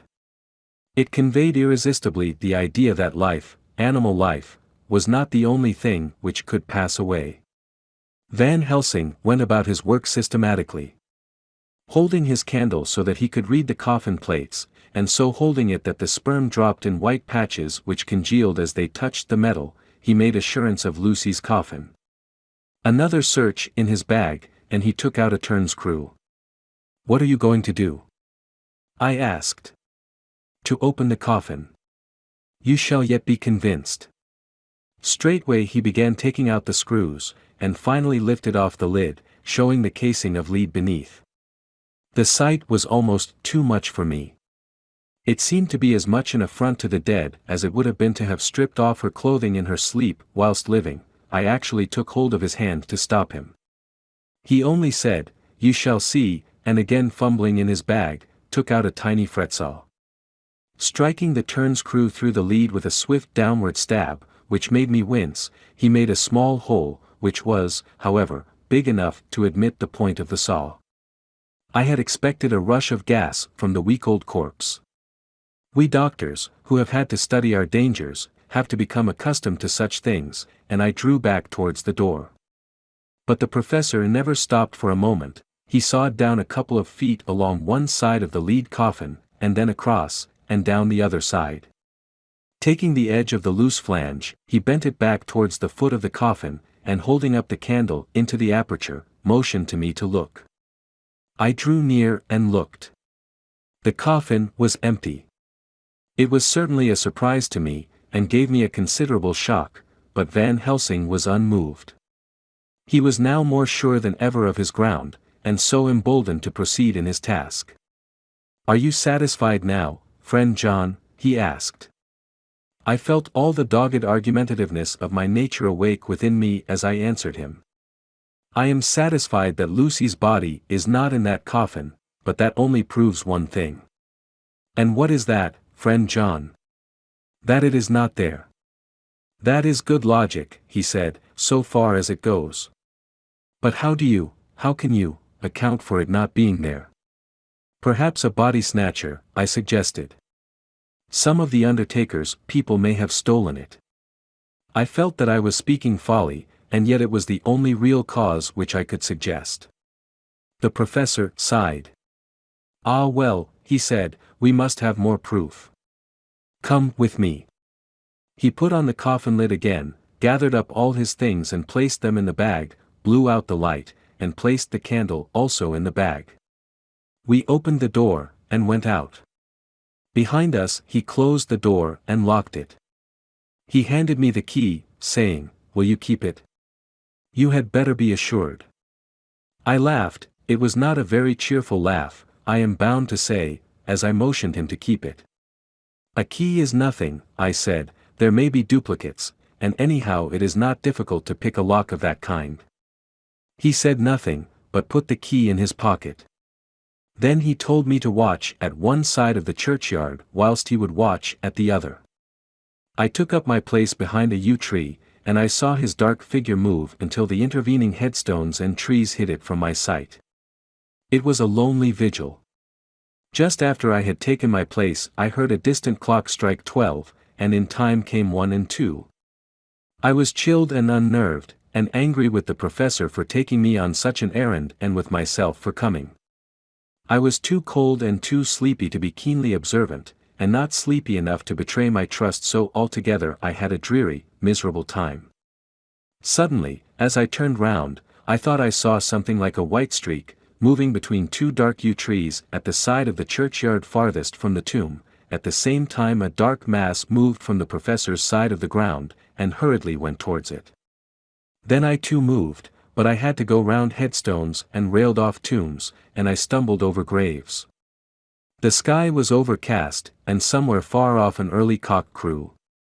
A little way off, beyond a line of scattered juniper trees, which marked the pathway to the church, a white, dim figure flitted in the direction of the tomb. The tomb itself was hidden by trees, and I could not see where the figure disappeared. I heard the rustle of actual movement where I had first seen the white figure, and coming over, found the professor holding in his arms a tiny child. When he saw me, he held it out to me, and said, "Are you satisfied now?" "No," I said, in a way that I felt was aggressive. "Do you not see the child?" "Yes, it is a child, but who brought it here?" "And is it wounded?" I asked. "We shall see," said the professor, and with one impulse we took our way out of the churchyard, he carrying the sleeping child. When we had got some little distance away, we went into a clump of trees, and struck a match, and looked at the child's throat. It was without a scratch or scar of any kind. Was I right? I asked triumphantly. "We were just in time," said the professor thankfully. We had now to decide what we were to do with the child, and so consulted about it. If we were to take it to a police station, we should have to give some account of our movements during the night. At least, we should have had to make some statement as to how we had come to find the child. So finally we decided that we would take it to the heath, and when we heard a policeman coming, would leave it where he could not fail to find it. We would then seek our way home as quickly as we could. All fell out well. At the edge of Hampstead Heath we heard a policeman's heavy tramp, and laying the child on the pathway, we waited and watched until he saw it as he flashed his lantern to and fro. We heard his exclamation of astonishment, and then we went away silently. By good chance we got a cab near the Spaniards, and drove to town. I cannot sleep, so I make this entry. But I must try to get a few hours' sleep, as Van Helsing is to call for me at noon. He insists that I shall go with him on another expedition. September 27th, it was 2 o'clock before we found a suitable opportunity for our attempt. The funeral held at noon was all completed, and the last stragglers of the mourners had taken themselves lazily away, when, looking carefully from behind a clump of alder trees, we saw the sexton lock the gate after him. We knew then that we were safe till morning did we desire it, but the professor told me that we should not want more than an hour at most.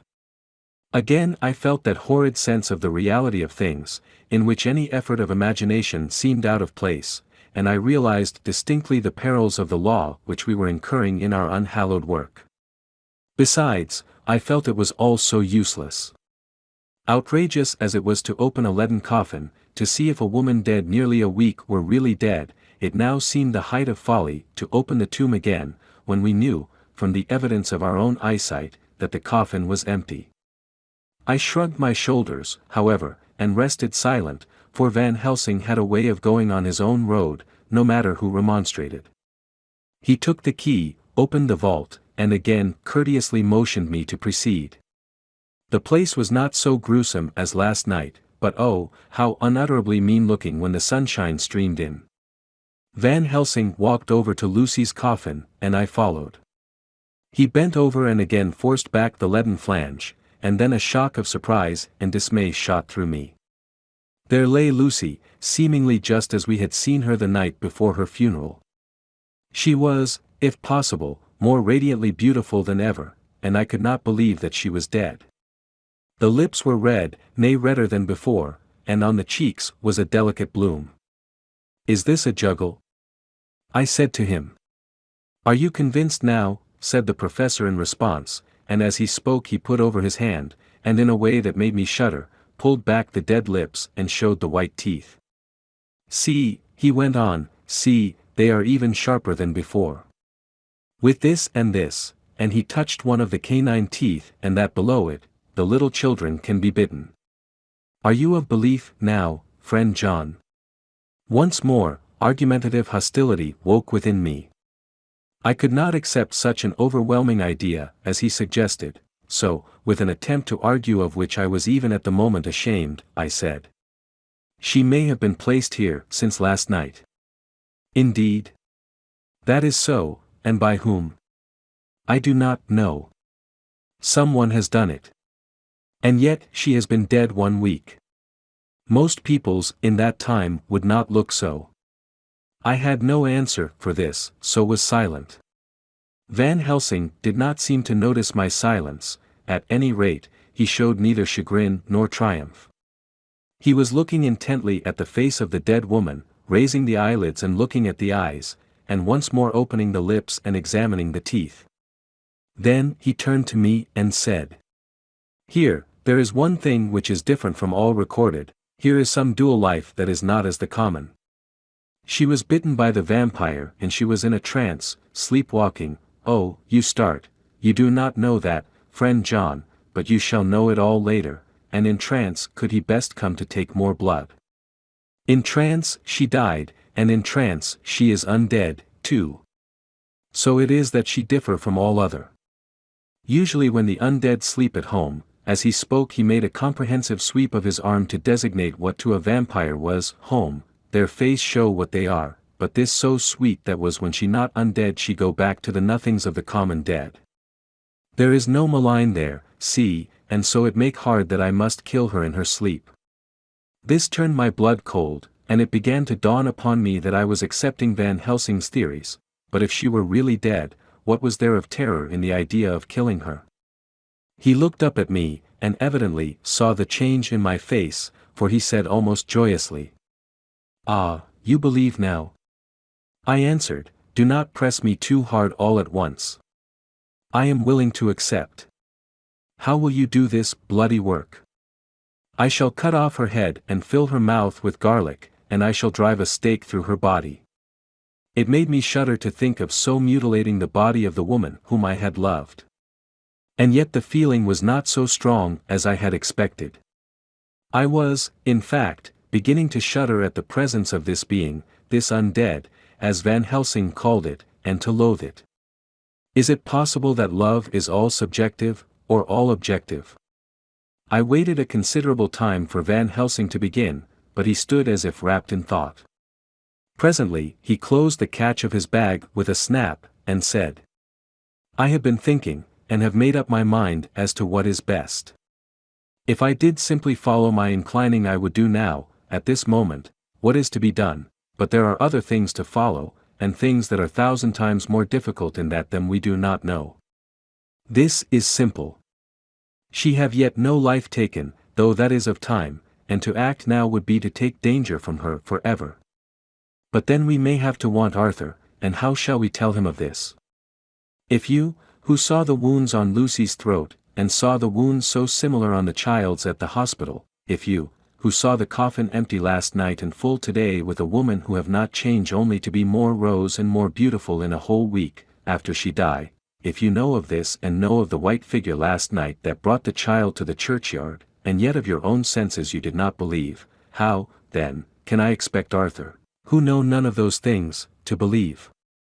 He doubted me when I took him from her kiss when she was dying. I know he has forgiven me because in some mistaken idea I have done things that prevent him say goodbye as he ought, and he may think that in some more mistaken idea this woman was buried alive, and that in most mistake of all we have killed her. He will then argue back that it is we, mistaken ones, that have killed her by our ideas, and so he will be much unhappy always. Yet he never can be sure, and that is the worst of all. And he will sometimes think that she he loved was buried alive, and that will paint his dreams with horrors of what she must have suffered, and again, he will think that we may be right, and that his so beloved was, after all, an undead. No. I told him once, and since then I learned much. Now, since I know it is all true, 100,000 times more do I know that he must pass through the bitter waters to reach the sweet. He, poor fellow, must have 1 hour that will make the very face of heaven grow black to him, then we can act for good all round and send him peace. My mind is made up. Let us go. You return home for tonight to your asylum, and see that all be well. As for me, I shall spend the night here, in this churchyard, in my own way. Tomorrow night you will come to me to the Berkeley Hotel at 10 of the clock. I shall send for Arthur to come too, and also that so fine young man of America that gave his blood. Later we shall all have work to do. I come with you so far as Piccadilly and there dine, for I must be back here before the sun set. So we locked the tomb and came away, and got over the wall of the churchyard, which was not much of a task, and drove back to Piccadilly. Note left by Van Helsing in his portmanteau, Berkeley Hotel, directed to John Seward, M.D. Not delivered. September 27th. Friend John. I write this in case anything should happen. I go alone to watch in that churchyard. It pleases me that the undead, Miss Lucy, shall not leave tonight, that so on the morrow night she may be more eager. Therefore I shall fix some things she like not, garlic and a crucifix, and so seal up the door of the tomb. She is young as undead, and will heed. Moreover, these are only to prevent her coming out, they may not prevail on her wanting to get in, for then the undead is desperate, and must find the line of least resistance, whatsoever it may be.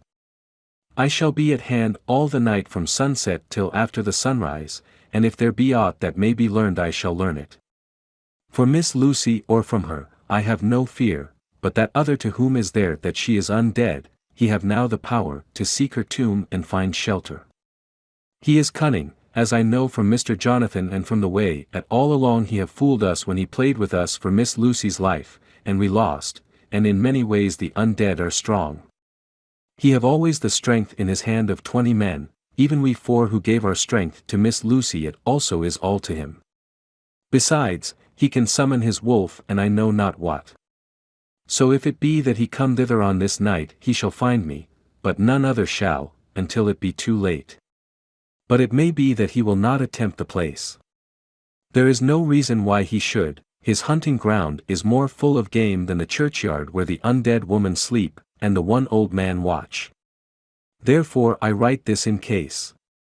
Take the papers that are with this, the diaries of Harker and the rest, and read them, and then find this great undead, and cut off his head and burn his heart or drive a stake through it, so that the world may rest from him. If it be so, farewell. Van Helsing. Dr. Seward's Diary. September 28th, it is wonderful what a good night's sleep will do for one. Yesterday I was almost willing to accept Van Helsing's monstrous ideas, but now they seem to start out lurid before me as outrages on common sense. I have no doubt that he believes it all. I wonder if his mind can have become in any way unhinged. Surely there must be some rational explanation of all these mysterious things. Is it possible that the professor can have done it himself? He is so abnormally clever that if he went off his head he would carry out his intent with regard to some fixed idea in a wonderful way. I am loath to think it, and indeed it would be almost as great a marvel as the other to find that Van Helsing was mad, but anyhow I shall watch him carefully. I may get some light on the mystery. September 29th, morning. Last night, at a little before 10 o'clock, Arthur and Quincy came into Van Helsing's room. He told us all that he wanted us to do, but especially addressing himself to Arthur, as if all our wills were centered in his. He began by saying that he hoped we would all come with him too, for, he said, there is a grave duty to be done there. You were doubtless surprised at my letter. This query was directly addressed to Lord Godalming. I was. It rather upset me for a bit. There has been so much trouble around my house of late that I could do without any more. I have been curious, too, as to what you mean. Quincy and I talked it over, but the more we talked, the more puzzled we got, till now I can say for myself that I'm about up a tree as to any meaning about anything. Me too, said Quincy Morris laconically. "Oh," said the professor, "then you are nearer the beginning, both of you, than friend John here, who has to go a long way back before he can even get so far as to begin." It was evident that he recognized my return to my old doubting frame of mind without my saying a word. Then, turning to the other two, he said with intense gravity, "I want your permission to do what I think good this night. It is, I know, much to ask, and when you know what it is I propose to do you will know, and only then, how much. Therefore may I ask that you promise me in the dark, so that afterwards, though you may be angry with me for a time, I must not disguise from myself the possibility that such may be, you shall not blame yourselves for anything." "That's frank anyhow," broke in Quincy. "I'll answer for the professor. I don't quite see his drift, but I swear he's honest, and that's good enough for me." "I thank you, sir," said Van Helsing proudly. "I have done myself the honor of counting you one trusting friend, and such endorsement is dear to me." He held out a hand, which Quincy took. Then Arthur spoke out. "Dr. Van Helsing, I don't quite like to buy a pig in a poke, as they say in Scotland, and if it be anything in which my honor as a gentleman or my faith as a Christian is concerned, I cannot make such a promise. If you can assure me that what you intend does not violate either of these two, then I give my consent at once, though for the life of me, I cannot understand what you are driving at." "I accept your limitation," said Van Helsing, "and all I ask of you is that if you feel it necessary to condemn any act of mine, you will first consider it well and be satisfied that it does not violate your reservations." "Agreed," said Arthur, "that is only fair. And now that the pourparlers are over, may I ask what it is we are to do?" "I want you to come with me, and to come in secret, to the churchyard at Kingstead." Arthur's face fell as he said in an amazed sort of way, "Where poor Lucy is buried." The professor bowed. Arthur went on, "And when there?" "To enter the tomb." Arthur stood up. "Professor, are you in earnest, or it is some monstrous joke?" "Pardon me, I see that you are in earnest." He sat down again, but I could see that he sat firmly and proudly, as one who is on his dignity. There was silence until he asked again, "And when in the tomb?" "To open the coffin." "This is too much," he said, angrily rising again. "I am willing to be patient in all things that are reasonable, but in this desecration of the grave, of one who," he fairly choked with indignation. The professor looked pityingly at him. "If I could spare you one pang, my poor friend," he said, "God knows I would. But this night our feet must tread in thorny paths, or later, and forever, the feet you love must walk in paths of flame." Arthur looked up with set white face and said, "Take care, sir, take care." "Would it not be well to hear what I have to say?" said Van Helsing. "And then you will at least know the limit of my purpose." "Shall I go on?" "That's fair enough," broke in Morris.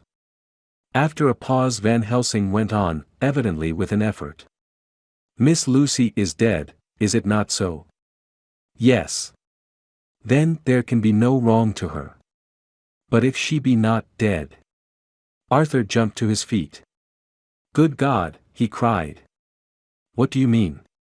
Has there been any mistake? Has she been buried alive?" He groaned in anguish at not even hope could soften. "I did not say she was alive, my child, I did not think it. I go no further than to say that she might be undead." "Undead? Not alive? What do you mean? Is this all a nightmare, or what is it? There are mysteries which men can only guess at, which age by age they may solve only in part. Believe me, we are now on the verge of one. But I have not done. May I cut off the head of dead Miss Lucy?" "Heavens and earth, no," cried Arthur in a storm of passion. "Not for the wide world will I consent to any mutilation of her dead body.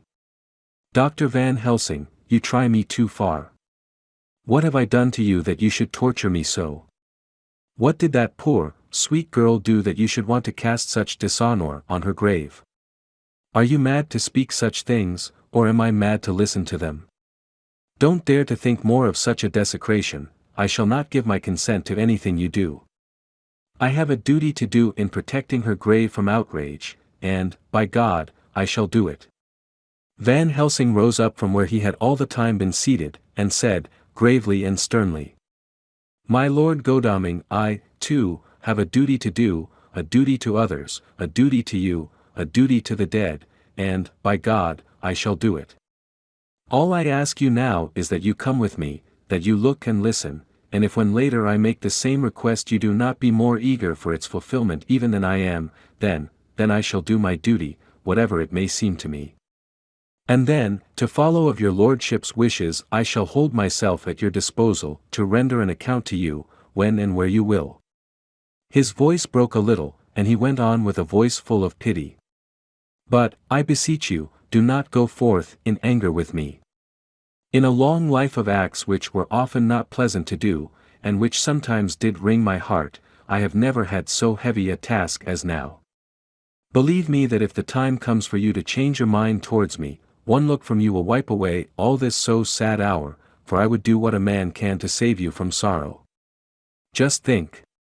For why should I give myself so much of labor and so much of sorrow?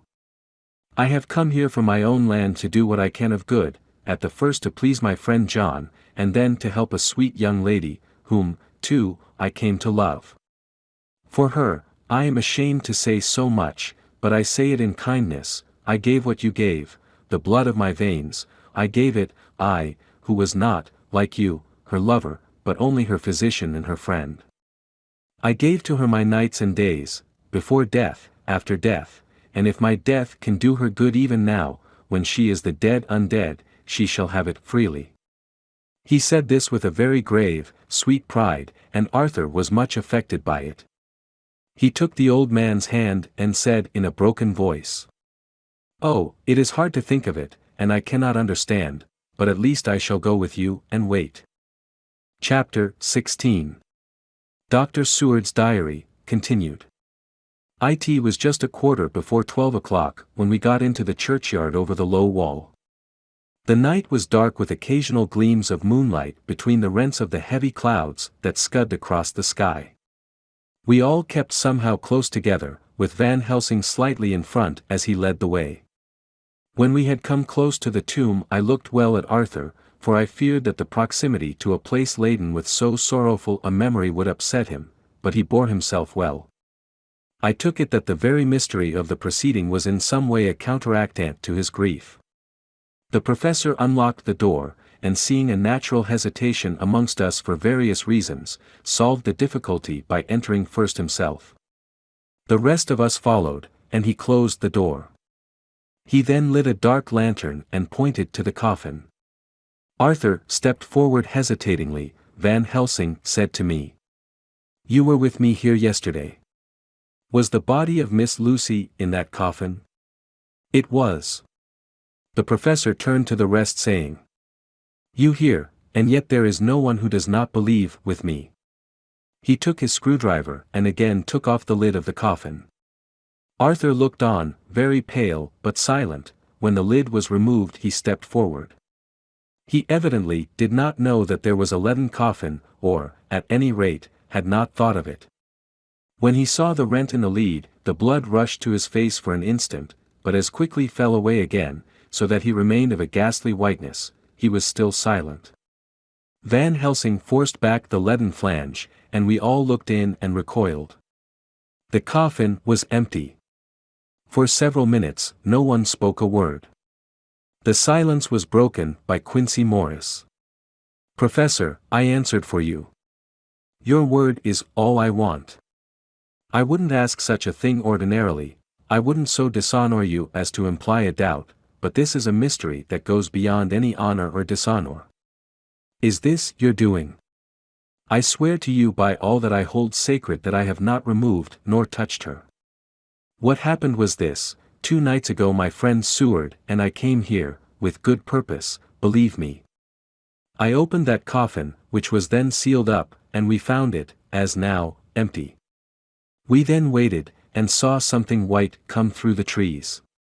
The next day, we came here in daytime, and she lay there. Did she not, friend John? Yes. That night we were just in time.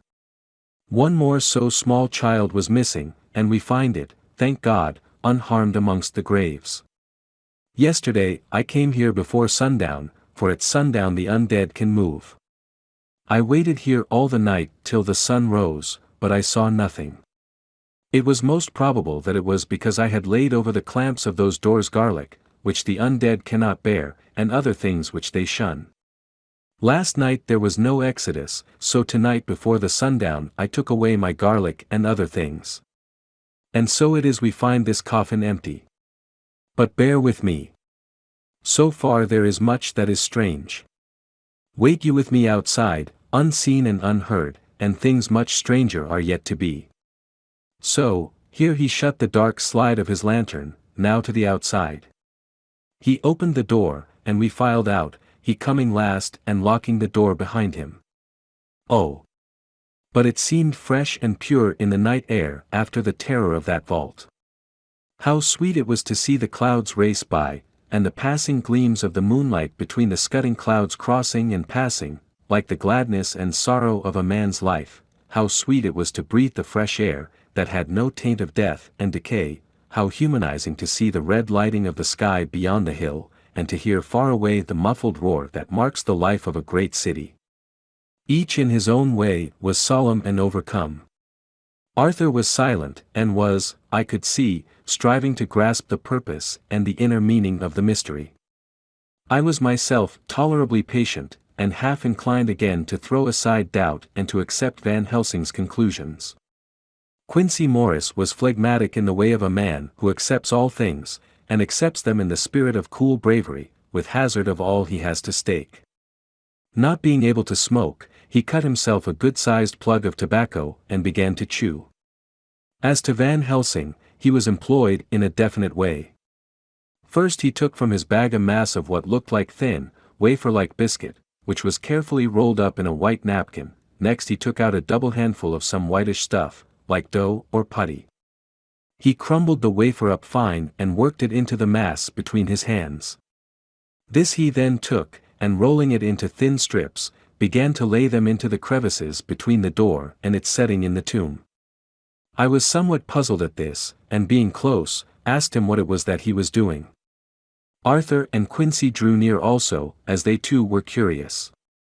He answered, "I am closing the tomb, so that the undead may not enter." "And is that stuff you have put there going to do it?" asked Quincy. "Great Scott!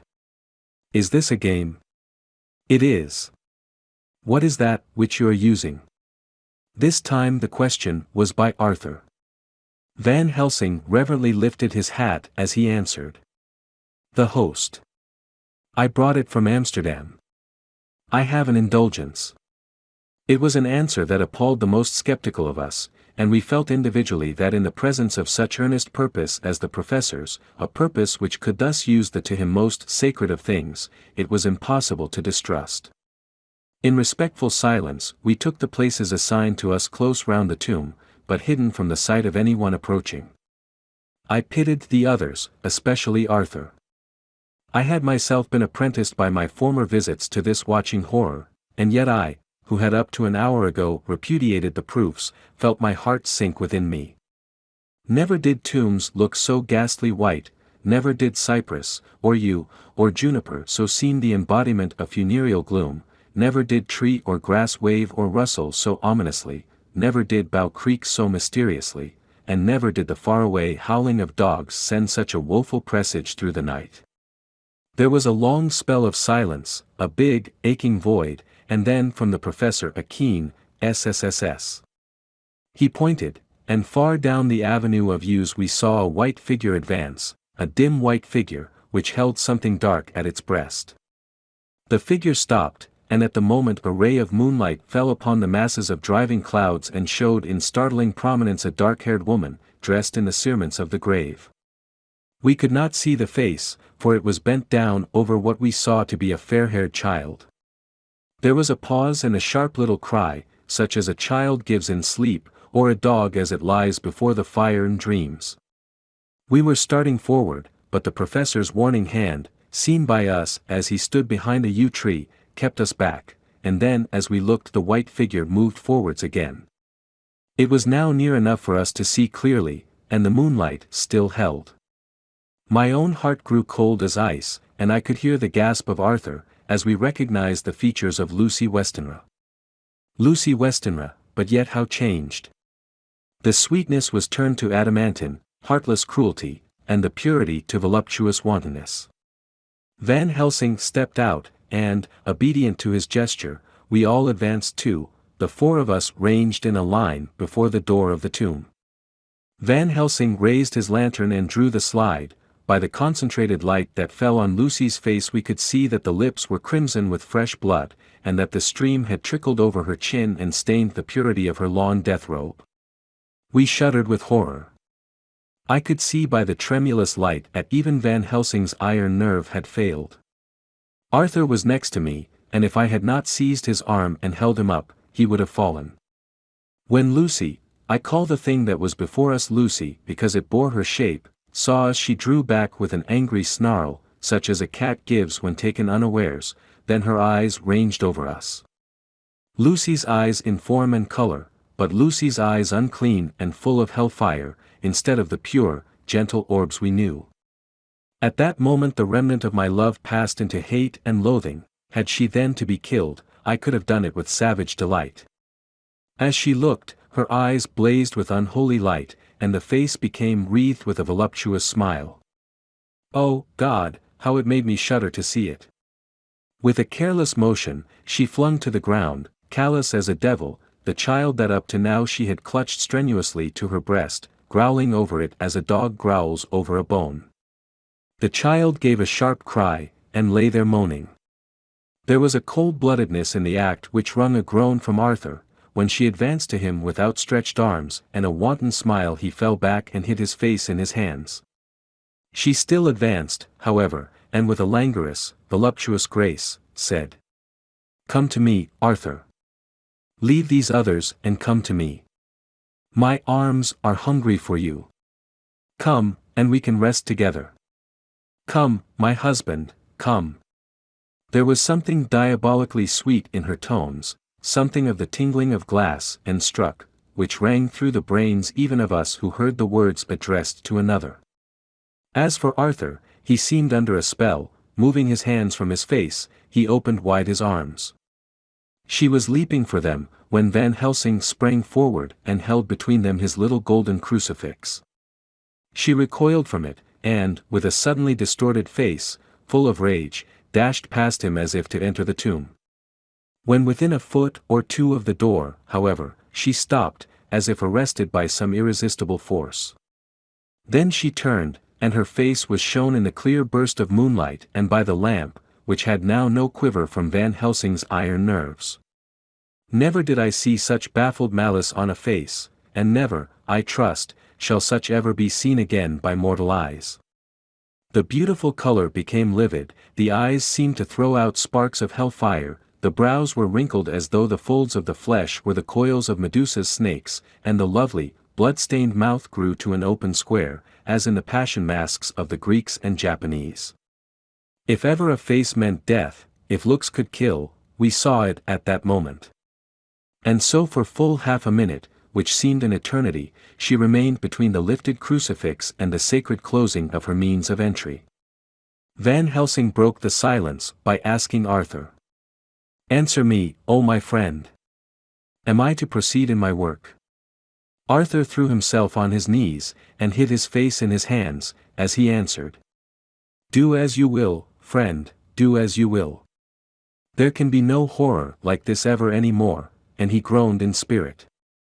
Quincy and I simultaneously moved towards him, and took his arms. We could hear the click of the closing lantern as Van Helsing held it down. Coming close to the tomb, he began to remove from the chink some of the sacred emblem which he had placed there. We all looked on in horrified amazement as we saw, when he stood back, the woman, with a corporeal body as real at that moment as our own, pass in through the interstice where scarce a knife blade could have gone. We all felt a glad sense of relief, and we saw the professor calmly restoring the strings of putty to the edges of the door. When this was done, he lifted the child and said, "Come now, my friends, we can do no more till tomorrow. There is a funeral at noon, so here we shall all come before long after that. The friends of the dead will all be gone by 2, and when the sexton lock the gate we shall remain. Then there is more to do, but not like this of tonight. As for this little one, he is not much harm, and by tomorrow night he shall be well. We shall leave him where the police will find him, as on the other night, and then to home." Coming close to Arthur, he said, "My friend Arthur, you have had a sore trial, but after, when you look back, you will see how it was necessary. You are now in the bitter waters, my child. By this time tomorrow you will, please God, have passed them, and have drunk of the sweet waters, so do not mourn overmuch. Till then I shall not ask you to forgive me." Arthur and Quincy came home with me, and we tried to cheer each other on the way. We had left the child in safety, and were tired, so we all slept with more or less reality of sleep. September 29th, night, a little before 12 o'clock we 3, Arthur, Quincy Morris, and myself, called for the professor. It was odd to notice that by common consent we had all put on black clothes. Of course, Arthur wore black, for he was in deep mourning, but the rest of us wore it by instinct. We got to the churchyard by 1:30, and strolled about, keeping out of official observation, so that when the gravediggers had completed their task and the sexton under the belief that every one had gone, had locked the gate, we had the place all to ourselves. Van Helsing, instead of his little black bag, had with him a long leather one, something like a cricketing bag. It was manifestly of fair weight. When we were alone and had heard the last of the footsteps die out up the road, we silently, and as if by ordered intention, followed the professor to the tomb. He unlocked the door, and we entered, closing it behind us. Then he took from his bag the lantern, which he lit, and also 2 wax candles, which, when lighted, he stuck, by melting their own ends, on other coffins, so that they might give light sufficient to work by. When he again lifted the lid off Lucy's coffin we all looked, Arthur trembling like an aspen, and saw that the body lay there in all its death beauty. But there was no love in my own heart, nothing but loathing for the foul thing which had taken Lucy's shape without her soul. I could see even Arthur's face grow hard as he looked. Presently he said to Van Helsing, "Is this really Lucy's body, or only a demon in her shape?" "It is her body, and yet not it. But wait a while, and you all see her as she was, and is. She seemed like a nightmare of Lucy as she lay there, the pointed teeth, the blood-stained, voluptuous mouth, which it made one shudder to see, the whole carnal and unspiritual appearance, seeming like a devilish mockery of Lucy's sweet purity." Van Helsing, with his usual methodicalness, began taking the various contents from his bag and placing them ready for use. First he took out a soldering iron and some plumbing solder, and then a small oil lamp, which gave out, when lit in a corner of the tomb, gas which burned at fierce heat with a blue flame, then his operating knives, which he placed to hand, and last a round wooden stake, some 2½ or 3 inches thick and about 3 feet long. One end of it was hardened by charring in the fire, and was sharpened to a fine point. With this stake came a heavy hammer, such as in households is used in the coal cellar for breaking the lumps. To me, a doctor's preparations for work of any kind are stimulating and bracing, but the effect of these things on both Arthur and Quincy was to cause them a sort of consternation. They both, however, kept their courage and remained silent and quiet. When all was ready, Van Helsing said, "Before we do anything, let me tell you this. It is out of the lore and experience of the ancients and of all those who have studied the powers of the undead. When they become such, there comes with the change the curse of immortality. They cannot die, but must go on age after age adding new victims and multiplying the evils of the world, for all that die from the preying of the undead becomes themselves undead, and prey on their kind. And so the circle goes on ever widening, like as the ripples from a stone thrown in the water. Friend Arthur, if you had met that kiss which you know of before poor Lucy died, or again, last night when you opened your arms to her, you would in time, when you had died, have become Nosferatu, as they call it in Eastern Europe, and would all time make more of those undeads that so have filled us with horror. The career of this so unhappy dear lady is but just begun. Those children whose blood she suck are not as yet so much the worse, but if she live on, undead, more and more they lose their blood, and by her power over them they come to her, and so she draw their blood with that so wicked mouth. But if she die in truth, then all cease, the tiny wounds of the throats disappear, and they go back to their place unknowing ever of what has been. But of the most blessed of all, when this now undead be made to rest as true dead, then the soul of the poor lady whom we love shall again be free. Instead of working wickedness by night and growing more debased in the assimilating of it by day, she shall take her place with the other angels. So that, my friend, it will be a blessed hand for her that shall strike the blow that sets her free. To this I am willing, but is there none amongst us who has a better right? Will it be no joy to think of hereafter in the silence of the night when sleep is not, it was my hand that sent her to the stars, it was the hand of him that loved her best, the hand that of all she would herself have chosen, had it been to her to choose. Tell me if there be such a one amongst us.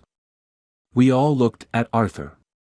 He saw, too, what we all did, the infinite kindness which suggested that his should be the hand which would restore Lucy to us as a holy, and not an unholy, memory. He stepped forward and said bravely, though his hand trembled, and his face was as pale as snow.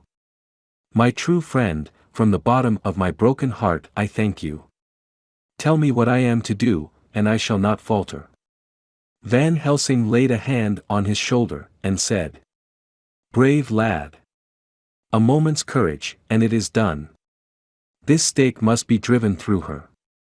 It will be a fearful ordeal, be not deceived in that, but it will be only a short time, and you will then rejoice more than your pain was great, from this grim tomb you will emerge as though you tread on air. But you must not falter when once you have begun. Only think that we, your true friends, are round you, and that we pray for you all the time. Go on, said Arthur hoarsely. Tell me what I am to do. Take this stake in your left hand, ready to place the point over the heart, and the hammer in your right. Then when we begin our prayer for the dead, I shall read him, I have here the book, and the others shall follow, strike in God's name, that so all may be well with the dead that we love and that the undead pass away. Arthur took the stake and the hammer, and when once his mind was set on action his hands never trembled nor even quivered. Van Helsing opened his missal and began to read, and Quincy and I followed as well as we could. Arthur placed the point over the heart, and as I looked I could see its dint in the white flesh. Then he struck with all his might. The thing in the coffin writhed, and a hideous, blood-curdling screech came from the opened red lips. The body shook and quivered and twisted in wild contortions, the sharp white teeth champed together till the lips were cut, and the mouth was smeared with a crimson foam. But Arthur never faltered. He looked like a figure of Thor as his untrembling arm rose and fell, driving deeper and deeper the mercy-bearing stake, whilst the blood from the pierced heart welled and spurted up around it. His face was set, and high duty seemed to shine through it. The sight of it gave us courage so that our voices seemed to ring through the little vault. And then the writhing and quivering of the body became less, and the teeth seemed to champ, and the face to quiver. Finally, it lay still. The terrible task was over. The hammer fell from Arthur's hand. He reeled and would have fallen had we not caught him. The great drops of sweat sprang from his forehead, and his breath came in broken gasps. It had indeed been an awful strain on him, and had he not been forced to his task by more than human considerations he could never have gone through with it. For a few minutes we were so taken up with him that we did not look towards the coffin. When we did, however, a murmur of startled surprise ran from one to the other of us.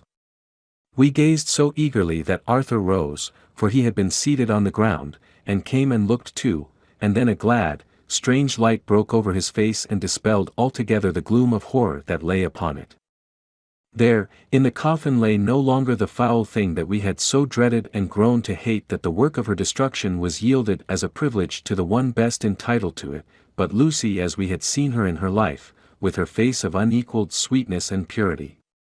True that there were there, as we had seen them in life, the traces of care and pain and waste, but these were all dear to us, for they marked her truth to what we knew. One and all we felt that the holy calm that lay like sunshine over the wasted face and form was only an earthly token and symbol of the calm that was to reign forever.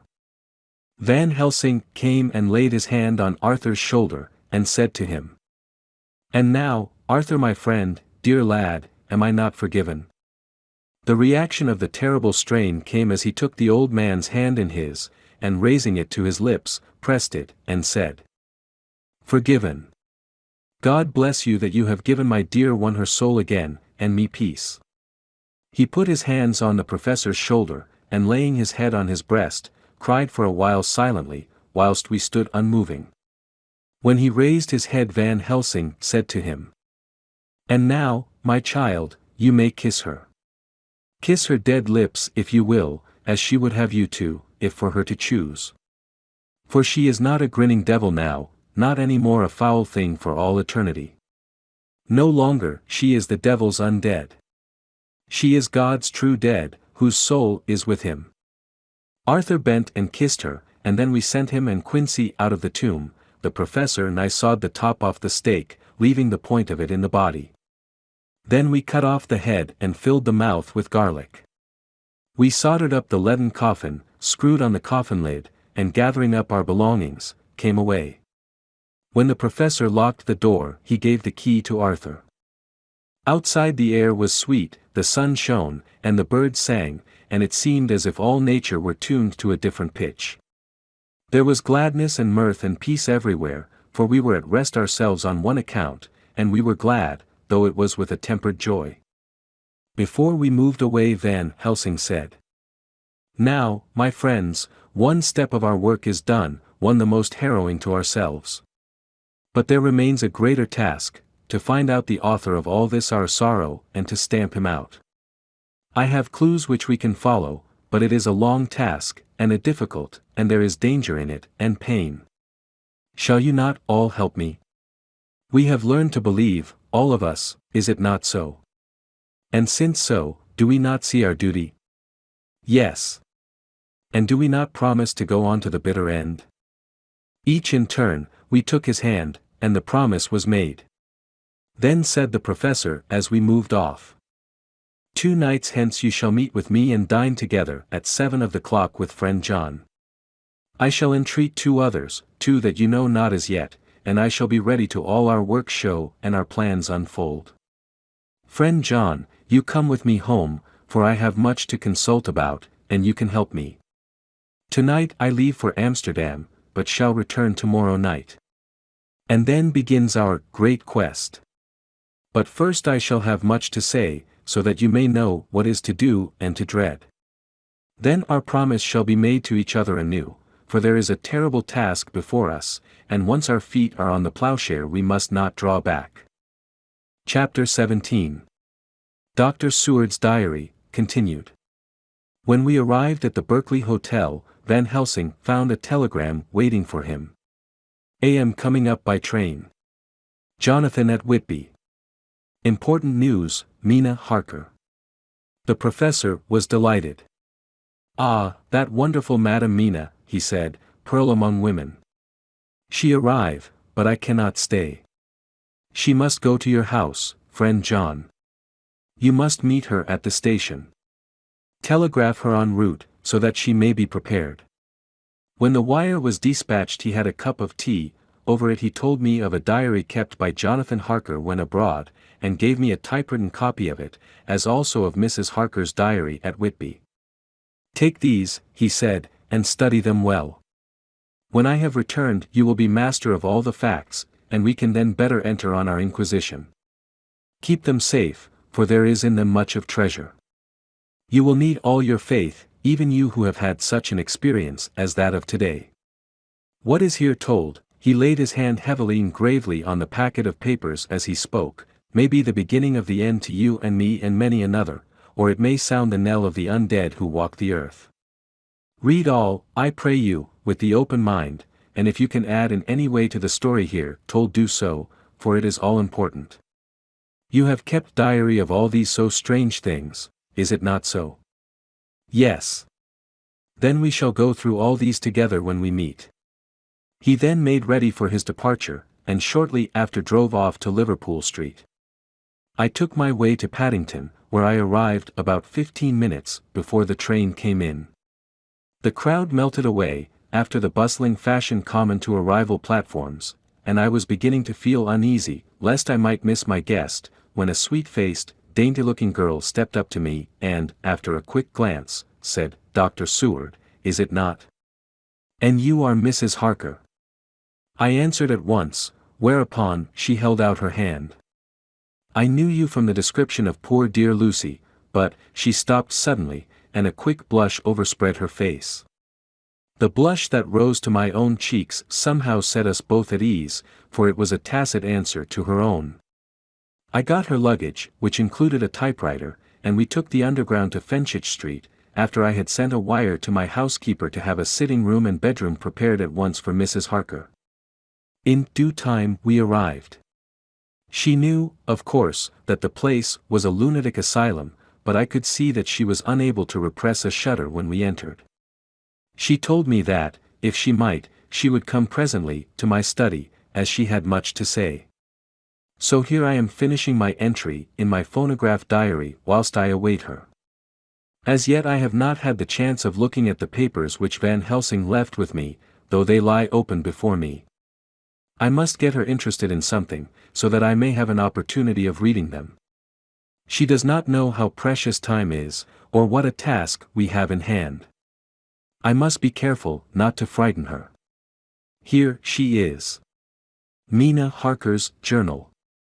September 29th, after I had tidied myself, I went down to Dr. Seward's study. At the door I paused a moment, for I thought I heard him talking with someone. As, however, he had pressed me to be quick, I knocked at the door, and on his calling out, "Come in," I entered. To my intense surprise, there was no one with him. He was quite alone, and on the table opposite him was what I knew at once from the description to be a phonograph. I had never seen one, and was much interested. "I hope I did not keep you waiting," I said, "but I stayed at the door as I heard you talking, and thought there was someone with you." "Oh," he replied with a smile, "I was only entering my diary." "Your diary?" I asked him in surprise. "Yes," he answered. "I keep it in this." As he spoke, he laid his hand on the phonograph. I felt quite excited over it, and blurted out, "Why, this beats even shorthand. May I hear it say something?" "Certainly," he replied with alacrity, and stood up to put it in train for speaking. Then he paused, and a troubled look overspread his face. "The fact is," he began awkwardly, "I only keep my diary in it, and as it is entirely, almost entirely, about my cases, it may be awkward, that is, I mean," he stopped, and I tried to help him out of his embarrassment. "You helped to attend dear Lucy at the end. Let me hear how she died, for all that I know of her, I shall be very grateful. She was very, very dear to me." To my surprise, he answered, with a horror-struck look in his face. "Tell you of her death? Not for the wide world." "Why not?" I asked, for some grave, terrible feeling was coming over me. Again he paused, and I could see that he was trying to invent an excuse. At length he stammered out, "You see, I do not know how to pick out any particular part of the diary." Even while he was speaking an idea dawned upon him, and he said with unconscious simplicity, in a different voice, and with the naivete of a child, "That's quite true, upon my honor." Honest Indian. I could not but smile, at which he grimaced. "I gave myself away that time," he said. "But do you know that, although I have kept the diary for months past, it never once struck me how I was going to find any particular part of it in case I wanted to look it up. By this time my mind was made up that the diary of a doctor who attended Lucy might have something to add to the sum of our knowledge of that terrible being, and I said boldly, "Then, Dr. Seward, you had better let me copy it out for you on my typewriter." He grew to a positively deathly pallor as he said, "No. No. No. For all the world, I wouldn't let you know that terrible story. Then it was terrible, my intuition was right. For a moment I thought, and as my eyes ranged the room, unconsciously looking for something or some opportunity to aid me, they lit on a great batch of typewriting on the table. His eyes caught the look in mine, and, without his thinking, followed their direction. As they saw the parcel, he realized my meaning. "You do not know me," I said. "When you have read those papers, my own diary, and my husband's also, which I have typed, you will know me better. I have not faltered in giving every thought of my own heart in this cause, but, of course, you do not know me, yet, and I must not expect you to trust me so far. He is certainly a man of noble nature, poor dear Lucy was right about him." He stood up and opened a large drawer, in which were arranged in order a number of hollow cylinders of metal covered with dark wax, and said, "You are quite right. I did not trust you because I did not know you. But I know you now, and let me say that I should have known you long ago. I know that Lucy told you of me, she told me of you too. May I make the only atonement in my power? Take the cylinders and hear them, the first half dozen of them are personal to me, and they will not horrify you, then you will know me better. Dinner will by then be ready. In the meantime I shall read over some of these documents, and shall be better able to understand certain things." He carried the phonograph himself up to my sitting room and adjusted it for me. "Now I shall learn something pleasant, I am sure, for it will tell me the other side of a true love episode of which I know one side already." Dr. Seward's Diary. September 29th. I was so absorbed in that wonderful diary of Jonathan Harker and that other of his wife that I let the time run on without thinking. Mrs. Harker was not down when the maid came to announce dinner, so I said, "She is possibly tired, let dinner wait an hour," and I went on with my work. I had just finished Mrs. Harker's diary, when she came in.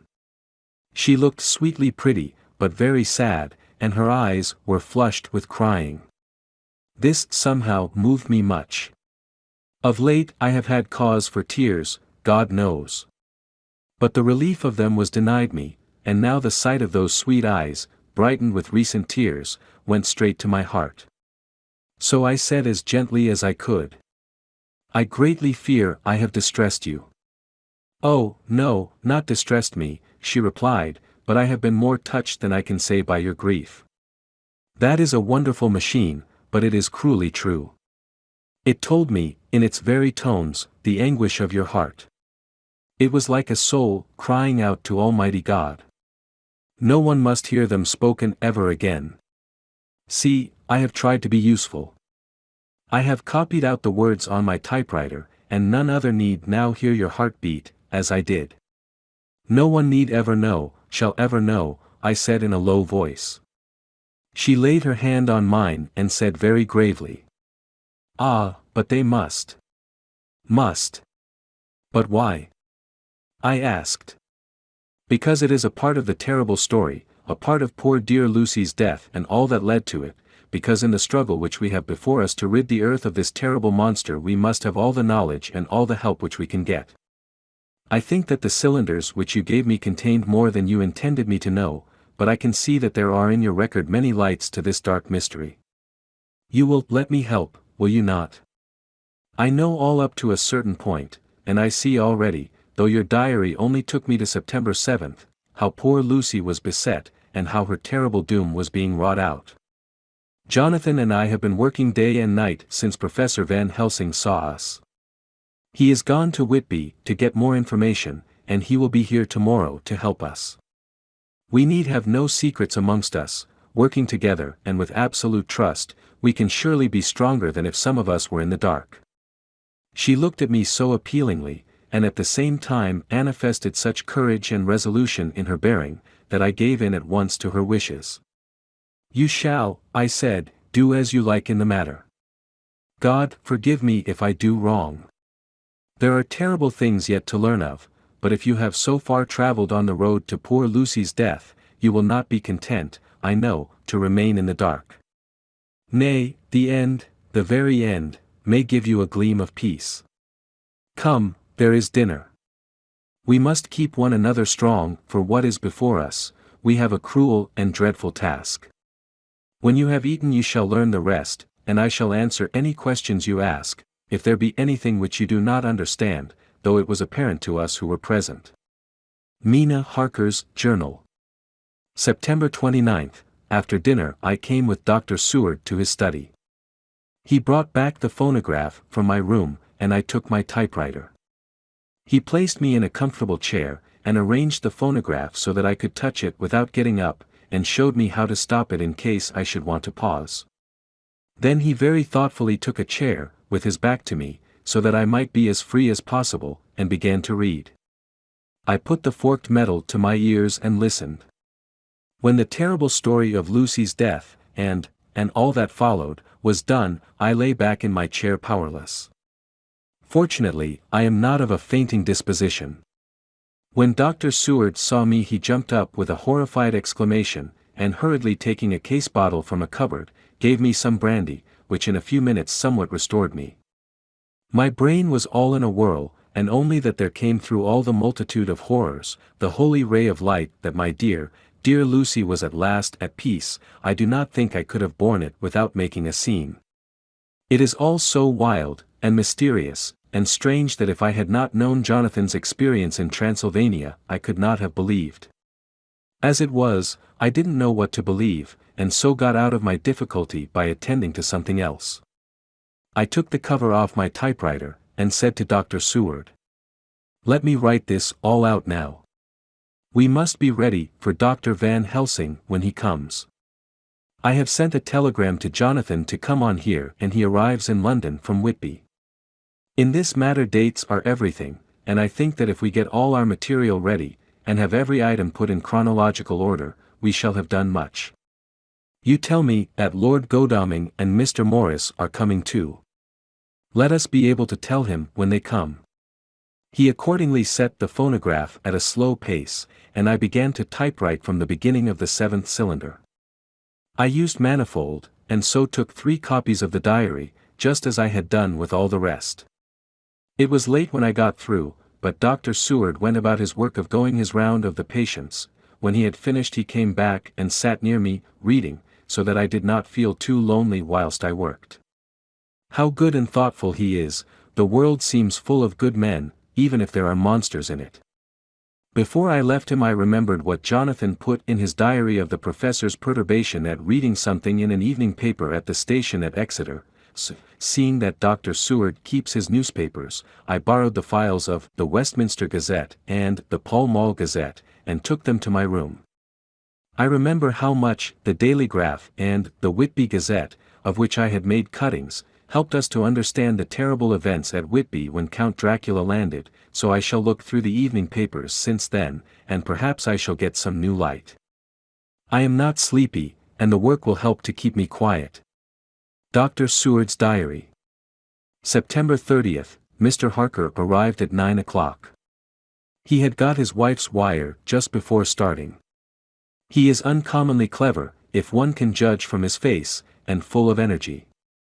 If this journal be true, and judging by one's own wonderful experiences, it must be, he is also a man of great nerve. That going down to the vault a second time was a remarkable piece of daring. After reading his account of it I was prepared to meet a good specimen of manhood, but hardly the quiet, businesslike gentleman who came here today. Later, after lunch Harker and his wife went back to their own room, and as I passed a while ago I heard the click of the typewriter. They are hard at it. Mrs. Harker says that they are knitting together in chronological order every scrap of evidence they have. Harker has got the letters between the consignee of the boxes at Whitby and the carriers in London who took charge of them. He is now reading his wife's typescript of my diary. I wonder what they make out of it. Here it is. Strange that it never struck me that the very next house might be the Count's hiding place. Goodness knows that we had enough clues from the conduct of the patient Renfield. The bundle of letters relating to the purchase of the house were with the typescript. Oh, if we had only had them earlier we might have saved poor Lucy. Stop, that way madness lies. Harker has gone back, and is again collating his material. He says that by dinner time they will be able to show a whole connected narrative. He thinks that in the meantime I should see Renfield, as hitherto he has been a sort of index to the coming and going of the Count. I hardly see this yet, but when I get at the dates I suppose I shall. What a good thing that Mrs. Harker put my cylinders into type. We never could have found the dates otherwise. I found Renfield sitting placidly in his room with his hands folded, smiling benignly. At the moment he seemed as sane as anyone I ever saw. I sat down and talked with him on a lot of subjects, all of which he treated naturally. He then, of his own accord, spoke of going home, a subject he has never mentioned to my knowledge during his sojourn here. In fact, he spoke quite confidently of getting his discharge at once. I believe that, had I not had the chat with Harker and read the letters and the dates of his outbursts, I should have been prepared to sign for him after a brief time of observation. As it is, I am darkly suspicious. All those outbreaks were in some way linked with the proximity of the Count. What then does this absolute content mean? Can it be that his instinct is satisfied as to the vampire's ultimate triumph?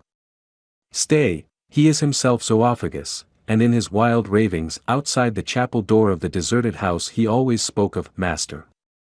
This all seems confirmation of our idea. However, after a while I came away. My friend is just a little too sane at present to make it safe to probe him too deep with questions. He might begin to think, and then. So, I came away. I mistrust these quiet moods of his, so I have given the attendant a hint to look closely after him, and to have a strait waistcoat ready in case of need. Jonathan Harker's Journal.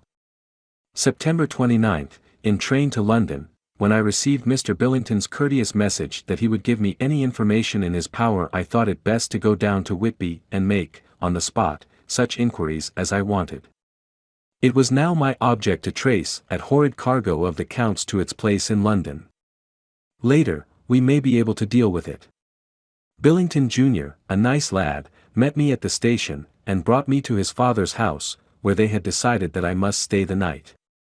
They are hospitable, with true Yorkshire hospitality, give a guest everything, and leave him free to do as he likes. They all knew that I was busy, and that my stay was short, and Mr. Billington had ready in his office all the papers concerning the consignment of boxes. It gave me almost a turn to see again one of the letters which I had seen on the Count's table before I knew of his diabolical plans. Everything had been carefully thought out, and done systematically and with precision. He seemed to have been prepared for every obstacle which might be placed by accident in the way of his intentions being carried out. To use an Americanism, he had taken no chances, and the absolute accuracy with which his instructions were fulfilled was simply the logical result of his care. I saw the invoice, and took note of it, 50 cases of common earth, to be used for experimental purposes. Also the copy of letter to Carter Patterson, and their reply. Of both of these I got copies.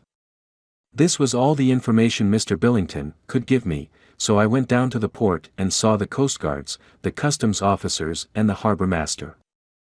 They had all something to say of the strange entry of the ship, which is already taking its place in local tradition, but no one could add to the simple description, 50 cases of common earth. I then saw the station master, who kindly put me in communication with the men who had actually received the boxes.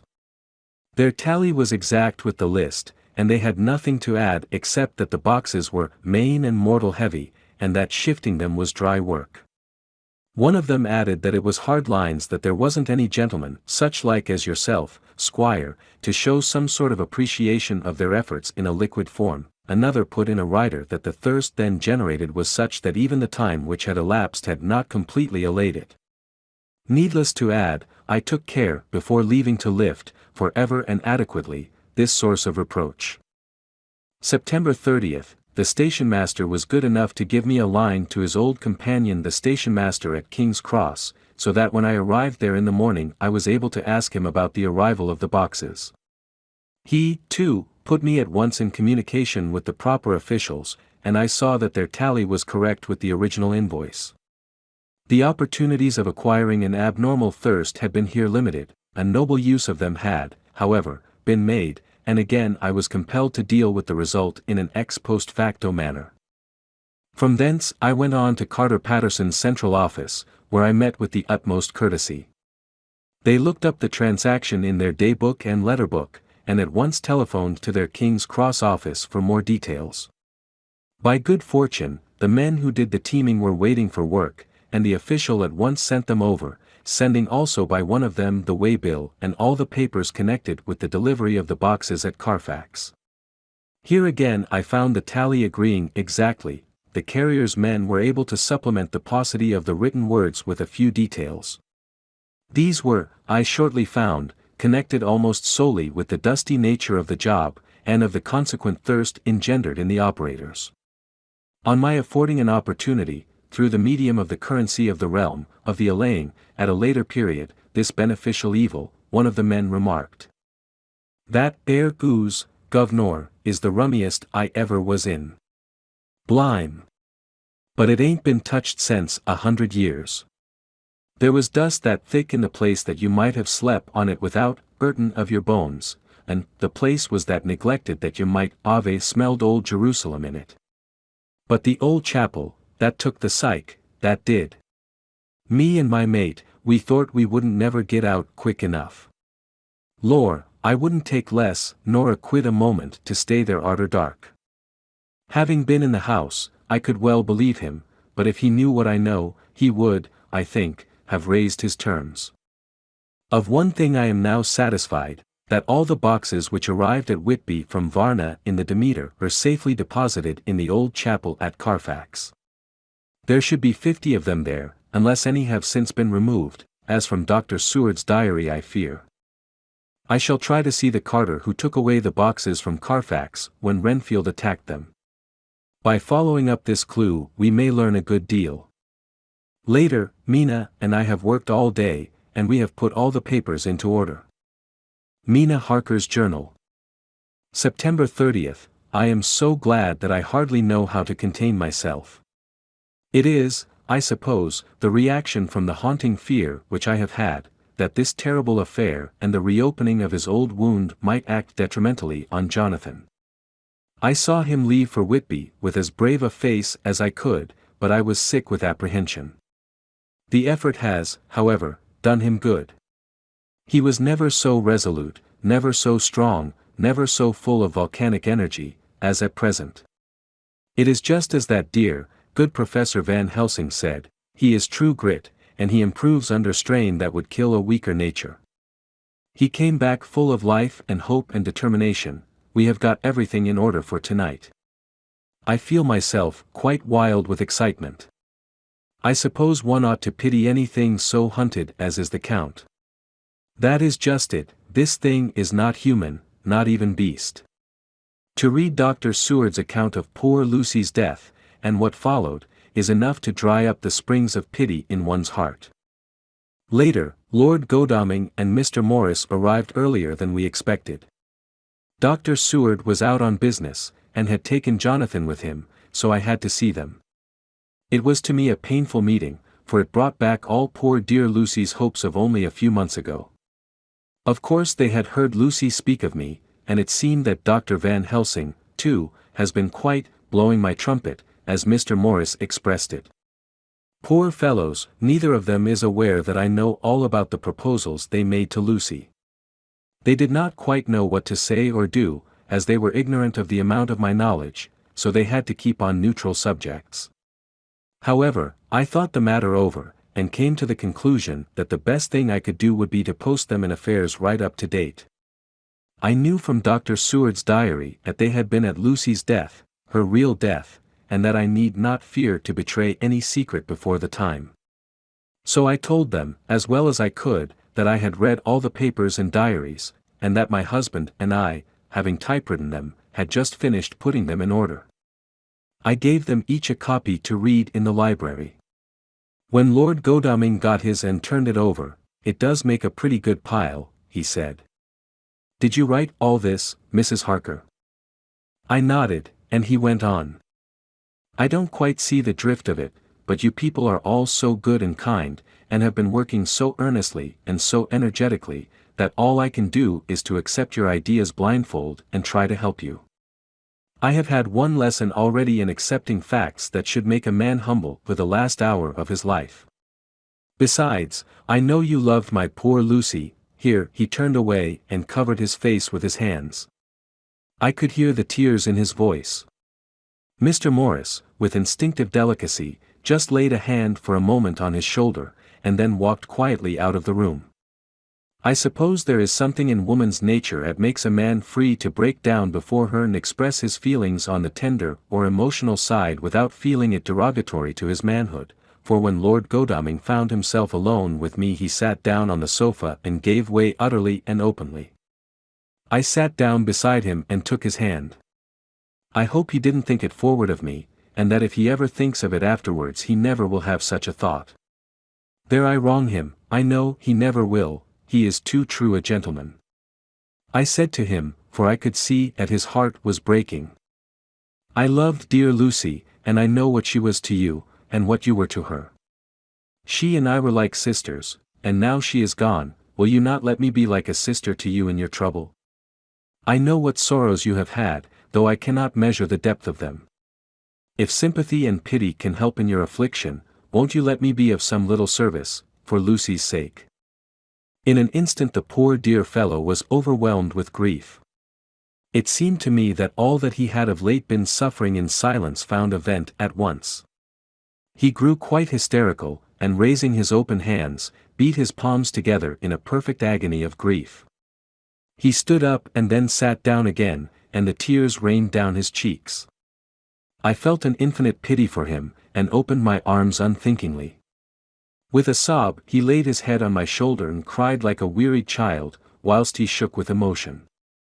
We women have something of the mother in us that makes us rise above smaller matters when the mother spirit is invoked. I felt this big sorrowing man's head resting on me, as though it were that of the baby that some day may lie on my bosom, and I stroked his hair as though he were my own child. I never thought at the time how strange it all was. After a little bit his sobs ceased, and he raised himself with an apology, though he made no disguise of his emotion. He told me that for days and nights past, weary days and sleepless nights, he had been unable to speak with any one, as a man must speak in his time of sorrow. There was no woman whose sympathy could be given to him, or with whom, owing to the terrible circumstance with which his sorrow was surrounded, he could speak freely. "I know now how I suffered," he said, as he dried his eyes, "but I do not know even yet, and none other can ever know, how much your sweet sympathy has been to me today. I shall know better in time, and believe me that, though I am not ungrateful now, my gratitude will grow with my understanding. You will let me be like a brother, will you not, for all our lives, for dear Lucy's sake?" "For dear Lucy's sake," I said as we clasped hands. "Aye, and for your own sake," he added, "for if a man's esteem and gratitude are ever worth the winning, you have won mine today. If ever the future should bring to you a time and you need a man's help, believe me, you will not call in vain. God grant that no such time may ever come to you to break the sunshine of your life, but if it should ever come, promise me that you will let me know." He was so earnest, and his sorrow was so fresh, that I felt it would comfort him, so I said, "I promise." As I came along the corridor I saw Mr. Morris looking out of a window. He turned as he heard my footsteps. "How is Art?" he said. Then noticing my red eyes, he went on, "Ah, I see you have been comforting him. Poor old fellow. He needs it. No one but a woman can help a man when he is in trouble of the heart, and he had no one to comfort him. He bore his own trouble so bravely that my heart bled for him. I saw the manuscript in his hand, and I knew that when he read it he would realize how much I knew, so I said to him, I wish I could comfort all who suffer from the heart. Will you let me be your friend, and will you come to me for comfort if you need it? You will know, later on, why I speak." He saw that I was in earnest, and stooping, took my hand, and raising it to his lips, kissed it. It seemed but poor comfort to so brave and unselfish a soul, and impulsively I bent over and kissed him. The tears rose in his eyes, and there was a momentary choking in his throat. he said quite calmly. Little girl, you will never regret that true-hearted kindness, so long as ever you live. Then he went into the study to his friend. Little girl. The very words he had used to Lucy, and oh, but he proved himself a friend. Chapter 18. Dr. Seward's Diary. September 30th, I got home at 5 o'clock, and found that Godalming and Morris had not only arrived, but had already studied the transcript of the various diaries and letters which Harker and his wonderful wife had made and arranged. Harker had not yet returned from his visit to the carrier's men, of whom Dr. Hennessy had written to me. Mrs. Harker gave us a cup of tea, and I can honestly say that, for the first time since I have lived in it, this old house seemed like home. When we had finished, Mrs. Harker said, "Dr. Seward, may I ask a favor? I want to see your patient, Mr. Renfield. Do let me see him. What you have said of him in your diary interests me so much." She looked so appealing and so pretty that I could not refuse her, and there was no possible reason why I should, so I took her with me. When I went into the room, I told the man that a lady would like to see him, to which he simply answered, "Why?" "She is going through the house, and wants to see everyone in it," I answered. "Oh, very well," he said, "let her come in, by all means, but just wait a minute till I tidy up the place." His method of tidying is peculiar. He simply swallowed all the flies and spiders in the boxes before I could stop him. It was quite evident that he feared, or was jealous of, some interference. When he had got through his disgusting task, he said cheerfully, "Let the lady come in," and sat down on the edge of his bed with his head down, but with his eyelids raised so that he could see her as she entered. For a moment I thought that he might have some homicidal intent. I remembered how quiet he had been just before he attacked me in my own study, and I took care to stand where I could seize him at once if he attempted to make a spring at her. She came into the room with an easy gracefulness which would at once command the respect of any lunatic, for easiness is one of the qualities mad people most respect. She walked over to him, smiling pleasantly, and held out her hand. "Good evening, Mr. Renfield," said she. "You see, I know you, for Dr. Seward has told me of you."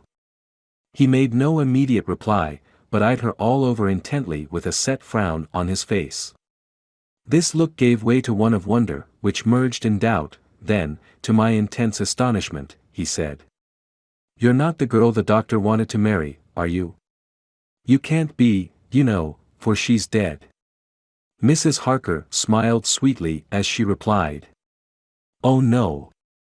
I have a husband of my own, to whom I was married before I ever saw Dr. Seward, or he me. I am Mrs. Harker." "Then what are you doing here?" "My husband and I are staying on a visit with Dr. Seward."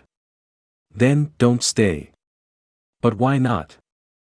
I thought that this style of conversation might not be pleasant to Mrs. Harker, any more than it was to me, so I joined in. "How did you know I wanted to marry anyone?"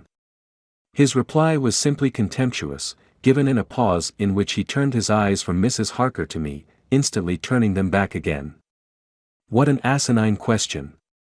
"I don't see that at all, Mr. Renfield," said Mrs. Harker, at once championing me. He replied to her with as much courtesy and respect as he had shown contempt to me. "You will, of course, understand, Mrs. Harker, that when a man is so loved and honored as our host is, everything regarding him is of interest in our little community.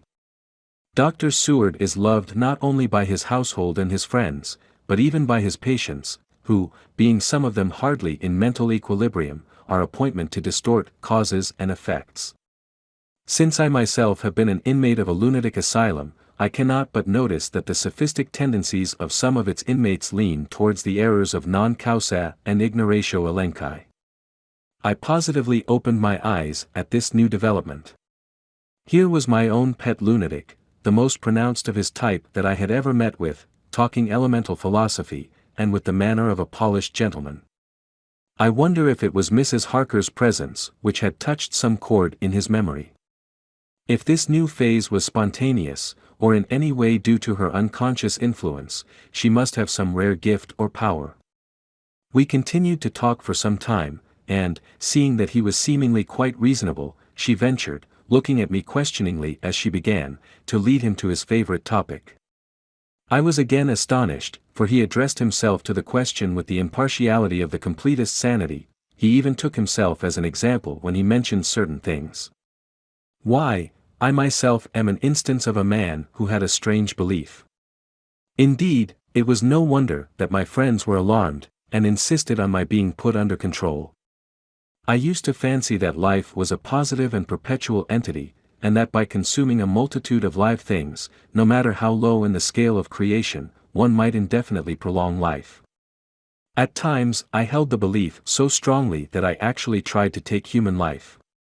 The doctor here will bear me out that on one occasion I tried to kill him for the purpose of strengthening my vital powers by the assimilation with my own body of his life through the medium of his blood, relying, of course, upon the scriptural phrase, "For the blood is the life." Though, indeed, the vendor of a certain nostrum has vulgarised the truism to the very point of contempt. Isn't that true, doctor? I nodded assent, for I was so amazed that I hardly knew what to either think or say. It was hard to imagine that I had seen him eat up his spiders and flies not 5 minutes before. Looking at my watch, I saw that I should go to the station to meet Van Helsing, so I told Mrs. Harker that it was time to leave. She came at once, after saying pleasantly to Mr. Renfield, "Goodbye, and I hope I may see you often, under auspices pleasanter to yourself," to which, to my astonishment, he replied, "Goodbye, my dear. I pray God I may never see your sweet face again. May He bless and keep you." When I went to the station to meet Van Helsing, I left the boys behind me. Poor Art seemed more cheerful than he has been since Lucy first took ill, and Quincy is more like his own bright self than he has been for many a long day. Van Helsing stepped from the carriage with the eager nimbleness of a boy. He saw me at once, and rushed up to me, saying, "Ah, friend John, how goes all?" "Well. So. I have been busy, for I come here to stay if need be. All affairs are settled with me, and I have much to tell." "Madam Mina is with you?" "Yes." "And her so fine husband?" "And Arthur and my friend Quincy, they are with you, too?" "Good." As I drove to the house I told him of what had passed, and of how my own diary had come to be of some use through Mrs. Harker's suggestion, at which the professor interrupted me. "Ah, that wonderful Madam Mina. She has man's brain, a brain that a man should have were he much gifted, and a woman's heart. The good God fashioned her for a purpose, believe me, when he made that so good combination. Friend John, up to now fortune has made that woman of help to us. After tonight she must not have to do with this so terrible affair. It is not good that she run a risk so great. We men are determined, nay, are we not pledged, to destroy this monster, but it is no part for a woman.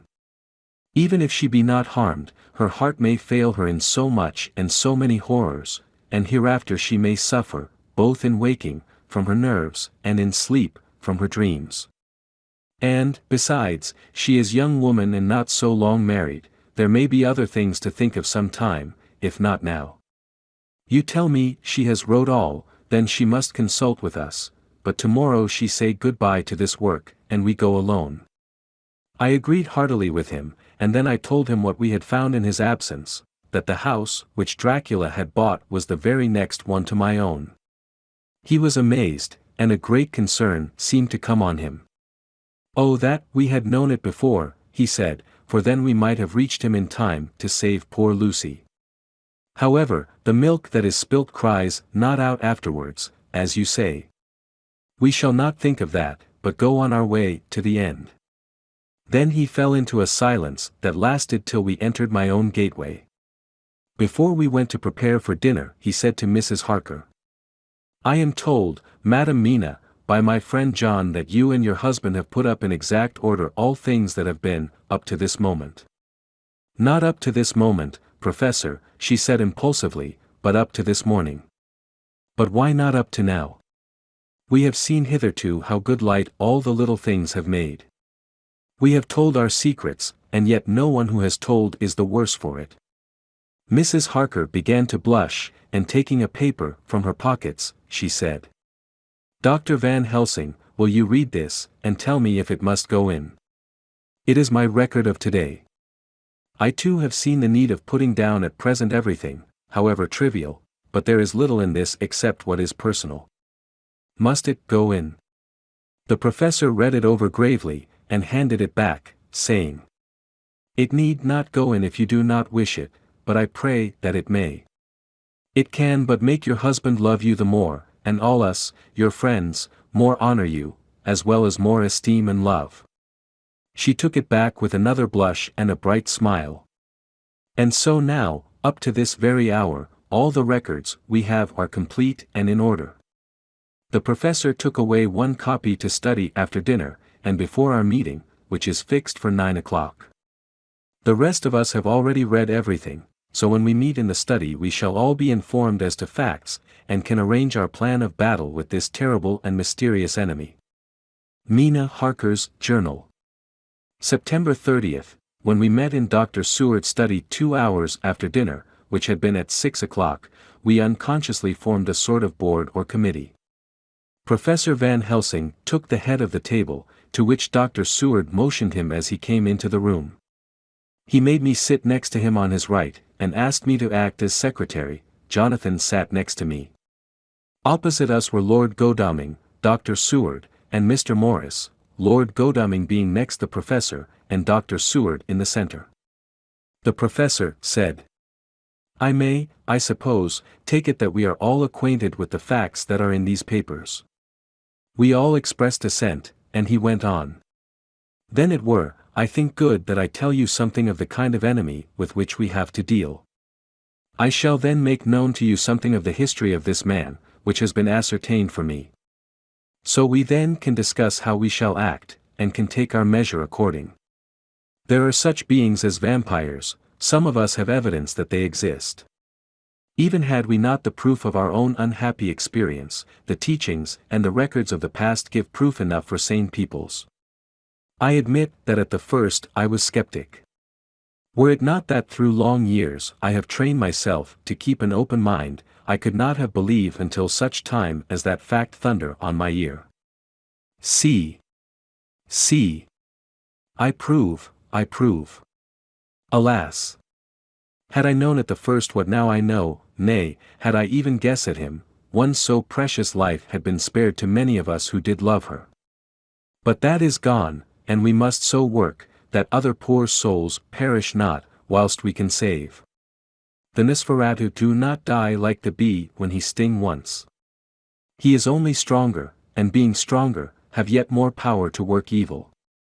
This vampire which is amongst us is of himself so strong in person as 20 men, he is of cunning more than mortal, for his cunning be the growth of ages, he have still the aids of necromancy, which is, as his etymology imply, the divination by the dead, and all the dead that he can come nigh to are for him at command. He is brute, and more than brute, he is devil in callous, and the heart of him is not, he can, within limitations, appear at will when, and where, and in any of the forms that are to him. He can, within his range, direct the elements, the storm, the fog, the thunder. He can command all the meaner things, the rat, and the owl, and the bat, the moth, and the fox, and the wolf. He can grow and become small, and he can at times vanish and come unknown.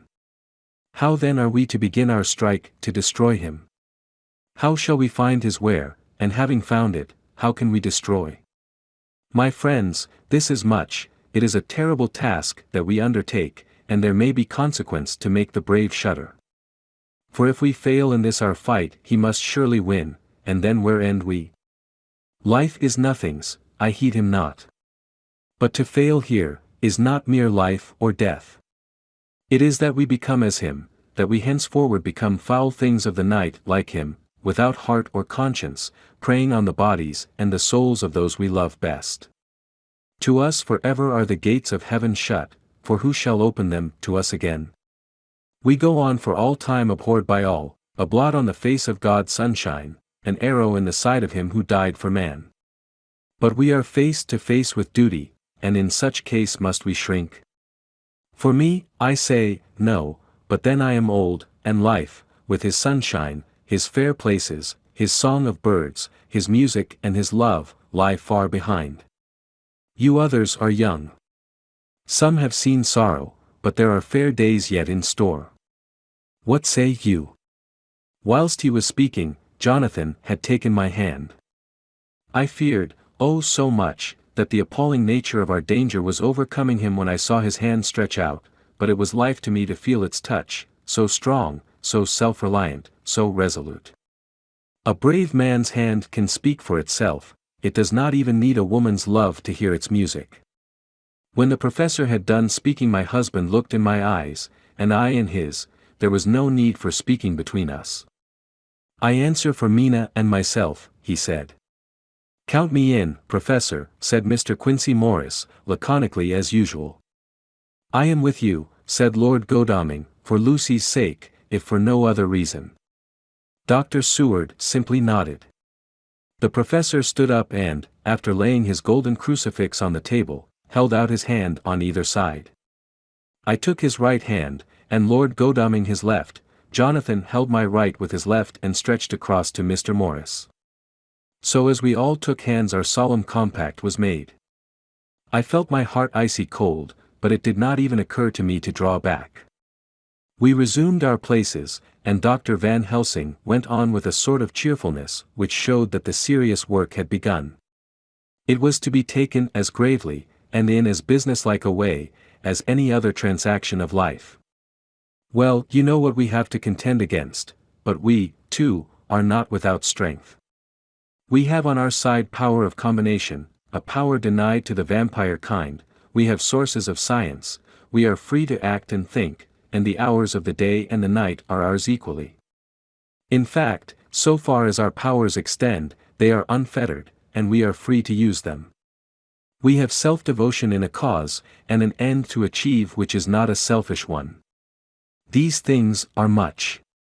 Now let us see how far the general powers arrayed against us are restrict, and how the individual cannot. In fine, let us consider the limitations of the vampire in general, and of this one in particular. All we have to go upon are traditions and superstitions. These do not at the first appear much, when the matter is one of life and death, nay of more than either life or death. Yet must we be satisfied, in the first place, because we have to be, no other means is at our control, and secondly, because, after all, these things, tradition and superstition, are everything. Does not the belief in vampires rest for others, though not, alas, for us, on them?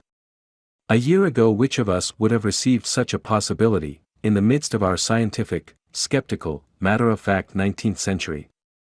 We even scouted a belief that we saw justified under our very eyes.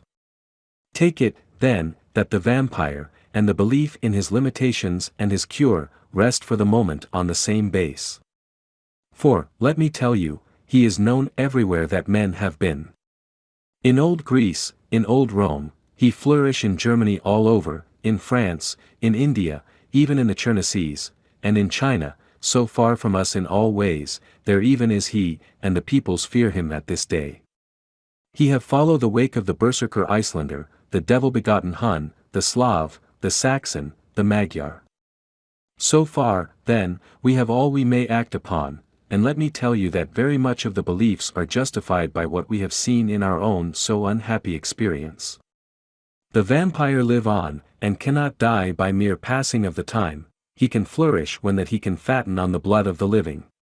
Even more, we have seen amongst us that he can even grow younger, that his vital faculties grow strenuous, and seem as though they refresh themselves when his special pabulum is plenty. But he cannot flourish without this diet, he eat not as others. Even friend Jonathan, who lived with him for weeks, did never see him to eat, never. He throws no shadow, he make in the mirror no reflect, as again Jonathan observe. He has the strength of many of his hand, witness again Jonathan when he shut the door against the wolves, and when he help him from the diligence too.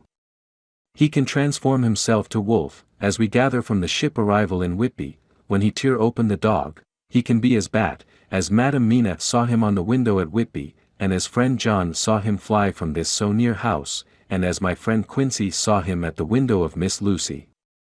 He can come in mist which he create, that noble ship's captain proved him of this, but, from what we know, the distance he can make this mist is limited, and it can only be round himself. He come on moonlight rays as elemental dust, as again Jonathan saw those sisters in the castle of Dracula. He becomes so small, we ourselves saw Miss Lucy, ere she was at peace, slip through a hairbreadth space at the tomb door. He can, when once he find his way, come out from anything or into anything, no matter how close it be bound or even fused up with fire, solder you call it. He can see in the dark, no small power this, in a world which is one half shut from the light. Ah, but hear me through. He can do all these things, yet he is not free. Nay, he is even more prisoner than the slave of the galley, than the madman in his cell. He cannot go where he lists, he who is not of nature has yet to obey some of nature's laws, why we know not. He may not enter anywhere at the first, unless there be some one of the household who bid him to come, though afterwards he can come as he please. His power ceases, as does that of all evil things, at the coming of the day. Only at certain times can he have limited freedom. If he be not at the place whither he is bound, he can only change himself at noon or at exact sunrise or sunset. These things are we told, and in this record of ours we have proof by inference. Thus, whereas he can do as he will within his limit, when he have his earth home, his coffin home, his hell home, the place unhallowed, as we saw when he went to the grave of the suicide at Whitby, still at other time he can only change when the time come. It is said, too, that he can only pass running water at the slack or the flood of the tide. Then there are things which so afflict him that he has no power, as the garlic that we know of, and as for things sacred, as this symbol, my crucifix, that was amongst us even now when we resolve, to them he is nothing, but in their presence he take his place far off and silent with respect. There are others, too, which I shall tell you of, lest in our seeking we may need them. The branch of wild rose on his coffin keep him that he move not from it, a sacred bullet fired into the coffin kill him so that he be true dead, and as for the stake through him, we know already of its peace, or the cut off head that giveth rest. We have seen it with our eyes. Thus when we find the habitation of this man that was, we can confine him to his coffin and destroy him, if we obey what we know. But he is clever. I have asked my friend Arminius, of Budapest University, to make his record, and, from all the means that are, he tell me of what he has been. He must, indeed, have been that voivode Dracula who won his name against the Turk, over the great river on the very frontier of Turkeyland. If it be so, then was he no common man, for in that time, and for centuries after, he was spoken of as the cleverest and the most cunning, as well as the bravest of the sons of the land beyond the forest. That mighty brain and that iron resolution went with him to his grave, and are even now arrayed against us. The Draculas were, says Arminius, a great and noble race, though now and again were scions who were held by their coevals to have had dealings with the evil one. They learned his secrets in the Scholomance, amongst the mountains over Lake Hermanstadt, where the devil claims the 10th scholar as his due. In the records are such words as Stragoica, witch, or dog, and Pokol, Satan and hell, and in one manuscript this very Dracula is spoken of as Wamper, which we all understand too well. There have been from the loins of this very one great men and good women, and their graves make sacred the earth where alone this foulness can dwell. For it is not the least of its terrors that this evil thing is rooted deep in all good, in soil barren of holy memories it cannot rest. Whilst they were talking Mr. Morris was looking steadily at the window, and he now got up quietly, and went out of the room. There was a little pause, and then the professor went on. And now we must settle what we do. We have here much data, and we must proceed to lay out our campaign. We know from the inquiry of Jonathan that from the castle to Whitby came 50 boxes of earth, all of which were delivered at Carfax. We also know that at least some of these boxes have been removed. It seems to me that our first step should be to ascertain whether all the rest remain in the house beyond that wall where we look today, or whether any more have been removed. If the latter, we must trace. Here we were interrupted in a very startling way. Outside the house came the sound of a pistol shot. The glass of the window was shattered with a bullet, which, ricocheting from the top of the embrasure, struck the far wall of the room. I am afraid I am at heart a coward, for I shrieked out. The men all jumped to their feet. Lord Godalming flew over to the window and threw up the sash. As he did so we heard Mr. Morris's voice without. "Sorry. I fear I have alarmed you. I shall come in and tell you about it." A minute later he came in and said, "It was an idiotic thing of me to do, and I ask your pardon, Mrs. Harker, most sincerely. I fear I must have frightened you terribly. But the fact is that whilst the professor was talking there came a big bat and sat on the windowsill. I have got such a horror of the damned brutes from recent events that I cannot stand them, and I went out to have a shot, as I have been doing of late of evenings, whenever I have seen one. You used to laugh at me for it then, Art. Did you hit it?" asked Dr. Van Helsing. "I don't know, I fancy not, for it flew away into the wood." Without saying any more he took his seat, and the professor began to resume his statement.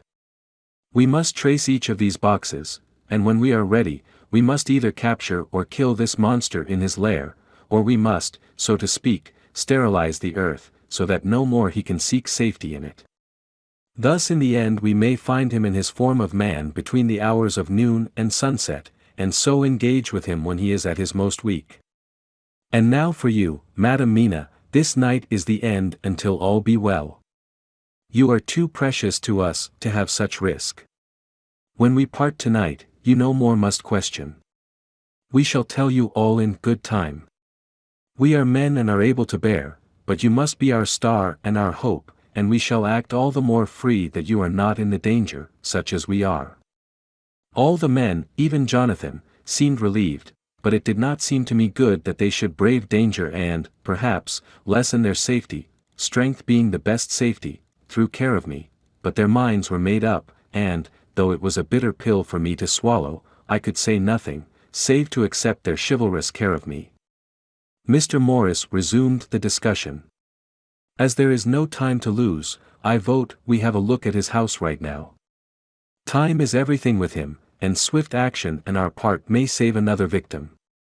I own that my heart began to fail me when the time for action came so close, but I did not say anything, for I had a greater fear that if I appeared as a drag or a hindrance to their work, they might even leave me out of their counsels altogether. They have now gone off to Carfax, with means to get into the house. Manlike, they had told me to go to bed and sleep, as if a woman can sleep when those she loves are in danger. I shall lie down and pretend to sleep, lest Jonathan have added anxiety about me when he returns. Dr. Seward's Diary. October 1st, 4 a.m., just as we were about to leave the house, an urgent message was brought to me from Renfield to know if I would see him at once, as he had something of the utmost importance to say to me. I told the messenger to say that I would attend to his wishes in the morning. I was busy just at the moment. The attendant added, "He seems very importunate, sir. I have never seen him so eager. I don't know but what, if you don't see him soon, he will have one of his violent fits." I knew the man would not have said this without some cause, so I said, "All right, I'll go now," and I asked the others to wait a few minutes for me, as I had to go and see my patient. "Take me with you, friend John," said the professor. "His case in your diary interests me much, and it had bearing, too, now and again on our case. I should much like to see him, and especially when his mind is disturbed." "May I come also?" asked Lord Godalming. "Me too," said Quincy Morris. "May I come?" said Harker. I nodded, and we all went down the passage together. We found him in a state of considerable excitement, but far more rational in his speech and manner than I had ever seen him. There was an unusual understanding of himself, which was unlike anything I had ever met with in a lunatic, and he took it for granted that his reasons would prevail with others entirely sane. We all four went into the room, but none of the others at first said anything. His request was that I would at once release him from the asylum and send him home. This he backed up with arguments regarding his complete recovery, and adduced his own existing sanity. "I appeal to your friends," he said, "they will, perhaps, not mind sitting in judgment on my case. By the way, you have not introduced me."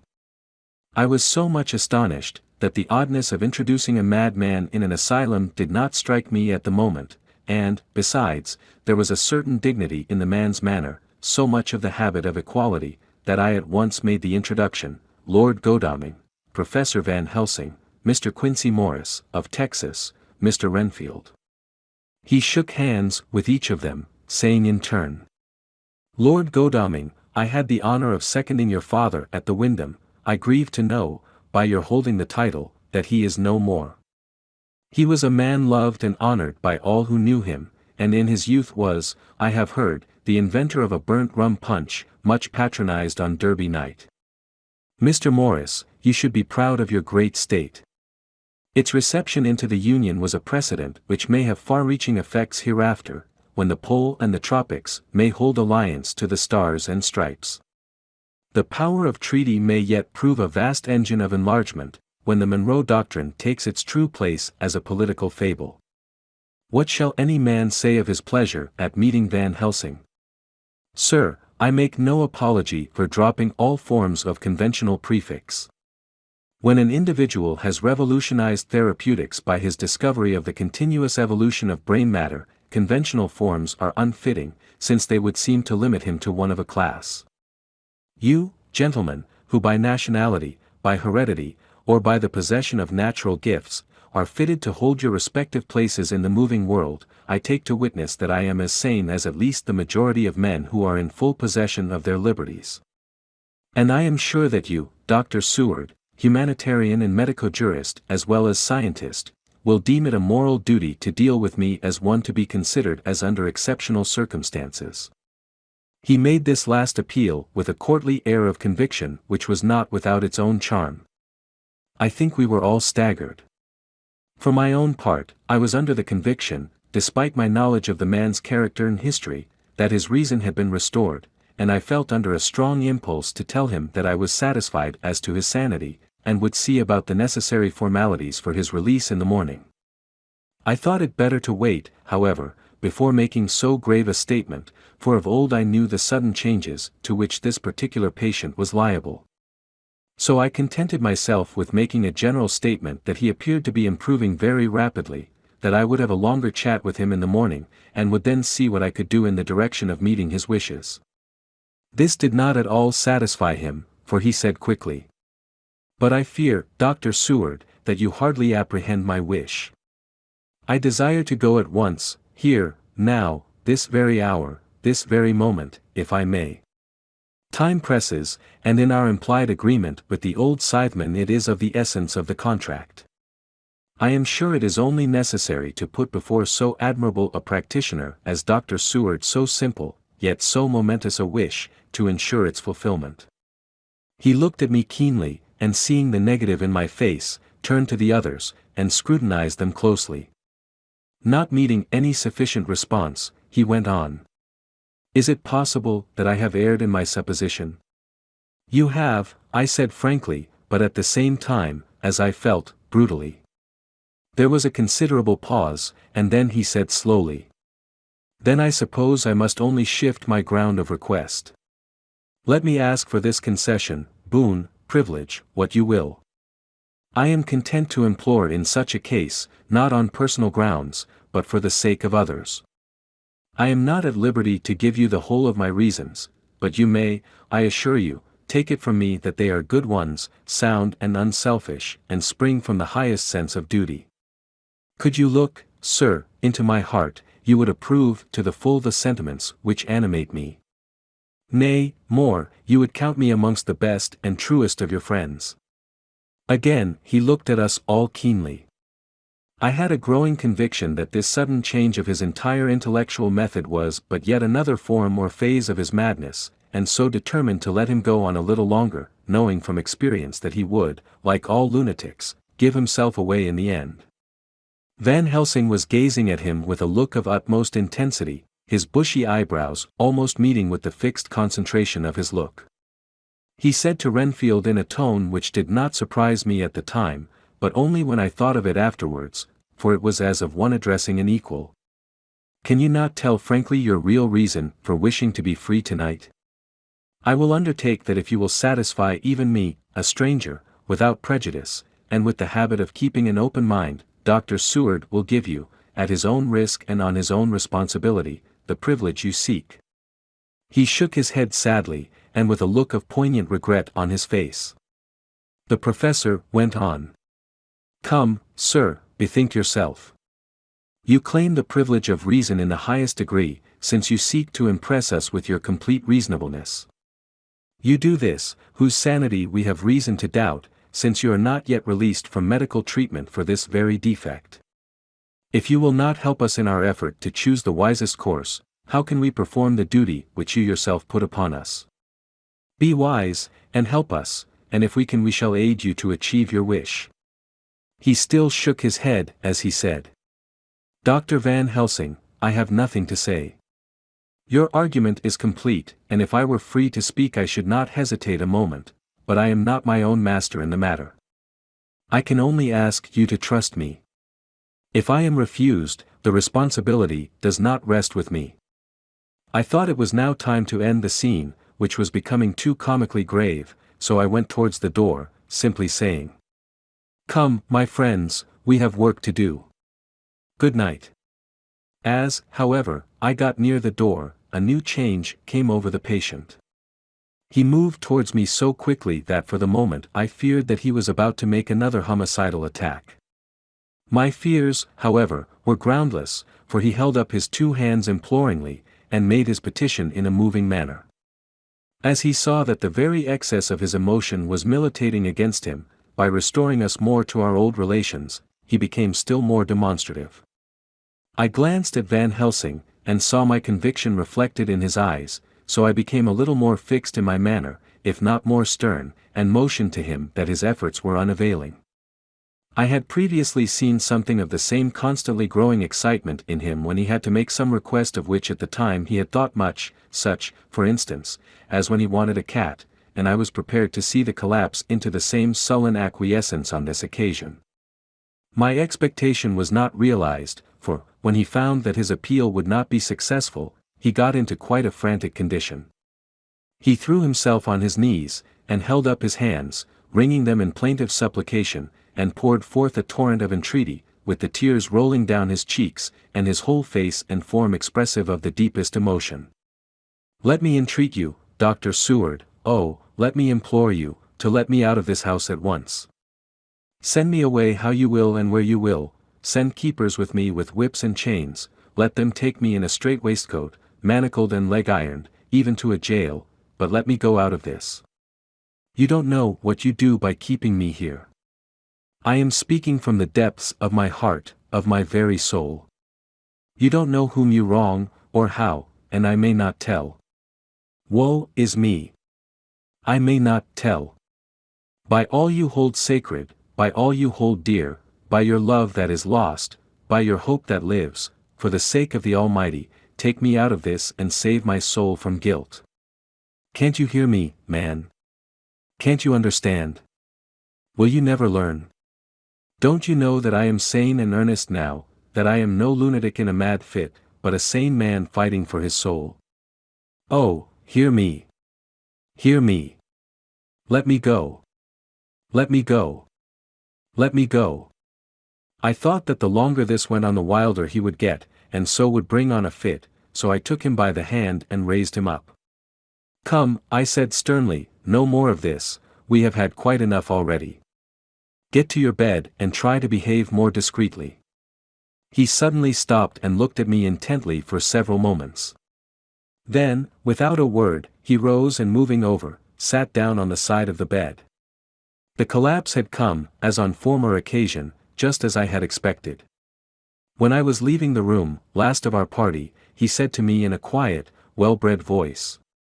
You will, I trust, Dr. Seward, do me the justice to bear in mind, later on, that I did what I could to convince you tonight. Chapter 19. Jonathan Harker's Journal. October 1st, 5 a.m., I went with the party to the search with an easy mind, for I think I never saw Mina so absolutely strong and well. I am so glad that she consented to hold back and let us men do the work.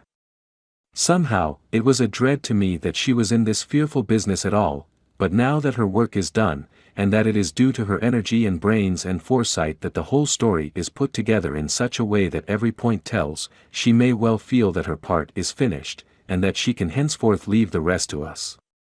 We were, I think, all a little upset by the scene with Mr. Renfield. When we came away from his room we were silent till we got back to the study.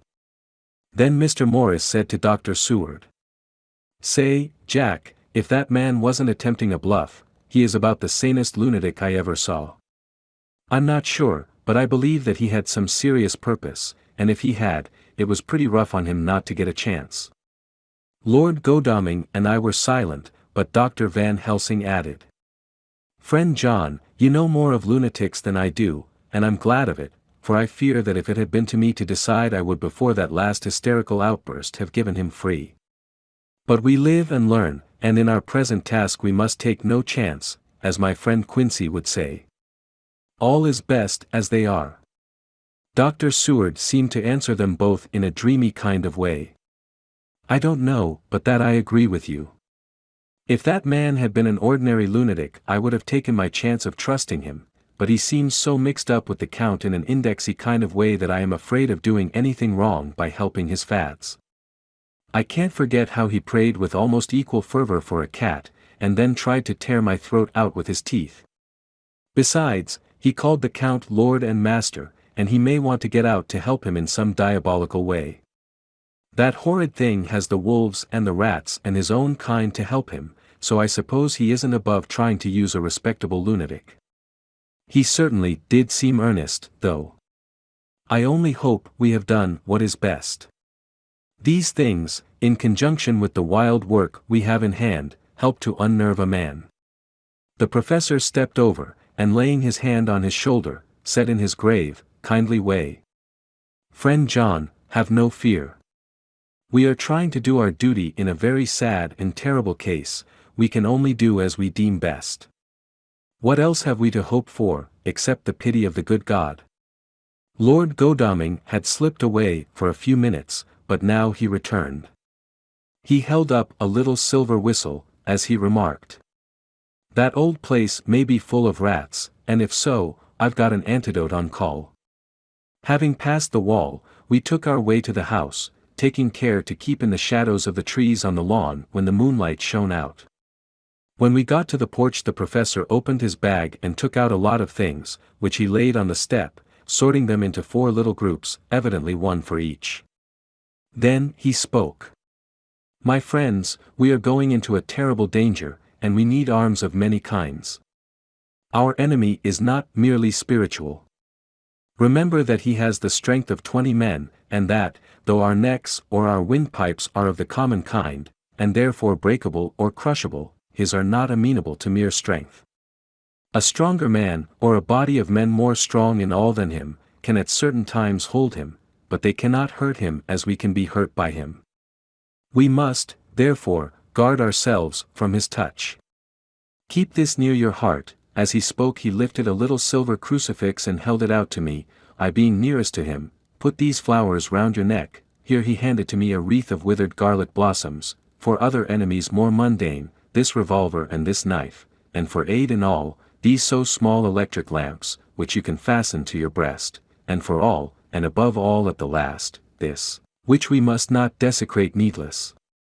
This was a portion of sacred wafer, which he put in an envelope and handed to me. Each of the others was similarly equipped. "Now," he said, "Friend John, where are the skeleton keys? If so that we can open the door, we need not break house by the window, as before at Miss Lucy's." Dr. Seward tried 1 or 2 skeleton keys, his mechanical dexterity as a surgeon standing him in good stead. Presently he got one to suit. After a little play back and forward the bolt yielded, and, with a rusty clang, shot back. We pressed on the door, the rusty hinges creaked, and it slowly opened.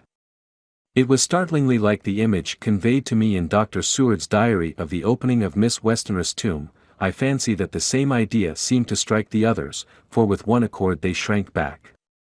The professor was the first to move forward, and stepped into the open door.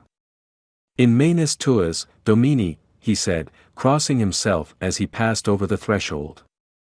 We closed the door behind us, lest when we should have lit our lamps we should possibly attract attention from the road.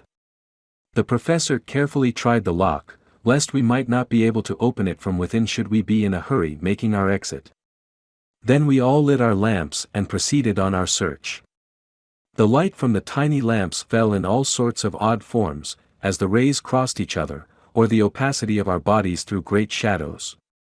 I could not for my life get away from the feeling that there was someone else amongst us. I suppose it was the recollection, so powerfully brought home to me by the grim surroundings, of that terrible experience in Transylvania. I think the feeling was common to us all, for I noticed that the others kept looking over their shoulders at every sound and every new shadow, just as I felt myself doing. The whole place was thick with dust. The floor was seemingly inches deep, except where there were recent footsteps, in which on holding down my lamp I could see marks of hobnails where the dust was cracked. The walls were fluffy and heavy with dust, and in the corners were masses of spiders' webs, whereon the dust had gathered till they looked like old tattered rags as the weight had torn them partly down. On a table in the hall was a great bunch of keys, with a time-yellowed label on each. They had been used several times, for on the table were several similar rents in the blanket of dust, similar to that exposed when the professor lifted them. He turned to me and said, "You know this place, Jonathan. You have copied maps of it, and you know it at least more than we do. Which is the way to the chapel?" I had an idea of its direction, though on my former visit I had not been able to get admission to it, so I led the way, and after a few wrong turnings found myself opposite a low, arched oaken door, ribbed with iron bands. "This is the spot," said the professor as he turned his lamp on a small map of the house, copied from the file of my original correspondence regarding the purchase. With a little trouble we found the key on the bunch and opened the door. We were prepared for some unpleasantness, for as we were opening the door a faint, malodorous air seemed to exhale through the gaps, but none of us ever expected such an odor as we encountered. None of the others had met the Count at all at close quarters, and when I had seen him he was either in the fasting stage of his existence in his rooms or, when he was gloated with fresh blood, in a ruined building open to the air, but here the place was small and close, and the long disuse had made the air stagnant and foul. There was an earthy smell, as of some dry miasma, which came through the fouler air. But as to the odor itself, how shall I describe it? It was not alone that it was composed of all the ills of mortality and with the pungent, acrid smell of blood, but it seemed as though corruption had become itself corrupt. Faugh! It sickens me to think of it. Every breath exhaled by that monster seemed to have clung to the place and intensified its loathsomeness. Under ordinary circumstances such a stench would have brought our enterprise to an end, but this was no ordinary case, and the high and terrible purpose in which we were involved gave us a strength which rose above merely physical considerations. After the involuntary shrinking consequent on the first nauseous whiff, we one and all set about our work as though that loathsome place were a garden of roses. We made an accurate examination of the place, the professor saying as we began, "The first thing is to see how many of the boxes are left. We must then examine every hole and corner and cranny and see if we cannot get some clue as to what has become of the rest." A glance was sufficient to show how many remained, for the great earth chests were bulky, and there was no mistaking them. There were only 29 left out of the 50. Once I got a fright, for, seeing Lord Godalming suddenly turn and look out of the vaulted door into the dark passage beyond, I looked too, and for an instant my heart stood still. Somewhere, looking out from the shadow, I seemed to see the high lights of the Count's evil face, the ridge of the nose, the red eyes, the red lips, the awful pallor. It was only for a moment, for, as Lord Godalming said, I thought I saw a face, but it was only the shadows, and resumed his inquiry. I turned my lamp in the direction, and stepped into the passage. There was no sign of any one, and as there were no corners, no doors, no aperture of any kind, but only the solid walls of the passage. There could be no hiding place even for him.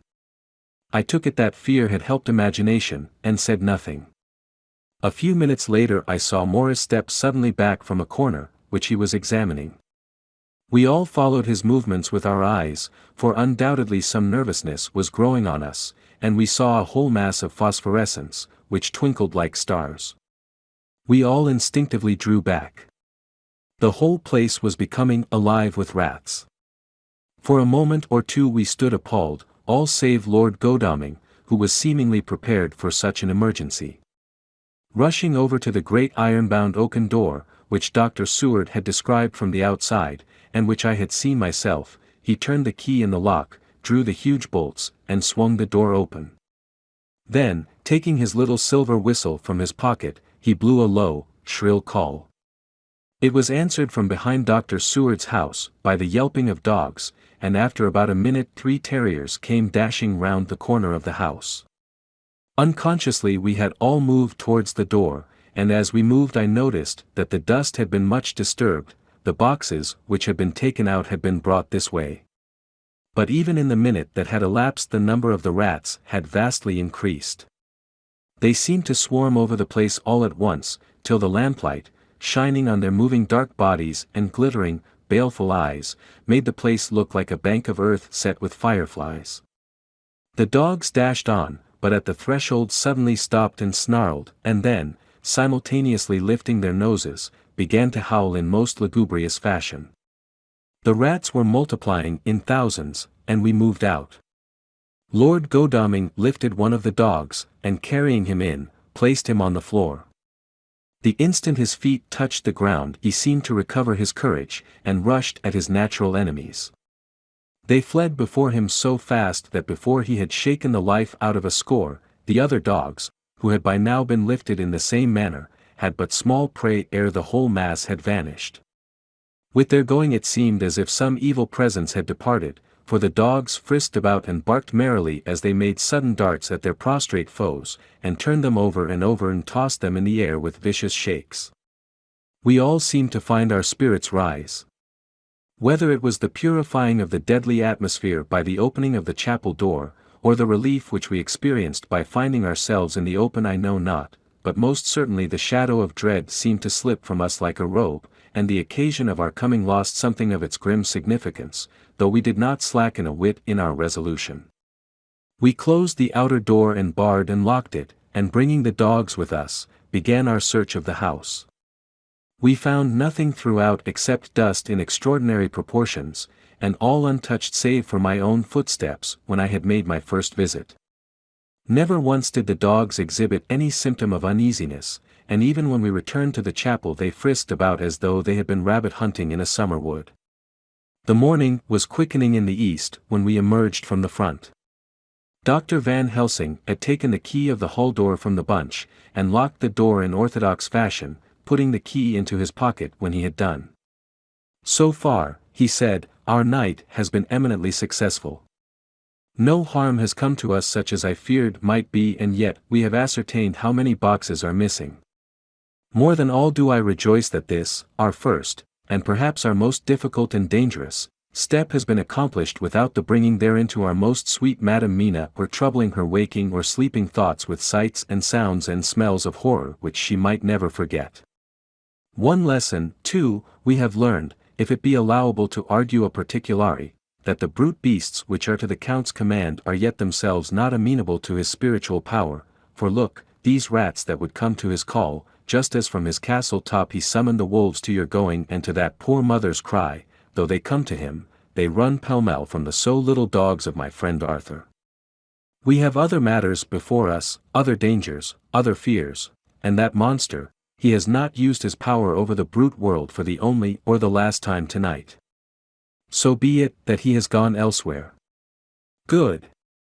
It has given us opportunity to cry, check, in some ways in this chess game, which we play for the stake of human souls. And now let us go home. The dawn is close at hand, and we have reason to be content with our first night's work. It may be ordained that we have many nights and days to follow, if full of peril, but we must go on, and from no danger shall we shrink. The house was silent when we got back, save for some poor creature who was screaming away in one of the distant wards, and a low, moaning sound from Renfield's room. The poor wretch was doubtless torturing himself, after the manner of the insane, with needless thoughts of pain.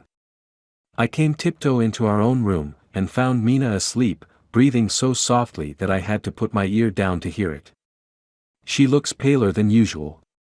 I hope the meeting tonight has not upset her. I am truly thankful that she is to be left out of our future work, and even of our deliberations. It is too great a strain for a woman to bear. I did not think so at first, but I know better now. Therefore I am glad that it is settled. There may be things which would frighten her to hear, and yet to conceal them from her might be worse than to tell her if once she suspected that there was any concealment. Henceforth our work is to be a sealed book to her, till at least such time as we can tell her that all is finished, and the earth free from a monster of the nether world. I dare say it will be difficult to begin to keep silence after such confidence as ours, but I must be resolute, and tomorrow I shall keep dark over tonight's doings, and shall refuse to speak of anything that has happened. I rest on the sofa, so as not to disturb her. October 1st, later, I suppose it was natural that we should have all overslept ourselves, for the day was a busy one, and the night had no rest at all. Even Mina must have felt its exhaustion, for though I slept till the sun was high, I was awake before her, and had to call 2 or 3 times before she awoke. Indeed, she was so sound asleep that for a few seconds she did not recognize me, but looked at me with a sort of blank terror, as one looks who has been waked out of a bad dream. She complained a little of being tired, and I let her rest till later in the day. We now know of 21 boxes having been removed, and if it be that several were taken in any of these removals, we may be able to trace them all. Such will, of course, immensely simplify our labor, and the sooner the matter is attended to the better. I shall look up Thomas Snelling today. Dr. Seward's Diary. October 1st, it was towards noon when I was awakened by the professor walking into my room. He was more jolly and cheerful than usual, and it is quite evident that last night's work has helped to take some of the brooding weight off his mind. After going over the adventure of the night, he suddenly said, "Your patient interests me much. May it be that with you I visit him this morning? Or if that you are too occupied, I can go alone if it may be. It is a new experience to me to find a lunatic who talk philosophy, and reason so sound. I had some work to do which pressed, so I told him that if he would go alone I would be glad, as then I should not have to keep him waiting, so I called an attendant and gave him the necessary instructions. Before the professor left the room I cautioned him against getting any false impression from my patient. But, he answered, I want him to talk of himself and of his delusion as to consuming live things. He said to Madam Mina, as I see in your diary of yesterday, that he had once had such a belief. Why do you smile, friend John? Excuse me, I said, but the answer is here. I laid my hand on the typewritten matter. When our sane and learned lunatic made that very statement of how he used to consume life, his mouth was actually nauseous with the flies and spiders which he had eaten just before Mrs. Harker entered the room. Van Helsing smiled in turn. Good, he said. Your memory is true, friend John. I should have remembered. And yet it is this very obliquity of thought and memory which makes mental disease such a fascinating study.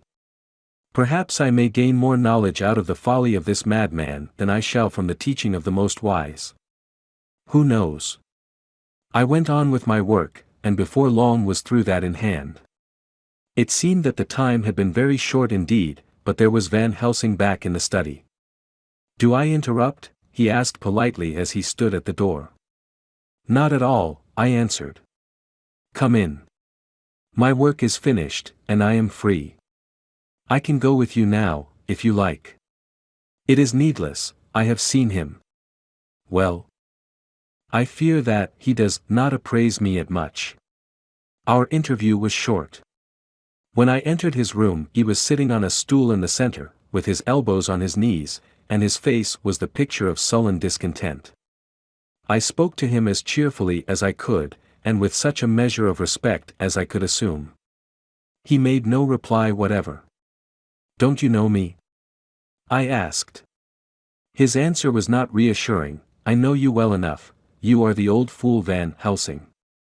I wish you would take yourself and your idiotic brain theories somewhere else." Damn all thick-headed Dutchman. Not a word more would he say, but sat in his implacable sullenness as indifferent to me as though I had not been in the room at all. Thus departed for this time my chance of much learning from this so clever lunatic, so I shall go, if I may, and cheer myself with a few happy words with that sweet soul Madam Mina. Friend John, it does rejoice me unspeakable that she is no more to be pained, no more to be worried with our terrible things. Though we shall much miss her help, it is better so. I agree with you with all my heart, I answered earnestly, for I did not want him to weaken in this matter. Mrs. Harker is better out of it. Things are quite bad enough for us, all men of the world, and who have been in many tight places in our time, but it is no place for a woman, and if she had remained in touch with the affair, it would in time infallibly have wrecked her. So Van Helsing has gone to confer with Mrs. Harker, and Harker, Quincy and Art are all out following up the clues as to the earth boxes. I shall finish my round of work and we shall meet tonight. Mina Harker's Journal. October 1st. It is strange to me to be kept in the dark as I am today, after Jonathan's full confidence for so many years, to see him manifestly avoid certain matters, and those the most vital of all. This morning I slept late after the fatigues of yesterday, and though Jonathan was late too, he was the earlier. He spoke to me before he went out, never more sweetly or tenderly, but he never mentioned a word of what had happened in the visit to the Count's house. And yet he must have known how terribly anxious I was. Poor dear fellow! I suppose it must have distressed him even more than it did me. They all agreed that it was best that I should not be drawn further into this awful work, and I acquiesced. But to think that he keeps anything from me! And now I am crying like a silly fool, when I know it comes from my husband's great love and from the good wishes of those other strong men. That has done me good. Well, some day Jonathan will tell me all, and lest it should ever be that he should think for a moment that I kept anything from him, I still keep my journal as usual. Then if he has feared of my trust, one shall show it to him, with every thought of my heart put down for his dear eyes to read. I feel strangely sad and low-spirited today. I suppose it is the reaction from the terrible excitement. Last night I went to bed when the men had gone, simply because they told me to. I didn't feel sleepy, and I did feel full of devouring anxiety. I kept thinking over everything that has been ever since Jonathan came to see me in London, and it all seems like a horrible tragedy, with fate pressing on relentlessly to some destined end. Everything that one does seems, no matter how right it may be, to bring on the very thing which is most to be deplored. If I hadn't gone to Whitby, perhaps poor dear Lucy would be with us now. She hadn't taken to visiting the churchyard till I came, and if she hadn't come there in the daytime with me she wouldn't have walked there in her sleep, and if she hadn't gone there at night and asleep, that monster couldn't have destroyed her as he did. Oh, why did I ever go to Whitby? There now, crying again. I wonder what has come over me today. I must hide it from Jonathan, for if he knew that I had been crying twice in one morning, I, who never cried on my own account, and whom he has never caused to shed a tear, the dear fellow would fret his heart out.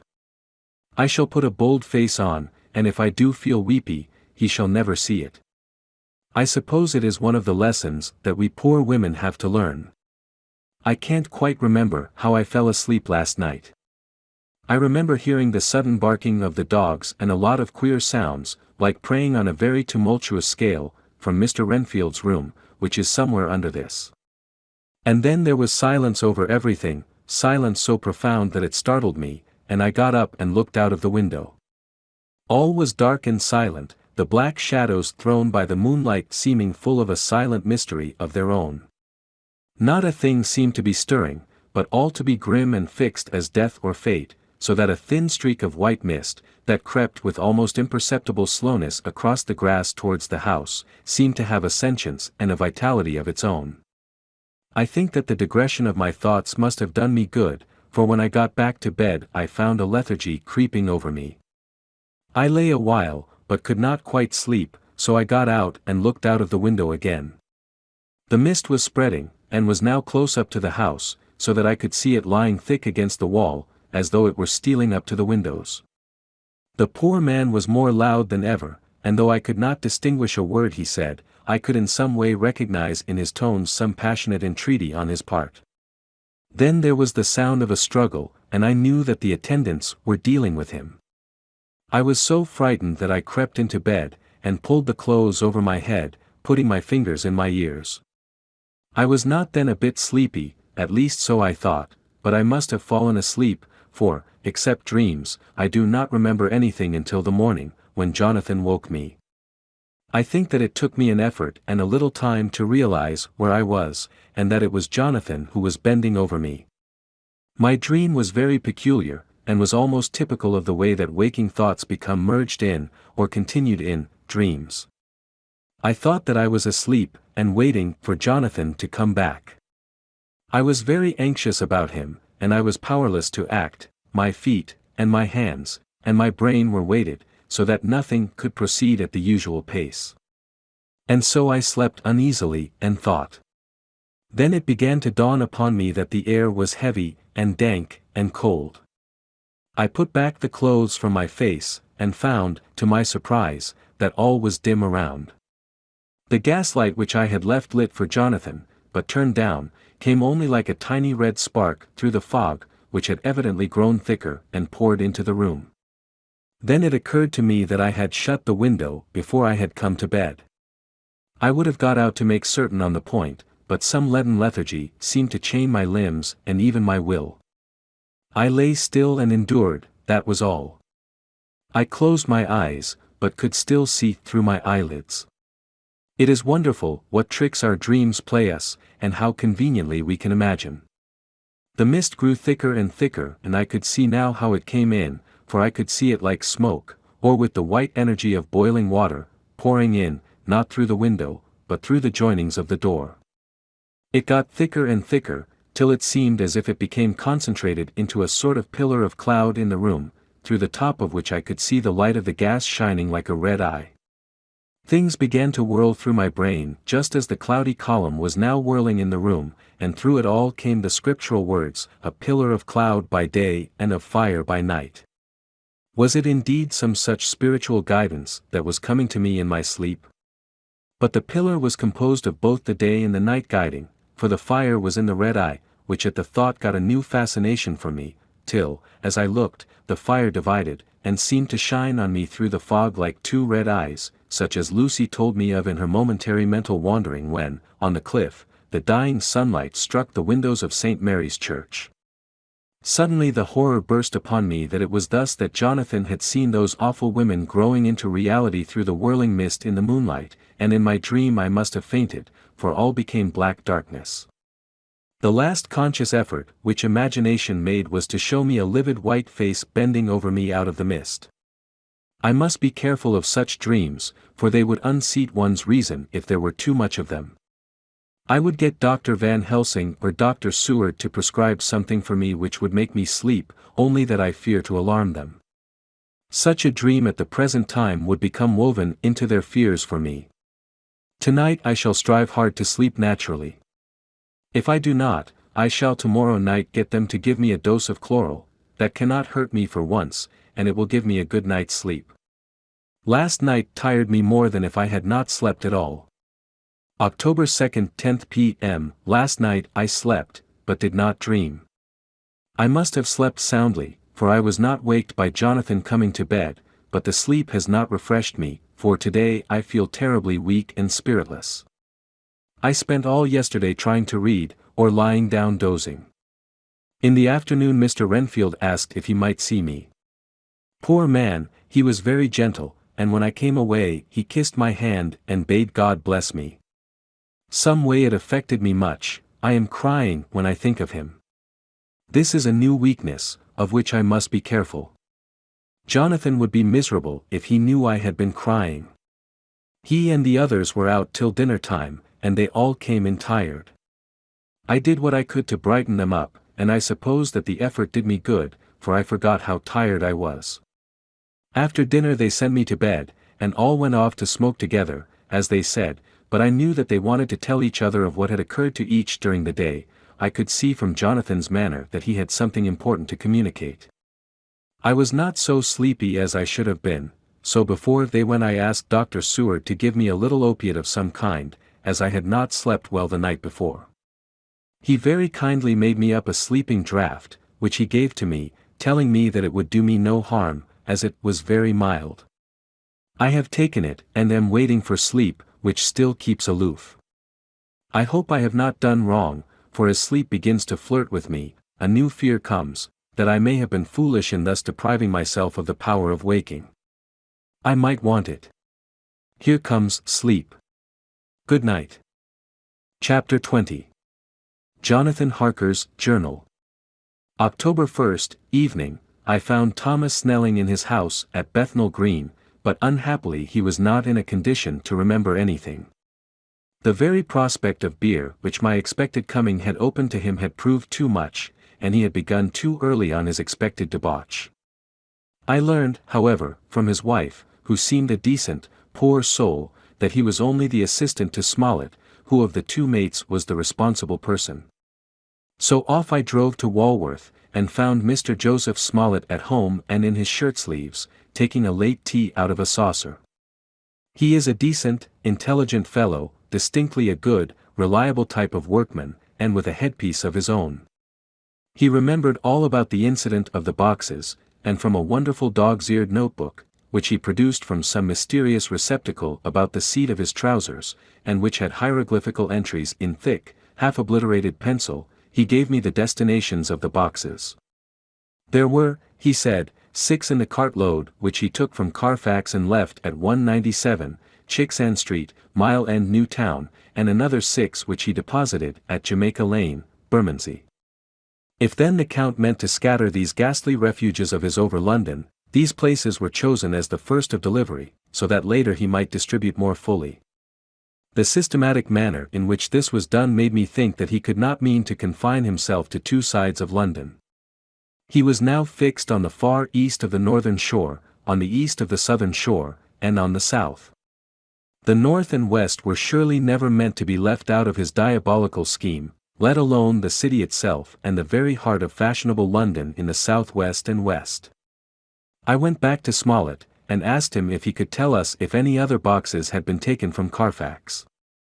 He replied, "Well, governor, you've treated me wery handsome. I had given him half a sovereign, and I'll tell yer all I know. I heard a man by the name of Bloxham say 4 nights ago in the R&Ounds, in Pincher's Alley, as 'ow he and his mate 'ad a rare dusty job in a old ooze at Perfect. There ain't a many such jobs as this 'ere, and I'm thinkin' that maybe Sam Bloxham could tell ye summat.' I asked if he could tell me where to find him. I told him that if he could get me the address it would be worth another half-sovereign to him. So he gulped down the rest of his tea and stood up, saying that he was going to begin the search then and there. At the door he stopped, and said, 'Look 'ere, governor, there ain't no sense in me keepin' you 'ere. I may find Sam soon, or I mayn't, but anyhow he ain't like to be in a way to tell ye much tonight. Sam is a rare one when he starts on the booze. If you can give me a envelope with a stamp on it, and put your address on it, I'll find out where Sam is to be found and post it ye tonight. But ye'd better be up arter 'im soon in the mornin', or maybe ye won't catch 'im, for Sam gets off main early, never mind the booze the night afore.' This was all practical, so one of the children went off with a penny to buy an envelope and a sheet of paper, and to keep the change. When she came back, I addressed the envelope and stamped it, and when Smollett had again faithfully promised to post the address when found, I took my way to home. We're on the track anyhow. I am tired tonight, and want sleep. Mina is fast asleep, and looks a little too pale, her eyes look as though she had been crying. Poor dear, I've no doubt it frets her to be kept in the dark, and it may make her doubly anxious about me and the others. But it is best as it is. It is better to be disappointed and worried in such a way now than to have her nerve broken. The doctors were quite right to insist on her being kept out of this dreadful business. I must be firm, for on me this particular burden of silence must rest. I shall not ever enter on the subject with her under any circumstances. Indeed, it may not be a hard task, after all, for she herself has become reticent on the subject, and has not spoken of the Count or his doings ever since we told her of our decision. October 2nd, evening, a long and trying and exciting day. By the first post I got my directed envelope with a dirty scrap of paper enclosed, on which was written with a carpenter's pencil in a sprawling hand. Sam Bloxam, Corcoran's, 4, Potter's Court, Bartle Street, Walworth. Ask for the Depite. I got the letter in bed, and rose, without waking Mina. She looked heavy and sleepy and pale, and far from well. I determined not to wake her, but that, when I should return from this new search, I would arrange for her going back to Exeter. I think she would be happier in our own home, with her daily tasks to interest her, than in being here amongst us and in ignorance. I only saw Dr. Seward for a moment, and told him where I was off to, promising to come back and tell the rest so soon as I should have found out anything. I drove to Walworth and found, with some difficulty, Potter's Court.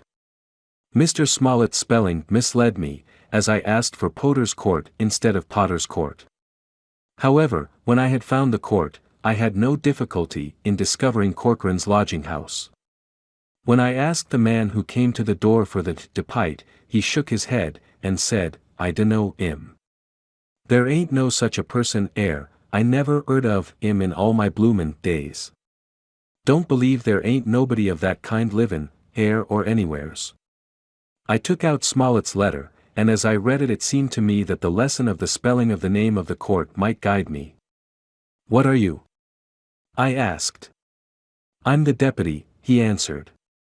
I saw at once that I was on the right track. Phonetic spelling had again misled me.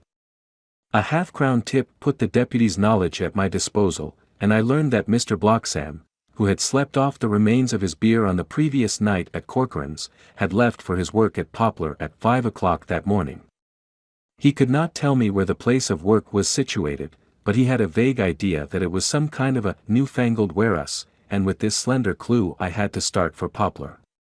It was 12 o'clock before I got any satisfactory hint of such a building, and this I got at a coffee shop, where some workmen were having their dinner.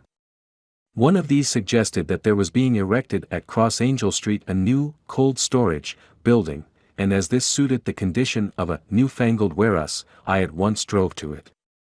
An interview with a surly gatekeeper and a surlier foreman, both of whom were appeased with the coin of the realm, put me on the track of Bloxam. He was sent for on my suggesting that I was willing to pay his day's wages to his foreman for the privilege of asking him a few questions on a private matter. He was a smart enough fellow, though rough of speech and bearing. When I had promised to pay for his information and given him an earnest, he told me that he had made 2 journeys between Carfax and a house in Piccadilly, and had taken from this house to the latter 9 great boxes, main heavy ones, with a horse and cart hired by him for this purpose. I asked him if he could tell me the number of the house in Piccadilly, to which he replied, "Well, governor, I forgets the number, but it was only a few doors from a big white church or something of the kind, not long built. It was a dusty old ooze, too, though nothin' to the dustiness of the ooze we took the bloomin' boxes from." "How did you get into the houses if they were both empty?" "There was the old party what engaged me a waitin' in the ooze at Purfleet. He helped me to lift the boxes and put them in the dray. Curse me, but he was the strongest chap I ever struck, and him a old feller, with a white mustache, one that thin you would think he couldn't throw a shatter." How this phrase thrilled through me. Why, he took up his end o' the boxes like they was pounds of tea, and me a puffin' and a blowin' afore I could upend mine anyhow, and I'm no chicken, neither. "How did you get into the house in Piccadilly?" I asked. "He was there too. He must started off and got there afore me, for when I rung of the bell he came and opened the door hisself and helped me to carry the boxes into the hall." "The whole 9? I asked. "Yes, there was 5 in the first load and 4 in the second." It was main dry work, and I don't so well remember how I got home. I interrupted him. Were the boxes left in the hall? Yes, it was a big hall, and there was nothing else in it. I made one more attempt to further matters. You didn't have any key? Never used no key nor nothing. The old gent, he opened the door, hisself and shut it again when I drove off. I don't remember the last time, but that was the beer. And you can't remember the number of the house? No, sir. But ye needn't have no difficulty about that. It's a un with a stone front with a bow on it, and I steps up to the door. I know them steps, even, had to carry the boxes up with 3 loafers what come round to earn a copper. The old gent give them shillin's, and they seein' they got so much, they wanted more, but he took one of them by the shoulder and was like to throw him down the steps, till the lot of them went away cussin'. I thought that with this description I could find the house, so, having paid my friend for his information, I started off for Piccadilly. I had gained a new painful experience. The Count could, it was evident, handle the earth boxes himself. If so, time was precious, for, now that he had achieved a certain amount of distribution, he could, by choosing his own time, complete the task unobserved. At Piccadilly Circus I discharged my cab, and walked westward. Beyond the Junior Constitutional I came across the house described, and was satisfied that this was the next of the lairs arranged by Dracula. The house looked as though it had been long untenanted. The windows were encrusted with dust, and the shutters were up. All the framework was black with time, and from the iron the paint had mostly scaled away. It was evident that up to lately there had been a large notice board in front of the balcony. It had, however, been roughly torn away, the uprights which had supported it still remaining. Behind the rails of the balcony I saw there were some loose boards, whose raw edges looked white. I would have given a good deal to have been able to see the notice board intact, as it would, perhaps, have given some clue to the ownership of the house. I remembered my experience of the investigation and purchase of Carfax, and I could not but feel that if I could find the former owner there might be some means discovered of gaining access to the house. There was at present nothing to be learned from the Piccadilly side, and nothing could be done, so I went round to the back to see if anything could be gathered from this quarter. The mews were active, the Piccadilly houses being mostly in occupation. I asked 1 or 2 of the grooms and helpers whom I saw around if they could tell me anything about the empty house. One of them said that he heard it had lately been taken, but he couldn't say from whom. He told me, however, that up to very lately there had been a notice board of "For Sale" up, and that perhaps Mitchell, Sons, and Candy, the house agents, could tell me something, as he thought he remembered seeing the name of that firm on the board. I did not wish to seem too eager, or to let my informant know or guess too much, so, thanking him in the usual manner, I strolled away. It was now growing dusk, and the autumn night was closing in, so I did not lose any time. Having learned the address of Mitchell, Sons, and Candy from a directory at the Berkeley, I was soon at their office in Sackville Street. The gentleman who saw me was particularly suave in manner, but uncommunicative in equal proportion. Having once told me that the Piccadilly house, which throughout our interview he called a mansion, was sold, he considered my business as concluded. When I asked who had purchased it, he opened his eyes a thought wider, and paused a few seconds before replying. "It is sold, sir." "Pardon me," I said, with equal politeness, "but I have a special reason for wishing to know who purchased it." Again he paused longer, and raised his eyebrows still more. "It is sold, sir," was again his laconic reply. "Surely," I said, "you do not mind letting me know so much." "But I do mind," he answered. "The affairs of their clients are absolutely safe in the hands of Mitchell, Sons, and Candy." This was manifestly a prig of the first water, and there was no use arguing with him. I thought I had best meet him on his own ground, so I said, "Your clients, sir, are happy in having so resolute a guardian of their confidence. I am myself a professional man." Here I handed him my card. In this instance I am not prompted by curiosity, I act on the part of Lord Godalming, who wishes to know something of the property which was, he understood, lately for sale. These words put a different complexion on affairs. He said, "I would like to oblige you if I could, Mr. Harker, and especially would I like to oblige his lordship.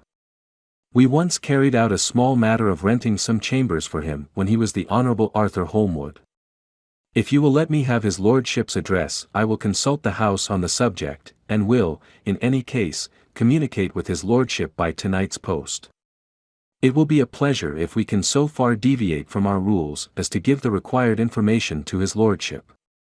I wanted to secure a friend, and not to make an enemy, so I thanked him, gave the address at Dr. Seward's and came away.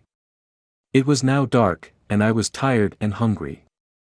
I got a cup of tea at the Aerated Bread Company and came down to Purfleet by the next train. I found all the others at home.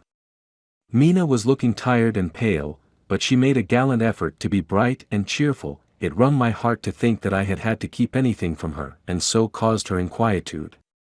Thank God, this will be the last night of her looking on at our conferences, and feeling the sting of our not showing our confidence. It took all my courage to hold to the wise resolution of keeping her out of our grim task.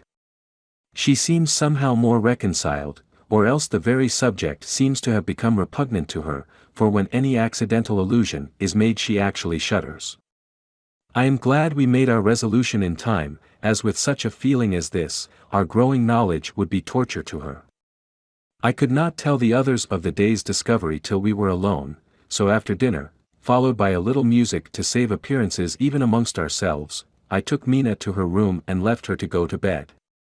The dear girl was more affectionate with me than ever, and clung to me as though she would detain me, but there was much to be talked of and I came away.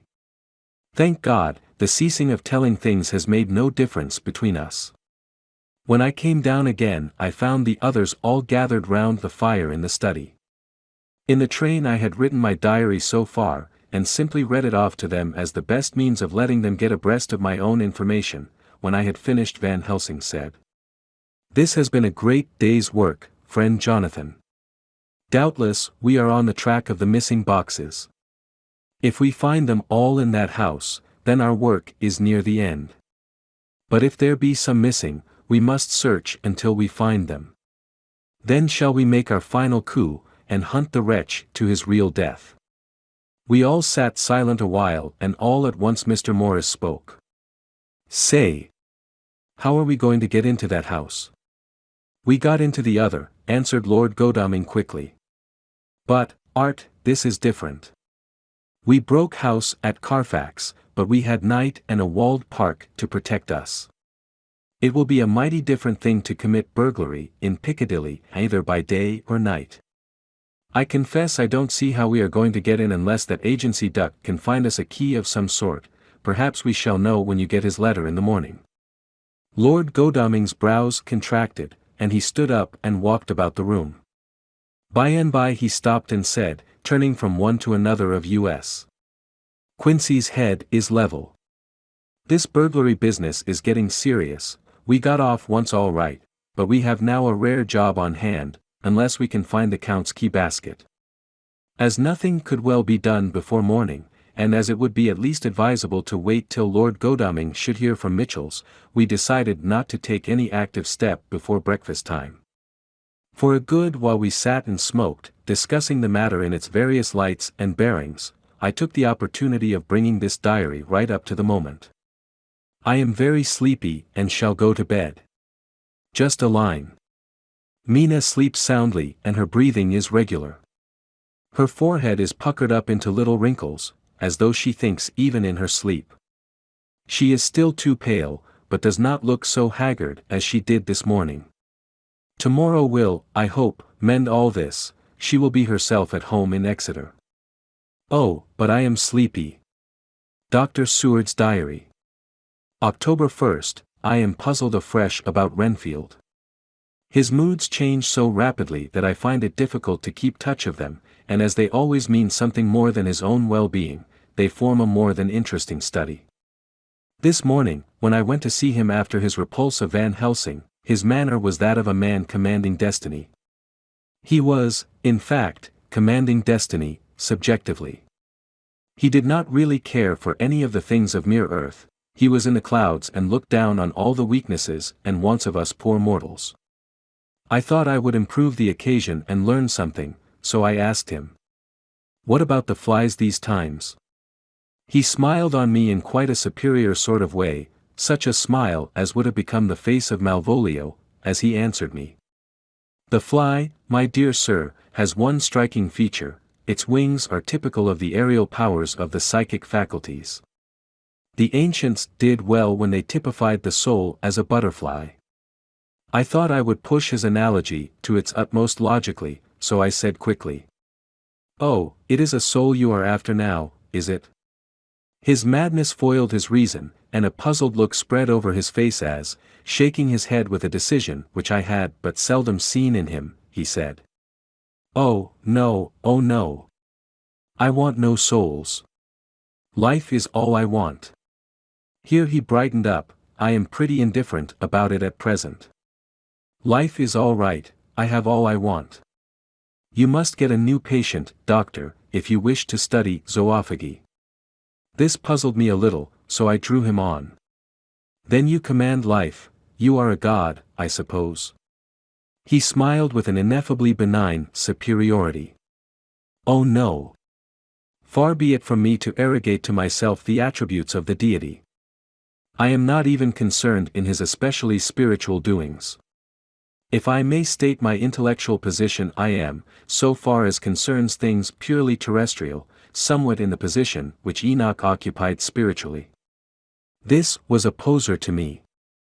I could not at the moment recall Enoch's appositeness, so I had to ask a simple question, though I felt that by so doing I was lowering myself in the eyes of the lunatic. "And why with Enoch?" "Because he walked with God." I could not see the analogy, but did not like to admit it, so I harked back to what he had denied. "So you don't care about life and you don't want souls? Why not?"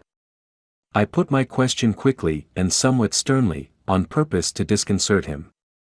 The effort succeeded. For an instant he unconsciously relapsed into his old servile manner, bent low before me, and actually fawned upon me as he replied, "I don't want any souls, indeed, indeed. I don't. I couldn't use them if I had them, they would be no manner of use to me. I couldn't eat them or—" He suddenly stopped and the old cunning look spread over his face, like a windsweep on the surface of the water. "And doctor, as to life, what is it after all? When you've got all you require, and you know that you will never want, that is all. I have friends, good friends, like you, Dr. Seward," this was said with a leer of inexpressible cunning. "I know that I shall never lack the means of life." I think that through the cloudiness of his insanity he saw some antagonism in me, for he at once fell back on the last refuge of such as he, a dogged silence. After a short time I saw that for the present it was useless to speak to him. He was sulky, and so I came away. Later in the day he sent for me. Ordinarily I would not have come without special reason, but just at present I am so interested in him that I would gladly make an effort. Besides, I am glad to have anything to help to pass the time. Harker is out, following up clues, and so are Lord Godalming and Quincy. Van Helsing sits in my study poring over the record prepared by the Harkas. He seems to think that by accurate knowledge of all details he will light upon some clue. He does not wish to be disturbed in the work, without cause. I would have taken him with me to see the patient, only I thought that after his last repulse he might not care to go again. There was also another reason: Renfield might not speak so freely before a third person as when he and I were alone. I found him sitting out in the middle of the floor on his stool, a pose which is generally indicative of some mental energy on his part. When I came in, he said at once, as though the question had been waiting on his lips, "What about souls?" It was evident then that my surmise had been correct. Unconscious cerebration was doing its work, even with the lunatic. I determined to have the matter out. "What about them yourself?" I asked. He did not reply for a moment, but looked all round him, and up and down, as though he expected to find some inspiration for an answer. "I don't want any souls," he said in a feeble, apologetic way. The matter seemed preying on his mind, and so I determined to use it, to be cruel only to be kind. "So," I said, "you like life, and you want life?" "Oh yes. But that is all right, you needn't worry about that." "But," I asked, "how are we to get the life, without getting the soul also?" This seemed to puzzle him, so I followed it up. "A nice time you'll have some time when you're flying out there, with the souls of thousands of flies and spiders and birds and cats buzzing and twittering and meowing all round you. You've got their lives, you know, and you must put up with their souls." Something seemed to affect his imagination, for he put his fingers to his ears and shut his eyes, screwing them up tightly just as a small boy does when his face is being soaped. There was something pathetic in it that touched me.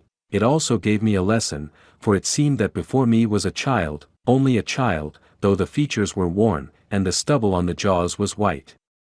It was evident that he was undergoing some process of mental disturbance, and, knowing how his past moods had interpreted things seemingly foreign to himself, I thought I would enter into his mind as well as I could and go with him.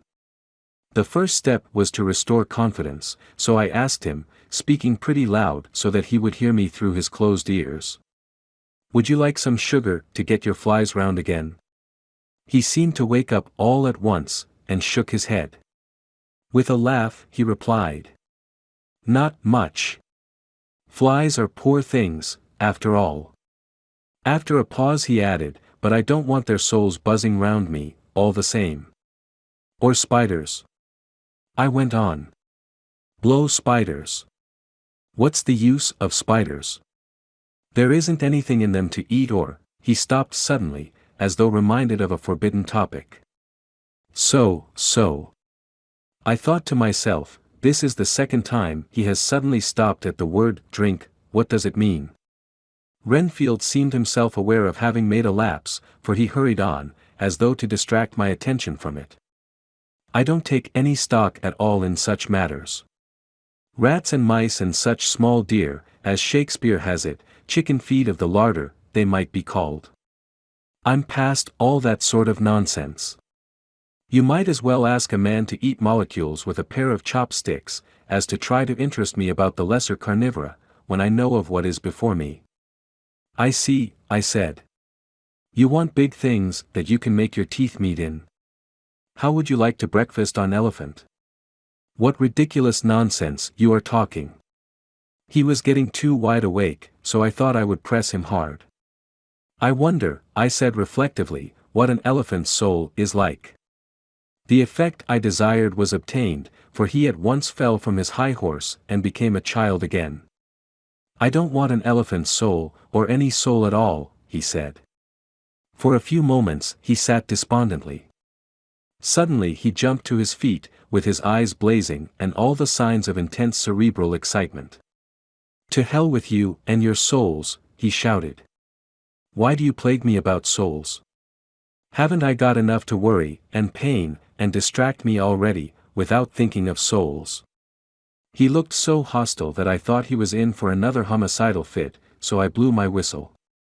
The instant, however, that I did so he became calm, and said apologetically, "Forgive me, doctor, I forgot myself. You do not need any help. I am so worried in my mind that I am apt to be irritable. If you only knew the problem I have to face, and that I am working out, you would pity, and tolerate, and pardon me. Pray do not put me in a strait waistcoat. I want to think and I cannot think freely when my body is confined. I am sure you will understand." He had evidently self-control, so when the attendants came I told them not to mind, and they withdrew. Renfield watched them go. When the door was closed he said, with considerable dignity and sweetness, "Dr. Seward, you have been very considerate towards me. Believe me that I am very, very grateful to you.